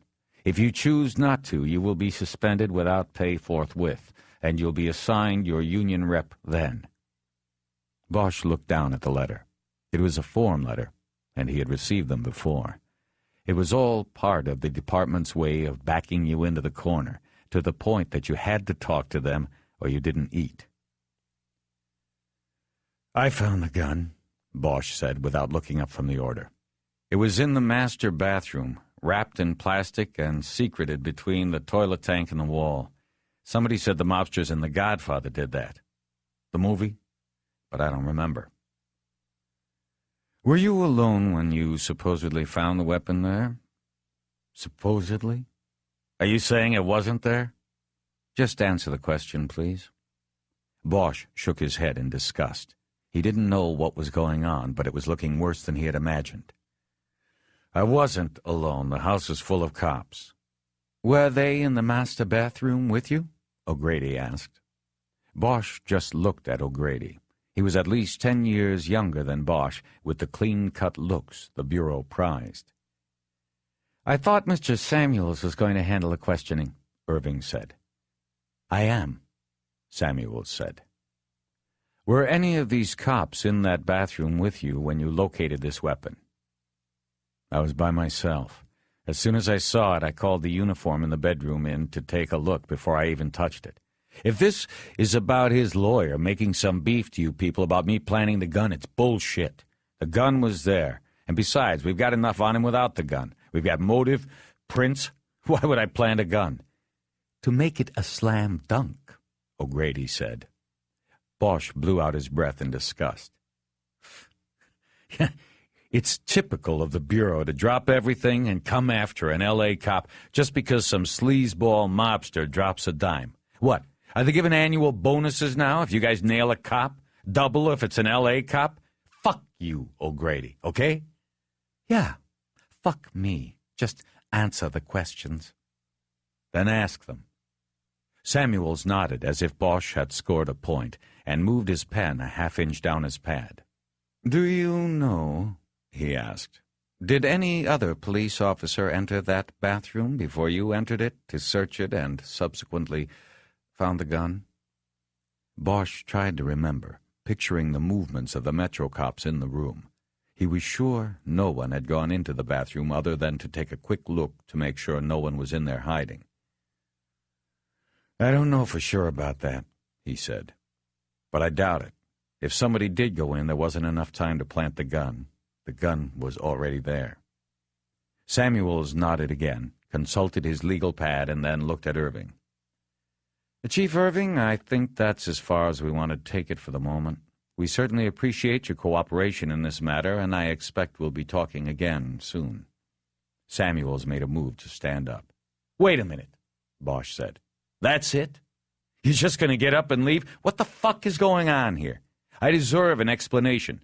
Who made the complaint? His lawyer? Because I'm going to make a complaint right back at him. Your deputy chief can discuss this with you if he chooses to. No, Samuels. You tell me. You're asking the questions, now you answer a few. Samuels drummed his pen on his pad for a moment and looked at Irving.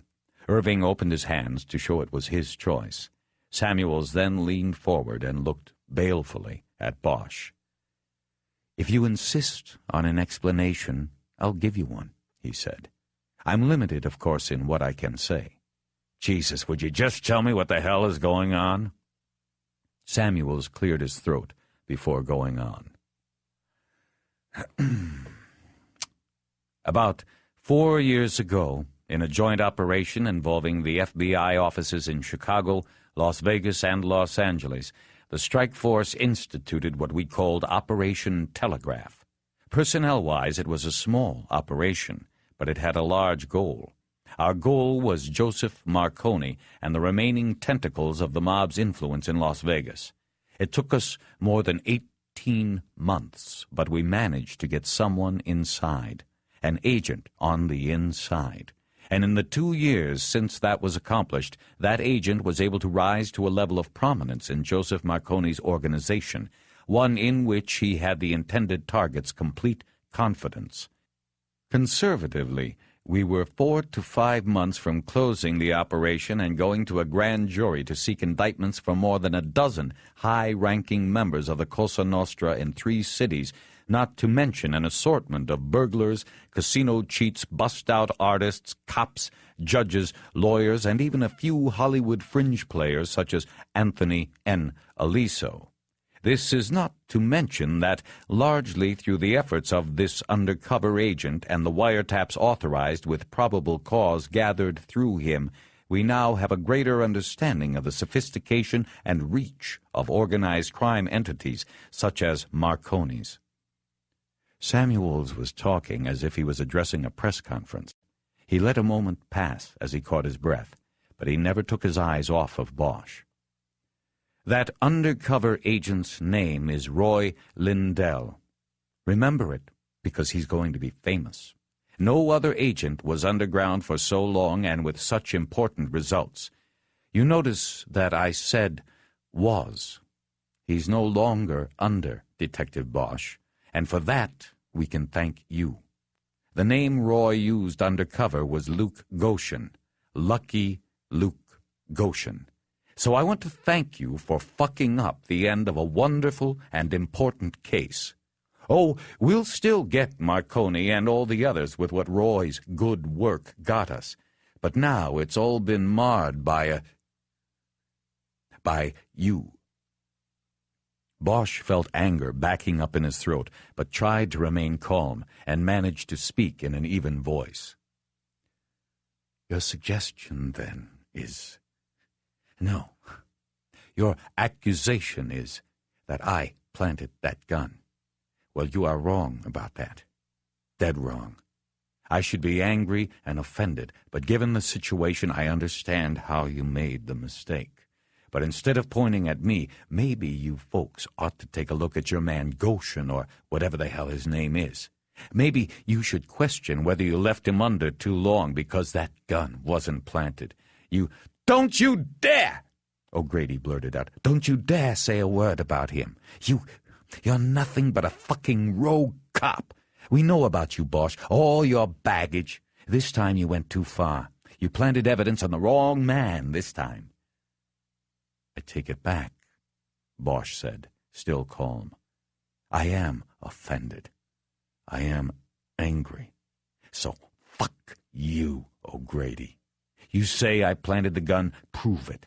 But first, I guess you gotta prove that I was the one who put Tony Aliso in his trunk, because how in the hell else would I have the gun to plant? Easy. You could have found it there in the bushes off the goddamn fire road. We already know you searched it by yourself. Gentlemen, Irving interjected. We'll put you down for this, Bosch. Gentlemen! O'Grady closed his mouth, and everyone looked at Irving. This is getting out of hand. I'm ending this meeting. Suffice it to say an internal investigation will be conducted, and we are doing our own investigation, Samuels said. Meantime, we have to figure out how to salvage our operation. Bosch looked at him incredulously. Don't you understand? He said. There is no operation. Your star witness is a murderer. You left him in too long, Samuels. He turned, became one of them. He killed Tony Aliso for Joey Marks. His prints were on the body. The gun was found in his house. Not only that, he's got no alibi. Nothing.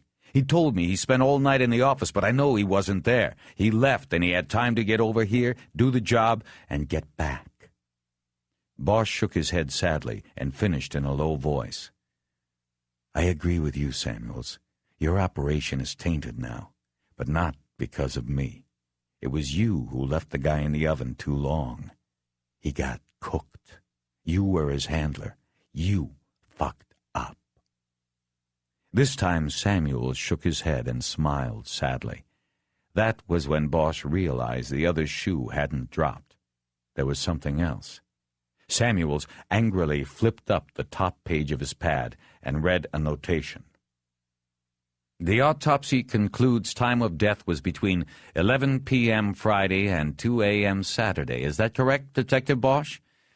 I don't know how you got the report, since I haven't seen it myself yet. Was the death between 11 and 2? Yes. Do you have those documents, Dan? Samuels asked Ekblad. Ekblad took several pages folded lengthwise from the inside of his jacket and handed them to Samuels. Samuels opened it and glanced at its contents, and then tossed it across the table to Bosch. Bosch picked it up, but didn't look at it. He kept his eyes on Samuels. What you have there are copies of a page from an investigative log, as well as an interview report prepared Tuesday morning by Agent Ekblad here. There are also 2 sworn affidavits from Agents Ekblad and Phil Colbert, who will be with us here shortly.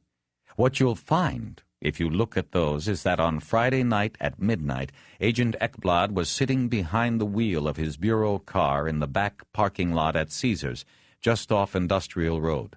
His partner Colbert was there next to him, and in the back seat, Agent Roy Lindell. He waited a beat, and Bosch looked down at the papers in his hands. It was Roy's monthly meeting. He was being debriefed. He told Ekblad and Colbert that just that night he had put $480,000 cash from Marconi's various enterprises into Anthony Aliso's briefcase and sent him back to L.A. to have it put in the wash. He also, by the way, mentioned that Tony had been in the club drinking and got a little out of line with one of the girls. In his role as enforcer for Joey Marks and manager of the club, he had to get tough with Tony. He cuffed him once and jerked him around by his collar. This, I think you might agree, would account for the fingerprints recovered from the deceased's jacket and the ante-mortem facial bruising noted in the autopsy. Bosch still refused to look up from the documents. Other than that, there was a lot to talk about, Detective Bosch. Roy stayed for 90 minutes, and there is no fucking way in the world he could have gotten to Los Angeles to kill Tony Aliso before 2 a.m., let alone 3 a.m. And just so you don't leave here thinking all 3 of these agents were involved in the murder, you should know that the meeting was monitored by 4 additional agents in a chase car also parked in the lot, for security reasons. Samuels waited a beat before delivering his closing argument. You don't have a case. The prints can be explained, and the guy you said did it was sitting with 2 FBI agents 350 miles away when the shooting went down. You've got nothing. No. Actually, that's wrong. You do have one thing. A planted gun. That's what you've got. As if on cue, the door behind Bosch opened, and he heard steps enter. Keeping his eyes on the documents in front of him, Bosch didn't turn around to see who it was until he felt a hand grip his shoulder and squeeze. He looked up into the face of Special Agent Roy Lindell. He was smiling, standing next to another agent who Bosch assumed was Ekblad's partner, Colbert. "Bosch," Lindell said, "I owe you a haircut." Bosch was dumbfounded to see the man he had just locked up standing there, but quickly assimilated what had happened. Irving and Billets had already been told about the meeting in the parking lot behind Caesar's, had read the affidavits, and believed the alibi. They had authorized Lindell's release. That was why Billets had asked for the booking number when Bosch had returned her page. Bosch looked away from Lindell to Irving and Billets. "You believe this, don't you? You think I found the gun out there in the weeds and planted it just to make the case of Slam?" There was a hesitation while each one left space for the other to answer. Finally, it was Irving. "The only thing we know for sure is that it wasn't Agent Lindell. His story is solid. I'm reserving judgment on everything else." Bosch looked at Lindell, who was still standing. "Then why didn't you tell me you were Federal when we were in that room together at Metro?" "Why do you think? For all I knew, you had already put a gun in my bathroom. You think I'm just going to tell you I'm an agent and everything would be cool after that?" "Yeah, right." "We had to play along, Bosch, to see what moves you'd make and to make sure Roy got out of the Metro jail in one piece," O'Grady said. "After that, we were 2,000 feet above you and 2 behind you, all the way across the desert. We were waiting. Half of us were betting you made a deal with Joey Marks. You know, in for a pinch, in for a pound." They were taunting him now. Bosch shook his head. It seemed to be the only thing he could do. "Don't you people see what is happening?" he said. "You're the ones who made a deal with Joey Marks, only you don't know it. He is playing you like a symphony. Jesus, I can't believe I'm sitting here and this is actually happening." "How is he playing us?" Billets asked, the first showing that she might not have gone all the way across to the other side on him. Bosch answered, looking at Lindell. "Don't you see? They found out about you. They knew you were an agent, so they set this all up." Ekblad snorted in derision. "They don't set things up, Bosch," Samuel said. "If they thought Roy was an informant, they'd just take him out to the desert and put him under 3 feet of sand. End of threat. No, because we're not talking about an informant. I'm talking about them knowing specifically he was an agent, and knowing that because of that, they couldn't just take him out to the desert. Not an FBI agent. If they did that, they'd have more heat on them than the Branch Davidians ever felt. No. So what they did was make a plan. They know he's been around a couple years and knows more than enough to take them all down hard. But they can't just kill him. Not an agent. So they've got to neutralize him, taint him, make him look like he crossed, like he's just as bad as they are. So when he testifies, they can take him apart with Tony Eliso's hit. Make a jury think that he'd carry out a hit to maintain his cover. They sell a jury that, and they could all walk away. Bosch thought he had planted the seeds of a pretty convincing story, even having pulled it together on the fly.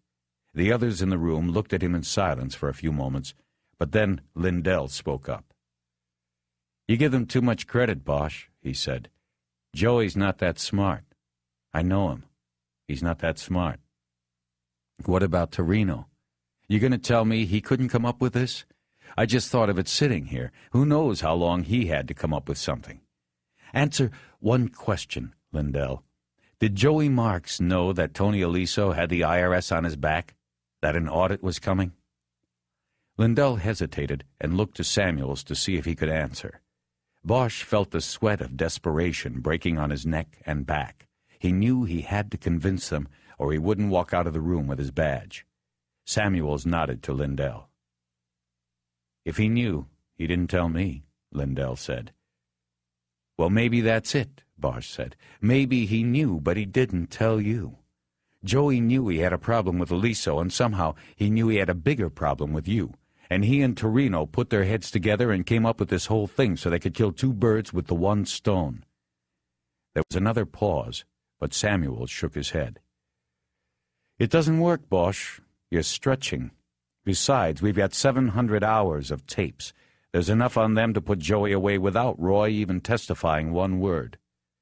"First of all, they might not have known there were tapes," Billets said. And secondly, even if they did, it's fruit of the poison tree. You wouldn't have the tapes without Agent Lindell. You want to introduce them in court, you have to introduce him. They destroy him, they destroy the tapes. Billets had clearly shifted to Bosch's side of the equation, and that gave him hope. It also made Samuel see that the meeting was over. He gathered up his pad and stood up. "Well," he said, "I can see we aren't going any further with this. Lieutenant, you're listening to a desperate man. We don't have to. Chief Irving, I don't envy you. You have a problem and you have to do something about it. You have the week. If on Monday I find out that Bosch is still carrying his badge, then I'm going to go to the sitting grand jury and get an indictment against him for evidence tampering and violating the civil rights of Roy Lindell. I will also ask our civil rights unit to look into every arrest this man has made in the last 5 years. A bad cop never plants evidence once, Chief. It's a habit." Samuels made his way around the table toward the door. The others got up and were following. Bosch wanted to jump up and throttle him, but he remained outwardly calm. His dark eyes followed Samuel's as the federal attorney moved to the door. He never looked back at Bosch, but before stepping out he took one last shot at Irving. "The last thing I want to have to do is air your dirty laundry, Chief. But if you don't take care of this, you'll leave me no choice." With that, the Federals filed out, and those remaining sat in silence for a long moment, listening to the sound of the steps tracking down the polished linoleum in the hallway. Bosch looked at Billets and nodded. "Thanks, Lieutenant." "For what?" "Sticking up for me at the end there." "I just don't believe you'd do it, is all." "I wouldn't plant evidence on my worst enemy. If I did that, I'd be lost."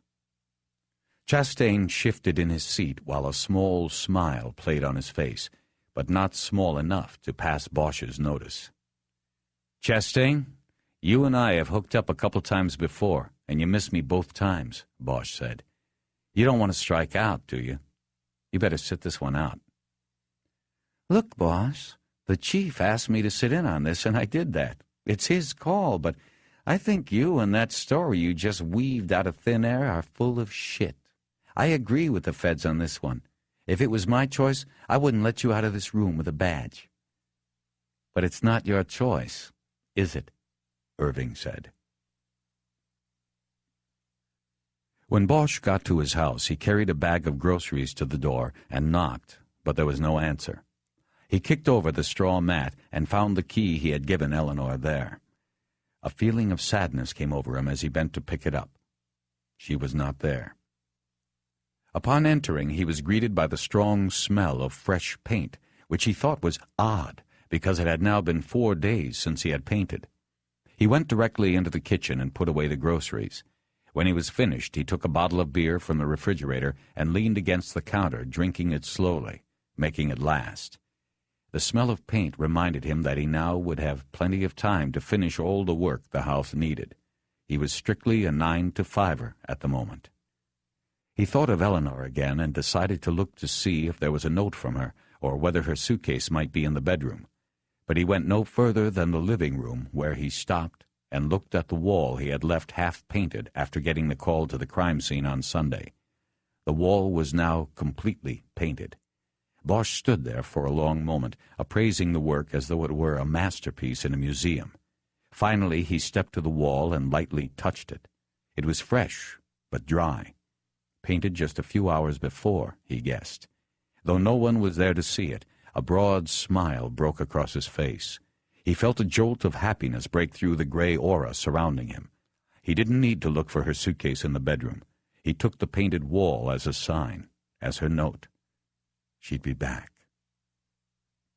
An hour later, he had unpacked his overnighter and the rest of her belongings from the car, showered and changed clothes, and was standing in the darkness on the rear deck.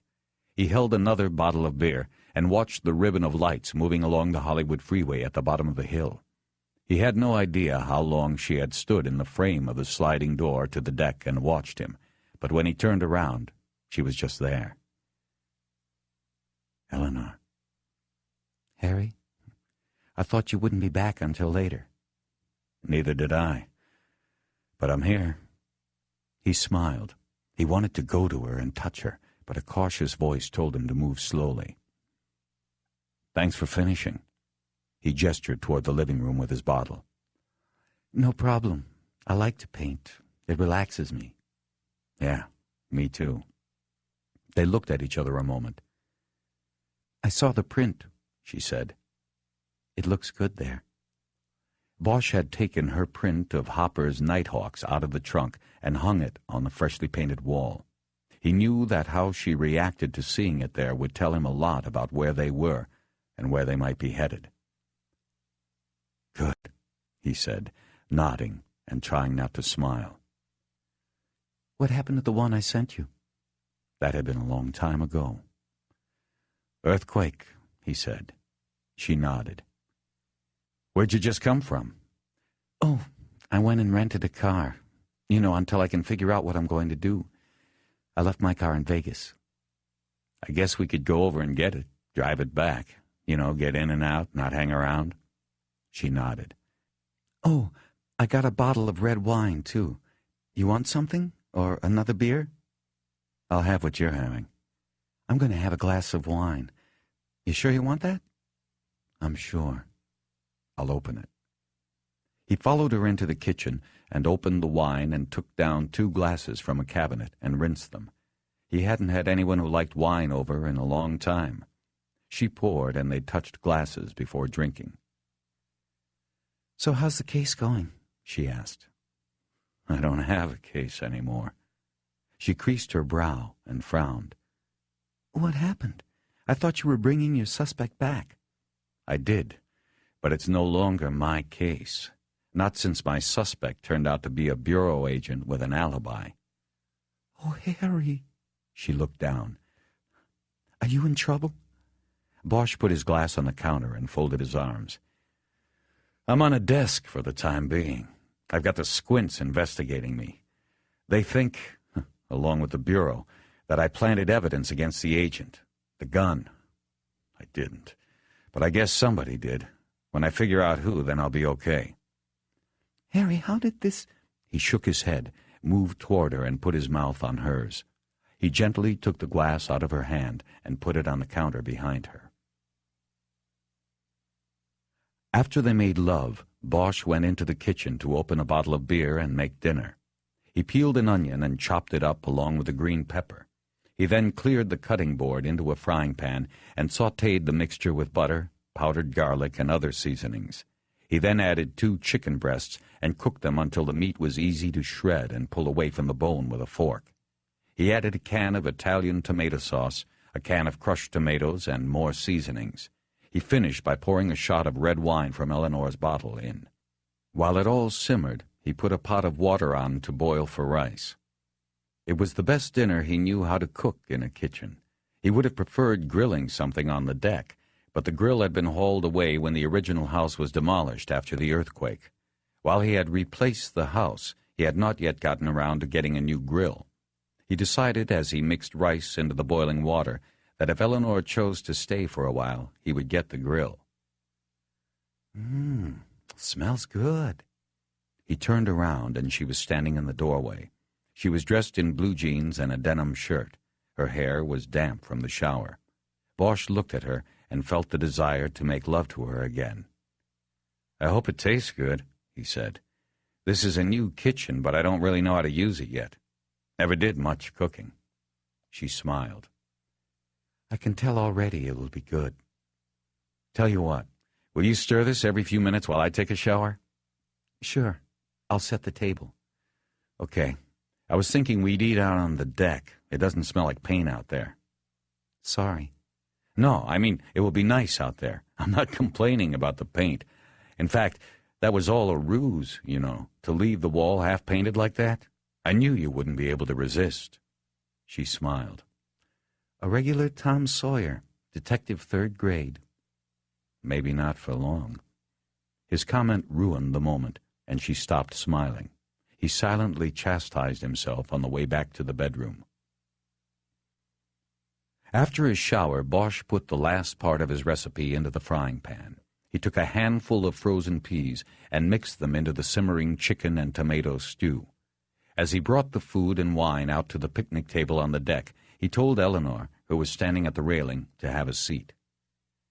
"Sorry," he said as they settled in. "I forgot about a salad." "This is all I need." They started the meal in silence. He waited. "I like it a lot," she finally said. "What do you call this?"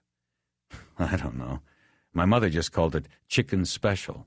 I think that's what it was called in a restaurant where she first had it." "A family recipe." The only one. They ate quietly for a few minutes, during which Bosch surreptitiously tried to watch her to see if she really enjoyed the food. He was pretty sure she did. "Harry," Eleanor said after a while, "who are the agents involved in this?" "They're from all over. Chicago, Vegas, L.A.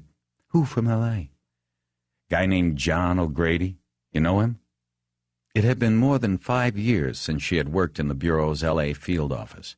FBI agents moved around a lot. He doubted she would know O'Grady, and she said she didn't. "What about John Samuels? He's the AUSA on it. He's from the OC Strike Force." "Samuels I know, or knew. He was an agent for a while, not a particularly good one. Had the law degree, and when he figured out he wasn't much of an investigator, he decided he wanted to prosecute." She started laughing and shook her head. "What?"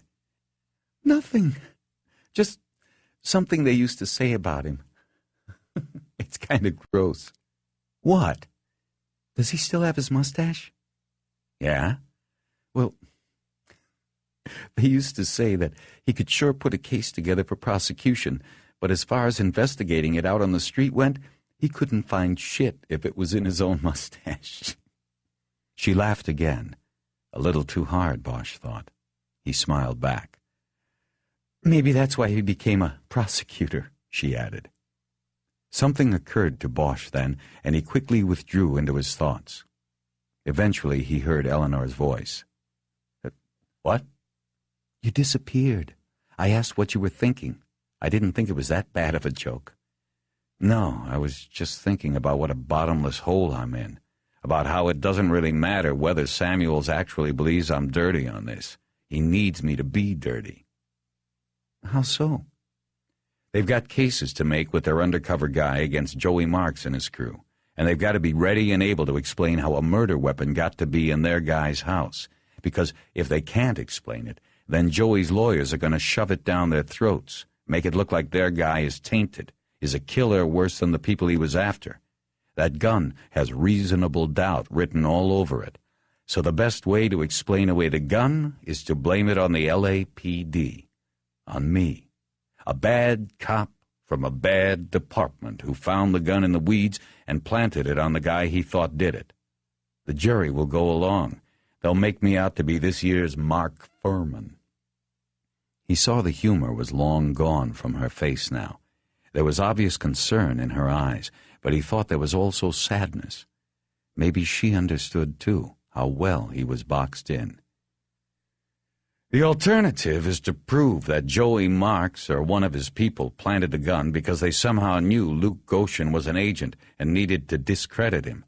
Though that's the likely truth, it's a harder road to follow.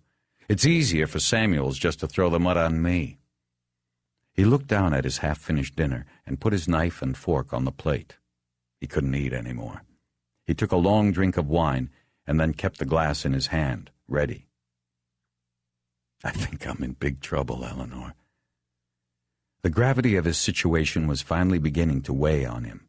He'd been operating on his faith that the truth would win out, and now clearly saw how little truth would have to do with the outcome.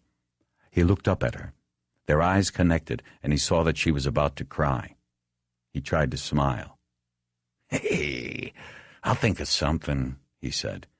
"I might be riding a desk for the time being, but I'm not taking both oars out of the water. I'm going to figure this out." She nodded, but her face still looked distraught. "Harry, remember when you found me in the casino that first night, and we went to the bar at Caesar's and you tried to talk to me? Remember what you said about doing things differently if you had the chance to go back?"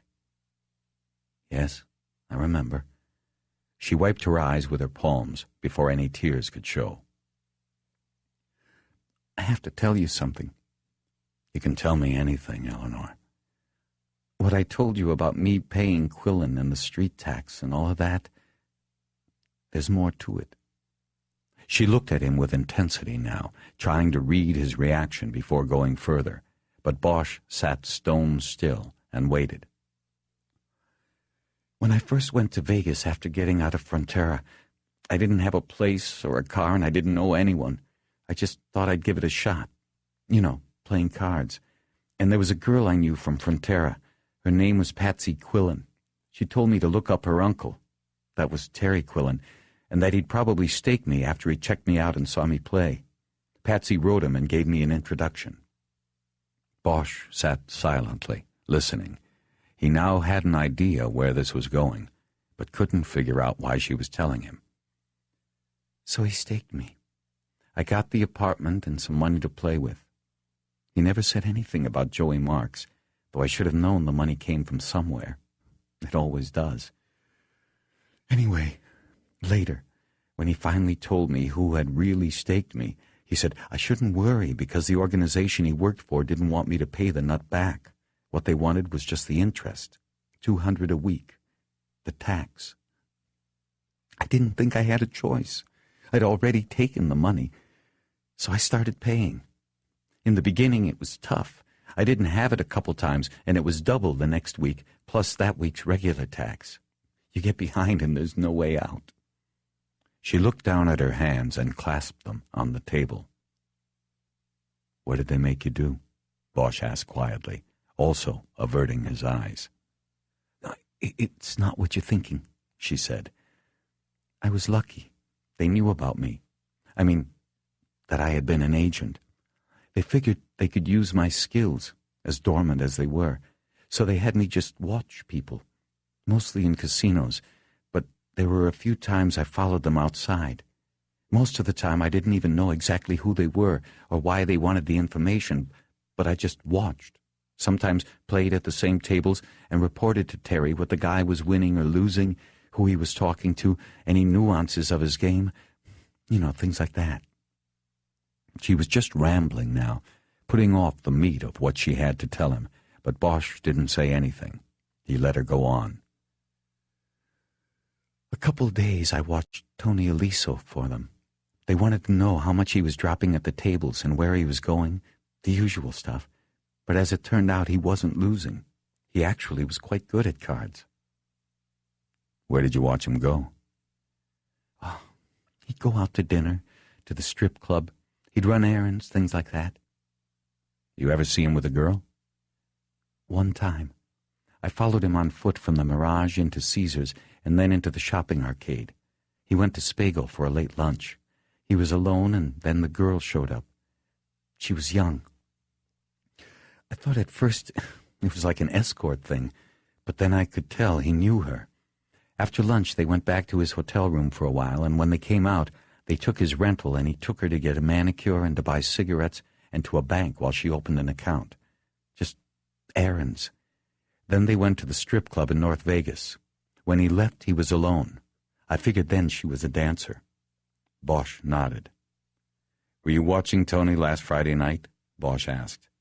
No, that was just coincidence that we ended up at the same table. It was because he was waiting to go to the high-stakes table. I actually hadn't done anything for them in a month or so, other than pay the weekly tax until... Terry... Her voice trailed off. They were finally at the point of no return. Until Terry what, Eleanor? She looked toward the fading horizon. The lights across the valley were coming on, and the sky was pink neon mixed with gray paint.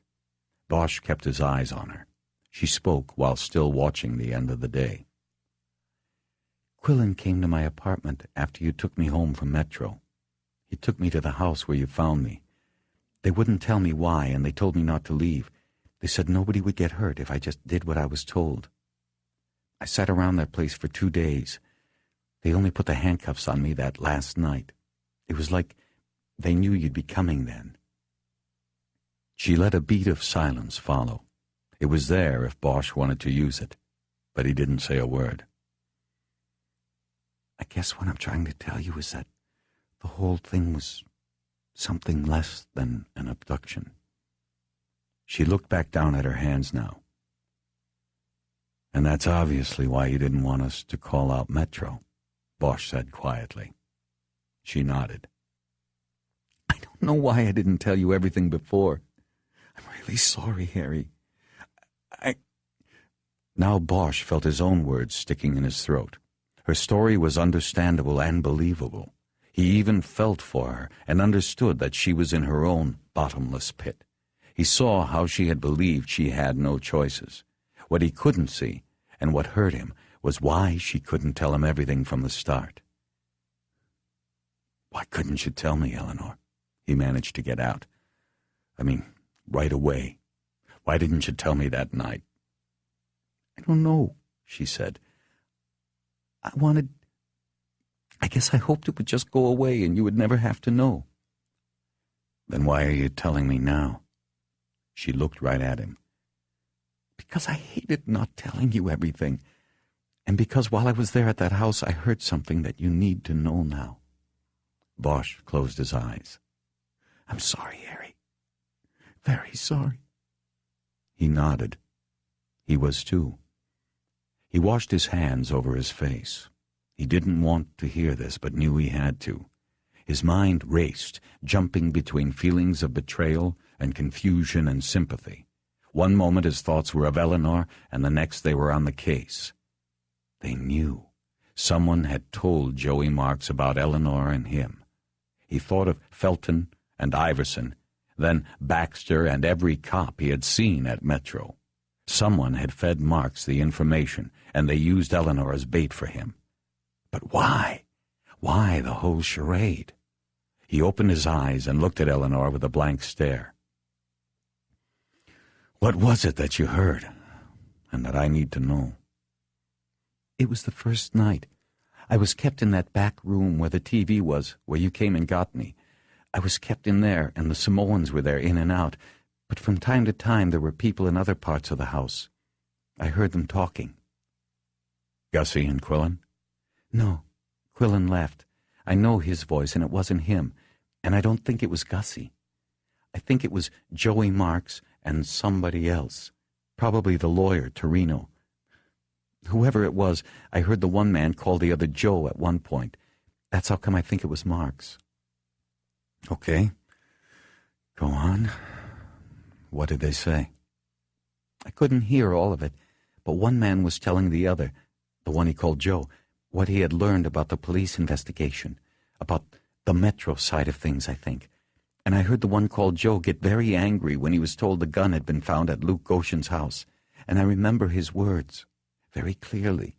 He was yelling. He said, "How the hell did they find the gun there when we didn't do the goddamned hit?" And then he said more things about the cops planting the gun.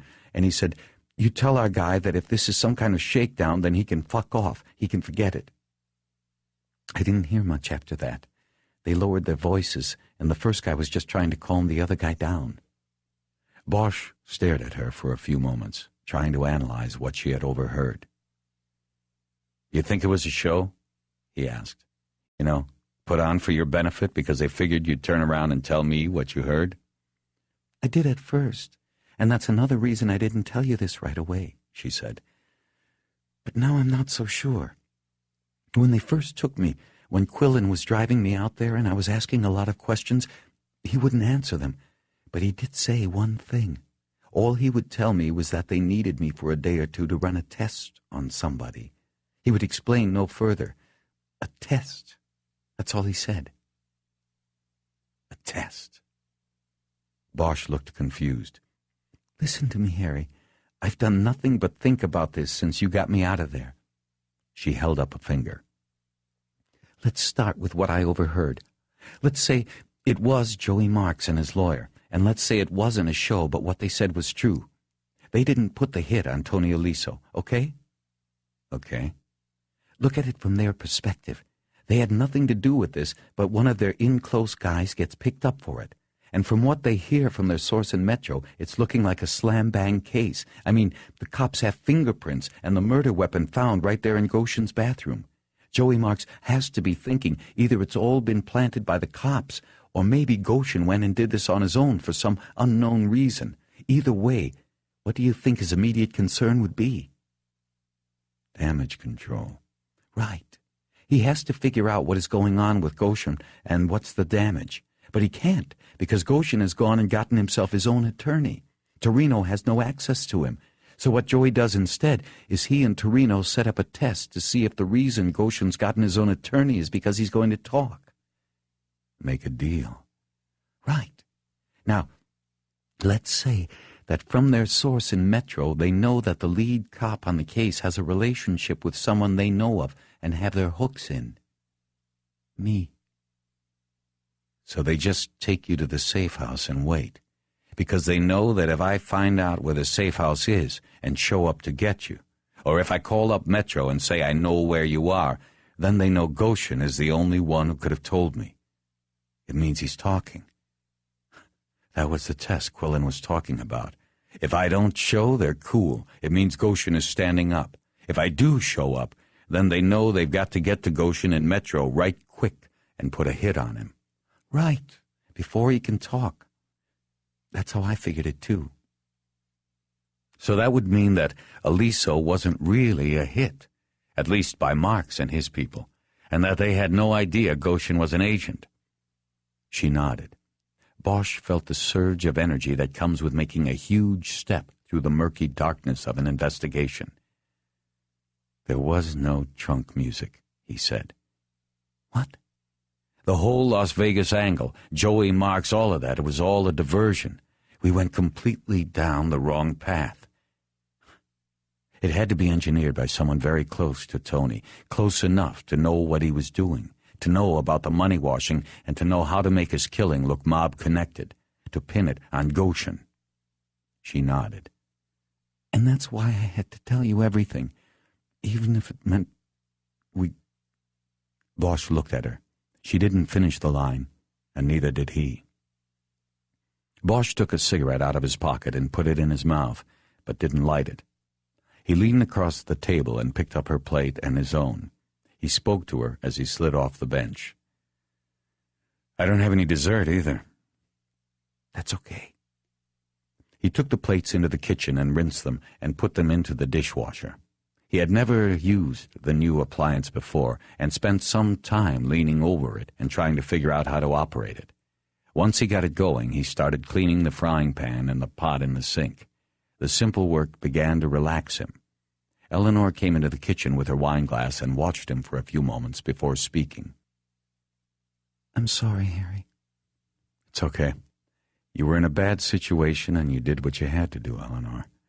Nobody can be blamed for that. I probably would have done everything you did. There was a few moments before she spoke again. You want me to go?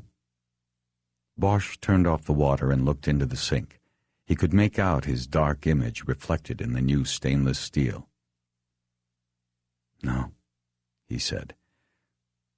I don't think so. Bosch arrived at the station at 7 Friday morning with a box of glazed donuts from the Fairfax Farmers Market. He was the first one in. He opened the box and put it on the counter near the coffee machine. He took one of the donuts and put it on a napkin and left it at his spot on the homicide table while he went up to the watch office to get coffee from the urn. It was much better than what came out of the Detective Bureau's machine. Once he had his coffee, he took his donut and moved to the desk that was behind the Bureau's front counter. His assignment to desk duty meant that he would handle most of the walk-ins, as well as the sorting and distribution of overnight reports. The phones he wouldn't have to worry about. They were answered by an old man from the neighborhood who donated his time to the department. Bosch was alone in the squad room for at least 15 minutes before the other detectives started to trickle in. 6 different times he was asked by a new arrival why he was at the front desk, and each time he told the detective who asked that it was too complicated to get into, but that the word would be out soon enough. Nothing remained a secret for long in a police station. At 8:30, the lieutenant from the AM watch brought the morning reports in before going off shift and smiled when he saw Bosch. His name was Klein, and he and Bosch had known each other in a surface way for years. "Who'd you beat up this time, Bosch?" he kidded. It was well known that the detective who sat at the desk where Bosch now sat was either there by fate of the bureau rotation or on a desk duty assignment while being the subject of an internal investigation. More often than not, it was the latter. But Klein's sarcasm revealed that he had not yet heard that Bosch actually was under investigation. Bosch played off the question with a smile but didn't answer. He took the 2-inch thick stack of reports from Klein and gave him a mock salute back. The stack Klein had given him constituted nearly all crime reports filed by Hollywood Division patrol officers in the last 24 hours. There would be a second, smaller delivery of stragglers later in the morning, but the stack in his hands constituted the bulk of the day's work in the bureau. Keeping his head down and ignoring the buzz of conversations around him, it took Bosch a half hour to sort all the reports into piles according to crimes. Next, he had to scan through them all, using his experienced eye to possibly make connections between robberies and burglaries or assaults, and so on, and then deliver the individual piles to the detective tables assigned to that particular classification of crime. When he looked up from his work, he saw that Lieutenant Billets was in her office on the phone. He hadn't noticed that she had come in. Part of his desk job would be to give her a morning briefing on the reports, informing her of any significant or unusual crimes or anything else she should be aware of as the Detective Bureau commander. He went back to work and weeded through the auto theft reports first, because it was the largest pile he had culled from the stack of reports. There had been 33 cars reported stolen in Hollywood in the last 24 hours. Bosch knew that this was probably a below-average tally. After reading the summaries in the reports and checking for other similarities, he found nothing of significance and took the pile to the detective in charge of the auto theft table. As he was heading back to the front of the squad room, he noticed that Edgar and Ryder were standing at the homicide table, putting things into a cardboard box. As he approached, he realized they were packing up the murder book and the ancillary files and evidence bags relating to the Aliso case. It was all being sent to the feds. "Morning, guys," Bosch said, unsure of how to start. "Harry?"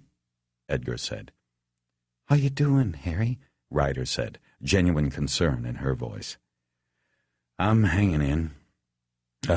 Listen, I just want to say that I'm sorry you guys have been pulled into this, but I wanted you to know there is no way—" "Forget it, Harry," Edgar said. "You don't have to say one damn thing to us. We both know the whole thing is bullshit. In all my years on the job, you are the most righteous cop I know, man. All the rest is bullshit." Bosch nodded, touched by Edgar's words. He didn't expect such sentiments from Ryder because it had been their first case together, but she spoke anyway. "I haven't worked with you long, Harry, but from what I do know, I agree with what Jerry says.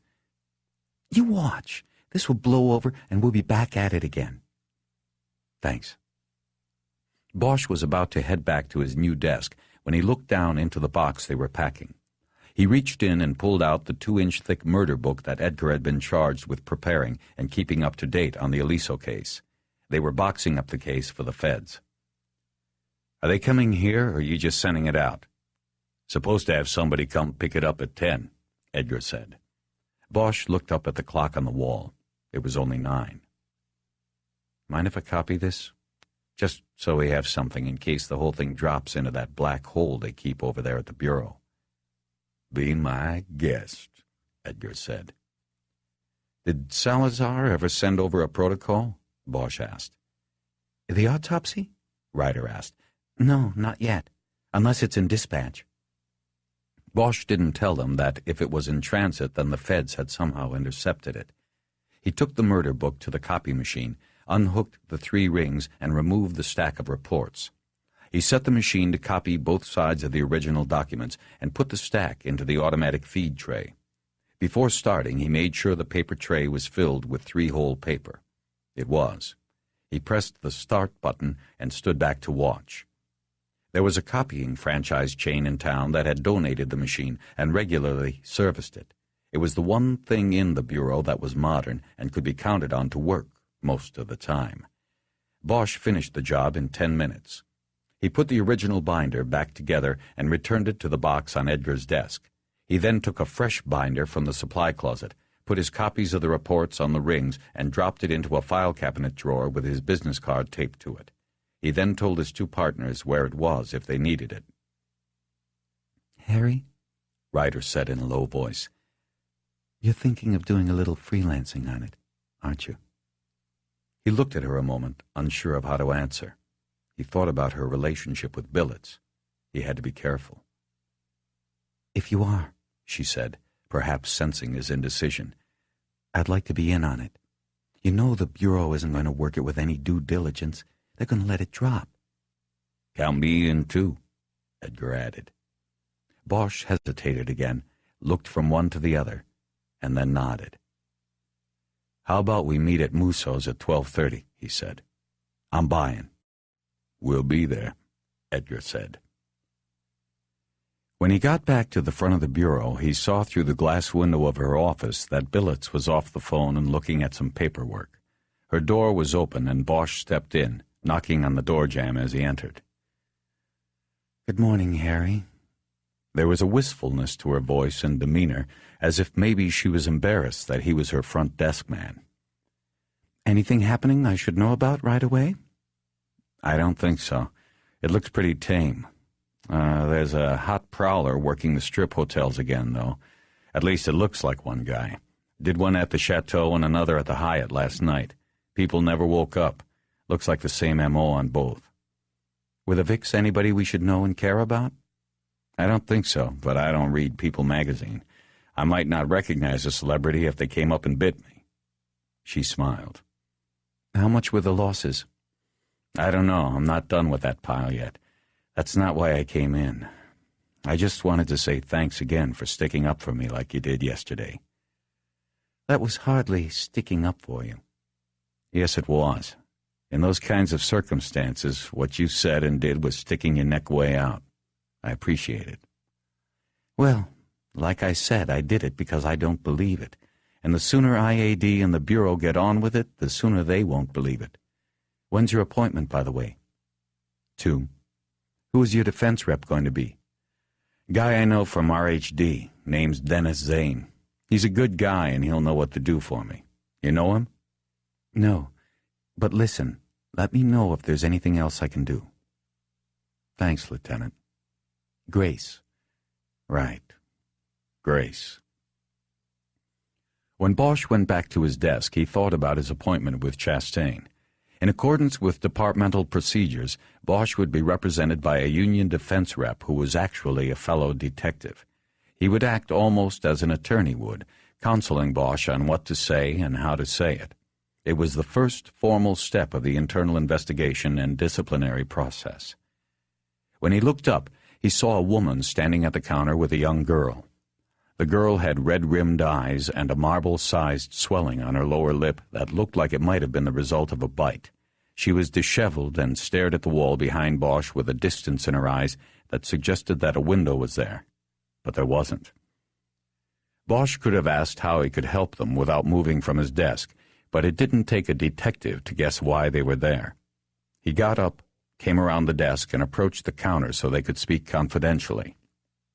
Rape victims were the people who evoked the most sadness in Bosch. He knew he wouldn't be able to last a month on a rape squad. Every victim he had ever seen had that stare. It was a sign that all things in their lives were different now and forever. They would never get back to what they had before. After speaking briefly to the mother and daughter, Bosch asked if the girl needed immediate medical attention, and the mother said she didn't. He opened the half door in the counter and ushered them both back to one of the 3 interview rooms off the hallway to the rear of the bureau. He then went to the sex crimes table and approached Mary Cantu, a detective who had been handling for years what Bosch knew he couldn't handle for a month. "Mary, you got a walk-in back in room 3, Bosch said. "She's 15, happened last night. She got too curious about the pusher who works the nearby corner. He grabbed her and sold her and a rock to his next customer. She's with her mother. Thanks, Bosch. Just what I needed on a Friday. I'll go right back. You ask if she needed medical? She said no, but I think the answer is yes. Okay, I'll handle it. Thanks. Back at the front desk, it took Bosch a few minutes to clear his thoughts about the girl from his mind, and another 45 to finish reading through the reports and deliver them to the appropriate detective squads. When he was done, he checked on Billets through the window and saw she was on the phone with a pile of paperwork in front of her. Bosch got up and went to his file cabinet and took out the copy of the murder book he had put there earlier. He lugged the thick binder back to his desk at the front counter. He had decided that in his free time between his duties at the front desk, he would begin reviewing the murder book. The case had taken off so quickly earlier in the week that he had not had the time he usually liked to spend reviewing the paperwork. He knew from experience that command of the details and the nuances of an investigation was often the key to closing it out. He had just started turning through the pages in a cursory review when a vaguely familiar voice addressed him from the counter. Is that what I think it is? Bosch looked up. It was O'Grady, the FBI agent. Bosch felt his face burn with the embarrassment that he'd been caught red-handed with the file and with his growing dislike for the agent. Yeah, it's what you think it is, O'Grady. You were supposed to be here a half hour ago to pick it up. Yeah, well, I don't run on your time. I had things to do. Like what? Get your buddy Roy a new ponytail? Just give me the binder, Bosch, and all the rest. Bosch still had not gotten up and made no move to now. What do you want it for, O'Grady? We all know you're going to let the thing drop. You people don't care who killed Tony Aliso, and you don't want to know. That's bullshit. Give me the file. O'Grady reached over the counter and was reaching around blindly for the release button on the half door. Hold your fucking horses, man, Bosch said as he stood up. Just wait there, I'll get it all. Carrying the binder, Bosch walked back to the homicide table and, using his back to shield O'Grady's view, placed the binder on the table and picked up the box containing the original binder and the ancillary reports and evidence bags that Edgar and Ryder had put in with it. He carried it back and dropped it on the counter in front of O'Grady. You got to sign for it, he said. We're extra careful about how we handle evidence and who gets to handle it. Yeah, right. The whole world knows that from the O.J. case, don't they? Bosch grabbed O'Grady's tie and jerked his upper body down over the counter. The agent could not find a purchase with his hands that would give him the leverage to pull back. Bosch bent down so that he was talking directly into his ear. Excuse me? Bosch, you... Harry? Bosch looked up. It was Billets standing in the door of her office. Bosch let go of the tie, and O'Grady's body sprang backward as he straightened up. His face was crimson with embarrassment and anger. As he jerked his tie loose from around his neck, he yelled, You're certifiable, you know that? You're a fucking asshole! I didn't know you agents use that kind of language, Bosch said. Harry, just sit down, Billets commanded. I'll take care of this. She had come up to the counter now. He's got to sign the receipt. I don't care. I'll handle it. Bosch went back to his desk and sat down. He stared dead-eyed at O'Grady while Billets dug through the box until she found the inventory list and receipt Edgar had prepared. She showed O'Grady where to sign and then told him to go. You better watch him, he said to Billets as he picked the box up off the counter. You better watch yourself, Agent O'Grady. If I hear anything else about this little disagreement here, I'll file a complaint against you for inciting it. He's the one who... I don't care. Understand? I don't care. Now leave. I'm leaving. But you watch your boy there. Keep him away from this. O'Grady pointed to the contents of the box. Billets didn't answer. O'Grady picked the box up and made a move to step away from the counter, but stopped and looked once more at Bosch. Hey, Bosch, by the way, I got a message from Roy. Agent O'Grady, would you please leave? Billets said angrily. What is it? Bosch said. He just wanted to ask, who's the meat now? With that, he turned around and headed down the hall to the exit. Billets watched him until he was gone, and then turned around and looked at Bosch with anger in her eyes. "You just don't know how to help yourself, do you?" she said. "Why don't you grow up and quit these little pissing wars?" She didn't wait for his reply, because he didn't have one. She walked quickly back into her office and shut the door. She then closed the blinds over the interior window. Bosch leaned back with his hands laced behind his neck, looked up at the ceiling, and exhaled loudly. After the O'Grady incident, Bosch almost immediately became busy with a walk-in case involving an armed robbery. At the time, the entire robbery crew was out on a carjacking that had involved a high-speed chase, and that meant Bosch, as the desk man, had to interview the walk-in victim and type up a report. The victim was a young Mexican boy whose job it was to stand on the corner of Hollywood Boulevard at Sierra Bonita and sell maps to the homes of movie stars up in the hills.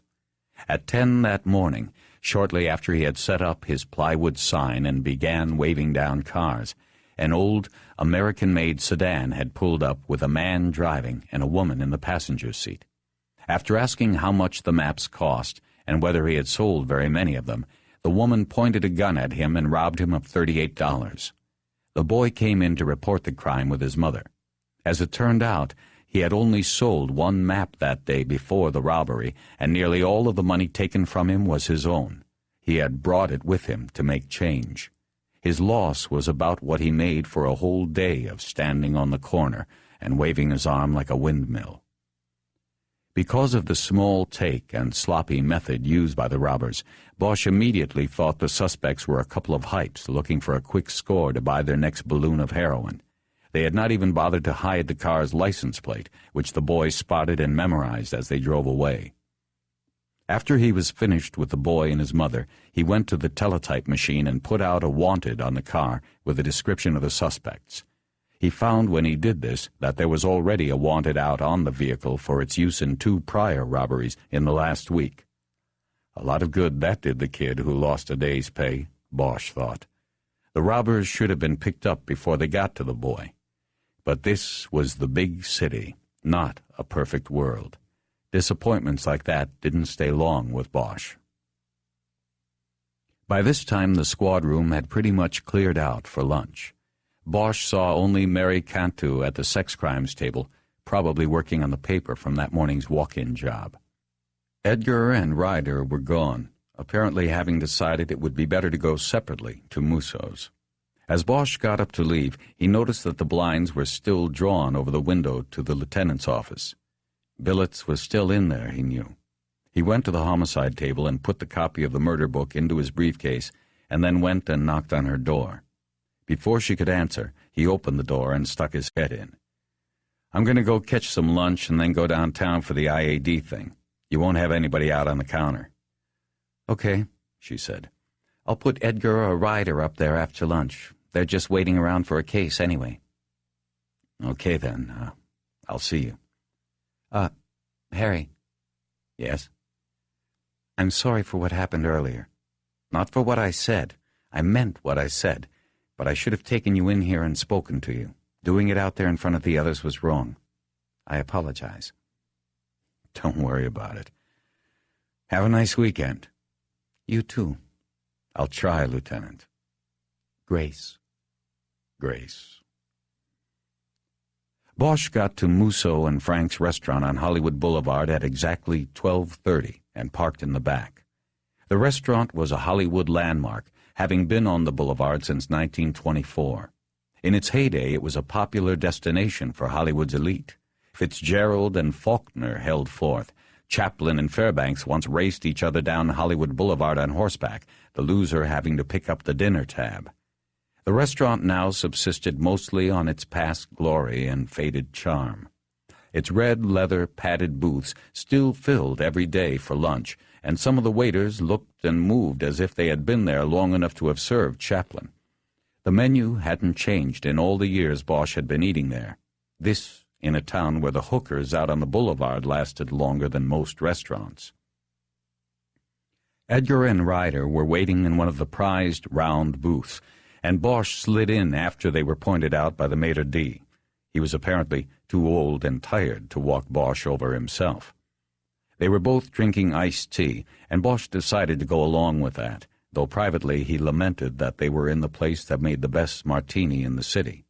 Only Ryder was looking at the menu. She was new in the division and hadn't been to Musso's enough times to know what the best thing was to order for lunch. "So, what are we doing?" Edgar asked while she looked. "We've got to start over," Bosch said. "The Vegas stuff was all misdirection." Ryder glanced over the top of the menu at Bosch. "Kiz, put that down," he said.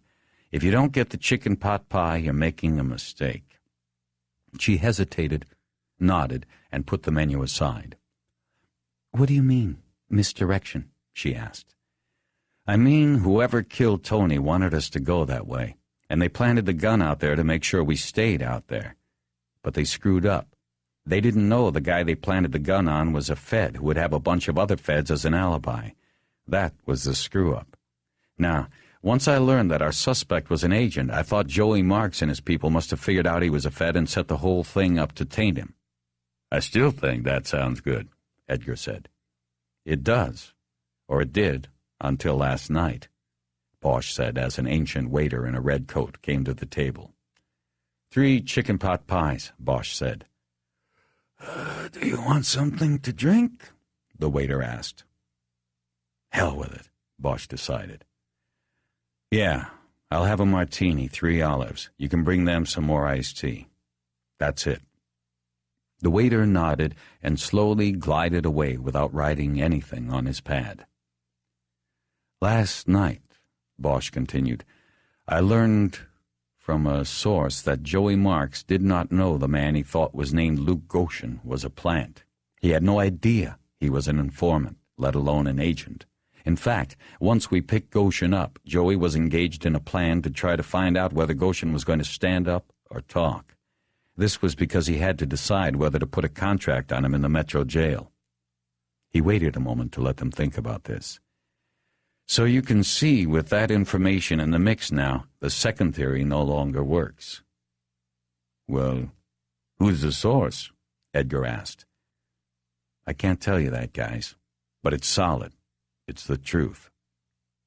He watched their eyes float down to the table. He knew they trusted him, but they also knew how informants were often the most skilled liars in the game. It was a tough call to base everything from here on out on an informant. "Okay," Bosch said. "The source was Eleanor Wish. Jerry, have you told Kiz about all of that?" Edgar hesitated, then nodded.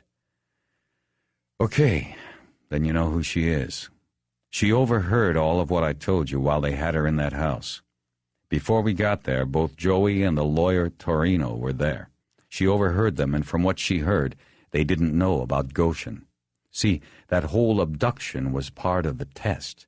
They knew the only way I could find out where the safe house was would be to get it from Goshen. That was the test, to see if he was talking or not." They sat in silence for a few minutes while Edgar and Ryder digested this. "Okay," Edgar finally said. "I see what you're saying. But if Vegas was one big fucking red herring, how does the gun get over there in the agent's house?" "That's what we have to figure out. What if there was someone outside of Tony's mob connections, but close enough to him to know he was washing money and the reason why he made all the trips to Vegas? Someone who either had personal knowledge or maybe followed Tony to Vegas and watched how he worked, how he picked up the money from Goshen, everything. Someone who knew exactly how he did it, who knew Goshen could be set up to take the fall and that Tony'd be coming back on Friday with a lot of money in his briefcase." "They would be able to set the whole thing up, as long as they could get into the agent's house to plant the gun," Edgar answered. "Right.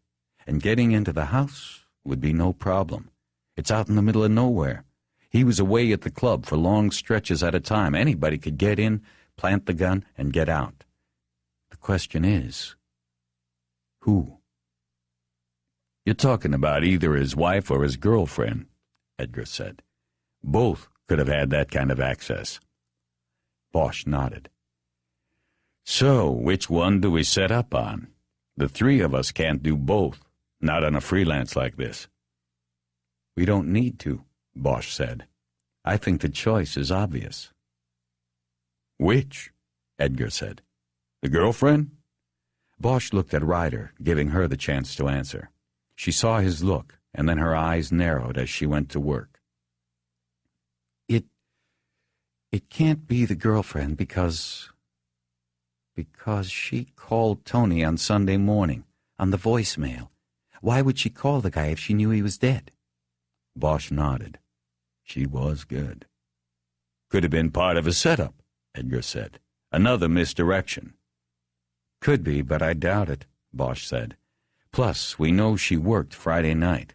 That would make it kind of tough for her to be over here whacking Tony. So then it's the wife, Edgar said. Veronica? Right, Bosch said.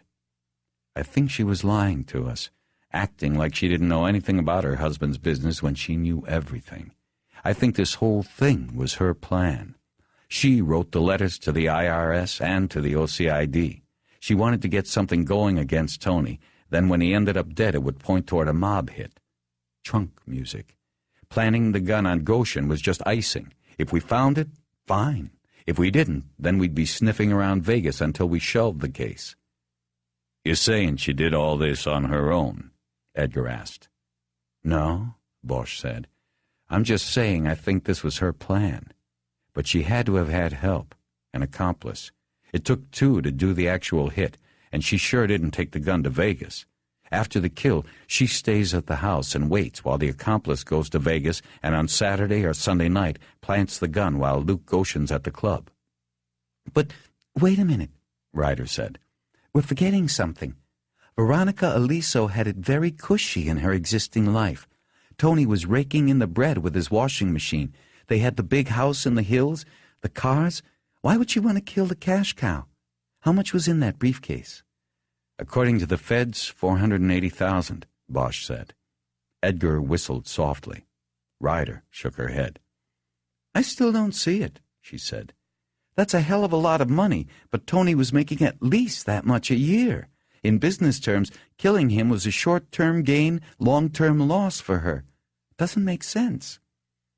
Then there's something else running through all of this that we don't know about yet, Bosch said. Maybe he was about to dump her. Maybe that old lady in Vegas who said Tony was going to go away with Layla was telling the truth. Or maybe there's money somewhere we don't know about. But for now, I can't see anybody else fitting into this picture but her. But what about the gatehouse? Ryder said. The log shows she never left Friday the whole night, and she had no visitors. Well, we've got to work on that, Bosch said. There had to have been a way for her to get in and out. What else? Edgar asked. We start over, Bosch said. I want to know everything about her. Where'd she come from? Who are her friends? What does she do in that house all day long? And what did she do and who did she do it with all those times Tony was away? Ryder and Edgar nodded. There's got to be an accomplice, and my guess is that it's a man, and I'll bet we'll find him through her. The waiter came up with a tray and put it down on a folding cart. They watched silently as he prepared the meal. There were 3 separate chicken pot pies on the tray. The waiter used a fork and spoon to take the top crust off of each and put it on a plate. Next, he scooped the contents of each pie out and put it on the crust, served the 3 cops their dishes, and put down fresh glasses of iced tea for Edgar and Ryder. He then poured Bosch's martini from a small glass carafe and floated away without a word. Obviously, Bosch said, we have to do this quietly. Yeah, Edgar said. And bullets also put us on the top of the rotation. Next call comes in, me and Kiz get it, and we have to work it without you. That's going to take us away from this. Well, do what you can. If you get a body, you get a body. Nothing we can do about that. Meantime, this is what I propose. You 2 work on Veronica's background. See what you can find. You got any sources at the Times or the trades? I know a couple at the Times, Ryder said. And there's a woman I once had a case with. She was a Vic, who was a receptionist or something at Variety. You trust them? I think I can. See if they'll pull a search on Veronica for you. She had a brief flash of fame a while back. Her 15 minutes. Maybe there were some stories about her, stories that would have names of people we could talk to. What about talking to her again? Edgar asked. I don't think we should do it yet. I want to have something to talk to her about. What about neighbors? You can do that. Maybe she'll look out the window and see you, give her something to think about. If you go up there, see if you can take another look at the gate log. Talk to Nash. I'm sure you can turn him without needing another search warrant. I'd like to take a look at the whole year, know who's been going in to see her, especially while Tony was out of town. We have Tony's credit records and can construct his travel history. You'll be able to know when she was in that house alone. Bosch raised his fork. He hadn't had a bite of food yet, but his mind was too full of the case and what needed to be done. The other thing is, we need as much of the case file as we can get. All we've got is the copy of the murder book. I'm going down to Parker Center for my little chat with the IAD. I'll swing by USC and get a copy of the autopsy. The feds already have it. I'll also go talk to Donovan in SID and see if he came up with anything we pulled out of the car. Also, he's got the shoe prints. I'll get copies, hopefully before the feds come in and take everything. Anything else I'm missing? The other two shook their heads. You want to see what we get and then put our heads together after work? They nodded. Cat and fiddle, about 6? They nodded again. They were too busy eating to talk. Bosch took his first bite of food, which was already getting cold. He joined them in their silence, thinking about the case. It's in the details, he said, after a few moments. What? Ryder asked. The case. When you get one like this, the answer is always in the details. You watch. When we break it, the answer will have been sitting in the files, in the book. It always happens. The interview with Chastain at Internal Affairs began as Bosch expected it would. He sat with Zane, his defense rep, at a gray government table in one of the IAD interview rooms. An old Sony cassette player was turned on, and everything said in the room was recorded. In police parlance, Chastain was locking up Bosch's story, getting his words and explanation in as much detail as possible down on tape. Chastain really wouldn't begin his investigation until after Bosch's story was locked in. He would then hunt for flaws in it. All he had to do was catch Bosch in a single lie, and he could take him to a Board of Rights hearing. Depending on the size and import of the lie, he could seek a penalty ranging from suspension to dismissal. In a dull and laborious drone, Chastain read prepared questions from a legal pad, and Bosch slowly and carefully answered them with as few words as possible. It was a game. Bosch had played it before.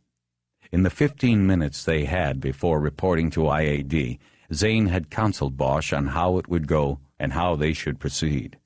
Like a good criminal defense lawyer, he never directly asked Harry if he had planted the gun. Zane didn't really care.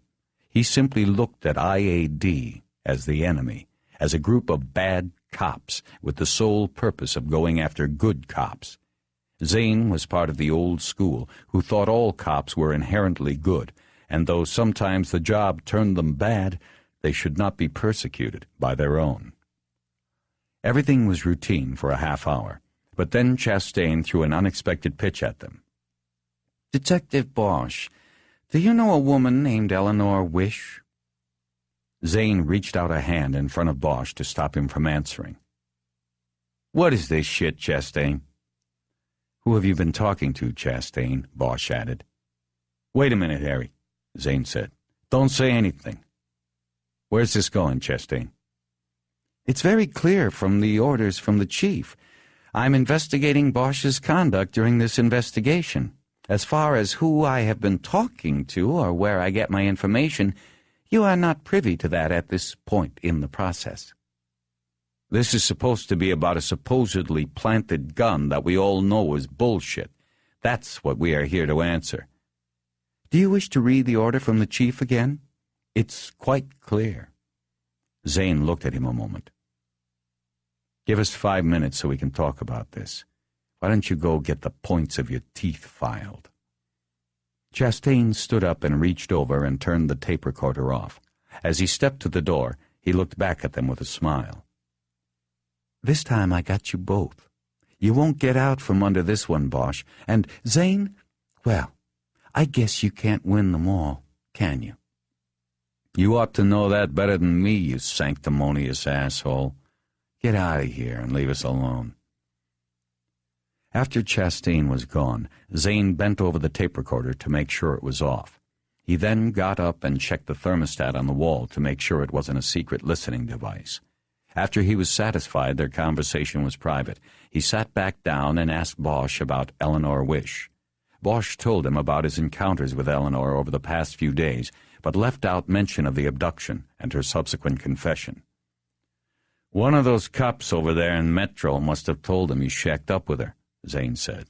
"That's all he's got. He's going for an associating beef. If you admit it here, then he's got you. But if that's all he gets, then it's a slap on the wrist at best, as long as he gets nothing else. But if you lie about it and say you weren't with her when you were, and he can prove you were, then you got a problem. So my advice is that you tell him, yeah, you know her and you've been with her. Fuck it, it's nothing. Tell him it's over, and if that's all he's got, then he's a chicken shit asshole." "I don't know if it is or if it isn't." "What?" "Over." "Well, don't tell him nothing about that unless he asks for it. Then use your best judgment. Ready?" Bosch nodded, and Zane opened the door. Chastain was sitting outside at a desk. "Where you been, Chastain?" Zane complained. "We're waiting in here." Chastain didn't answer. He came in, turned the recorder back on, and continued the Q&A. "Yes, I know Eleanor Wish," Bosch said. "Yes, I've spent time with her over the last few days." "How much time?" "I don't know exactly. A couple of nights." "While you were conducting the investigation?" "Not while I was conducting it. At night, when I was done for the day. We all don't work around the clock like you, Chastain." Bosch smiled at him without humor. "Was she a witness in this case?" Chastain asked, with a tone that denoted that he was shocked that Bosch would cross that line. "Initially, I thought she might be a witness. After I located her and talked to her, I learned pretty quickly that she was not an evidentiary witness of any kind." "But you did initially encounter her while you were in your capacity as an investigator on this case?" "That's correct." Chastain consulted his pad for a long moment before asking the next question. "Is this woman, that's, the convicted felon, Eleanor Wish I am still talking about, is she living in your home at this time?" Bosch felt the bile rising in his throat. The personal invasion and Chastain's tone were getting to him. He struggled to remain calm. "I don't know the answer to that," he said. "You don't know if someone is living in your house or not?" "Look, Chastain, she was there last night, okay? Is that what you want to hear? She was there. But whether she'll be there tonight, I don't know. She's got her own place in Vegas. She may have gone back today. I don't know. I didn't check. You want me to call and ask her if she is officially living in my home at this time? I will." "I don't think that's necessary.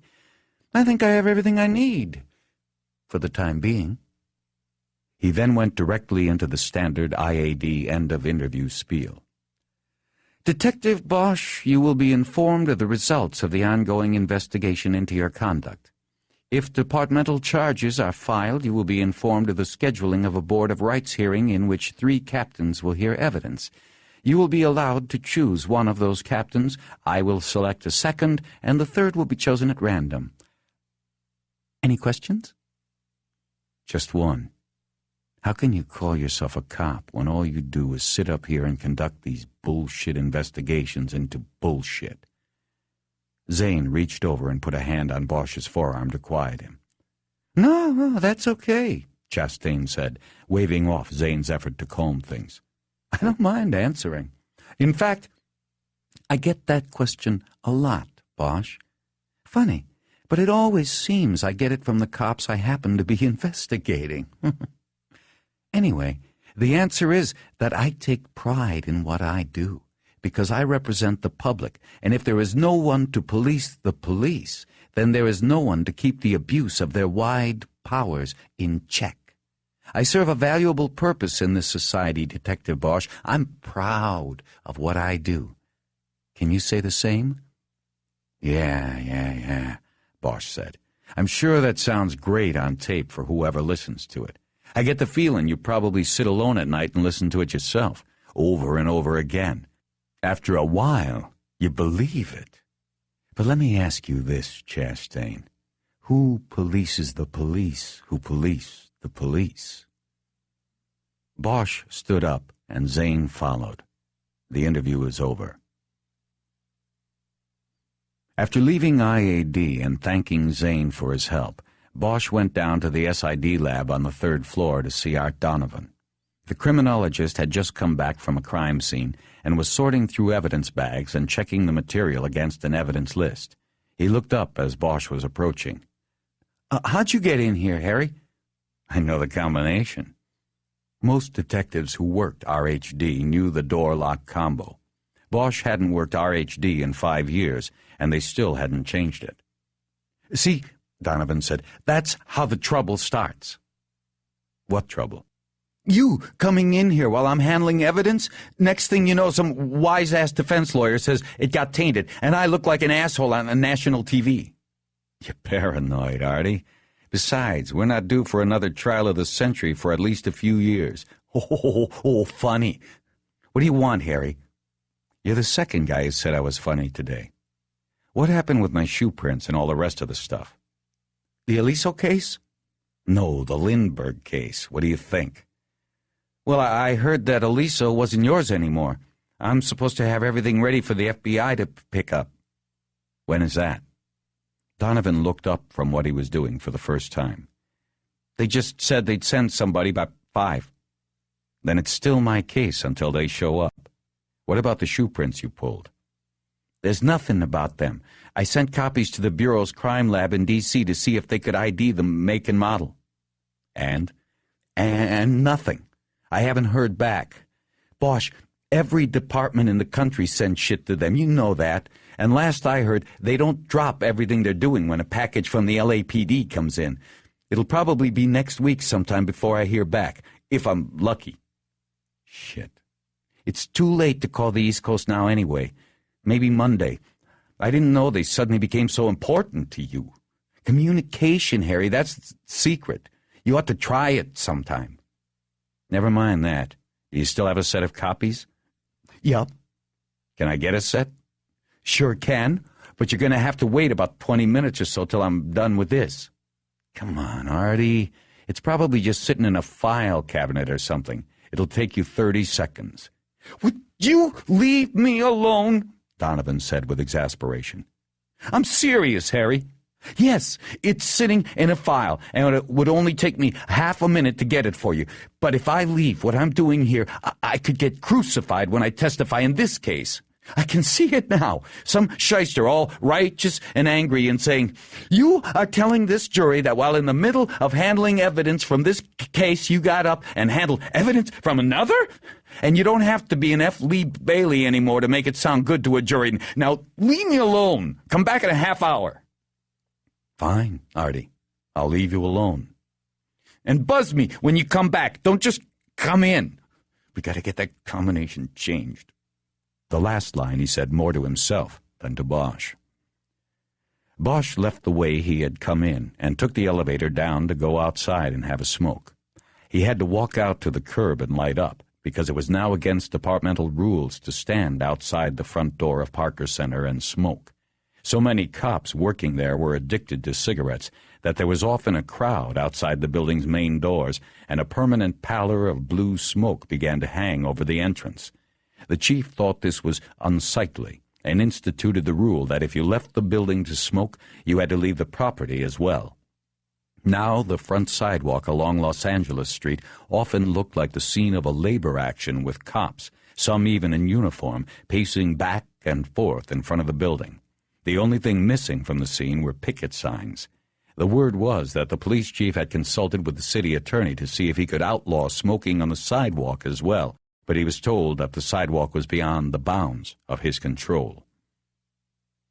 As Bosch was lighting a second cigarette off the first, he saw the huge figure of FBI agent Roy Lindell waltzing leisurely out of the glass doors of the police headquarters. When he got to the sidewalk, he turned left and headed toward the federal courthouse. He was coming directly toward Bosch.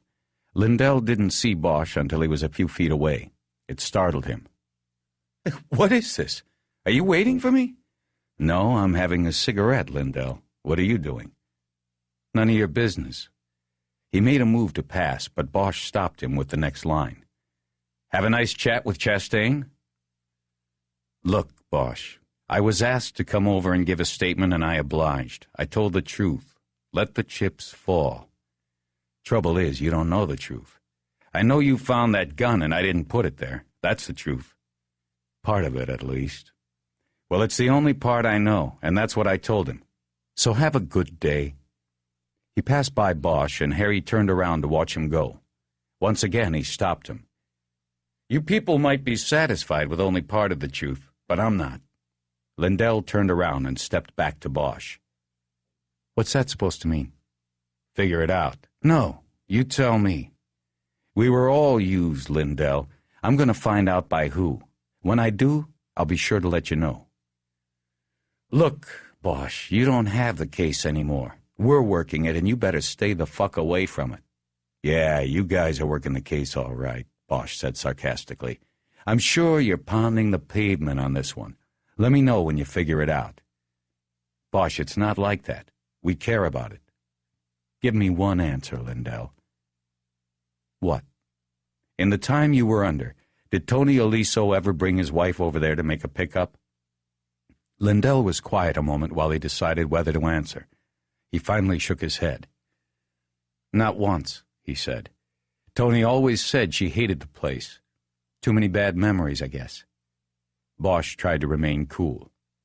Memories of Vegas? Lindell smiled. For somebody who supposedly has all the answers, you don't know much, do you, Bosch? Tony met her in the club something like 20 years ago, long before my time. She was a dancer, and Tony was going to make her a movie star.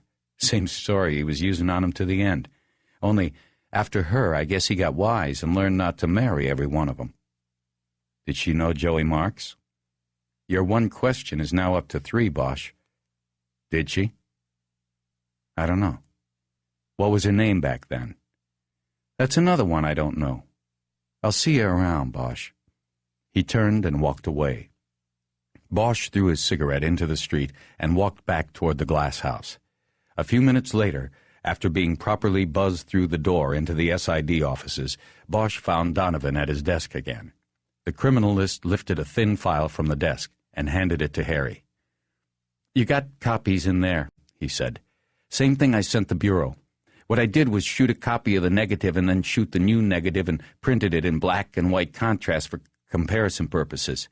I also blew it up to actual size. Bosch didn't understand what he had just said, except for the last part. He opened the file. There were 2 pages of copy paper with the shoe prints in black. Both were partial prints of the same right shoe, but between the 2 partials, almost all of the shoe was there. Donovan got up and looked at the open file. He pointed to a tread ridge on one of the copies. It was a curving line on the heel, but the line was broken. Now, if you find the shooter and he still has the shoes, this is where you'll get him. See how that line is broken there? That does not appear to be a manufacturer's design. This guy stepped on glass or something at some point and it cut the tread there. It's either that or a flaw in manufacturing. But if you find the shoe, we'll be able to make an ID match that should send the boy away. Okay, Bosch said, still looking at the copies. Now, did you get anything even preliminary from the Bureau on this? No, not really.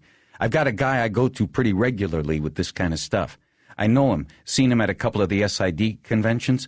Anyway, he called just to let me know he got the package and he'd get on it as soon as he could. He said that off the top of his head he thought it was one of those lightweight boots that are popular now. You know, they're like work boots, but they're comfortable and wear like a pair of Nikes. Okay, Artie. Thanks.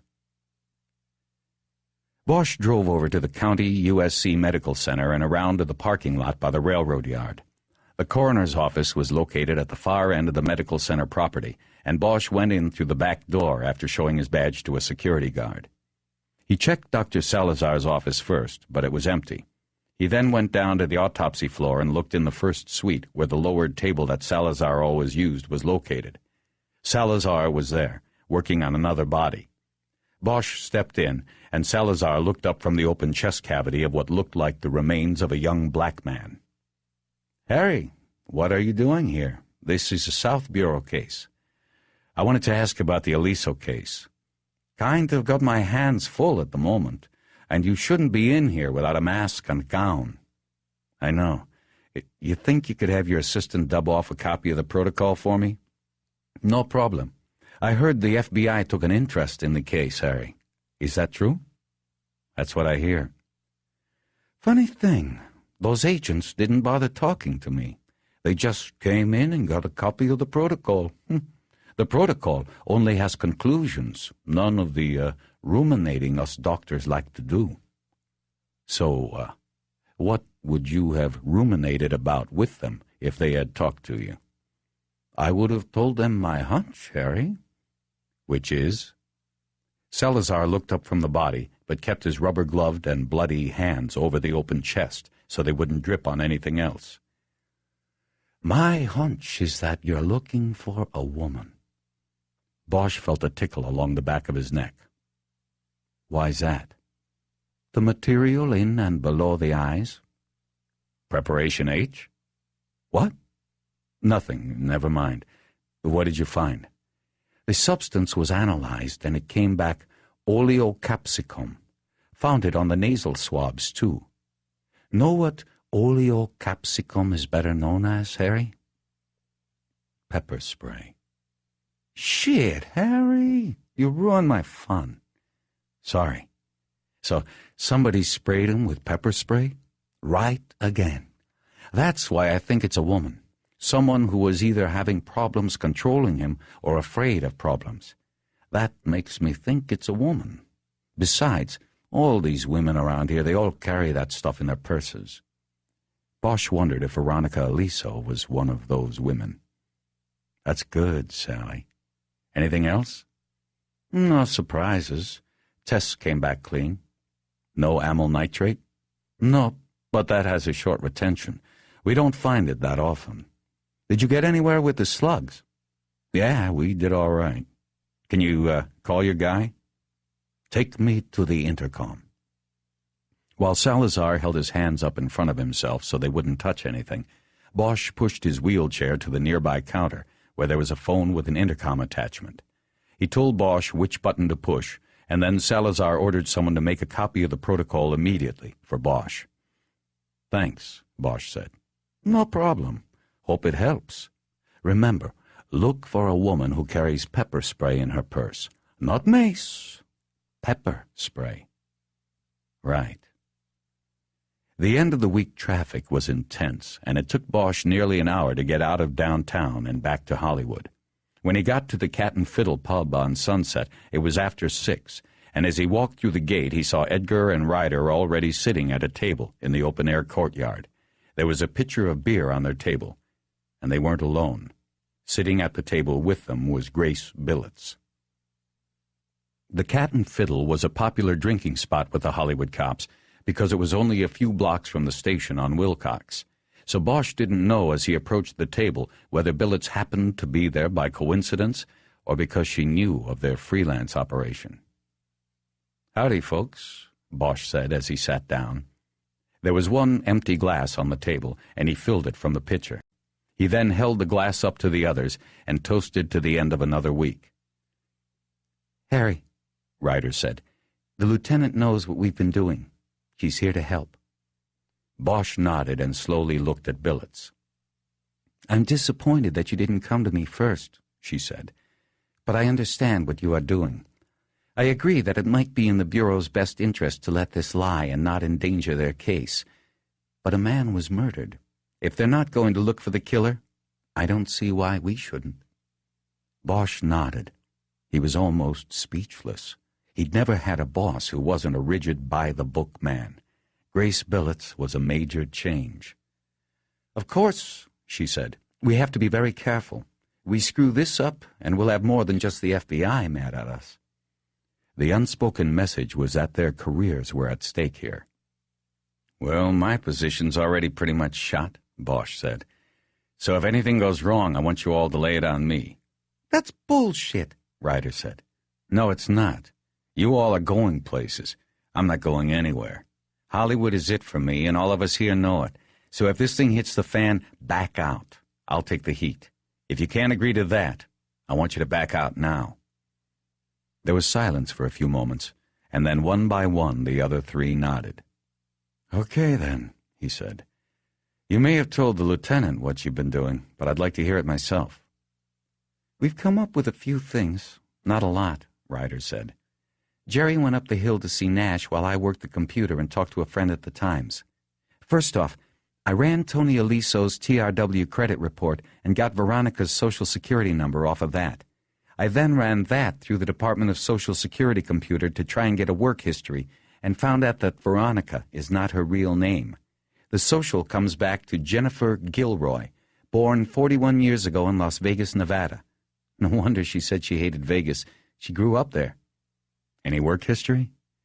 "Nothing, until she came out here and worked for TNA Productions." "What else?" Before she could answer, there was a loud commotion near the glass door to the interior bar. The door opened, and a large man in a bartender's jacket pushed a smaller man through. The smaller man was disheveled and drunk and yelling something about the lack of respect he was getting. The bartender roughly walked him to the courtyard gate and pushed him through. As soon as the bartender turned to go back to the bar, the drunk spun around and started back in. The bartender turned around and pushed him so hard he fell backwards onto the seat of his pants. Now embarrassed, he threatened to come back and get the bartender. A few people at some of the outside tables snickered. The drunk got up and staggered out to the street. "They start early around here," Billets said. "Go ahead, Kiz." "Anyway, I did an NCIC run. Jennifer Gilroy got picked up twice in Vegas for soliciting. This is going back more than 20 years. I called over there and had them ship us the mugs and reports. It's all on fish, and they have to dig it out, so we won't get it till next week. There probably won't be much there anyway. According to the computer, neither case went to court. She pleaded out and paid a fine each time." Bosch nodded. It sounded like a routine disposal of routine cases. "That's all I've got on that.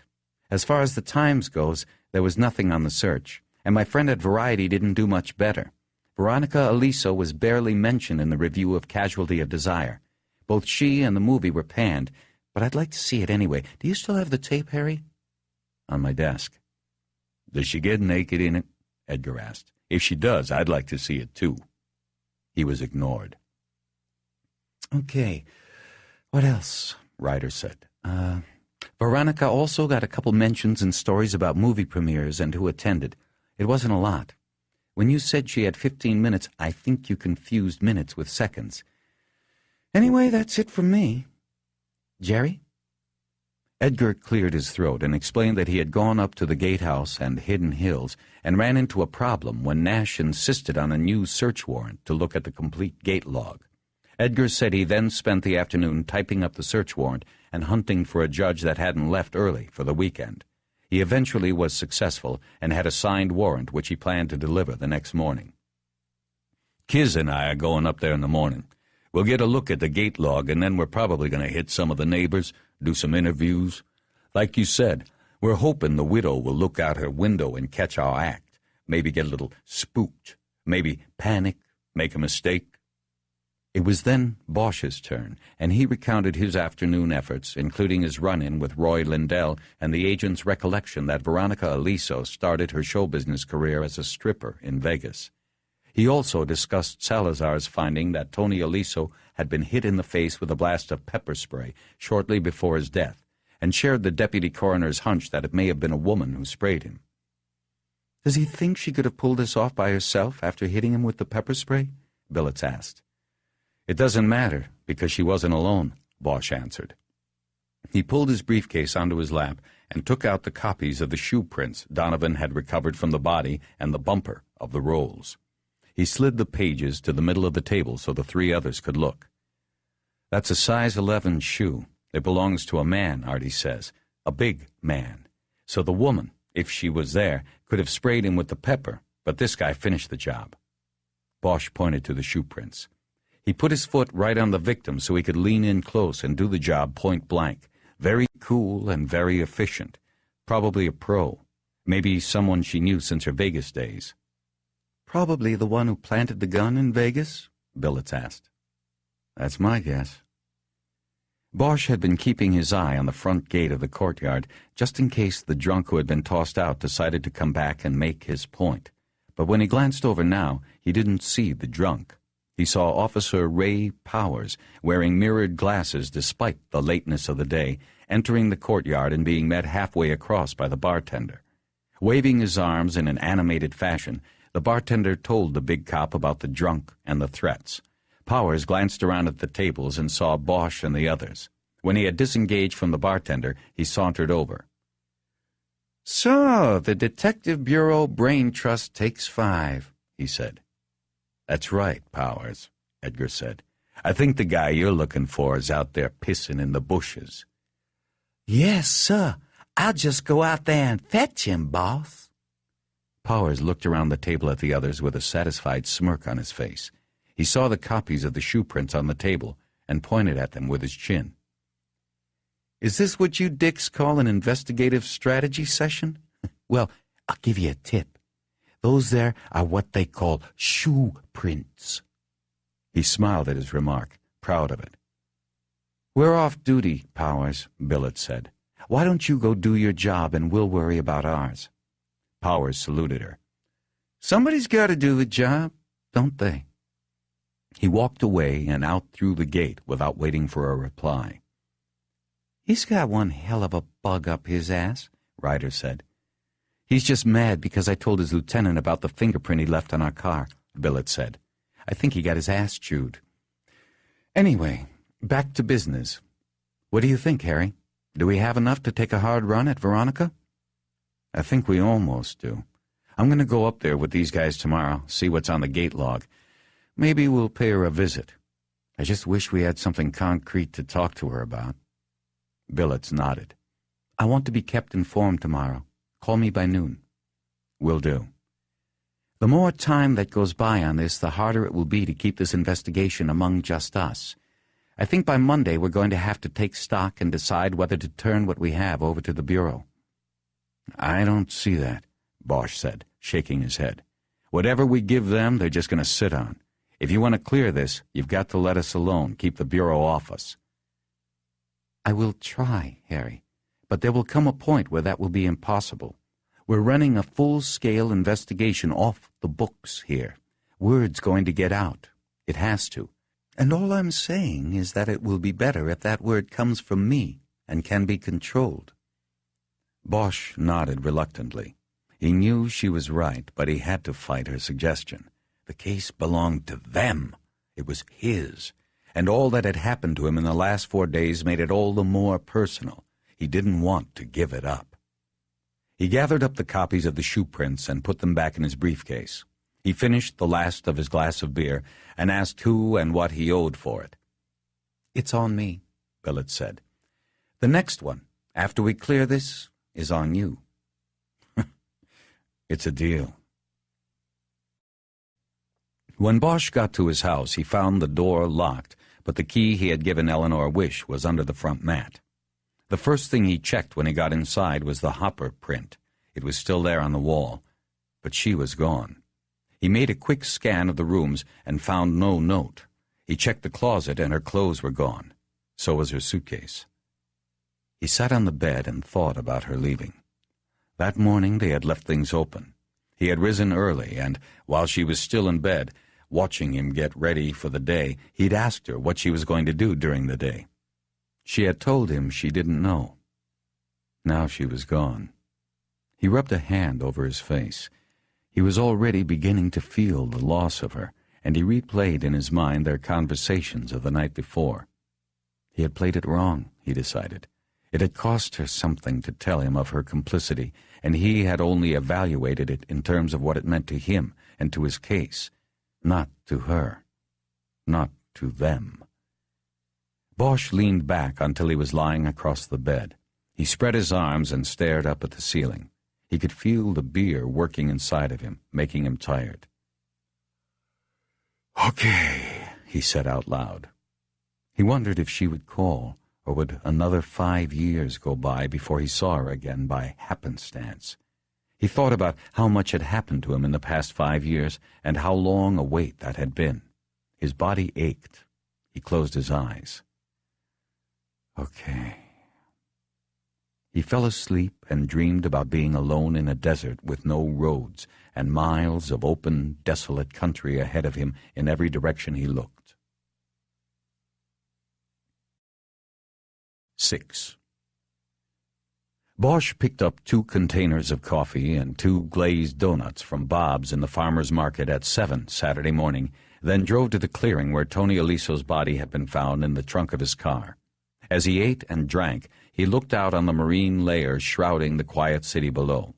The sun, rising behind the towers of downtown, cast them as opaque monoliths in the haze. It was beautiful, but Bosch felt as though he were the only one in the world seeing it. When he was finished eating, he used a napkin he had wet in the water fountain at the farmer's market to clean the sticky residue of sugar off his fingers. He then stuffed all the papers and the first empty coffee cup back into the donut bag and started the car.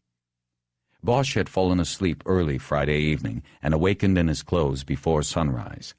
He felt the need to get out of the house and do something. He had always believed that you could make things happen in an investigation by staying busy and with hard work. He decided that he would use the morning to try to find the spot where Tony Aliso's Rolls-Royce was intercepted and pulled over by his killers. He decided that the abduction had to have taken place on Mulholland Drive near the entrance to Hidden Hills. He concluded this for a variety of reasons. First, the clearing where the car had been found was off of Mulholland.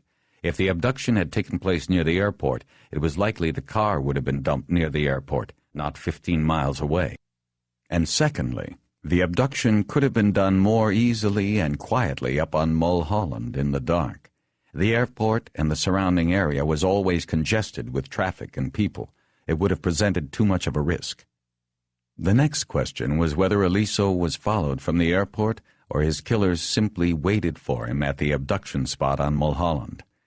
Bosch decided on the latter, figuring that it was a small operation, 2 people tops, and a tail and vehicle stop would be too iffy a proposition, particularly in Los Angeles, where every owner of a Rolls-Royce would be acutely aware of the danger of carjackings.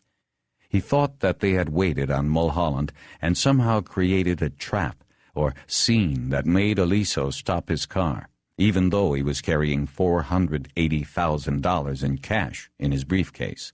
And Bosch guessed that the only way Aliso would make such a stop was if that scenario involved his wife. In his mind, Bosch saw the headlights of the Rolls-Royce sweeping around a curve and illuminating a frantically waving Veronica Aliso. Tony would stop for that. Bosch knew that the waiting spot had to be on a place on Mulholland where they were sure Tony would pass.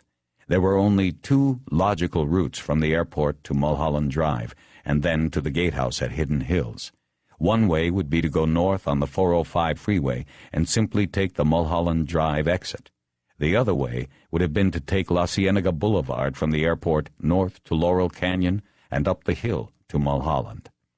The 2 routes had only a 1-mile stretch of Mulholland in common, and since there was no way of knowing for sure which route Aliso would take home that night, it seemed obvious to Bosch that the car stop and abduction would have been somewhere along that 1 mile of road.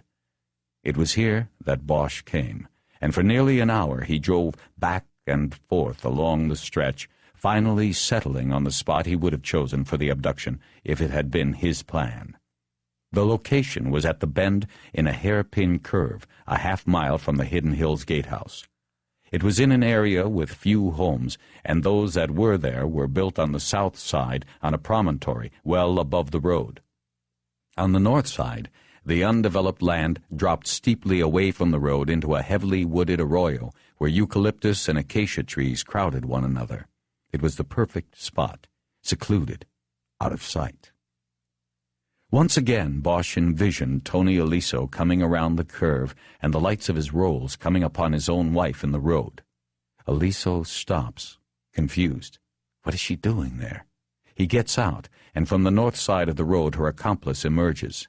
She hits her husband with the spray. The accomplice goes to the rolls and pops the trunk. Aliso's hands are clawing at his eyes when he is roughly thrown into the trunk and his hands tied behind him. All they had to worry about was a car coming around the curve and throwing its lights on them. But at that late hour on Mulholland, it didn't seem likely. The whole thing could have been done in 15 seconds. That's why the spray was used, not because it was a woman, but because it would make it fast. Bosch pulled off the road, got out and looked around. The spot had the right feel to him. It was as quiet as death. He decided that he would come back that night to see it in darkness, to further confirm what he felt in his gut to be true. He crossed the street and looked down into the arroyo where her accomplice would have hidden and waited. Looking down, he tried to find a spot just off the road where a man could have ducked down and been concealed. He noticed a dirt trail going into the woods and stepped down to it, looking for shoe prints. There were many prints, and he squatted down to study them. The ground here was dusty, and some of the prints were fully recognizable. He found prints from two distinctly different sets of shoes, an old pair of shoes with worn heels, and a much newer pair with heels that left sharp lines in the dirt. Neither pair was what he was looking for, the work shoe pattern with the cut in the sole that Donovan had noticed. Bosch's eyes looked up from the ground and followed the trail into the brush and trees. He decided to take a few more steps in, lifted a branch of an acacia, and ducked under it. After his eyes adjusted to the darkness under the canopy of foliage, they were drawn to a blue object he could see but not identify about 20 yards further into the dense growth. He would have to leave the trail to get to it, but he decided to investigate. After slowly moving 10 feet into the brush, he could see that the blue object was part of a plastic tarp, the kind you see on roofs all over the city after an earthquake has knocked down chimneys and opened up the seams of buildings. Bosch stepped closer and saw that 2 corners of the tarp were tied to trees, and it was hung over the branch of a third, creating a small shelter on a level portion of the hillside. He watched for a few moments, but saw no movement. It was impossible to come up on the shelter quietly. The ground was covered with a thick layer of dead and dried leaves and twigs that crackled under Bosch's feet. When he was 10 feet from the canvas tarp, a man's hoarse voice stopped him. "I've got a gun, you fuckers!" Bosch stood stock still and stared at the tarp. Because it was draped over the long branch of an acacia tree, he was in a blind spot. He could not see whoever it was who had yelled, and the man who yelled probably couldn't see him. Bosch decided to take a chance. "I've got one too," he called back. "And a badge." "Police! I didn't call the police!" There was a hysterical tinge to the voice now, and Bosch suspected he was dealing with one of the homeless wanderers who were dumped out of mental institutions during the massive cutbacks in public assistance in the 1980s. The city was teeming with them. They stood at almost every major intersection, holding their signs and shaking their change cups. They slept under overpasses or burrowed like termites into the woods on the hillsides, living in makeshift camps just yards from million-dollar mansions. "I'm just passing through," Bosch yelled. "You put down yours, I'll put down mine." Bosch guessed that the man behind the scared voice didn't even have a gun. "Okay. It's a deal." Bosch unsnapped the holster under his arm, but left his gun in place. He walked the final few steps and came slowly around the trunk of the acacia. A man with long, gray hair and beard flowing over a blue silk Hawaiian shirt sat cross-legged on a blanket under the tarp. There was a wild look in his eyes. Bosch quickly scanned the man's hands and the surroundings within his immediate reach and saw no weapon. He eased up a bit and nodded at the man. "Hello?" he said. I didn't do nothing. I understand. Bosch looked around. There were folded clothes and towels under the shelter of the tarp. There was a small folding card table with a frying pan on it, along with some candles and sterno cans, 2 forks and a spoon, but no knife. Bosch figured he had the knife under his shirt, or maybe hidden in the blanket. There was also a bottle of cologne on the table, and Bosch could tell that it had been liberally sprinkled about the shelter. Also, under the tarp, was an old tar bucket filled with crushed aluminum cans, a stack of newspapers, and a dog-eared paperback copy of Stranger in a Strange Land. He stepped to the edge of the man's clearing and squatted like a baseball catcher so they could face each other on the same level. He took a look around the outer edge of the clearing and saw that this was where the man discarded what he didn't need. There were bags of trash and remnants of clothing. By the base of another acacia, there was a brown and green suit bag. It was unzipped and lying open like a gutted fish. Bosch looked back at the man. He could see he wore 2 other Hawaiian shirts beneath the blue one on top, which had a pattern of hula girls on surfboards. His pants were dirty, but had a sharper crease in them than a homeless man's pants would usually have. His shoes were too well polished for a man of the woods. Bosch guessed that the pair he wore had made some of the prints up on the trail, the ones with the sharp-edged heels. That's a nice shirt, Bosch said. It's mine. I know. I just said it was nice. What's your name? Name's George. George what? George, whatever the hell you want it to be. Okay, George, whatever the hell you want it to be. Why don't you tell me about that suit bag over there and those clothes you're wearing? The new shoes. Where did it all come from? It was delivered. It's mine now. What do you mean by delivered? Delivered. That's what I mean, delivered. They gave it all to me. Bosch took out his cigarettes, took one, and offered the pack to the man. He waved them away. Can't afford it. Take me half a day to find enough cans to buy a pack of smokes. I quit. Bosch nodded. How long you been living up here, George? All my life. When did they kick you out of Camarillo? Who told you that? It had been an educated guess, Camarillo being the nearest state institution. They did. How long ago was that? If they told you about me, then they would have told you that. I'm not stupid, you know. You got me there, George. About the bag and the clothes? When was it all delivered? I don't know. Bosch got up and went over to the suit bag. There was an identification tag attached to the handle. He turned it over and read Anthony Eliso's name and address. He noticed the bag was laying on top of a cardboard box that was damaged from a tumble down the hill. Bosch tipped the box with his foot and read the markings on the side. Scotch Standard, High Speed, T90 VHS 96 count. He left the box and the suit bag there and went back to the man and squatted again.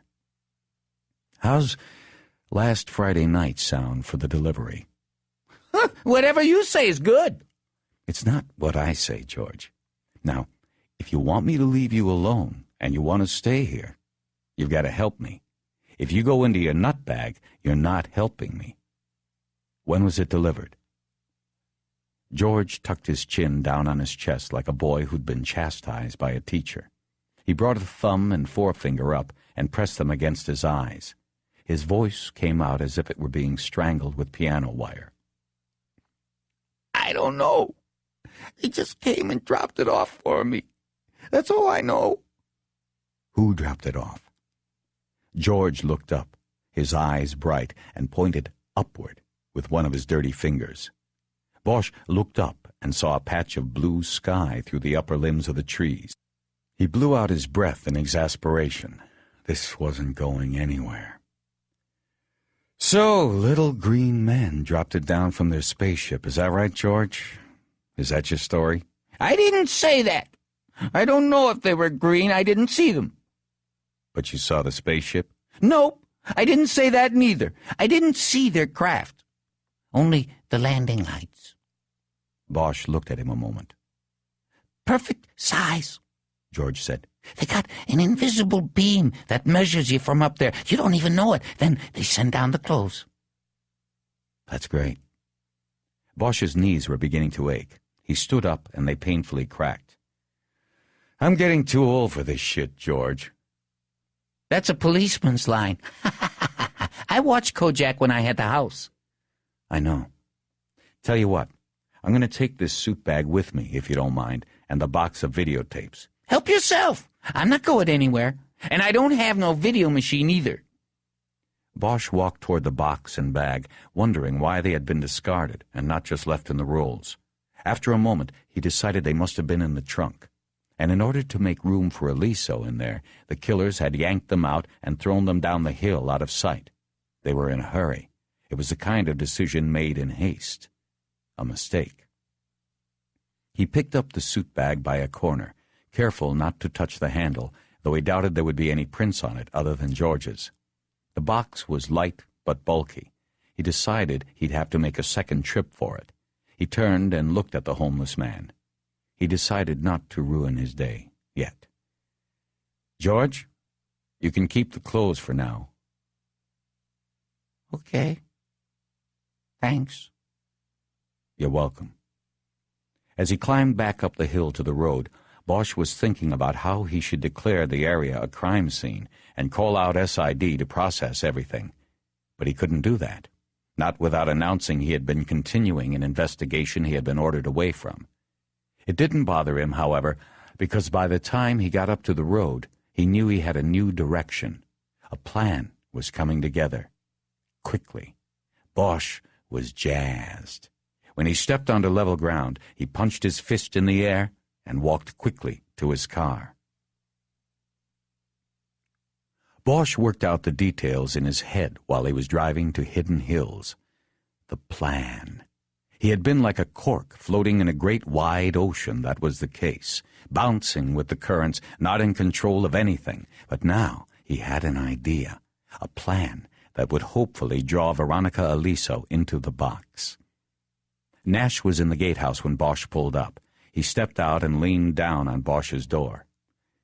Morning, Detective Bosch. How's it going, Captain Nash? It's going. I gotta say, your people are creating a bit of a stir already this morning.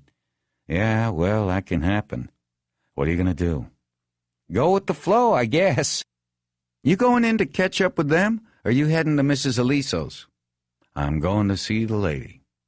Good. Maybe that'll get her off my back. I got a call, you know. Why's she on your back? She's just been calling up wondering why you people have been talking to the neighbors all morning. What did you tell her? I told her they got a job to do, and a murder investigation requires them to talk to a lot of people. That's good. I'll see you. Nash waved him off and opened the gate. Bosch drove to the Aliso house, but before he got there, he saw Edgar walking from the front door of the home next door to his car. Bosch stopped and waved him over. Harry? Jerry? Got anything yet?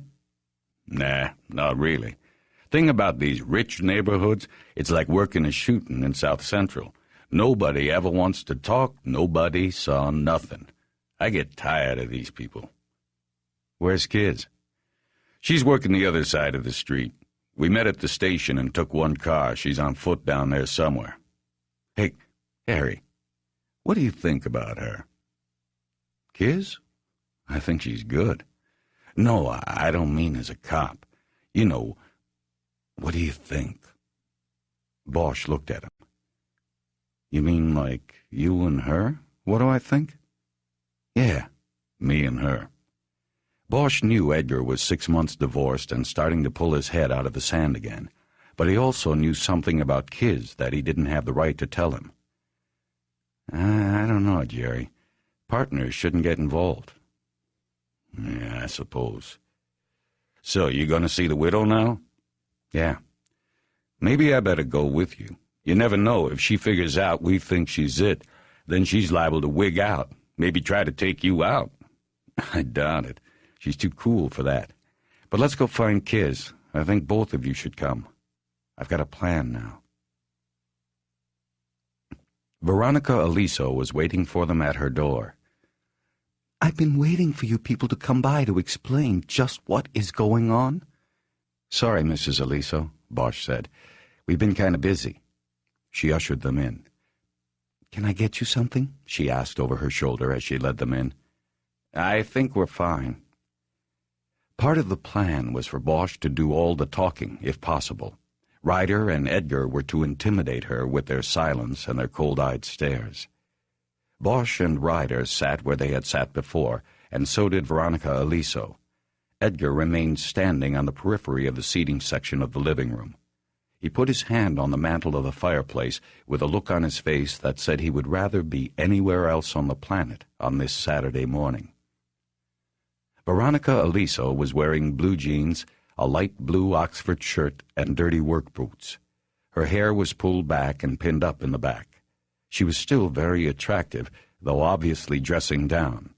Through her open collar, Bosch could see a scattering of freckles that he knew from her video went all the way down her chest. Are we, interrupting something? Bosch asked. Were you about to go out? I wanted to go to the Burbank stables sometime today if I could. I keep a horse there. My husband's body was cremated, and I want to take his ashes up the trail into the hills. He loved the hills. Bosch somberly nodded. Well, this won't take too long. First off, you've seen us in the neighborhood this morning. We're just conducting a routine canvass. You never know, maybe somebody saw something. Maybe somebody watching the house or a car here that shouldn't have been here. You never know. Well, I think I'd be the one who would know about any car that shouldn't be here. Well, I mean, if you weren't here. If you were out and someone was here, you probably wouldn't know. How would they get in past the gate? It's a long shot, we know, Mrs. Aliso. It's all we've got right now. She frowned. There's nothing else? What about what you told me the other day about this man in Las Vegas? Well, Mrs. Aliso, I hate to tell you this, but we went down the wrong path on that. We gathered a lot of information about your husband, and initially it looked like that was the way to go, but it didn't work out. We do think we're moving in the right direction now, and we're going to make up for the lost time. She seemed genuinely stunned. I don't understand. The wrong path? Yes, well, I can explain it to you if you want to hear it, but it involves your husband and some unsavory things. Detective, I've prepared myself over the last few days for anything. Tell me.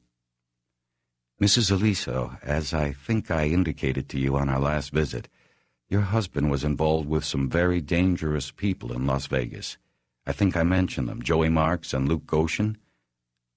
I don't recall. She kept the look of bewilderment on her face. She was good. Bosch had to give that to her. She might not have made it in the film business, but she could act when she needed to. To put it bluntly, they're mobsters, Bosch said. Organized crime. And it looks like your husband had been working for them for a long time. He took mob money from Vegas and put it into his films, laundered it through. Then he gave it back to them after taking out a fee. It was a lot of money, and that's where we went down the wrong path. Your husband was about to get audited by the IRS. Did you know that? Audited? No, he didn't tell me anything about an audit. Well, we found out about the audit, which likely would have revealed his illegal activities, and we thought maybe these people he did business with became aware of it too and had him killed so he wouldn't be able to talk about their business. Only we don't think that anymore. I don't understand. Are you sure of this? It seems obvious to me that these people had some involvement. She faltered a little bit there. Her voice was a little too urgent. Well, like I said, we thought that too. We haven't fully dropped it, but so far it doesn't check out. The man we arrested over there in Vegas, this Goshen fellow I mentioned, he looked pretty good for it, I have to say. But then his alibi turned out to be a rock we couldn't break. It couldn't have been him, Mrs. Aliso. It looks like somebody went to great lengths to make it look like it was him. He even planted a gun in his house, but we know it wasn't. She looked at him with dull eyes for a moment and then shook her head. Then she made her first real mistake. She should have said that if it wasn't Goshen, then it was probably the other one Bosch had mentioned, or some other mobster associate. But she said nothing, and that instinctively told Bosch that she knew of the setup on Goshen. She now knew the plan hadn't worked, and her mind was probably scrambling. "So, then, what will you do?" she finally asked. "Oh, we already had to let him go." No, I mean about the investigation. What's next? "Well, we're sort of starting from scratch, looking at it like maybe it was a planned robbery." You said his watch wasn't taken. "Right, it wasn't. But the Las Vegas angle wasn't a total waste. We found out that your husband was carrying a lot of money with him when he landed here that night. He was taking it back here to run through his company, to clean it up. It was a lot of money. Nearly $1 million. He was carrying it for $1 million? That was his second mistake. To Bosch, her emphasis on million and shock betrayed her knowledge that there was far less than that in Tony Aliso's briefcase. Bosch watched as her eyes stared blankly, and all her movement was interior. He guessed and hoped she was now wondering where the rest of the money was. "Yes," he said. "See, the man who gave your husband the money, the one we first thought was a suspect, is an FBI agent who infiltrated the organization your husband worked for. That is why his alibi is so solid. Anyway, he told us that your husband was carrying $1 million. It was all in cash, and there was so much that he couldn't fit it all into his briefcase. He had to put about half of it in his suit bag." He paused for a few moments. He could tell the story was playing in her internal theater. Her eyes had that faraway look in them. He remembered that look from her movie, but this time it was for real. He hadn't even finished the interview, but she was already making plans. He could see it. "Was the money marked by the FBI?" she asked. "I mean, could they trace it that way?" No. Unfortunately, their agent did not have it long enough to do that. There was too much of it, frankly. But the transaction did take place in an office with a hidden video camera. There is no doubt Tony left there with $1 million. Bosch paused to open his briefcase and quickly consult a page from a file. Actually, it was $1,076,000, all in cash. Veronica's eyes went down to the floor as she nodded. Bosch studied her, but his concentration was interrupted when he thought he heard a sound from somewhere in the house. It suddenly occurred to him that maybe there was someone else there. They had never asked. "Did you hear that?" Bosch asked. "What?" "I thought I heard something. Are you alone in the house?" "Yes." "I thought I heard a bump or something." "You want me to look around?" Edgar offered. "Oh, no," Veronica said quickly. It was probably just the cat." Bosch didn't remember seeing any sign of a cat when he had been in the house before. He glanced at Kiz and saw her almost imperceptibly turn her head to signal she didn't remember a cat either. He decided to let it go for the time being. "Anyway," he said, "that's why we're canvassing, and that's why we're here. We need to ask you some questions.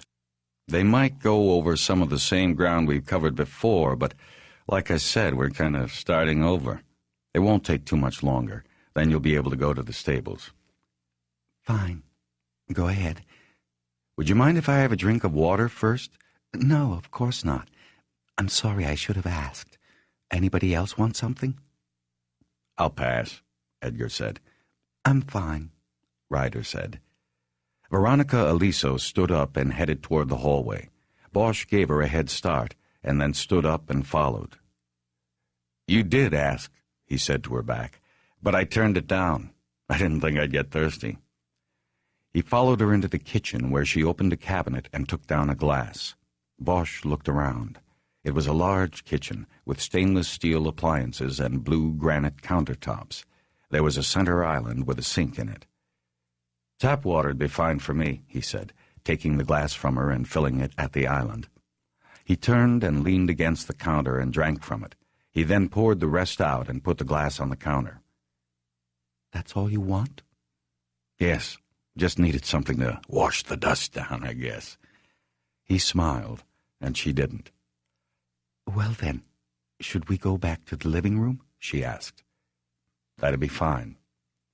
He followed her out of the kitchen, and just before he entered the hallway, he turned back, and his eyes swept across the gray-tiled floor.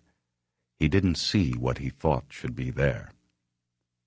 Bosch spent the next 15 minutes asking mostly questions that had been asked 5 days earlier, and that had little bearing on the case now. He was going through the motions, the finishing touches. The trap was baited, and this was his way of quietly stepping back from it. Finally, when he thought he had said and asked enough, Bosch closed the notebook in which he had been scribbling notes he'd never look at again, and stood up. He thanked her for her time, and Veronica Aliso walked the 3 detectives to the door. Bosch was the last one out, and as he stepped over the threshold, she spoke to him. He somehow knew that she would. There were parts to her act that had to be played as well. Keep me informed, Detective Bosch. Please keep me informed. Bosch turned and looked back at her. Oh, I will. If anything happens, you'll be the first to know. Bosch drove Edgar and Ryder back to their car. He didn't speak about the interview until he pulled in behind it. "So, what do you think?" he asked as he got out his cigarettes. "I think we sunk the hook, but good," Edgar said. "Yeah," Ryder said. "It's going to be interesting." Bosch lit a cigarette. "What about the cat?" he asked. "What?" Edgar asked. "The noise in the house? She said it was the cat. But in the kitchen, there were no food bowls on the floor." "Maybe they were outside," Edgar offered. Bosch shook his head. "I think people who keep cats inside feed them inside," he said. "In the hills, you're supposed to keep them in. Coyotes. Anyway, I don't like cats. I get allergic to them. I can usually tell when somebody has a cat. I don't think she has a cat. Kids, you didn't see a cat in there, did you?" "I spent all Tuesday morning in there, and I never saw a cat." "You think maybe it was the guy then?" Edgar asked. "Whoever she worked this with?" "Maybe. I think somebody was in there.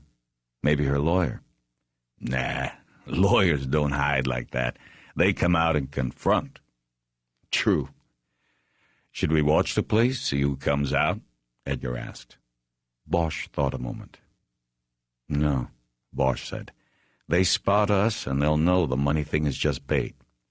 Better we let it go. Better just to get out of here, go get set up. We got to get ready." 7. During his time in Vietnam, Bosch's primary assignment was to fight the war in the tunnel networks that ranged beneath the villages in the Cu Chi province, to go into the darkness they called the Black Echo, and to come back alive. But the tunnel work was done quickly, and between those missions he spent days in the bush, fighting and waiting under the jungle canopy. One time he and a handful of others got cut off from their unit, and Bosch spent a night sitting in the elephant grass, his back pressed against the back of an Alabama boy named Donnell Frederick, listening as a company of VC fighters moved through. They sat there and waited for Charlie to stumble onto them. There was nothing else they could do, and there were too many of them to fight. So they waited, and the minutes went by like hours. They all made it through, though Donnell was later killed in a foxhole by a direct mortar hit. Friendly fire. Bosch always thought that night in the elephant grass was the closest he'd ever come to experiencing a miracle. Bosch remembered that night sometimes when he was alone on a stakeout or in a tight spot. He thought about it now as he sat cross-legged against the base of a eucalyptus tree 10 yards from the tarp the homeless man George had erected. Over his clothes he wore a green plastic poncho he always kept in the trunk of his work car. The candy bars he had with him were Hershey's chocolate with almonds, the same kind he took with him into the bush so long ago. And like that night in the tall grass, he had not moved for what seemed like hours. It was dark, with only a glimmer of moonlight making it down through the overhead canopy, and he was waiting. He wanted a cigarette, but couldn't afford to open a flame in the blackness. Every now and then he thought he could hear Edgar make a move or readjust himself 20 yards to his right, but he couldn't be sure that it was him and not a deer or maybe a coyote passing through. George had told him there were coyotes. When he had put the old man into the back of Kiz's car for the ride to the hotel they were putting him up in, he had warned Bosch. But Bosch wasn't afraid of coyotes. The old man had not gone easily. He was sure they were there to take him back to Camarillo, and the truth was he should have been going back there, but the institution wouldn't have him, not without a government-punched ticket. Instead, he was going to be treated to a couple of nights at the Mark Twain Hotel in Hollywood. It wasn't a bad place. Bosch had lived there for more than a year while his house was being rebuilt. The worst room there beat a tarp in the woods hands down, but Bosch knew George might not see it that way. By 11:30, the traffic up on Mulholland had thinned down to a car every 5 minutes or so. Bosch couldn't see them because of the incline and the thickness of the brush, but he could hear them and see the lights wash through the foliage above him as the cars made the curve. He was alert now because a car had slowly gone by twice in the last 15 minutes, once each way. Bosch had sensed that it was the same car because the engine was over-throttled to compensate for a skip in the engine stroke. And now it was back for a third time. Bosch listened intently as he heard the familiar engine, and this time there was the added sound of tires turning on gravel. The car was pulling off the road. In a few moments the engine stopped, and the following silence was punctuated only by the sound of a car door being opened and then closed. Bosch slowly got up on his haunches, as painful as it was on his knees, and got ready. He looked into the darkness to his right, toward Edgar's position, and saw nothing. He then looked up the incline toward the edge and waited. In a few moments he could see the beam of a flashlight cut through the brush. The light was pointed downward and was moving in a back-and-forth sweeping pattern as its holder slowly descended the hill toward the tarp. Under his poncho, Bosch held his gun in one hand and a flashlight in the other, his thumb paused on the switch and ready to turn it on. The movement of the light stopped. Bosch guessed that its holder had found the spot where the suit bag should have been. After a moment of seeming hesitation, the beam was lifted and it swept through the woods, flicking across Bosch for a fraction of a second. But it didn't come back to him. Instead, it held on the blue tarp, as Bosch guessed it probably would. The light began advancing, its holder stumbling once as he or she went toward George's home. A few moments later, Bosch saw the beam moving behind the blue plastic. He felt another charge of adrenaline begin to course through his body. Again his mind flashed on Vietnam. This time it was the tunnels that he thought of, coming upon an enemy in the darkness, the fear and thrill of it. It was only after he had left that place safely that he acknowledged to himself there had been a thrill to it, and in looking to replace that thrill, he had joined the cops. Bosch slowly raised himself, hoping his knees wouldn't crack as he watched the light. They had placed the suit bag in underneath the shelter after stuffing it first with crumpled newspaper. Bosch began to move as quietly as he could in behind the tarp. He was coming from the left. According to the plan, Edgar would be coming from the right, but it was still too dark for Bosch to see him. Bosch was 10 feet away now and could hear the excited breathing of the person under the tarp. Then there was the sound of a zipper being pulled open, followed by the sharp cutoff of breath. Shit! Bosch moved in after hearing the curse. He realized he recognized the man's voice just as he came around the open side of the tarp and raised both his weapon and his flashlight from beneath his poncho. Freeze! Police! Bosch yelled at the same moment he put on his light. All right, come out of there, Powers. Almost immediately, Edgar's light came on from Bosch's right. What the? Edgar started to say. Crouched there in the crossing beams of light was Officer Ray Powers. In full uniform, the big patrol cop held a flashlight in one hand and a gun in the other. A look of utter surprise played across his face. His mouth dropped open. Bosch? He said. What the fuck are you doing here? That's our line, Powers, Edgar said angrily. Don't you know what the fuck you just did? You walked right into... What are you doing here, man? Powers lowered his gun and slid it back into its holster. There was a report.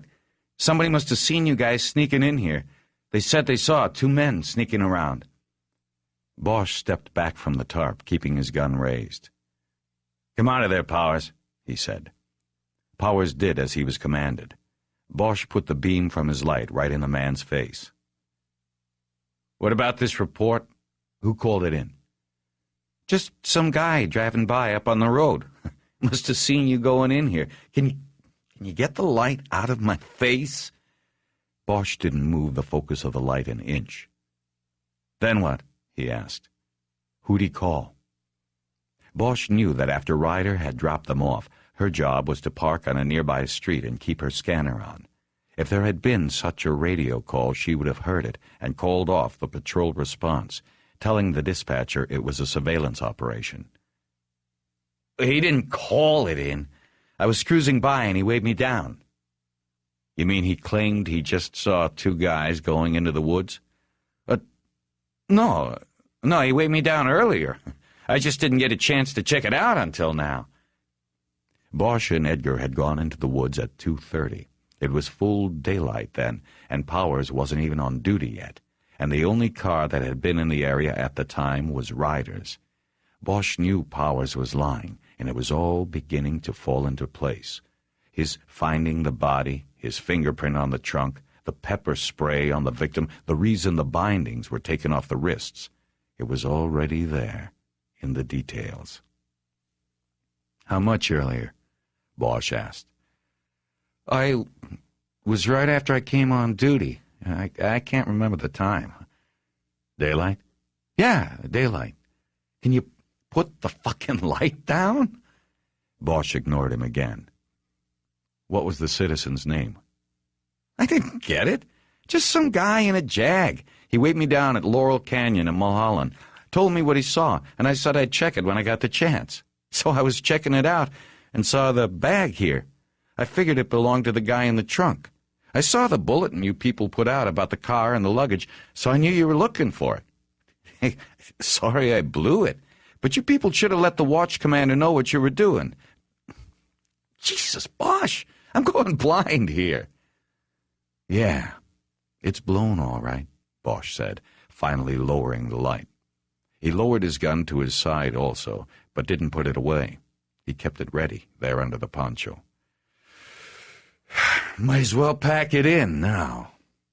Powers, go on up the hill to your car. Jerry, grab the bag.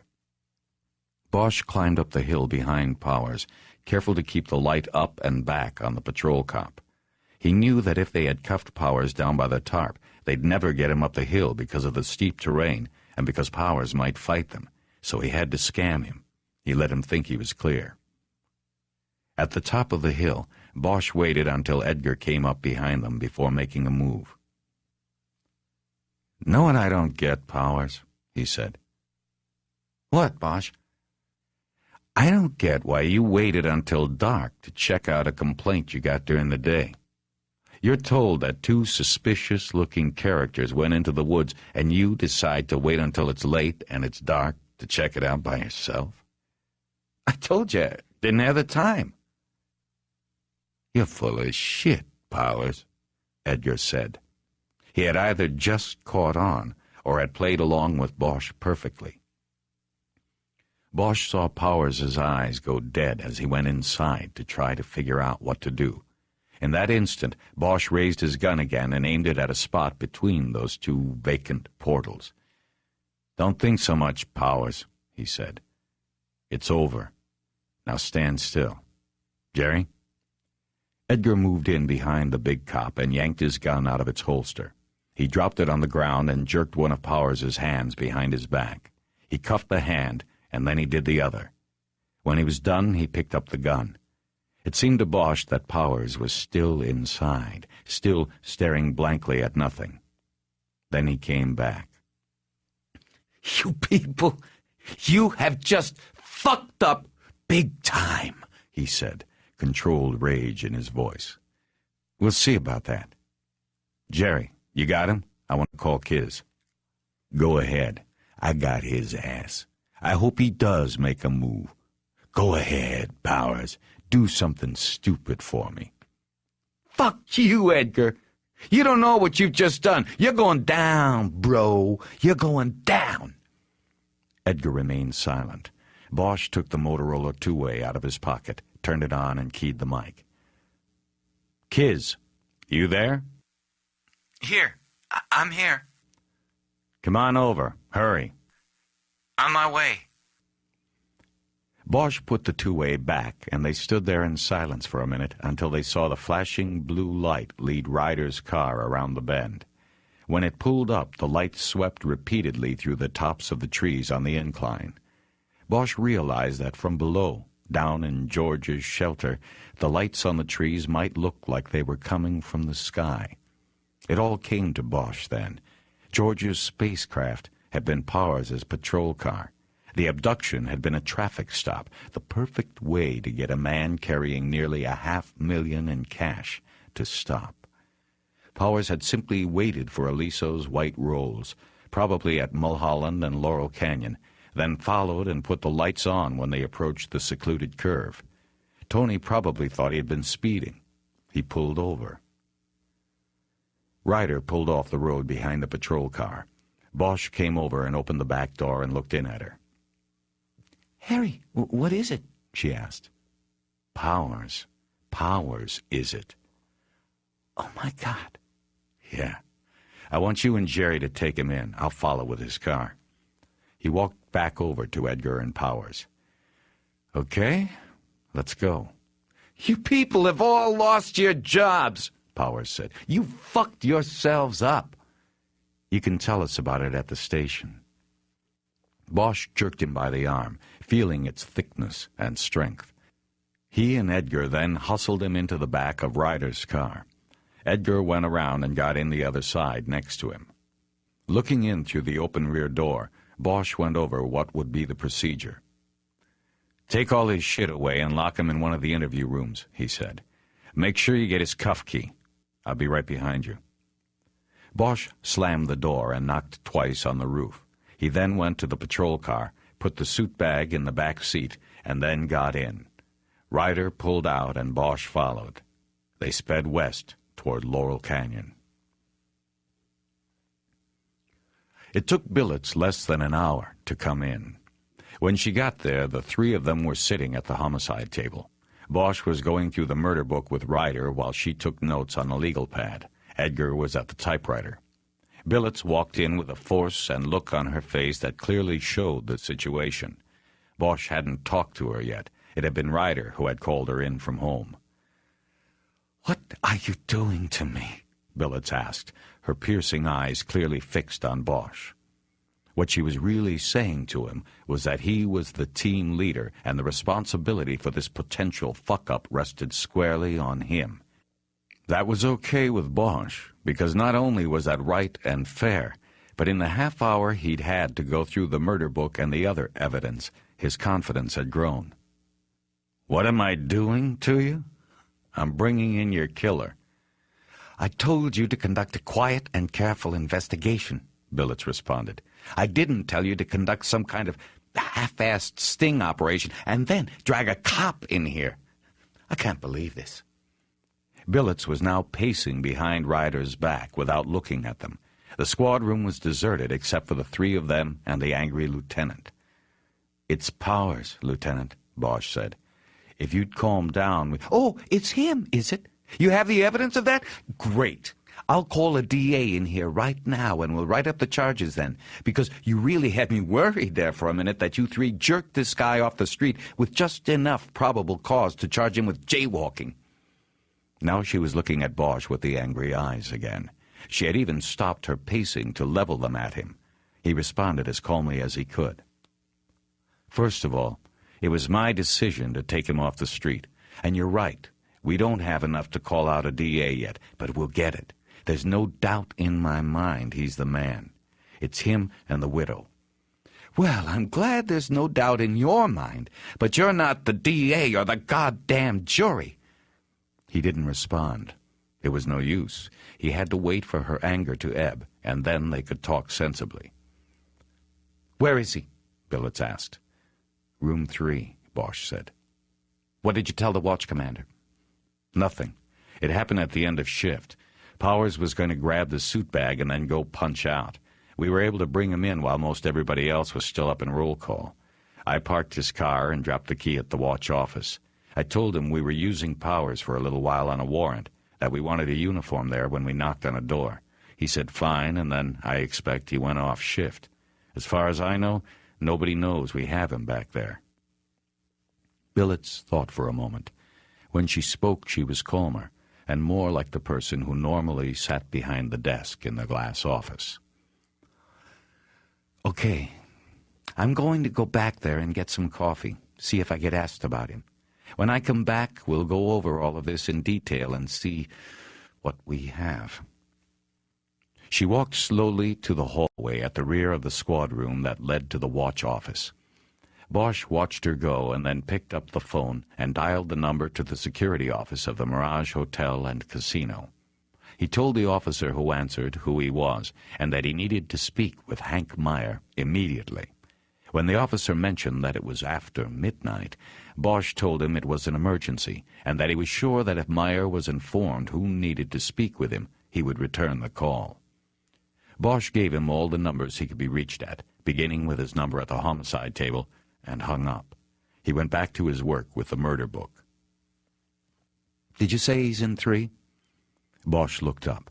Billets was back, a cup of steaming coffee in her hand. He nodded. "I want to have a look," she said. Bosch got up and walked with her down the hallway to the 4 doors leading to the interview rooms. Doors marked 1 and 2 were on the left, 3 and 4 on the right. But there was no 4th interview room. The room marked 4 was actually a small cubicle with a one-way glass window that allowed for observation of room 3. In 3, the other side of the glass was a mirror. Billets entered 4 and looked through the glass at Powers. He sat ramrod straight at a table in a chair directly opposite the mirror. His hands were cuffed behind his back. He still wore his uniform, but his equipment belt had been removed. He stared straight ahead at his own reflection in the mirror. This created an eerie effect in the 4th room, because it appeared that he was looking right at them, as if there was no mirror or glass between them. Billets said nothing. She just looked back at the man staring at her. "There is a lot hanging in the balance tonight, Harry," she said quietly. "I know," he said. They stood there silently for a few moments until Edgar opened the door and told Bosch that Hank Meyer was on the phone. Bosch headed back, picked up the phone, and told Meyer what he needed. Meyer said he was at home and that he'd have to go into the hotel, but he would call back as soon as possible. Bosch thanked him and hung up. Billets had now taken one of the empty seats at the homicide table. "Okay," she said. "One of you tell me exactly how this went down tonight." Bosch remained in the lead and took the next 15 minutes to recount how he found Tony Aliso's suit bag, set up the sting through Veronica Aliso, and then waited in the woods off Mulholland until Powers showed up. He explained how the story Powers had offered for his being there did not make sense. "What else did he say?" Billets asked at the end. "Nothing. Jerry and Kiz put him in the room, and that's where he's been ever since." "What else have you got?" "For starters, we have his print on the inside of the trunk lid. We also have a record of association with the widow." Billets raised her eyebrows. "That's what we were working on when you came in. On Sunday night, when Jerry ran the victim's name through the computer, we got a hit on a burglary report from back in March. Somebody hit the Aliso house. Jerry pulled the report, but it looked unconnected, just a routine burglary. And it was, except the officer who took the initial report from Mrs. Aliso was Powers. We think the relationship started with the burglary. That's when they met. After that, we have the gate records. Police patrols of hidden Highlands are recorded on the gate logs by the car's roof number. The logs show the car assigned to Powers, the zebra car, has been going in there 2-3 nights a week on patrol, always on the nights we know from credit card records that Tony was out of town. I think he was popping over there to see Veronica. What else? The lieutenant said. So far, all you've got is a bunch of coincidences strung together. There are no coincidences, Bosch said. Not like this. Then what else have you got? Like I said, his story about why he came down into the woods doesn't check out. He came down looking for the suit bag, and the only way he would have known that it was worth coming back for was through Veronica. It's him, Lieutenant, it's him. Billets thought about this. Bosch believed the facts he was giving her were beginning to have a cumulative effect in convincing her. He had one thing left with which to nail her down. There's one other thing. Remember our problem with Veronica? If she was involved in this, how did she get out of Hidden Hills and not have it noted on the gate log? Right. Well, the gate log shows that on the night of the murder, the zebra car cruised through on patrol. Twice. He was in and out both times. First time he was logged in at 10 and out at 10:10. Then back in at 11:48 and out 4 minutes later. It was noted as just routine patrol. Okay. So, on the first time he cruises in and picks her up. She gets down on the floor in the back. It's dark out. The gate guy only sees Powers heading back out. They go and wait for Tony, do the deed, and then Powers takes her back home. The second set of entries on the log. It works, Billets said, nodding her approval. The actual abduction, how do you see it? We've figured all along it took 2 people to do this job. First off, Veronica had to know from Tony what flight he was taking, so that set the time frame. Powers picks her up that night, and they go to Laurel Canyon and Mulholland and wait for the white rolls to go by. We figure that happens about 11 or so. Powers follows until Tony is close to the curve through the woods. He puts on the lights and pulls him over, like a routine traffic stop. Only he tells Tony to step out and go to the back of the car. Maybe he makes him open the trunk. Maybe he does that himself after he cuffs him. Either way, the trunk is opened, and Powers has a problem. Tony's suit bag and a box of videos are in the trunk, and that doesn't leave much room for him. Powers doesn't have much time. A car could come around the bend any moment and light up the whole thing, so he takes the suit bag and the box out and throws them down the hill into the woods. He then tells Tony to get in the trunk. Tony says no, or maybe he struggles a bit. Either way, Powers takes out his pepper spray and gives him a shot in the face. Tony is then real manageable, easy to throw into the trunk. Maybe Powers pulled his shoes off then to stop him from kicking around in there, making noise. That's when Veronica pops out, Ryder said, picking up the story. She drives the rolls while Powers follows in the squad car. They knew where they were going. They needed a spot where the car wouldn't be found for a couple days, giving Powers time to get over to Vegas on Saturday, plant the gun, and lay down a few more clues like the anonymous call to Metro. That call was what was supposed to put the finger on Luke Goshen, not the fingerprints. That was just luck for them. Anyway, that's getting ahead of the story. Veronica drives the rolls and Powers follows. To the clearing over the bowl. She pops the trunk and Powers leans in and does the job. Or maybe he puts one cap in Tony and he makes Veronica do the second. That way they're partners for good. Partners in blood. Billets nodded, a serious look on her face. It seems kind of risky. What if he had to take a radio call? The whole plan would go down the drain. We thought of that, and Jerry checked with the watch office. Gomez was the CO Friday night. He says he remembers that Powers had such a busy shift he didn't take a dinner break until 10. He doesn't recall hearing from him until just before end of watch. Billets nodded again. What about the shoe prints recovered? Are they his? Powers got lucky there, Edgar said. He's wearing brand new boots in there. Looks like he maybe just bought them today. Shit. Yeah, Bosch said. We figure he saw the shoe prints on the table last night at the Cat and Fiddle. He went out and got new ones today. Oh, man. Well, maybe there's still a chance he didn't get rid of the old ones. We're working on a search warrant for his place. Oh, and our luck ain't so bad either. Jerry, tell her about the spray. Edgar leaned forward on the table. I went back to the supply post, took a look at the sheet. On Sunday, Powers signed out an OC cartridge. Only I then went and looked at the 51 list in the Watch-Lou's office. No use of force reported by Powers in this deployment period. So, Billett said, he somehow used his pepper spray because he had to get a refill cartridge, but he never reported using the spray to his watch commander. Right. Billets thought about things for a few moments before speaking again. Okay, she said.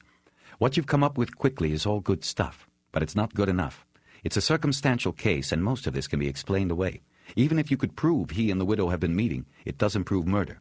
The fingerprint on the trunk can be explained by sloppy work at the crime scene. Who knows? Maybe that's all it really was.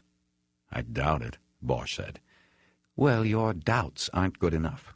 Where do we go from here? We still have some things in the fire. Jerry's going for a warrant based on what we've got so far. If we get inside Powers' house, maybe we find the shoes, maybe we find something else. We'll see. I also have an angle in Vegas working. We figure that for them to have pulled this off, Powers had to have followed Tony over there once or twice, to know about Goshen and pick him to hang it all on. If we're lucky, Powers would have wanted to stay right on Tony. That would mean staying at the Mirage. You can't stay there without a trail. You can pay cash, but you've got to give a legit credit card imprint to cover room charges, phone calls, things like that. In other words, you can't register under any name you don't have on a credit card. I've got a guy checking. Okay, it's a start, Billett said. She nodded her head, cupped a hand over her mouth, and lapsed into a contemplative silence for a long moment. What it all comes down to is that we need to break him, don't we? She finally asked. Bosch nodded. Probably, unless we get lucky with the warrant. You're not going to break him. He's a cop. He knows the angles. He knows the rules of evidence. We'll see. She looked at her watch. Bosch looked at his and saw it was now 1. We're in trouble, Billett said solemnly. We won't be able to contain this much past dawn. After that, I will have to make proper notification of what we've done and what we've got going. If that happens, you can count on us not being involved. And worse. Bosch leaned forward. Go back home, Lieutenant, he said. You were never here. Let us have the night. Come back in at 9 tomorrow. Bring a DA back with you if you want. Make sure it's somebody that will go to the edge with you. If you don't know one, I can call somebody. But give us till 9. 8 hours. Then you come in and we either have the complete package tied up for you, or you go ahead and do what you have to do. She looked carefully at each one of them, took a deep breath, and exhaled slowly. Good luck, she said. She nodded, got up, and left them there. Outside the door to interview room 3, Bosch paused and composed his thoughts. He knew that everything would turn on what happened inside the room. He had to break Powers, and that would be no easy task. Powers was a cop. He knew all the tricks. But somehow Bosch had to find a weakness he could exploit until the big man went down. He knew it was going to be a brutal match. He blew out his breath and opened the door. Bosch stepped into the interview room, took the chair directly across from Powers, and spread out the 2 sheets of paper he carried with him in front of Powers. Okay, Powers, I'm here to tell you what's what. You can save it, asshole. The only one I want to talk to is my lawyer. Well, that's what I'm here for. Why don't you take it easy, and we'll talk about it.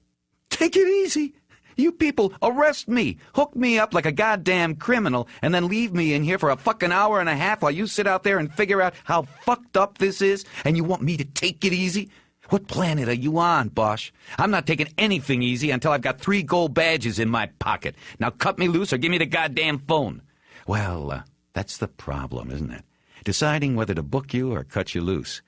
That's why I came in, Powers. I thought maybe you could help us out on that.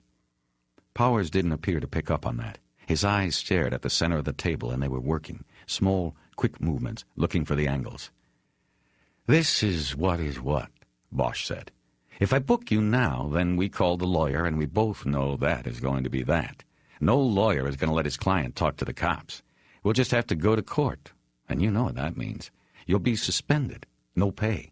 We'll go for no bail, and you'll sit in the can 9, 10 months, and then maybe it gets straightened out in your favor. And maybe not. Meantime, you're all over the front page. Your mother, father, neighbors, whoa. Well, you know how that goes. Bosch took out a cigarette and put it in his mouth. He didn't light it, and he didn't offer one to Powers. He remembered offering one to the big cop at the crime scene and being turned down. "The alternative to that," he continued, "is that we sit here and try to get this straightened out right now. You've got 2 forms there in front of you. The good thing about dealing with a cop like this is I don't really need to explain this stuff to you. The first one's a rights form. You know what that is? You sign that you understand your rights, and then you make your choice. Talk to me or call your lawyer after we book you. The second form is the attorney waiver." Powers stared silently down at the pages, and Bosch put a pen down on the table. "I'll take the cuffs off when you're ready to sign," Bosch said. "See, now the bad thing about dealing with a cop is that I can't bluff you. You know the game. You know if you sign that waiver and talk to me, you'll either talk yourself out of this or right into it. I can give you more time to think about it if you want." "I don't need any more time," he said. "Take off the cuffs." Bosch got up and went around behind Powers. "You right or left?" "Right." There was barely enough room between the back of the big man and the wall to work on the cuffs. It was a dangerous position to be in with most suspects. But Powers was a cop, and he probably knew that the moment he became violent was the moment he lost any chance of getting out of this room and back to his life. He also had to assume someone was watching and ready behind the glass in room 4. Bosch unhooked the right cuff and closed it around one of the metal slats of the chair. Powers scribbled signatures across both forms. Bosch tried to give no indication of his excitement. Powers was making a mistake. Bosch took the pen from him and put it in his pocket. "Put your arm behind you." "Come on, Bosch, treat me like a human. If we're going to talk, let's talk." "Put your arm behind you." Powers did as he was told and blew out his breath in frustration. Bosch recuffed his wrists through the metal slat at the back of the chair and then took his seat again. He cleared his throat, going over the last details in his mind. He knew his mission here. He had to make Powers believe he had the edge, that he had a chance to get out. If he believed that, then he might start talking. If he started talking, Bosch thought he could win the fight. "Okay," Bosch said. "I'm going to lay it out for you. If you can convince me that we have it wrong, then you'll be out of here before the sun's up. That's all I want. Powers, we know you have a relationship with Veronica Aliso predating her husband's death. We know you followed him to Vegas on at least 2 occasions prior to the killing." Powers kept his eyes on the table in front of him, but Bosch was able to read them like the needles of a polygraph machine. There had been a slight tremor in the pupils when Bosch mentioned Las Vegas. "That's right," Bosch said. "We've got the records from the Mirage." "That was careless, Powers, leaving a record like that. We can put you in Vegas with Tony Aliso." "So I like going to Vegas. Big deal. Tony Aliso was there? Wow, what a coincidence. From what I heard, he went there a lot. What else you got?" "We've got your print, Powers. Fingerprint inside the car. You got a refill of pepper spray on Sunday, but you never filed a use of force report explaining how you used it." "Accidental discharge. I didn't file a use of force because there wasn't any." "You haven't got shit. My fingerprint? You're right. You probably got prints. But I was in that car, asshole. I'm the one who found the body. Remember?" "This is a joke, man. I'm thinking I better just get my lawyer in here and take my chances. No DA is going to touch this bullshit with a 10-foot pole." Bosch ignored the baiting and went on. "And last but not least, we have your little climb down the hill tonight. Your story is for shit, Powers. You went down there to look for Aliso's suit bag because you knew it was there and you thought it had something you and the widow overlooked before. About $500,000. The only question I really have is whether she called you up and told you, or if that was you in her house this morning when we dropped by." Bosch saw the pupils jump again slightly, but then they went flat. "Like I said, I'll take that lawyer now." "I guess you're just the errand boy, right? She told you to go and get the money while she waited at the mansion." Powers started laughing in a fake way. "I like that, Bosch. Errand boy. Too bad I barely know the woman. But it's a good try, good try. I like you too, Bosch. But I gotta tell you something." He leaned across the table and lowered his voice. "I ever run across you again on the outside, you know, when it's just me and you, head to head, I'm going to seriously fuck you up." He straightened up again and nodded. Bosch smiled. "You know, I don't think I was sure until now. But now I'm sure. You did it, Powers. You're the man, and there is never going to be an outside for you. Never. So tell me, Whose idea was it? Was she the first one to bring it up? Or was that you? Powers stared sullenly down at the table and shook his head. Let me see if I can figure it out, Bosch said.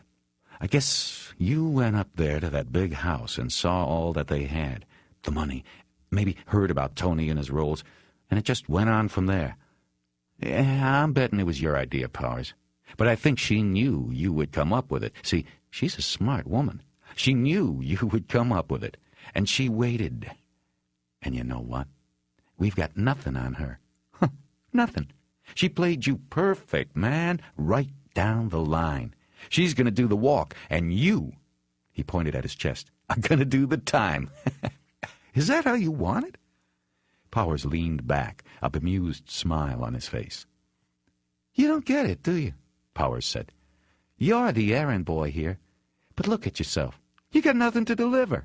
Look at what you've got. You can't tie me to Aliso. I found the body, man. I opened the car. If you found a print, then that's when I left it. All the rest is a bunch of bullshit adding up to nothing. You go in to see a prosecutor with that, they're going to laugh your ass out onto Temple Street. So go give me that phone, errand boy, and let's get it on. Just go give me the phone. Not yet, Powers, Bosch said. Not just yet. Bosch sat at his spot at the homicide table with his head down on his folded arms. An empty coffee cup was near his elbow. A cigarette he had perched on the edge of the table had burned down to the butt, leaving one more scar on the old wood. Bosch was alone. It was almost 6, and there was just the hint of dawn's light coming through the windows that ran high along the east wall of the room. He'd gone at it for more than 4 hours with Powers, and had gained no ground. He hadn't even made a dent in Powers' cool demeanor. The first rounds had assuredly gone to the big patrol cop. Bosch wasn't asleep, though. He was simply resting and waiting, and his thoughts remained focused on Powers. Bosch had no doubts. He was sure that he had the right man sitting handcuffed in the interview room. What minimal evidence they had certainly pointed to Powers, but it was more than the evidence that convinced him. It was experience and gut instinct. Bosch believed an innocent man would have been scared, not smug as Powers had been. An innocent man would not have taunted Bosch, and so what still remained now was to take away that smugness and break him. Bosch was tired, but still felt up to the task. The only thing that worried him was time. Time was against him. Bosch raised his head and looked at his watch. Billets would be back in 3 hours. He picked up the empty cup, used his palm to push the dead cigarette and its ashes into it, and dropped it into the trash can under the table. He stood up, lit another cigarette, and took a walk down the aisle between the crime tables. He tried to clear his mind, to get ready for the next round. He thought about paging Edgar to see if he and Ryder had found anything yet, anything at all that could help, but decided against it. They knew that time was important. They would have either called or come back if they had something. As he stood at the far end of the squad room, and these thoughts traveled through his mind, his eyes fell on the sex crimes table, and he realized after a moment that he was looking at a Polaroid photo of a girl who had come into the station with her mother on Friday to report that she had been raped. The photo was on the top of a stack of Polaroids that were paper-clipped to the outside of the case envelope. Detective Mary Cantu had left it on the top of her pile for Monday. Without thinking about it, Bosch pulled the stack of photos from beneath the clip and began to look through them. The girl had been badly mistreated, and the bruises documented on her body by Cantu's camera were a depressing testament to all that was wrong with the city. Bosch always found it easier to deal with victims who were no longer living. The live ones haunted him because they could never be consoled. Not fully. They were forever left with the question, why? Sometimes Bosch thought of his city as some kind of a vast drain that pulled all bad things toward it, to a spot where they swirled around in a deep concentration. It was a place where it seemed the good people often were outnumbered by the bad, the creeps and schemers, the rapists and killers. It was a place that could easily produce someone like Powers. Too easily. Bosch put the photos back under the clip, embarrassed by his thoughtless voyeurism of the girl's pain. He went back to the homicide table, picked up the phone, and dialed his home number. It had been nearly 24 hours since he had been to his house, and his hope was that Eleanor Wish would answer. He had left the key under the mat, or there might be a message from her. After 3 rings, the line was picked up, and he heard his own voice on tape tell himself to leave a message. He punched in his code to check for messages, and the machine told him he had none. He stood there a long moment, thinking about her, the phone still at his ear, when suddenly he heard her voice. Harry, is that you? Eleanor? I'm here, Harry. Why didn't you answer? I didn't think it would be for me. When did you get there? Last night. I've been waiting for you. Thanks for leaving the key. You're welcome. Eleanor, where'd you go? There was a beat of silence before she answered. I went back to Vegas. I needed to get my car, clear out my bank account, things like that. Where have you been all night? Working. We have a new suspect. We're holding him here. Did you go by your apartment? No, there was no reason to. I just did what I had to do and drove back. I'm sorry if I woke you. That's okay. I was worried about where you were, but I didn't want to call you there in case you were in the middle of something. Bosch wanted to ask her what came next for them, but he felt such a sense of happiness that she was there in his home that he didn't dare to ruin the moment. I don't know how much longer I'll be tied up, he said. Bosch heard the heavy doors in the station's rear hallway open and bang shut. Footsteps were coming toward the squad room. Do you have to go? Eleanor asked. Edgar and Ryder walked into the squad room. Ryder carried a brown evidence bag with something heavy in it. Edgar carried a closed cardboard box, across which someone had stenciled Xmas with a magic marker. He also had a broad smile on his face. Yeah, Bosch said. I think I better go. Okay, Harry. I'll see you. You'll be there? I'll be here. Okay, Eleanor. I'll see you as soon as I can. He hung up and looked up at his two partners. Edgar was still smiling. We got you a Christmas present here, Harry, Edgar said. We got Powers right here in this box. You got the boots? No boots. We got better than boots. Show me. Edgar lifted the lid off the box. Off the top, he took out a manila envelope. He then tilted the box so that Bosch could look in. Bosch whistled. Merry Christmas, Edgar said. You count it? Bosch asked, his eyes still on the stacks of currency with rubber bands around them. Each bundle has a number on it, Ryder said. You add them all up, it equals 480,000. It looks like it's everything. Not a bad present, eh, Harry? Edgar said excitedly. No. Where was it? Attic crawl space, Edgar said. One of the last places we looked. Box was just sitting there in front of me as soon as I stuck my head up. Bosch nodded. Okay. What else? Found these under his mattress. From the envelope, Edgar withdrew a stack of photos. They were 6 by 4 in size, and each had the date of the photograph digitally printed on the bottom left corner. Bosch put them on the table in front of them and looked through them, carefully picking them up by the corners. He hoped Edgar had handled them the same way. The first photo was of Tony Aliso getting into a car at the valet stand in front of the Mirage.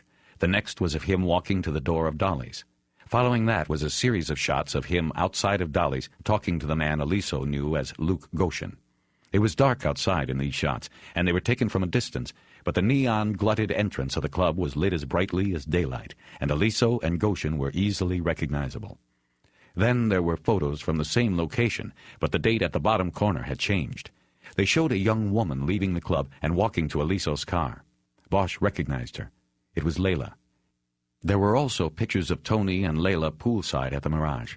The last shot was of Tony leaning his deeply tanned body over Layla's lounge chair and kissing her on the mouth. Bosch looked up at Edgar and Ryder. Edgar was smiling again. Ryder wasn't. Just like we thought, Edgar said. He cased this guy over there in Vegas. That shows he had the knowledge to set this whole thing up, him and the widow. We got him, Harry. This shows premeditation, lying in wait, the works. We got 'em both, 9 ways to Sunday. Maybe. He looked at Ryder. What's up with you, Kiz? She shook her head. I don't know. It just seems too easy. The place was very clean, no old boots, no sign that Veronica ever even set foot in that place. Then we find these so easy. It was like we were supposed to find it all. I mean, why would he take the time to get rid of the boots but leave the photos under the mattress? I can see him wanting to hang on to the money, but putting it in the attic seems pretty lame. She moved her hand toward the photos and the cash in a dismissive gesture. Bosch nodded his agreement and leaned back in his chair. I think you're right, he said. He's not that stupid.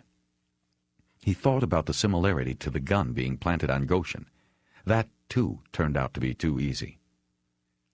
"I think it's a setup," Bosch said. "Veronica did this. He took the photos for her. He probably told her to destroy them, but she didn't. She hung on to them, just in case. She probably snuck them back in under his bed and put the cash up in the attic. Was it easy to get to?" "Easy enough," Ryder said. "Full down ladder." "Wait a minute. Why would she set him up?" Edgar asked. "Not from the start," Bosch said. "It was like a fallback position. If things started to go wrong, if we got too close, she had Powers out there ready to take the fall. Maybe when she sent Powers after the suitcase, she went to his place with the photos and the cash. Who knows when it started? But I bet when I tell Powers we found this stuff in his house, his eyes are going to pop. What do you got in the bag, kids? The camera?" She nodded and put the bag on the table without opening it. "Nikon with a telephoto on it, credit card receipt for his purchase of it." Bosch nodded, and his thoughts strayed a bit. He was trying to think about how he was going to work the photos and money with Powers. It was their shot at breaking him. It had to be played right. Hold on, Edgar said, a look of confusion on his face. "I still don't get this. What makes you say it was a setup? Maybe he was holding the cash and the photos, and they were going to split it all after the heat died down. Why does it have to be that she set him up?" Bosch looked at Ryder and then back at Edgar. "'Cause Kiz is right. It's too easy."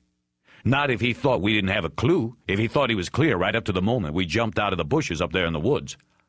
Bosch shook his head. "I don't know.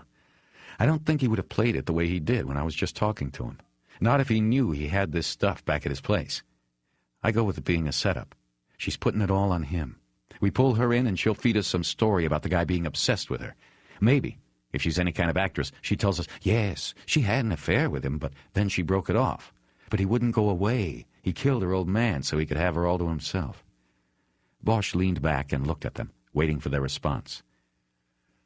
"I think it's good," Ryder said. "It could work. Except we don't believe it," Bosch said. "So, what'd she get out of this?" Edgar asked, refusing to drop his disagreement. "She's given up the money, putting it in his pad. What's that leave her?" "The house, the cars, insurance," Bosch said. "Whatever's left to the company, and the chance to get away."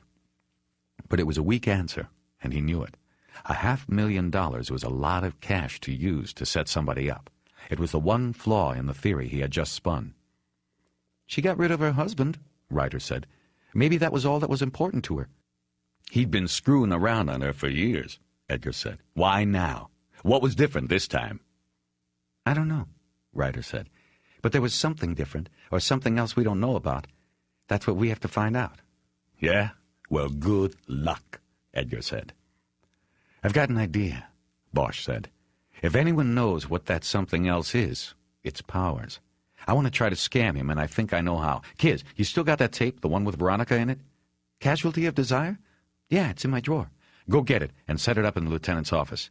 I'm going to grab some more coffee, and I'll meet you there." Bosch stepped into interview room 3 with the box of cash turned so that the side that said Xmas on it was held against his chest. He hoped it looked like any common cardboard box.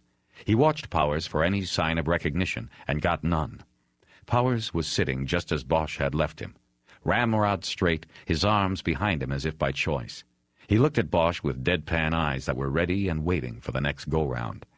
Bosch put the box on the floor where it would be shielded from view, pulled out the chair, and sat across from him again.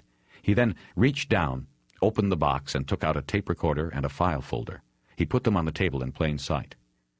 "I told you, Bosch, no taping. If you got the camera on the other side of the glass going, then you're ripping off my rights, too. No camera, no tape, Powers. This is just to play you something, that's all."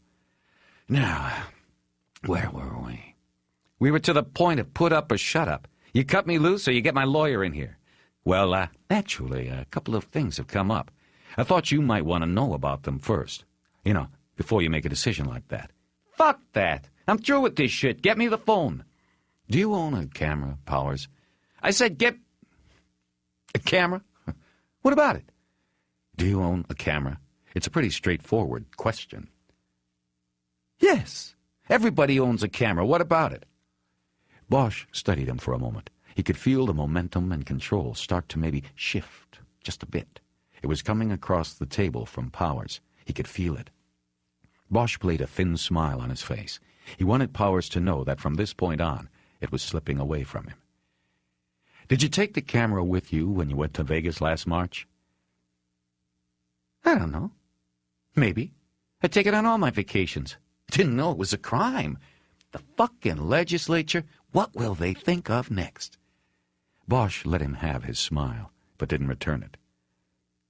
"Is that what you called it?" he said quietly. "A vacation?" Yeah, that's exactly what I called it. That's funny, because that's not what Veronica is calling it. I don't know anything about that or her. His eyes momentarily looked away from Bosch. It was the first time, and again Bosch felt the balance shifting. He was playing it right. He felt it. Things were shifting. "Sure you know about it, Powers. And you know her pretty good, too. She just told us all about it. She's in the other room right now. Turns out she was weaker than I thought. My money had been on you. You know the saying, the bigger they are, the harder they fall, all of that. I thought you'd be the one, but it was her. Edgar and Ryder broke her down a little while ago. Amazing how crime scene photos can work on somebody's guilty conscience. She told us everything, Powers. Everything." You're so full of bullshit, Bosch, and it's getting pretty old. Where's the phone? This is how she tells it. I don't want to hear it. You met her when you went up there that night to take the burglary report. One thing led to another, and pretty soon you two were having a little romance, an affair to remember. Only she came to her senses and broke it off. She still loved old Tony. She knew he traveled a lot, strayed a lot, but she was used to that. She needed him. So she cut you off. Only, and this is according to her, you wouldn't be cut off. You kept after her, calling her, following her when she'd leave the estate up there. It was getting scary. I mean, what could she do? Go to Tony and say, "This guy I had an affair with is following me all the time"? This is so much bullshit, Bosch. It's a joke. Then you started following Tony.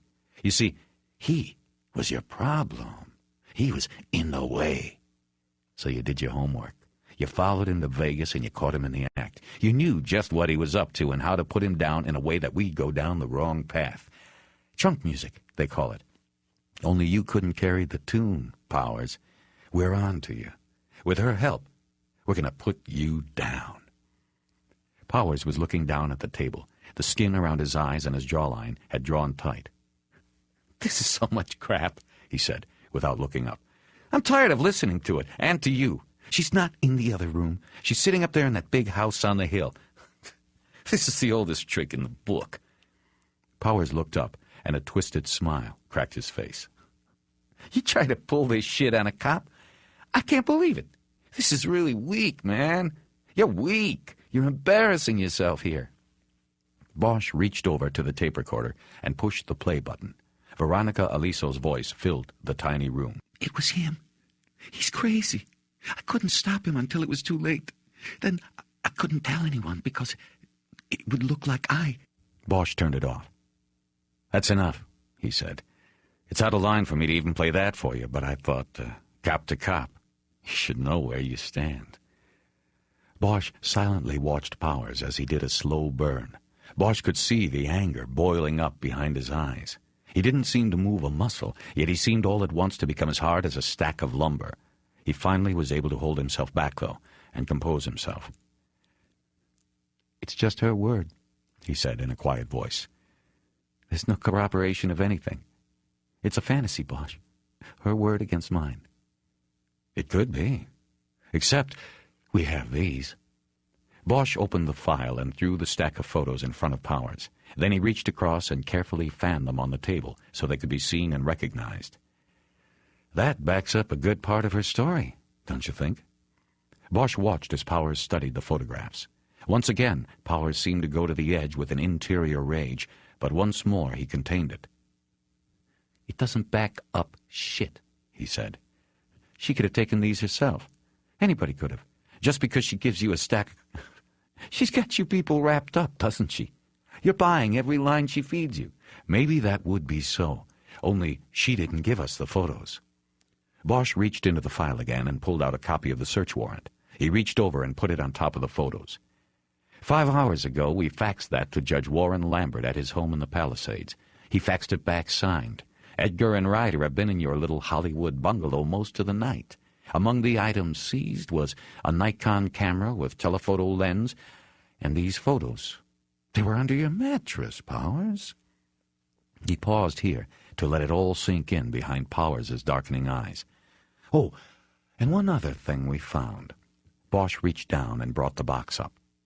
"This was in the attic with the Christmas stuff." He dumped the contents of the box on the table, and the stacks of cash tumbled every which way, some falling to the floor. Bosch shook the box to make sure it had all come out, and then dropped it to the floor. He looked at Powers. His eyes were wild, darting over the thick bundles. Bosch knew he had him, and he also knew in his gut that he had Veronica Aliso to thank for that.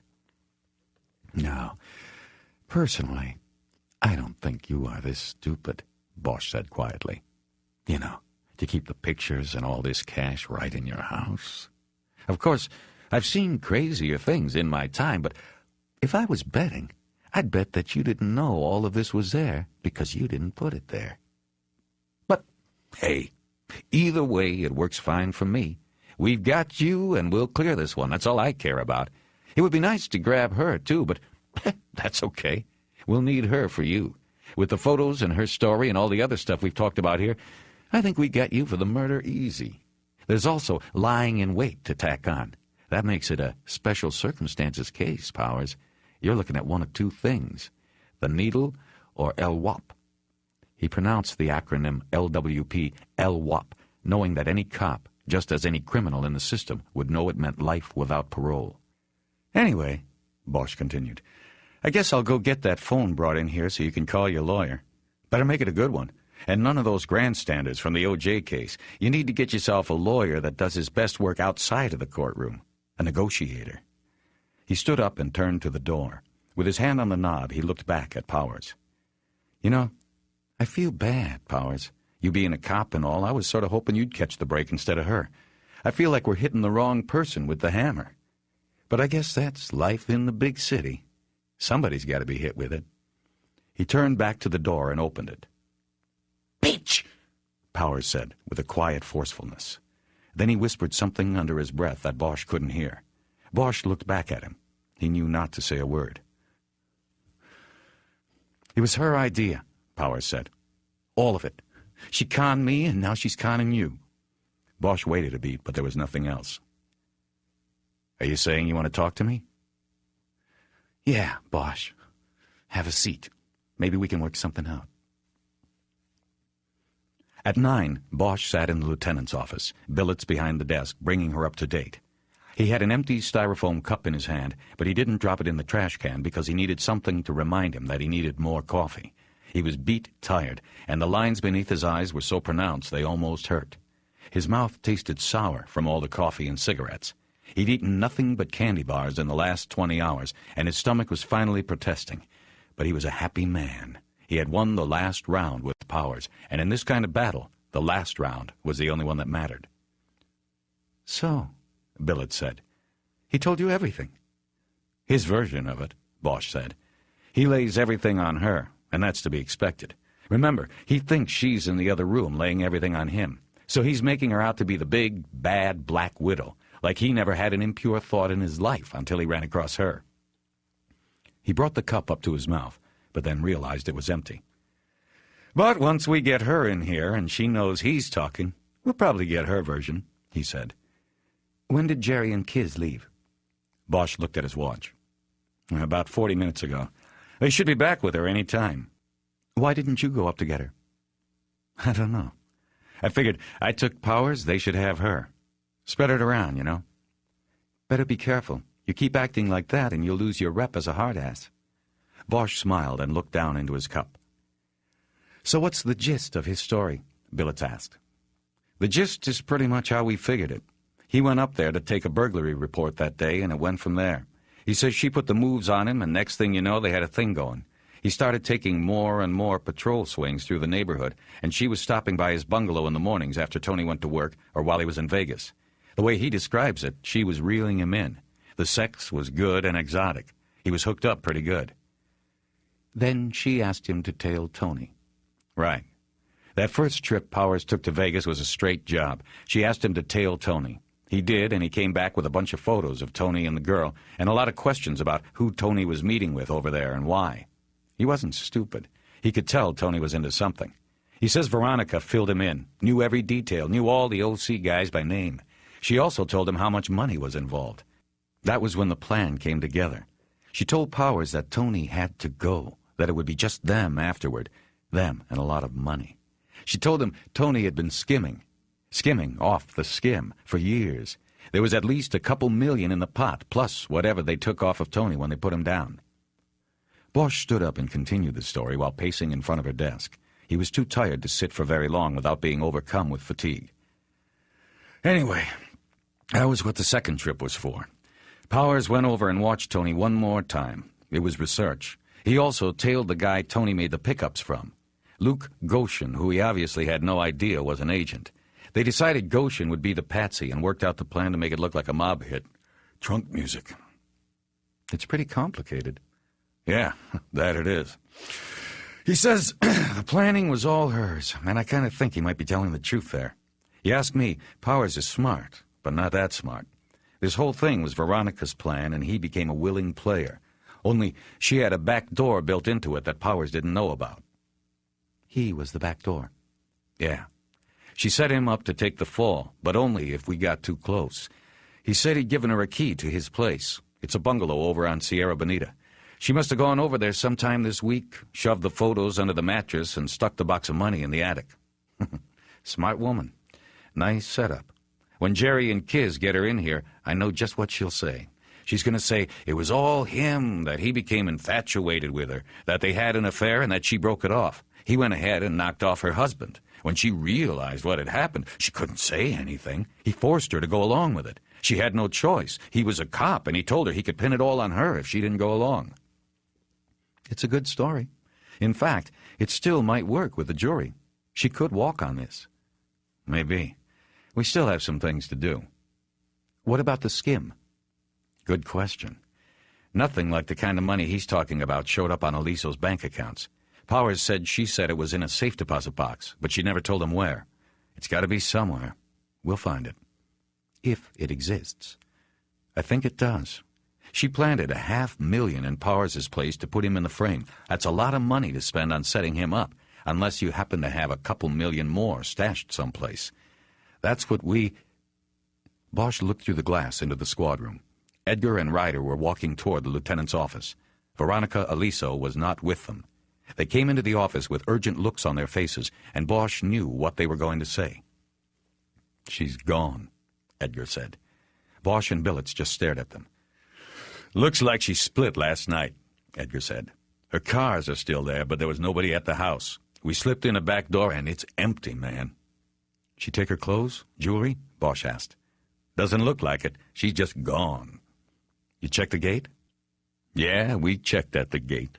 She had 2 visitors yesterday. First was a courier at 4:15. Legal messenger service. Guy was there about 5 minutes in and out. Then a visitor last night. Late. Guy gave the name John Galvin. She had already called the gate and given the same name and told them to let him through when he showed up. They took his plate down and we ran it. It's Hertz out of Vegas. We'll put a call in. Anyway, Galvin stayed until 1 this morning. Just about the time we were in the woods hooking up Powers, he split. She probably went with him." "We called the guard on duty at the time," Ryder said. "He couldn't remember if Galvin left alone or not.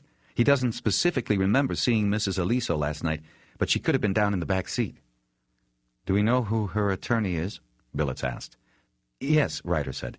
"Neil Denton, Century City." "Okay, Jerry, you work the trace on the Hertz rental, and Kiz, you try to run down Denton and see if you can find out what was so important that he had to messenger it over to her on Saturday." "All right," Edgar said, "but I got a bad feeling. I think she's in the wind." "Well, then we have to go into the wind to find her," Billet said. "Go to it." Edgar and Ryder went back out to the homicide table, and Bosch stood silently for a few moments, thinking about this latest development. "Should we have put people on her?" Billets asked. "Well, looking back, it seems that way. But we were off the books. We didn't have the people. Besides, we didn't really have anything on her until a couple hours ago. Billets nodded, a pained expression on her face. If they don't get a line on her in the next 15 minutes, put it out on the air. Right. Listen, getting back to Powers, you think he's holding anything back? Hard to say. Probably. There's still a question about why this time. What do you mean? I mean, Aliso had been going over to Vegas for years and bringing back suitcases full of money. He'd been skimming for years, according to Powers, and also had been having his share of the women over there. Veronica knew all of this. She had to. So what was it that made her do it now, rather than last year or next year? Maybe she just got fed up. Maybe this was just the right time. Powers came along and it clicked. Maybe. I asked Powers and he said he didn't know. But I think maybe he was holding back. I'm going to take another run at him. Billets didn't respond. There's still some sort of secret we don't know about, Bosch continued. There's something there. I'm hoping she'll tell it, if we find her. Billets dismissed it with a wave of her hand. You have Powers on tape? She asked. Audio and video. Kiz was watching in room 4. As soon as he said he wanted to talk, she started it all rolling. Did you advise him again, on the tape? Yeah, it's all on there. He's sealed up pretty good. You want to watch it? I'll get the tape. No, I don't even want to look at him if I can help it. You didn't promise him anything, did you? Bosch was about to answer, but stopped. There was the sound of muffled yelling that he could tell was coming from Powers, still sequestered in room 3. He looked through the glass of the lieutenant's office and saw Edgar get up from the homicide table and go down the hall to check it out. He probably wants his lawyer now, Bosch said. Well, it's a little late for that.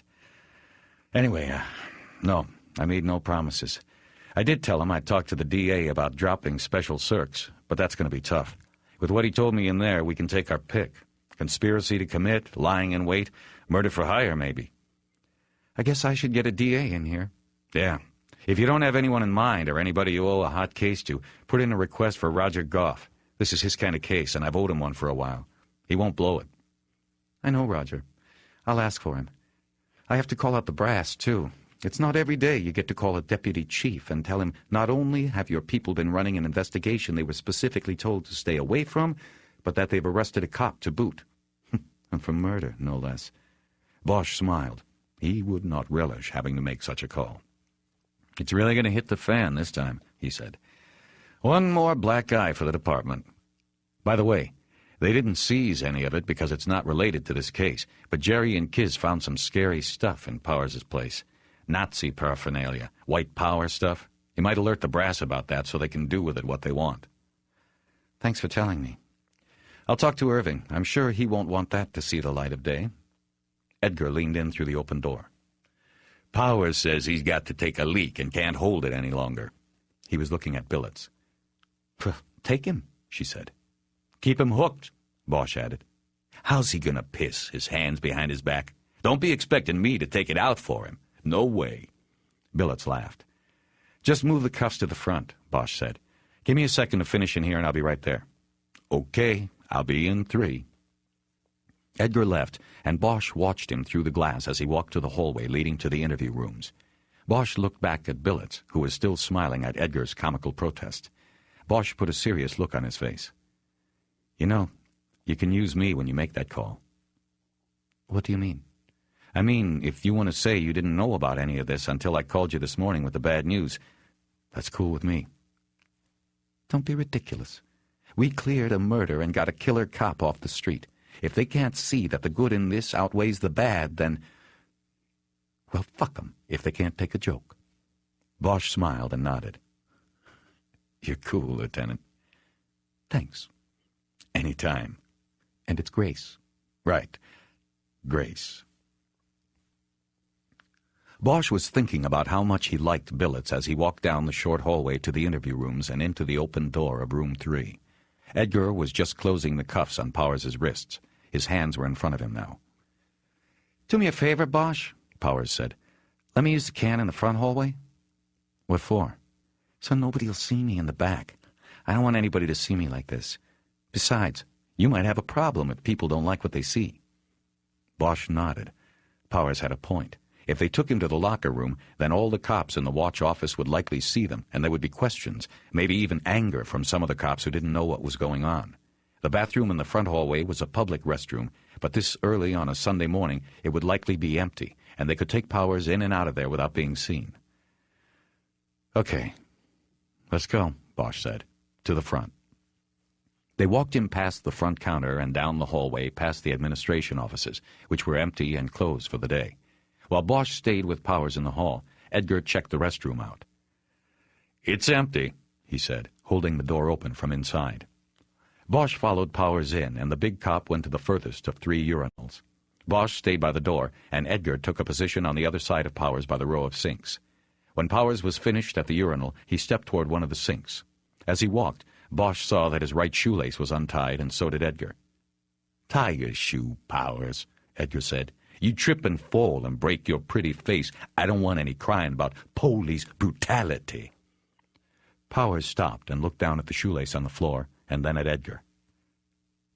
"Sure," he said.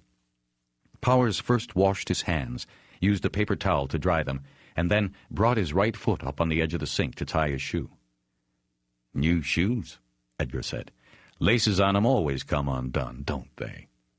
Bosch couldn't see Powers' face because the cop's back was turned toward the door, but he was looking up at Edgar. "Fuck you, nigger."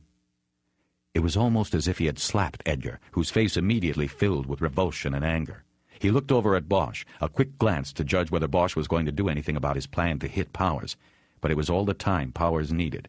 He sprang away from the sink and threw his body into Edgar, pinning him against the white-tiled wall. His cuffed hands came up, and the left one grabbed a handful of the front of Edgar's shirt, while the right pressed the barrel of a small gun into the stunned detective's throat. Bosch had covered half the distance to them when he saw the gun, and Powers began to shout, "Back off, Bosch! Back off, or you got a dead partner! You want that?" Powers had turned his head so that he was looking back at Bosch. Bosch stopped and raised his hands away from his body. "That's it," Powers said. "Now this is what you're going to do. Take your gun out real slowly and drop it in that first sink there." Bosch made no move. "Do it. Now." Powers spoke with measured force, careful to keep his voice low. Bosch looked at the tiny gun in Powers' hand.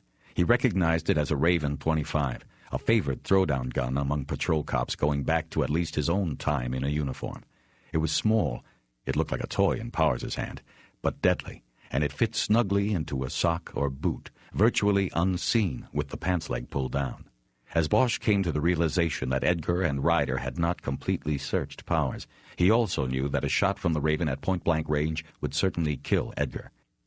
It was against all his instincts to give up his weapon, but he saw no other alternative. Powers was desperate, and Bosch knew desperate men didn't think things out. They went against the odds. They were killers. With 2 fingers, he slowly removed his gun and dropped it into the sink. "That's real good, Bosch. Now, I want you to get on the floor underneath the sinks."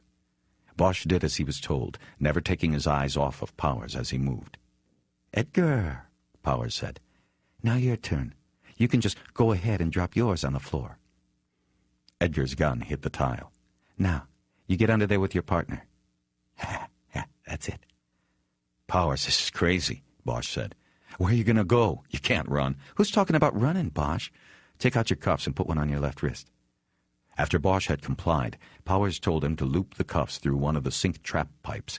He then told Edgar to put the free cuff around his right wrist. He did so, and then Powers smiled. "There, that's good. That ought to hold you guys for a few minutes. Now give me your keys. Both of you, throw them out here." Powers picked Edgar's set up off the floor and unlocked the cuffs around his wrists. He quickly massaged them to get the circulation going. He was smiling, but Bosch wondered if he even knew it. "Now, let's see." He reached into the sink, grabbed Bosch's gun. "This is a nice one, Bosch. Nice weight. Balance. Beats mine. Mind if I borrow it for a couple minutes?" Bosch knew then what he was planning to do. He was going for Veronica. Bosch thought of Kiz sitting at the homicide table, her back to the front counter, and Billets in her office. They wouldn't see him until it was too late. "She's not here, Powers," he said. "What? Who?" "Veronica. It was a scam. We never even picked her up."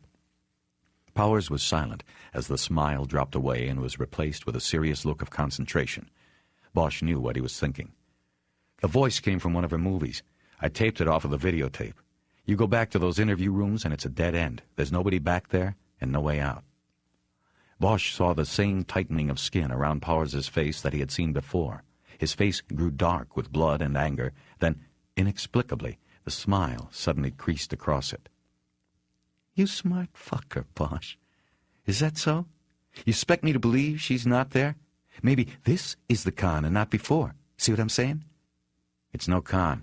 She isn't there. We were going to pick her up with what you told us. Went up the hill an hour ago, but she's not there either. She left last night. If she's not already here, then how? That part was no scam. The money and pictures were in your house.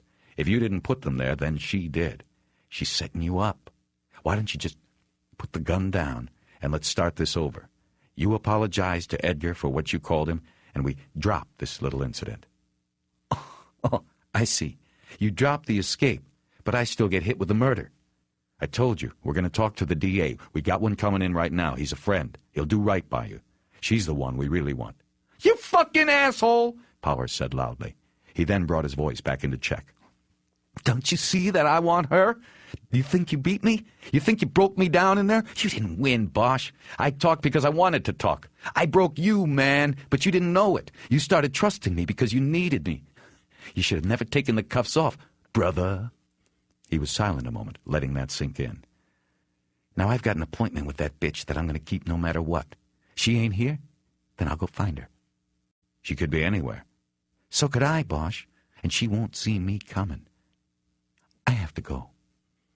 Powers grabbed the plastic bag out of the trash can and emptied it on the floor. He put Bosch's gun into the bag, then turned the faucets in all 3 sinks on full blast. The cascading water created a loud cacophony of noise as it echoed off the tile walls. He picked up Edgar's gun and put it in the bag. He then wrapped the bag around itself several times, concealing that there were 2 guns inside. He put the Raven in his front pocket for easy access, threw the handcuff keys into one of the urinals, and flushed each one. Without even looking at the 2 men handcuffed under the sink, he headed to the door. Adios, dipshits, he threw over his shoulder, and then he was gone. Bosch looked at Edgar. He knew that if they yelled, it was likely they wouldn't be heard. It was a Sunday, the administration wing was empty, and in the bureau there was only Billets and Ryder. With the water running, their shouts would probably be unintelligible. Bosch swiveled around and braced his feet on the wall beneath the sink counter. He grabbed the trap pipe so that he could use his legs as leverage in an attempt to pull the pipe free. But the pipe was burning hot. Son of a bitch! Bosch yelled as he let go. Turn the hot water on. What are we going to do? He's getting away. Your arms are longer. See if you can reach up there and turn off the water. It's too hot. I can't grab the pipe. With Bosch feeding his arm almost up to the elbow through the pipe loop, Edgar was barely able to touch the faucet. It took him several seconds to turn the water down to a trickle. Now turn on the cold, Bosch said. Cool this thing down. It took another few seconds, but then Bosch was ready to try again. He grabbed the pipe and pushed against the wall with his legs. As he did this, Edgar squeezed his hands around the pipe and did the same. The added muscle broke the pipe free along the seal beneath the sink. Water sloshed down on them as they threaded the cuff's chain through the pipe break. They got up and slid along the tile to the urinal where Bosch saw his keys on the bottom grate. He grabbed them up and fumbled with them until he had the cuff off. He handed the keys to Edgar and ran toward the door, sloshing through the water that had completely spread across it. Turn off the water, he yelled as he hit the door. Bosch ran down the hallway and vaulted over the Detective Bureau front counter. The squad room was empty, and through the glass he saw the lieutenant's office was vacant. He then heard a loud pounding and the muffled shouts of Ryder and Billets. He ran down the hallway to the interview rooms and found all the doors open but one.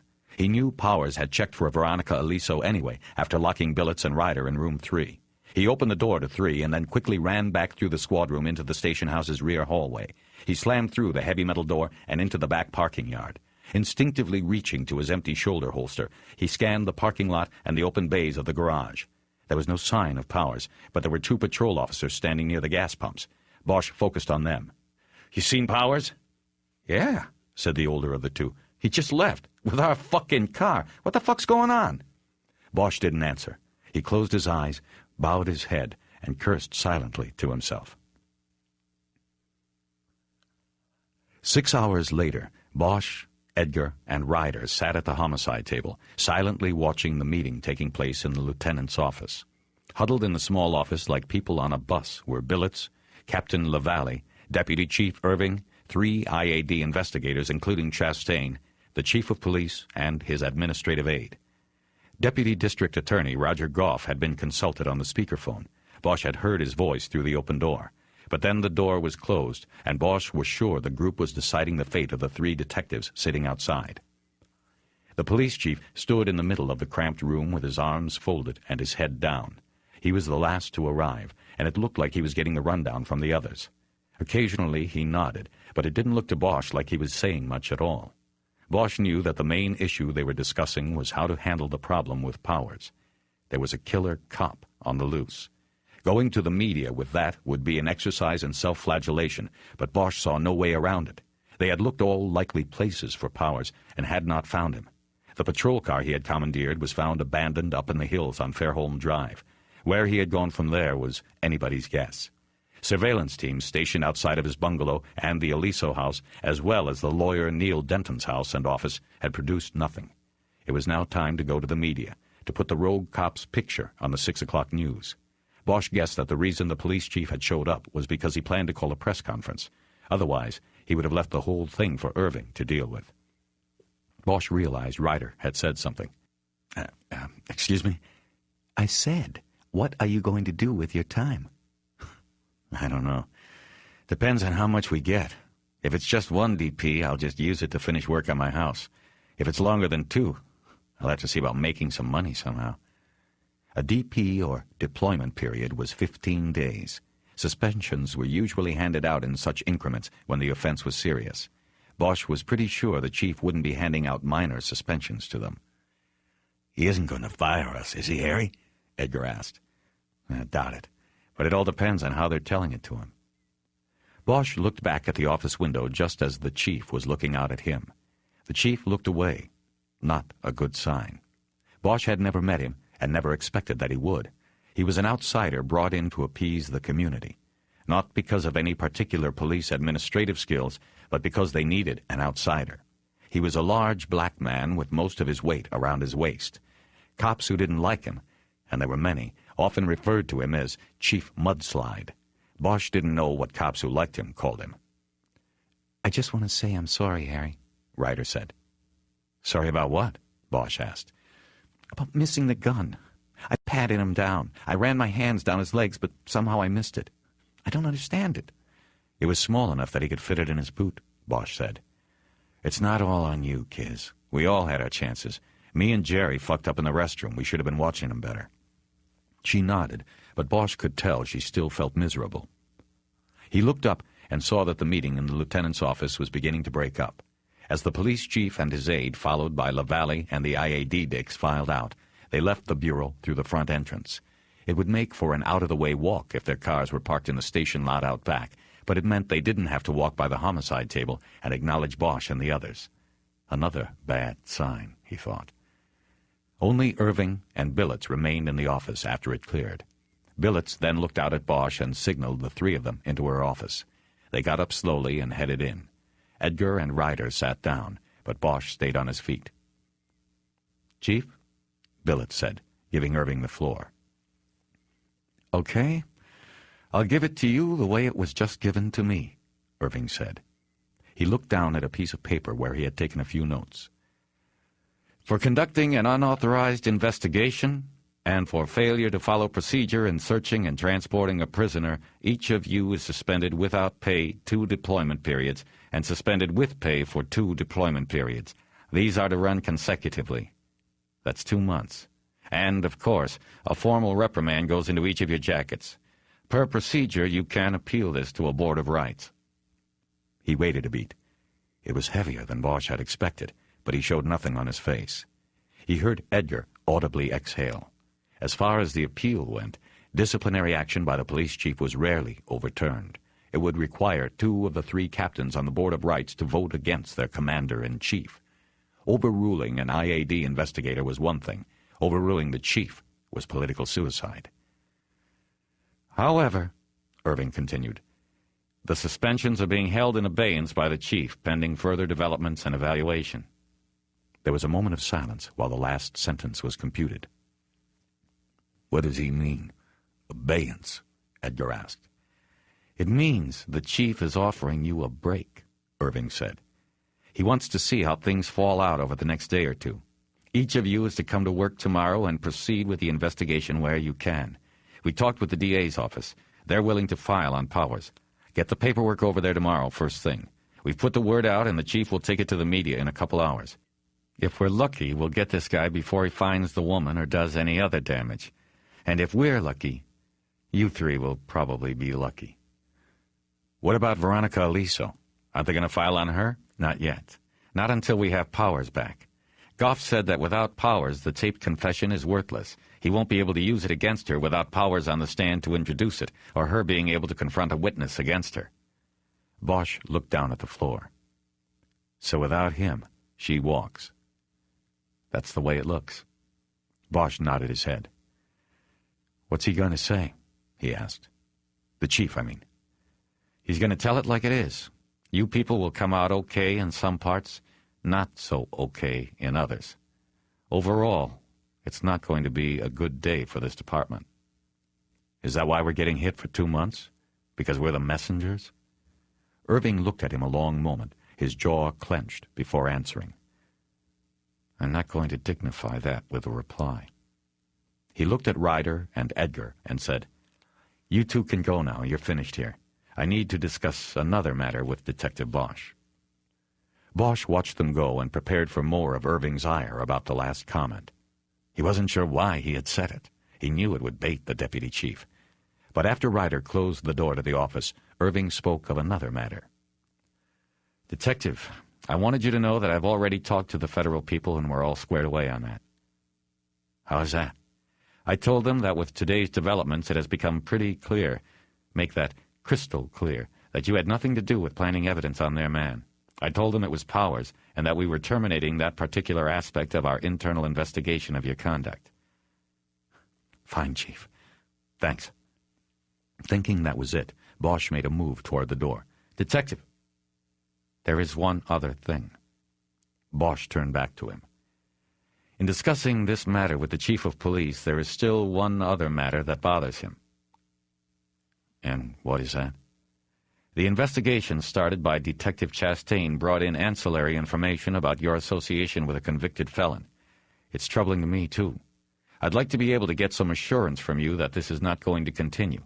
I'd like to take that assurance to the chief." Bosch was silent a moment. "I can't give you that."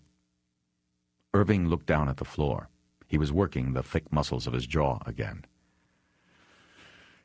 "You disappoint me, Detective Bosch," he finally said. "This department has done a lot by you. So have I.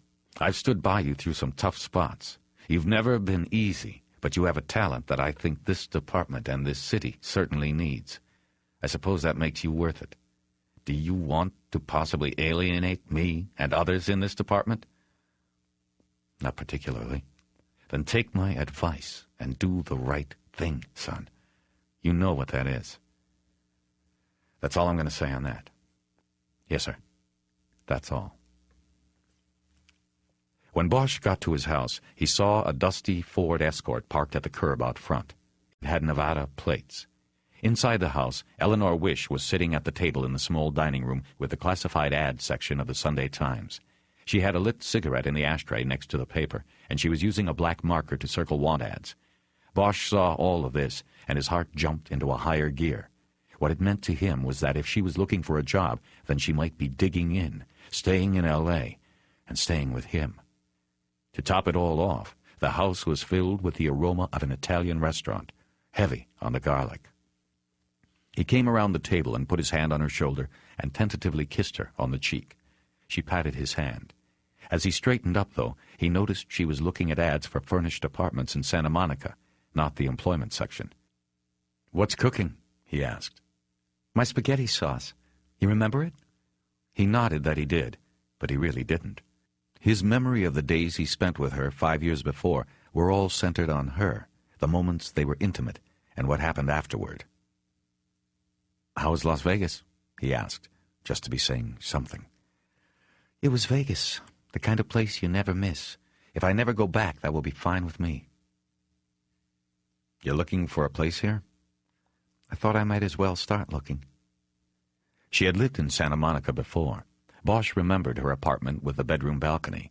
You could smell the sea, and if you leaned out over the railing, you could look down Ocean Park Boulevard and even see it. He knew she couldn't afford a place like that now. She was probably looking at the listings east of Lincoln. "You know, there's no hurry," he said. "You can stay here. Nice view. It's private.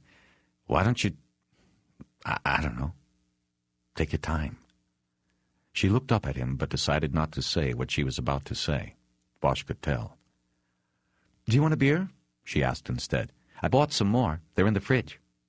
He nodded, letting her escape from the moment, and went into the kitchen. He saw a crock pot on the counter and wondered if she had bought it or brought it back with her from Las Vegas. He opened the refrigerator and smiled. She knew him. She had bought bottles of Henry Weinhard's. He took 2 out and brought them back to the dining room.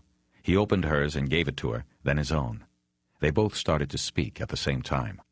"Sorry, go ahead," she said. "No, you." "You sure?" "Yeah." "What?" "I was just going to ask how things went today." "Oh. Well, they went good and bad. We broke the guy down and he told us the story. He gave up the wife." "Tony Aliso's wife?" "Yeah, it was her plan all along, according to him. The Vegas stuff was just a misdirection." "That's great. What's the bad part?" "Well, first of all, our guy is a cop and..." "Oh, shit."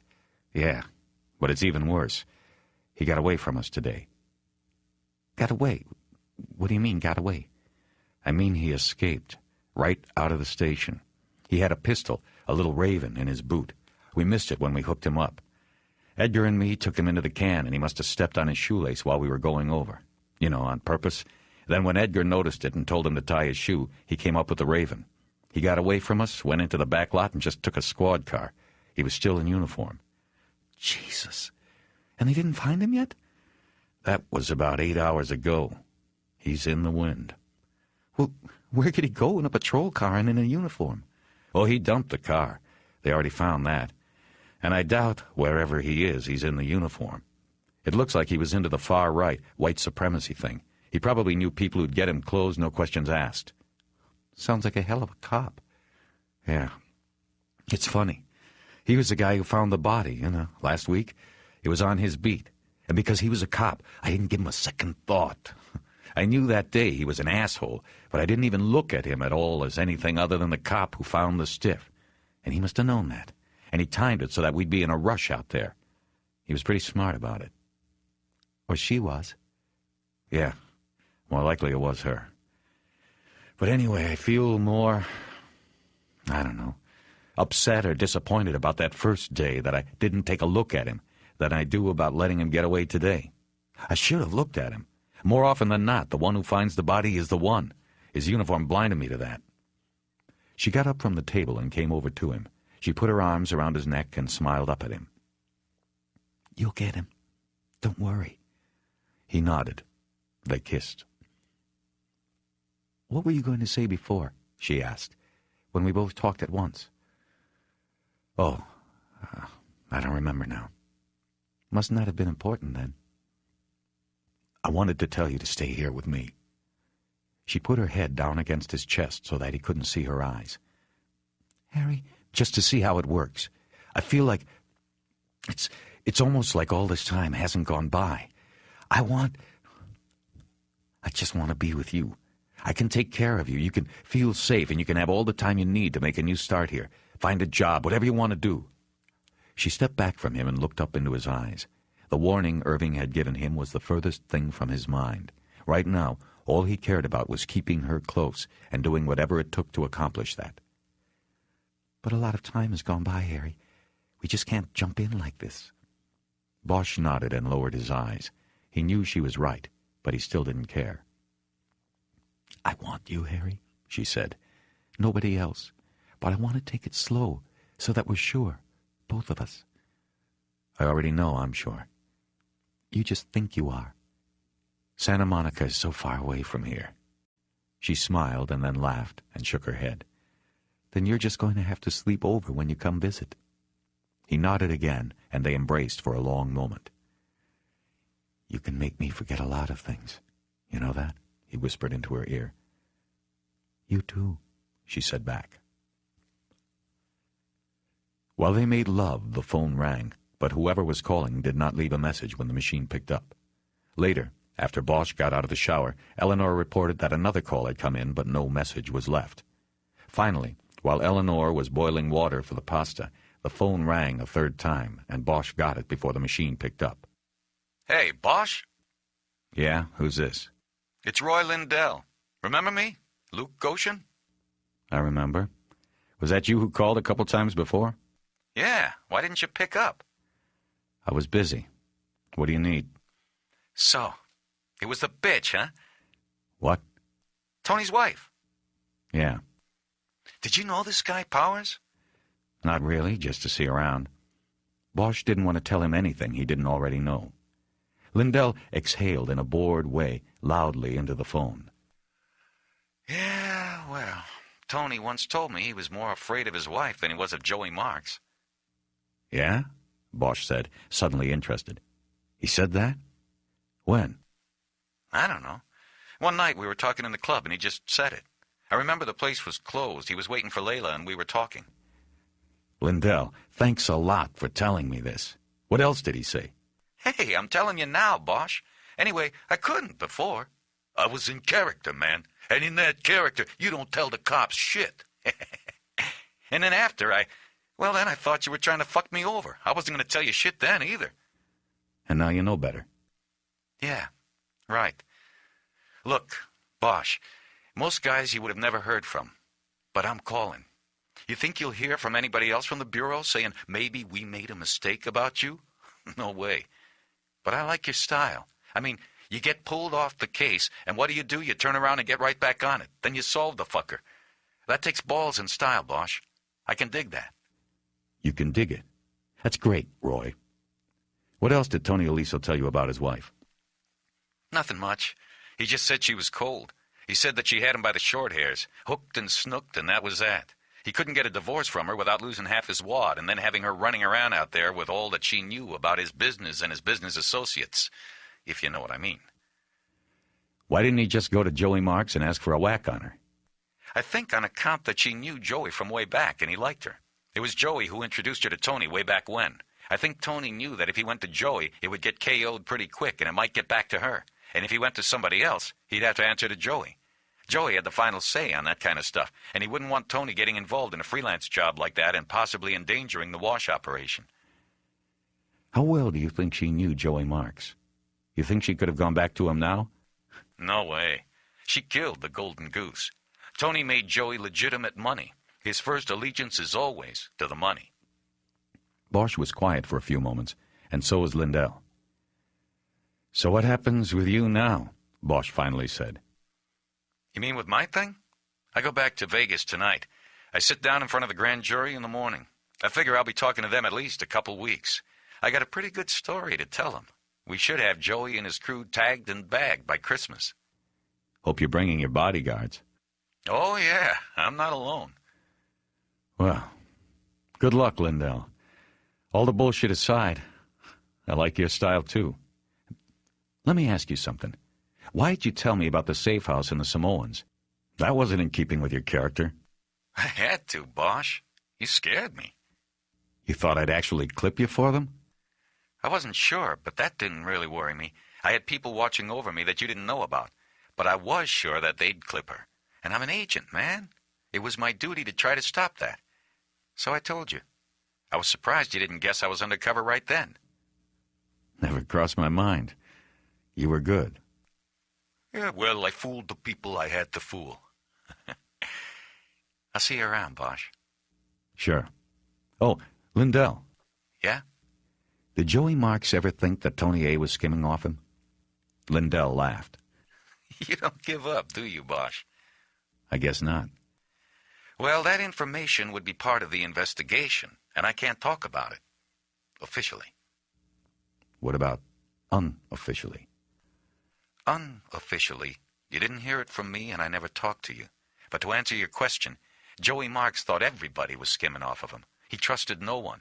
Every time I wore a wire with the guy, I was sweating bullets because you never knew when he was going to put his hand on your chest. I was with him more than a year and he was still doing that every now and then. I had to wear the bug in my armpit, man. You try pulling tape out of your armpit sometime, man? It hurts. What about Tony? That's what I'm getting at. Sure, Joey thought Tony was skimming. He thought I was too. And you gotta understand, a certain amount of that was permissible. Joey knew everybody had to make a buck to be happy. But he might have felt Tony was taking more than his share. He never told me that's what he thought, but I knew he had the boy followed a couple times over here in L.A., and he got to somebody in Tony's bank in Beverly Hills. Joey was being copied on the monthly statements. Yeah? Yeah.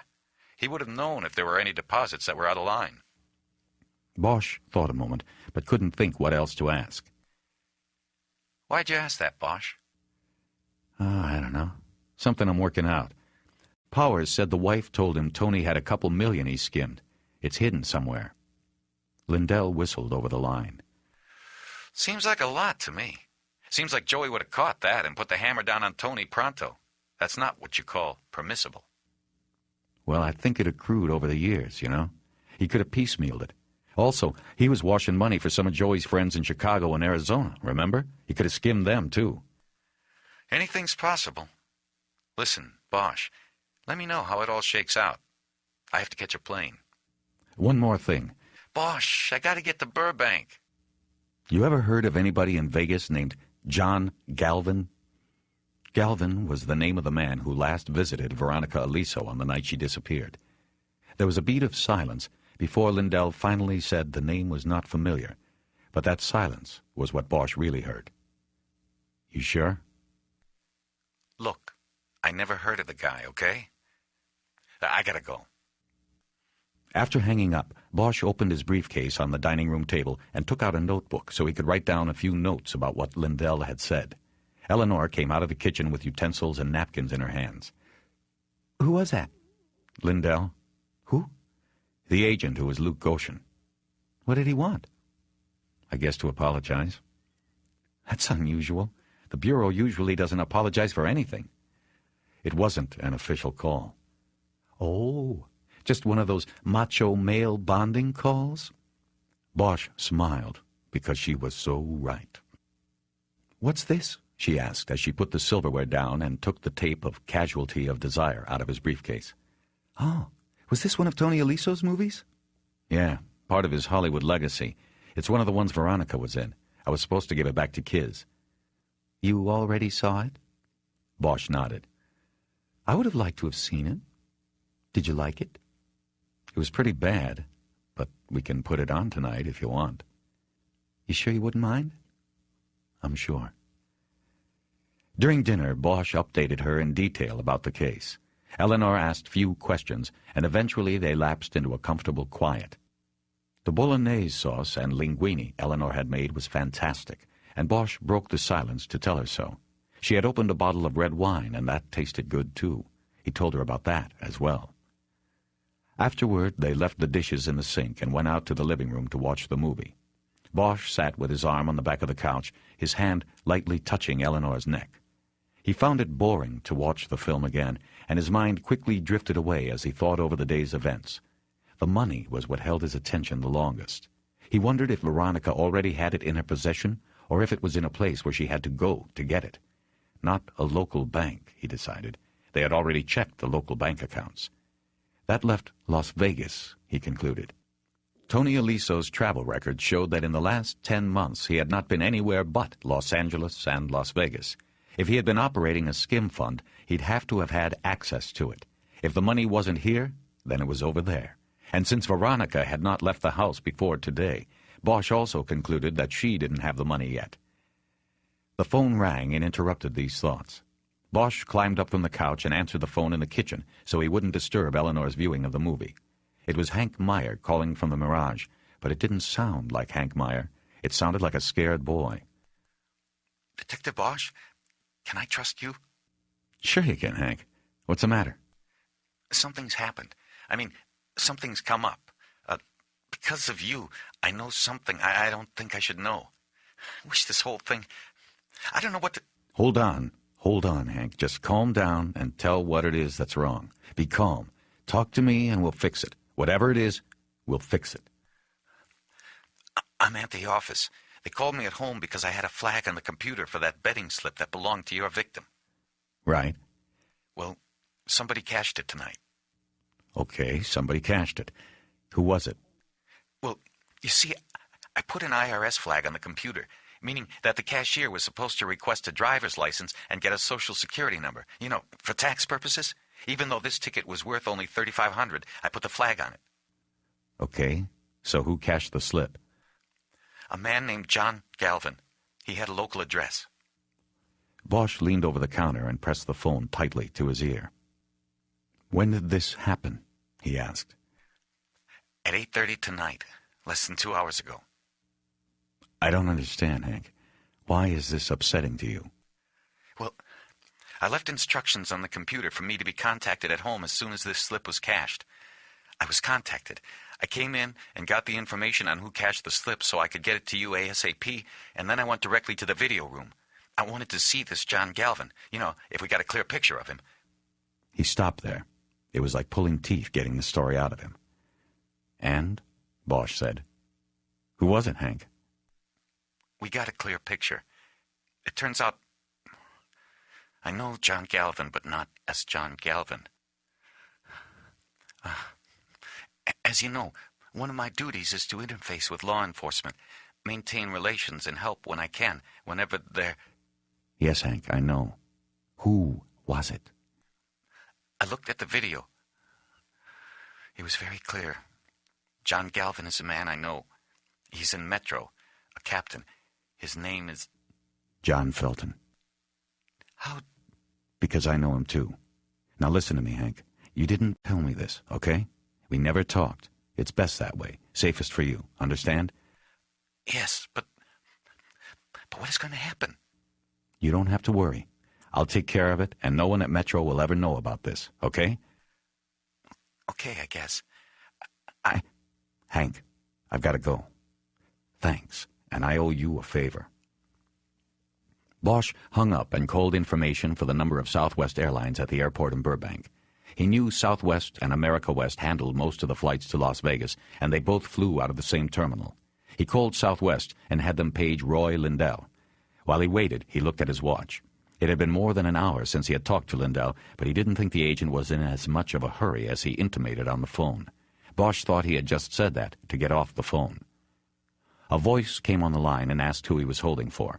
After Bosch repeated Lindell's name, he was told to hold, and after 2 clicks, Lindell's voice was on the line. Yeah, this is Roy. Well, who's this? You son of a bitch. Who is this? John Galvin is John Felton, and you knew it all the time. Bosch? Bosch, what are you doing? Felton is Joey's man in Metro. You knew that from being on the inside. And when Felton does things for marks, he uses the name John Galvin. You knew that, too. Bosch, I can't talk about this. It's all part of our... I don't give a shit about your investigation. You have to figure out whose side you're on, man. Felton has got Veronica Aliso, and that means Joey Marks has got her. What are you talking about? This is crazy. They know about the skim, don't you see? Joey wants his money back, and they're going to squeeze it out of her. How do you know all of this? Because I know. Bosch thought of something and looked out through the kitchen door to the living room. Eleanor was still watching the movie, and she looked over at him and raised her eyebrows in a question. Bosch shook his head to show his dissatisfaction with the person on the other end. I'm going to Vegas, Lindell, and I think I know where they'll be. You want to get your people involved? I sure as hell can't call Metro on this. How are you so sure she's even there? Because she sent up a distress signal. Are you in or out? We're in, Bosch. Let me give you a number. You call it when you get over there. After Bosch hung up, he went into the living room. Eleanor had already turned off the tape. I can't watch any more of that. It's terrible. What's going on? That time you followed Tony Aliso around in Vegas, you said he went to a bank with the girlfriend, right? Right. Which bank? Where? It was on Flamingo, east of the Strip, east of Paradise Road. I can't remember the name. I think it was Silver State National. Yeah, that's it, Silver State.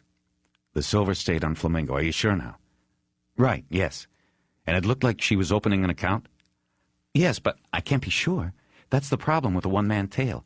It's a small branch bank, and I couldn't hang around inside too long. It looked like she was signing account papers, and Tony was just watching, but I had to go out and wait outside until they were done.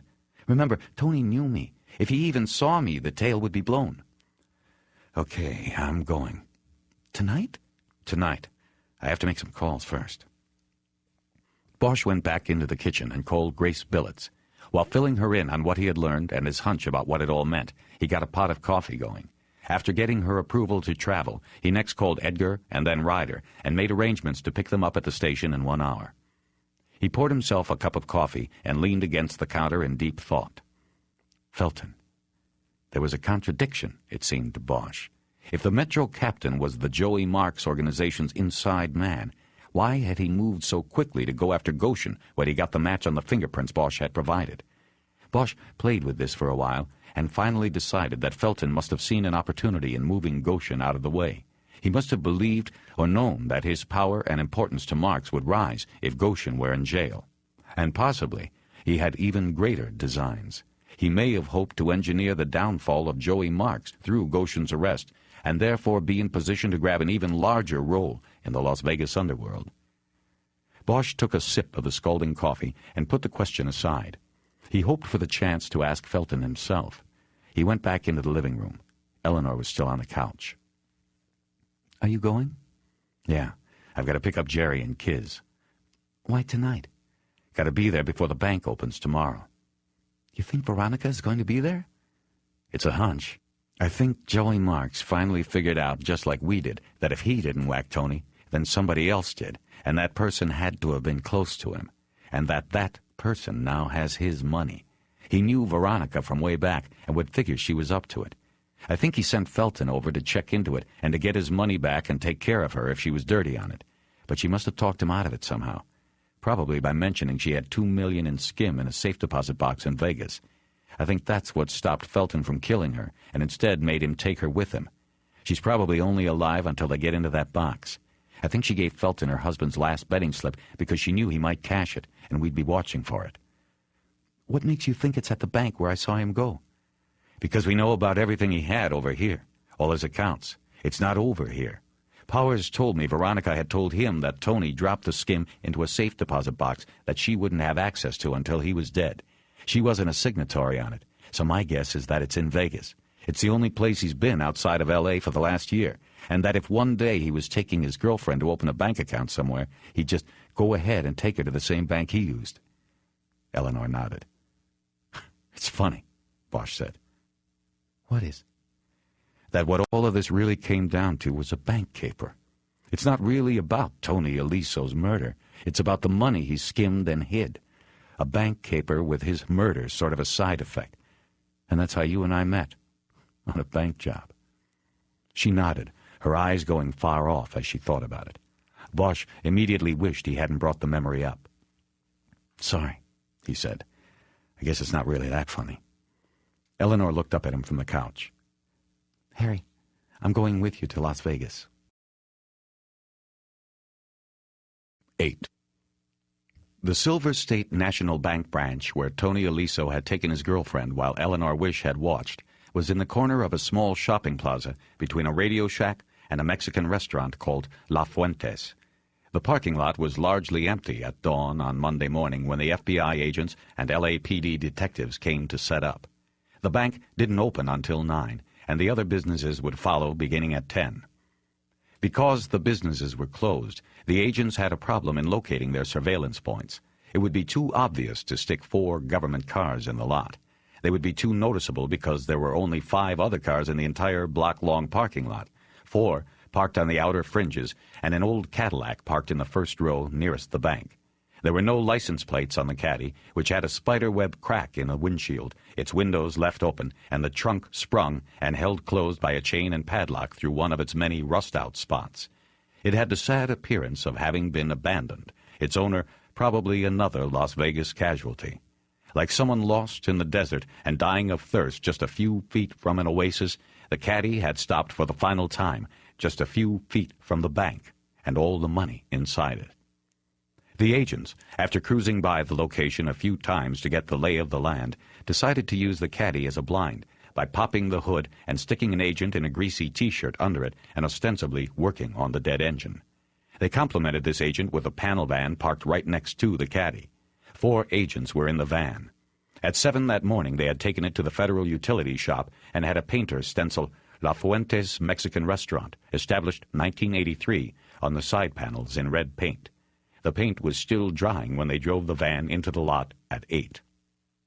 Now, at 9, the lot was slowly beginning to fill, mostly with employees of the stores and a few Silver State customers who needed to take care of business as soon as the bank opened its doors. Bosch watched all of this from the back seat of a federal car. Lindell and an agent named Baker were in the front seat. They were parked in the service bay of a gas station across Flamingo Road from the shopping center where the bank was located. Edgar and Ryder were in another bureau car parked further up Flamingo. There were 2 other bureau cars in the area, one static and one roving. The plan was for Lindell to move his car into the bank parking lot once it became more crowded with cars and the bureau car would not stand out. This ground plan was complemented by a bureau helicopter making wide arcs around the shopping center. "They're opening up," a voice from the car's radio reported. "Gotcha, La Fuentes," Lindell said back. The bureau cars were each equipped with a radio pedal and overhead mic on the windshield visor, meaning the driver of each car simply depressed the foot pedal and spoke, avoiding having to raise a microphone to his mouth and possibly being noticed and identified as law enforcement. Bosch had heard that the LAPD was finally getting such equipment, but the narcotics units and specialized surveillance teams were getting it first. "Lindell," he said, "you ever go to talk on the radio and slam on the brakes by mistake?" "Not yet, Bosch." "Why?" "Just curious how all this fancy equipment works." "It's only as good as the people who work it." Bosch yawned. He couldn't remember when the last time was he had slept. They had driven through the night to get to Las Vegas and then spent the rest of the time planning for the bank surveillance. "So, what do you think, Bosch?" Lindell asked him. "Sooner or later?" "This morning. They'll want their money. They don't want to wait." "Yeah, maybe." "You think it's later?" "If it was me, I'd do it later. That way, if there were people out there watching and waiting, whether it's the Bureau or LAPD or Powers or whoever, they'd get cooked in the sun. You know what I mean?" "Yeah. We sit out here all day and we aren't going to be very sharp when the time comes." Bosch was quiet for a little while after that. From the back seat, he studied Lindell. He noticed that the agent had gotten a haircut. There was no sign of the spot where Bosch had hacked off his ponytail. "You think you're going to miss it?" Bosch asked. "Miss what?" "Being under. The life, I mean."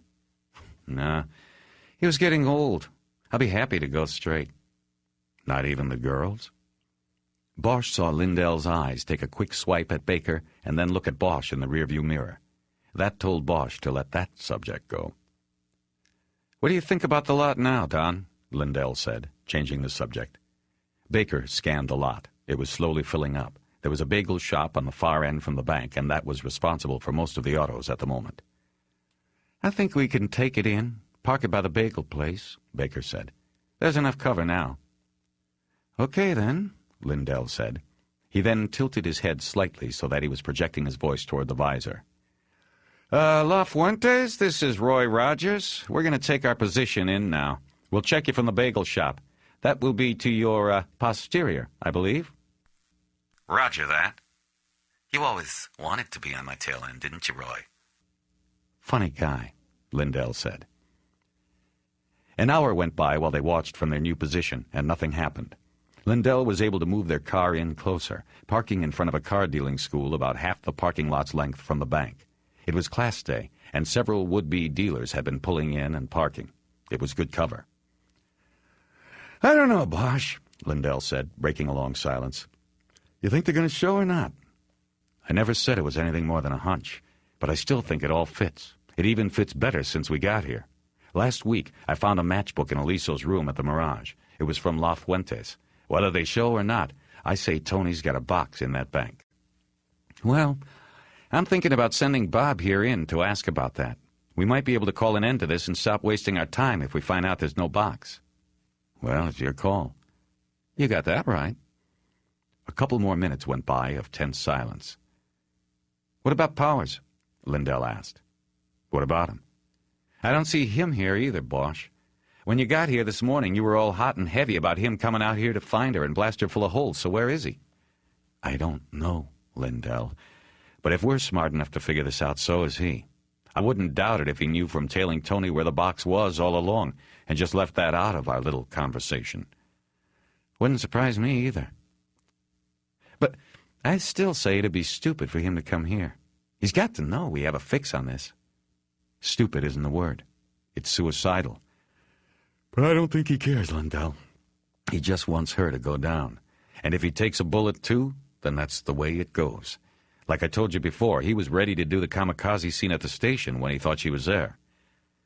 Well, let's just hope he's cooled down a little since... There! Baker barked out. Bosch followed his pointed finger toward the far corner of the lot where a white limousine had just pulled in and was moving slowly toward the bank. Jesus, Lindell said. Don't tell me he is this stupid. All limos looked basically the same to Bosch, but somehow Lindell and Baker had recognized the car. Is that Joey Marks? It's his limo. He likes those big white walls. It's the wop in him. I just can't... He can't be in there. He's not going to waste 2 years of my fucking life making this pickup, is he? The limo stopped in the lane in front of the bank. There was no further movement. You got this, Lafuentes? Lindell asked. Yeah, we got it, came a whispered reply, though there was clearly no way anyone in that van could be overheard by someone in the limo. 1, 2, and 3, stand by, Lindell continued. Looks like we might have the fox in the henhouse. Air Jordan, you take 5 until further. I don't want you swinging over and spooking anybody. This brought a chorus of Rogers from the 3 other ground units and the helicopter. On second thought, 3, why don't you come on up by the southwest entrance and stand by there for me, Lindell said. Roger that. Finally, the door to the limo opened, but it was on the side blocked from Bosch's view. He waited, not breathing, and after a beat, Captain John Felton emerged from the limo. Bingo! The whisper came over the radio. Felton then leaned back into the open door and reached in. Veronica Aliso now emerged, Felton's hand tightly around her arm. Following her, another man emerged at the same time the trunk opened automatically. While this second man, who was wearing gray pants and a shirt with an oval name tag sewn above the breast pocket, went to the trunk, Felton bent down and said something to someone still inside the limo. He never took his hand off of Veronica's arm. Bosch caught only a glimpse of Veronica's face then. Though he was an easy 30 yards from her, he could see the fear and weariness. It had probably been the longest night of her life. The second man pulled a heavy red toolbox from the trunk and followed behind as Felton walked Veronica toward the bank, his arm still gripping her and his head swiveling as he looked about. Bosch saw Felton's focus linger on the van and then finally look away. The paint job had probably been the deciding factor. It had been a nice touch. As they walked alongside the old Cadillac, Felton bent down to look at the man working under the hood.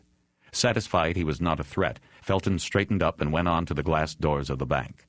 Before they disappeared inside, Bosch saw that Veronica was clutching a cloth bag of some kind. Its dimensions were not discernible because it appeared to be empty and folded over on itself. Bosch didn't breathe again until they were no longer in sight. Okay, Lindell said to the visor. We've got 3, Felton, the woman, and the driller. Anybody recognize him? The radio was silent for a few seconds, and then a lone voice answered, I'm too far away, but I thought it looked like Maury Pollock. He's a safe and lock man who's worked for Joey's crew before. Okay, Lindell said. We'll check him later. I'm sending Baker in now to open a new account. Wait 5, and then Conlon, you go in next. Check your sets now. They then went through a quick check of the radio sets Baker and Conlon were wearing under their clothes, with wireless earpieces and wrist mics. They checked out, and Baker got out of the car and walked briskly along the sidewalk in front of the other stores toward the bank. Okay, Morris, Lindell said. Take a walk. Try the Radio Shack. Roger. Bosch watched as an agent he recognized from the pre-dawn meeting started crossing the lot from a car parked near the southwest entrance to the lot. Morris and Baker crossed paths 10 feet apart, but didn't acknowledge each other or even glance at the limo, which still sat with its engine idling in the lane in front of the bank. It took about an hour for the next 5 minutes to go by. It was hot out, but Bosch was mainly sweating from the anxiety of waiting and wondering what was going on. There had only been one transmission from Baker once he was inside. He had whispered that the subjects were in the safe deposit vault. "Okay, Conlon, go," Lindell ordered at the 5-minute mark. Bosch soon saw Conlon walking along the storefronts from the direction of the bagel shop. He went into the bank. And then there was nothing for the next 15 excruciating minutes. Finally, Lindell spoke, just to break the silence. "How we doing out there? Everybody chipper?" There was a chorus of microphone clicks signaling an affirmative response.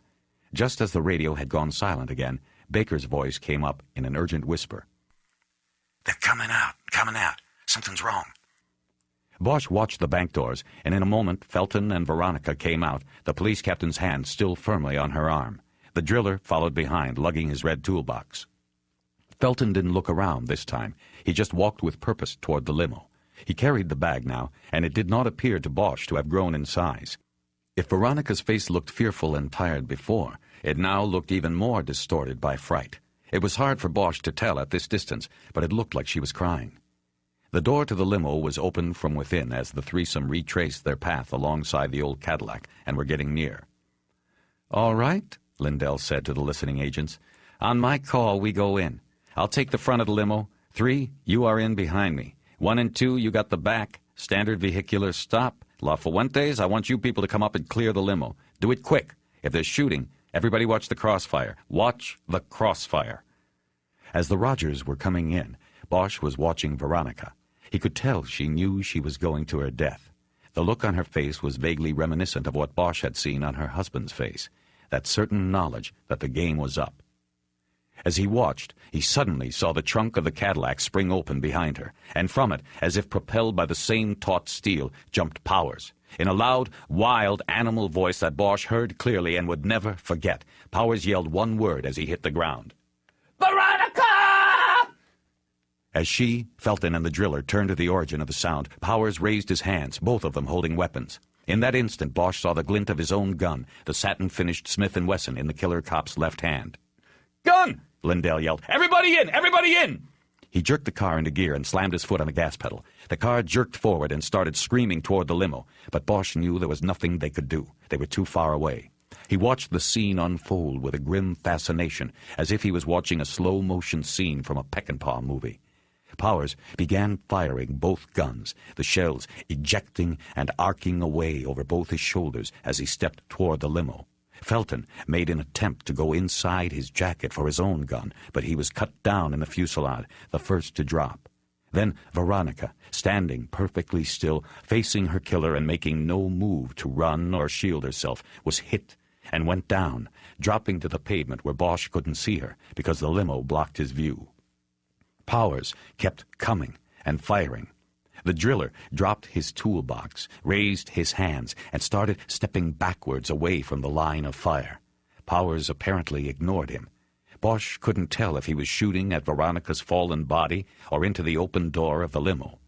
The limo took off, its tires spinning at first without purchase before it finally started to move, the rear door still open. But almost immediately, its driver failed to negotiate the left turn in the parking lane, and the big car crashed into a row of parked cars. The driver jumped out and started running in the direction of the bagel shop. Powers seemed to pay the fleeing driver no mind. He had reached the spot where Felton had fallen to the ground. He dropped Bosch's gun on the police captain's chest and reached down for the bag, which was on the ground next to Felton's hand. It seemed that Powers did not realize the bag was empty until he had actually picked it up off the ground and held it. And as he was making this discovery, the doors of the van behind him were open and 4 agents carrying shotguns were coming out. The agent in the T-shirt was coming around the side of the Cadillac, the handgun he had hidden in the engine compartment now pointed at Powers. A squealing tire from one of the approaching bureau cars drew Powers' attention away from the empty duffel bag. He dropped it and turned on the 5 agents behind him. He raised both his hands again, though he only had one gun this time. The agents opened fire, and Bosch watched as Powers was literally lifted off the ground by the force of the impact and onto the front hood of a full-sized pickup truck that probably belonged to a bank customer. Powers landed on his back. His hand lost its grip on the remaining gun, and it clattered off the hood to the ground. As loud as the 8 seconds of shooting had been, the silence that followed the gun falling to the ground seemed even louder. Powers was dead. Felton was dead. Giuseppe Marconi, a.k.a. Joseph Marconi, a.k.a. Joseph Marcon, a.k.a. Joey Marks, was dead, his body sprawled and awash in blood on the soft leather seats in the back of his limousine. When they got to Veronica Aliso, she was alive, but dying. She had been hit with 2 rounds in the upper chest, and the bubbles in the froth of blood in her mouth indicated her lungs had been shredded. While the FBI agents ran about securing and containing the scene, Bosch and Ryder went to Veronica. Her eyes were open, but losing their moisture. They were moving all around as if searching for someone or something that wasn't there. Her jaw started to work, and she said something, but Bosch couldn't hear. He crouched down over her and turned his ear to her mouth. "Can you get me ice?" she whispered. Bosch turned and looked at her. He didn't understand. She started to speak again, and he turned his ear to her mouth again. "The pavement. So hot. I need ice." Bosch looked at her and nodded. It's coming. Veronica, where's the money?" He bent over her, realizing that she was right. The pavement was now burning the palms of his hands. He could barely make out her words. "At least they don't get it." She started coughing then, a deep, wet cough, and Bosch knew her chest was full of blood, and it wouldn't be long before she drowned. He couldn't think of what to do or say to this woman. He realized they were probably his own bullets in her, and that she was dying because they had fucked up and let Powers get away. He almost wanted to ask her to forgive him, to say she understood how things could go so wrong. He looked away from her and across the lot. He could hear sirens approaching, but he had seen enough gunshot wounds to know she wasn't going to need the ambulance. He looked back down at her. Her face was very pale and going slack. Her lips moved once more, and he bent to listen. This time, her voice was no more than a desperate rasp in his ear. He could not understand her words, and he whispered in her ear to say it again. "Ed, my gurgle." He turned his head to look at her, the confusion in his eyes. He shook his head. An annoyed expression crossed her face. "Let," she said clearly, using the last of her strength, "let my daughter go." Bosch kept his eyes locked on hers as that last line ran through his mind. Then, without thinking about it, he nodded once to her. And as he watched, she died. Her eyes lost their focus, and he could tell she was gone. Bosch stood up, and Ryder studied his face. "Harry, what did she say?" She said, I'm not sure what she said. Bosch, Edgar, and Ryder stood leaning against the trunk of Lindell's car, watching as a phalanx of FBI and Metro people continued to descend on the crime scene. Lindell had ordered the entire shopping center closed and marked off with yellow tape, a move that prompted Edgar to comment, "When these guys throw a crime scene, they really throw a crime scene." Each of them had already given their statements. They were no longer part of the investigation. They were merely witnesses to the event, and now observers. The special agent in charge of the Las Vegas field office was on the scene directing the investigation. The Bureau had brought in a motorhome that had 4 separate interview rooms in it, and agents were taking statements in them from witnesses to the shooting. The bodies were still there, now covered in yellow plastic on the pavement and in the limo. That splash of bright color made for good video for the news helicopters circling overhead. Bosch had been able to pick up pieces of information from Lindell on how things stood. The ID number on the Cadillac in which Powers had hidden for at least the 4 hours it was under observation by the FBI was traced to an owner in Palmdale, California, a desert town northeast of Los Angeles. The owner was already on file with the Bureau. He was a white supremacist who had held anti-government rallies on his land the last 2 Independence Days. He was also known to have sought to contribute to the defense funds of the men charged with bombing the federal courthouse in Oklahoma City a few years before. Lindell told Bosch that the SAIC had ordered an arrest warrant for the owner on charges of conspiracy to commit murder for his role in helping Powers. It had been a nice plan. The trunk of the caddy was lined with a thick carpet and several blankets. The chain and padlock used to hold it closed could be unhooked from the inside. Through rust-out spots on the fenders and trunk, it had been possible for Powers to watch and wait for the right moment to come out, guns ready. The driller, who it turned out was indeed Maury Pollock, was only too happy to cooperate with the agents. He was just happy he wasn't one of the ones wearing a yellow plastic blanket. He told Lindell and the others that Joey Marks had picked him up that morning, told him to wear a working man's outfit and to bring his drill. He didn't know what the situation was because there was little talking in the limo on the ride over. He just knew the woman was scared. Inside the bank, Veronica Aliso had presented a bank officer with a copy of her husband's death certificate, his will, and a court order issued Friday in Las Vegas Municipal Court granting her, as sole heir to Anthony Aliso, access to his safe deposit box. Access was approved, and the box was drilled because Mrs. Aliso said she had not been able to locate her husband's key. The trouble was, Pollock related, when he drilled the box open, they found it was empty. "Can you imagine that?" Lindell said as he related this information to Bosch. "All of this for nothing. I was hoping to get my hands on that $2 million. Of course, we'd have split it with L.A. Right down the middle, Bosch." "Right," Bosch said. "Did you look at the records? When was the last time Tony went into his box?" "That's another thing. He was just in on Friday. Like 12 hours before they killed him, he went in and cleared the box. He must have had a premonition or something. He knew, man. He knew." Maybe. Bosch thought about the matchbook from La Fuentes that he found in Tony's room at the Mirage. Tony didn't smoke, but he remembered the ashtrays at the house where Layla had grown up. He decided that if Tony had cleared his box out on that Friday and eaten at La Fuentes while he was here, the only likely reason he would have ended up with matches from the restaurant in his room was if he had been at the restaurant with someone who needed them. "Now the question is, where's the money?" Lindell said. "We can seize it if we can find it. Old Joey's not going to need it." Lindell looked over at the limo. The door was still open, and one of Markham's legs stuck out from under the yellow plastic. A powder blue pants leg, a black loafer, and white sock. That was all Bosch could see of Joey Marks now.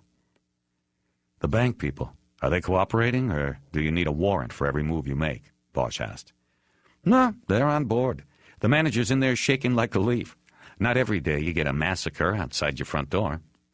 "Then ask them to check their records and see if there's a box in there under the name Gretchen Alexander." "Gretchen Alexander, who's that?" "You know her, Roy. It's Layla." "Layla? Are you fucking kidding me? You think he'd give that bimbo 2 million ducats while he goes off and gets himself killed? Just check, Roy. It's worth a shot." Lindell went off toward the bank's doors. Bosch looked at his partners. "Jerry, you going to want your gun back? We should tell them now so they don't destroy them or file them away forever." "My gun?" Edgar looked at all of the yellow plastic with a pained look on his face. "No, Harry, I don't think so. That piece is haunted now. I don't ever want it back." "Yeah," Bosch said. "I was thinking the same thing." Bosch brooded about things for a while and then heard his name being called. He turned and saw Lindell beckoning him from the door of the bank. He headed over. "Bingo!" Lindell said. "She's got a box." They walked back into the bank, and Bosch saw several agents conducting interviews with the branch's stunned employees. Lindell led him to a desk where the branch manager sat. She was a woman of about 30 with brown curly hair. The nameplate on her desk said Jean Connors. Lindell picked up a file that was on her desk and showed it to Bosch. "She has a box here, and she made Tony Aliso a signatory on it. He pulled the box at the same time he pulled his own on the Friday before he got nailed. You know what I'm thinking? I think he emptied his and put it all in hers." "Probably." Bosch was looking at the safe deposit entry records in the file. They were handwritten on a 3x5 card. "So," Lindell said, "what we do is we get a warrant for her box and drill the sucker. Maybe get Maury out there to do it since he's being so cooperative.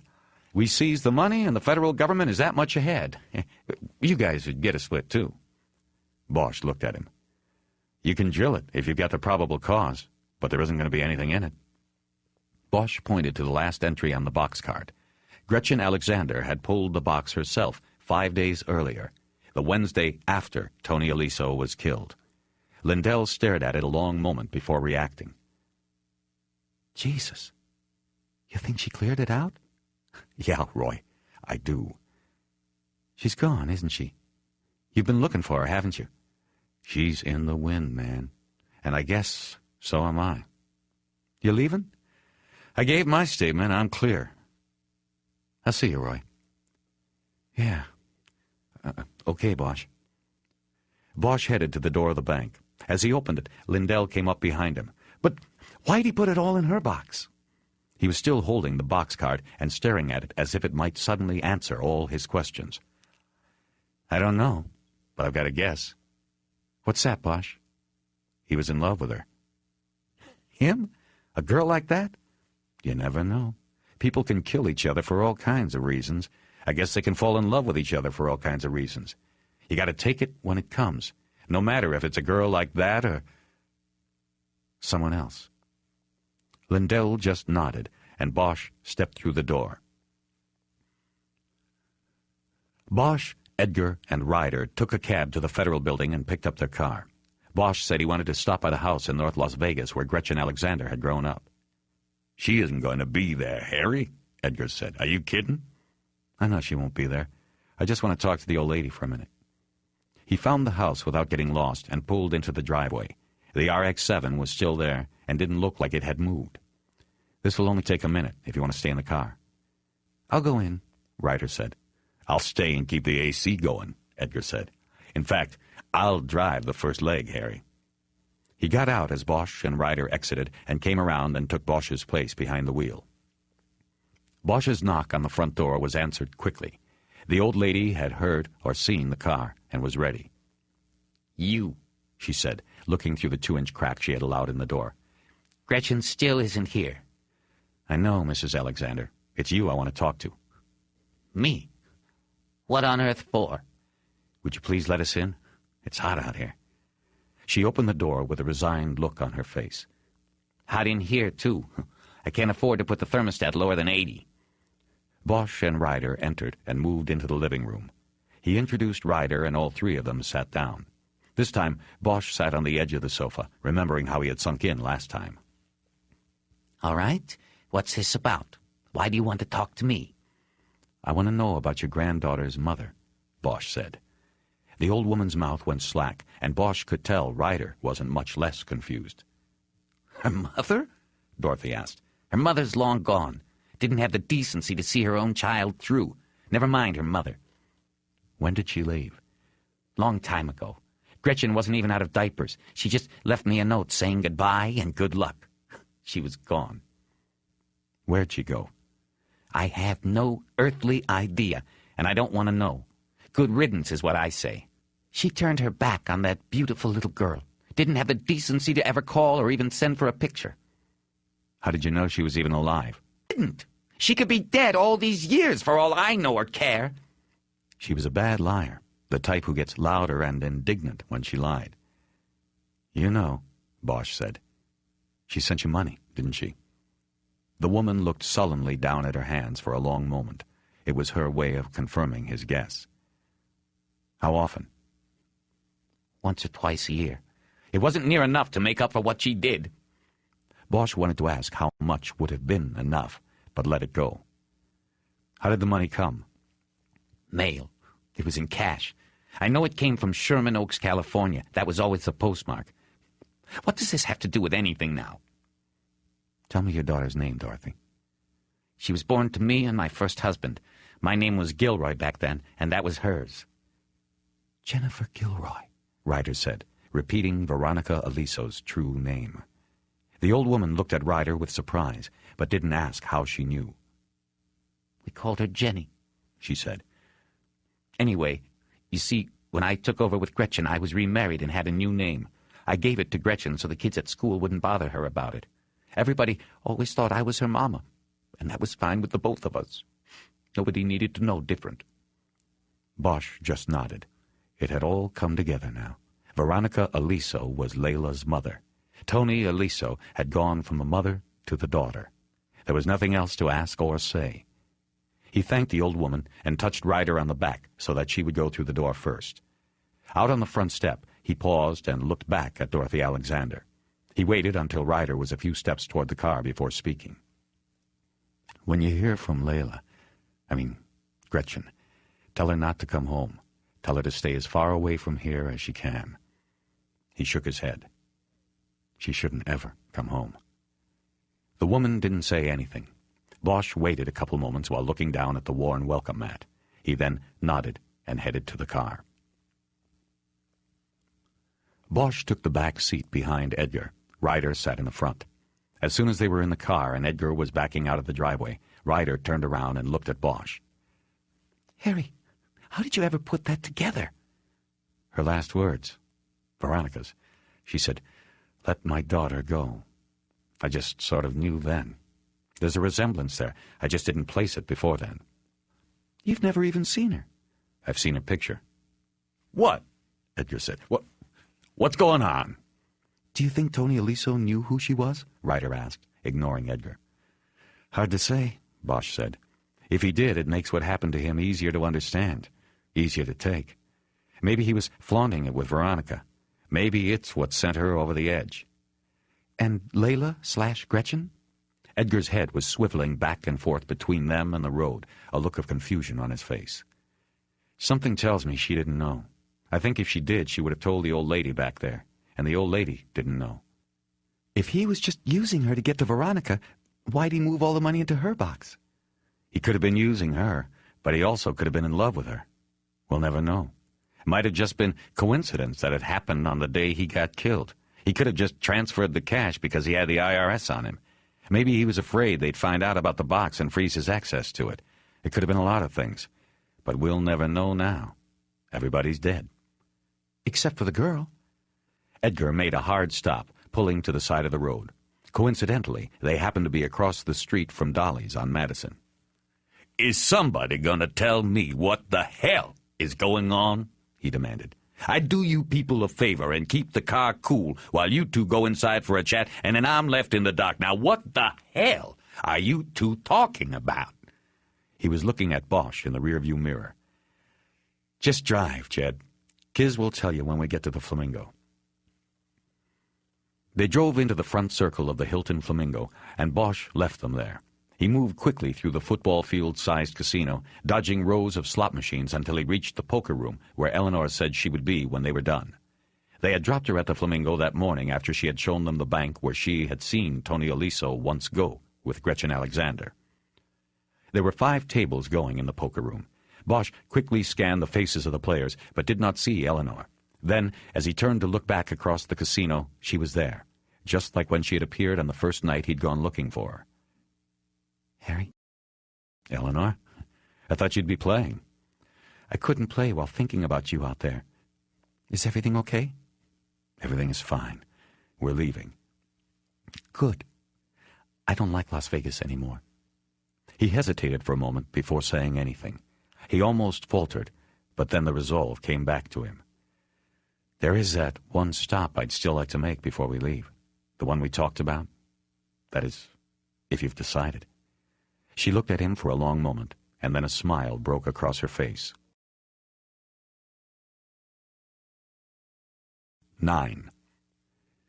Bosch walked across the polished linoleum on the 6th floor of Parker Center, purposely driving his heels down with each step.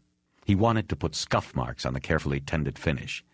He turned into the alcove entrance to the Internal Affairs Division and asked the secretary behind the counter for Chastain.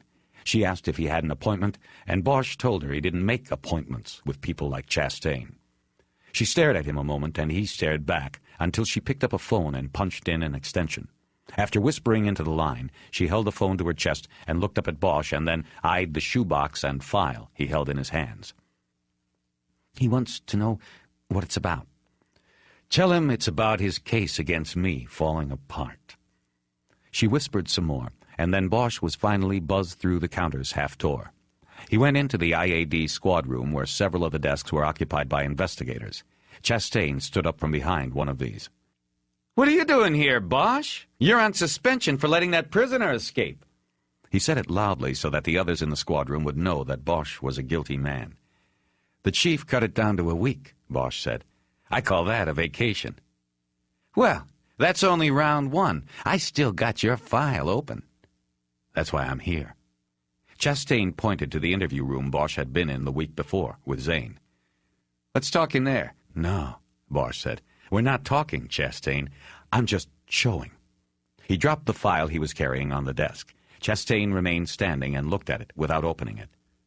"What is this?" "It's the end of the case." "Open it."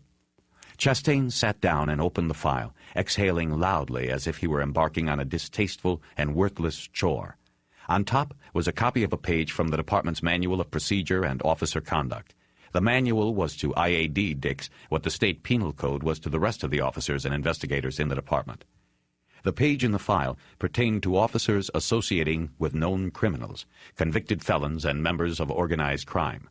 Such association was strictly forbidden and punishable by dismissal from the department, according to the code. "Bosch, you didn't need to bring me this. I've got the whole book," Chastain said. He was trying out some light banter because he didn't know what Bosch was doing and was well aware that his peers were watching from their desks while trying to act like they weren't. "Yeah? Well, you better get your book out and read the bottom line there, pal. The exception." Chastain looked down at the bottom of the page. "Says, exception to this code can be established if the officer can show to the satisfaction of superior officers a family relationship through blood or marriage. If that is established, officer must—" "That's enough," Bosch said. He reached down and took the page so that Chastain could see what was in the rest of the file. "What you have there, Chastain, is a marriage certificate issued in Clark County, Nevada, attesting to my marriage to Eleanor Wish. If that's not good enough for you, beneath it are 2 affidavits from my partners. They witnessed the marriage, best man and maid of honor." Chastain kept his eyes on the paperwork. "It's over, man," Bosch said. "You lose, so get the fuck out of my life." Chastain leaned back. His face was red, and he had an uncomfortable smile. Now he was sure the others were watching. You're telling me you got married just to avoid an IAD beef?" "No, asshole. I got married because I love somebody. That's why you get married." Chastain didn't have a reply. He shook his head, looked at his watch, and shuffled some papers while trying to act like this was just a minor interruption in his day. He did everything but look at his nails. "Yeah, I thought you'd run out of things to say," Bosch said. "I'll see you around, Chastain."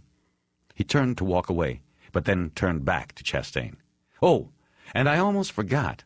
You can tell your source our deal is done with also." "What source, Bosch? Deal? What are you talking about?" "I'm talking about Fitzgerald, or whoever you get your information from at OCID. "I don't sure you do. I know you, Chastain. You couldn't have come up with Eleanor Wish on your own. You got a pipeline over there to Fitzgerald. He told you about her. It was him or one of his people. Doesn't matter to me who. Either way, I'm out of a deal I made with him. You can tell him that." Bosch held the shoebox up and shook it. The video and audio tapes rattled inside it, but he could tell Chastain had no idea what was in the box or what it meant. "You tell him, Chastain," he said again. "See you around." He finally left then, pausing only at the counter to give the secretary a thumbs-up sign. In the hallway, rather than turn left toward the elevators, he took a right and headed through the double doors of the chief of police's office suite. The chief's adjutant, a lieutenant in uniform, sat behind the reception desk. Bosch didn't know him, which was good. He walked up and put the shoebox down on the desk. "Can I help you?" "What's this?" "It's a box, Lieutenant. It's got some tapes the chief will want to watch and listen to. Right away." Bosch made a move to leave. "Wait a minute," the adjutant said. "Will he know what this is about? Tell him to call Deputy Chief Fitzgerald. He can explain what it's about." Bosch left then, not turning around when the adjutant called after him for his name. He slipped through the double doors and headed down to the elevator. He felt good. He didn't know if anything would come of the illegal tapes he had given the police chief, but he felt like all decks were cleared. His show with the box earlier with Chastain would ensure that the word got back to Fitzgerald that this was exclusively Bosch's play. Billets and riders should be safe from recriminations by the OCID chief. He could come after Bosch if he wanted, but Bosch felt safe now. Fitzgerald had nothing on him anymore. No one did. 10. It was their first day on the beach after spending 2 days almost exclusively in their room. Bosch couldn't get comfortable on the chaise lounge. He didn't understand how people did this, just sit in the sun and bake. He was covered with lotion, and there was sand caked between his toes. Eleanor had bought him a red bathing suit that he thought made him look foolish and feel like a target. At least, he thought, it wasn't one of those slingshot things some of the men on the beach were wearing. He propped himself up on his elbows and looked around. Hawaii was unbelievable. So beautiful it was like a dream. And the women were beautiful too. Especially Eleanor. She lay beside him on her own lounge. Her eyes were closed, and there was a small smile on her face. She wore a one-piece black bathing suit that was cut high on her hips and showed off her tanned and nicely muscled legs. "What are you looking at?" she said, without opening her eyes. "Nothing. I can't get comfortable. I think I'm going to take a walk or something." "Why don't you get a book to read, Harry? You have to relax. That's what honeymoons are about. Sex, relaxation, good food, and good company." "Well, 2 out of 4 isn't bad." "What's wrong with the food?" "The food's great." "Funny." She reached out and hit him in the arm. Then she, too, propped herself up on her elbows and gazed out at the shimmering blue water. They could see the spine of Molokai rising in the distance. "That's so beautiful here, Harry." "Yes, it is." They sat in silence for a few moments, watching the people walking by at the water's edge. Bosch brought his legs up, leaned forward, and sat with his elbows on his knees. He could feel the sun burning into his shoulders. It was beginning to feel good. He noticed a woman walking languidly along the edge.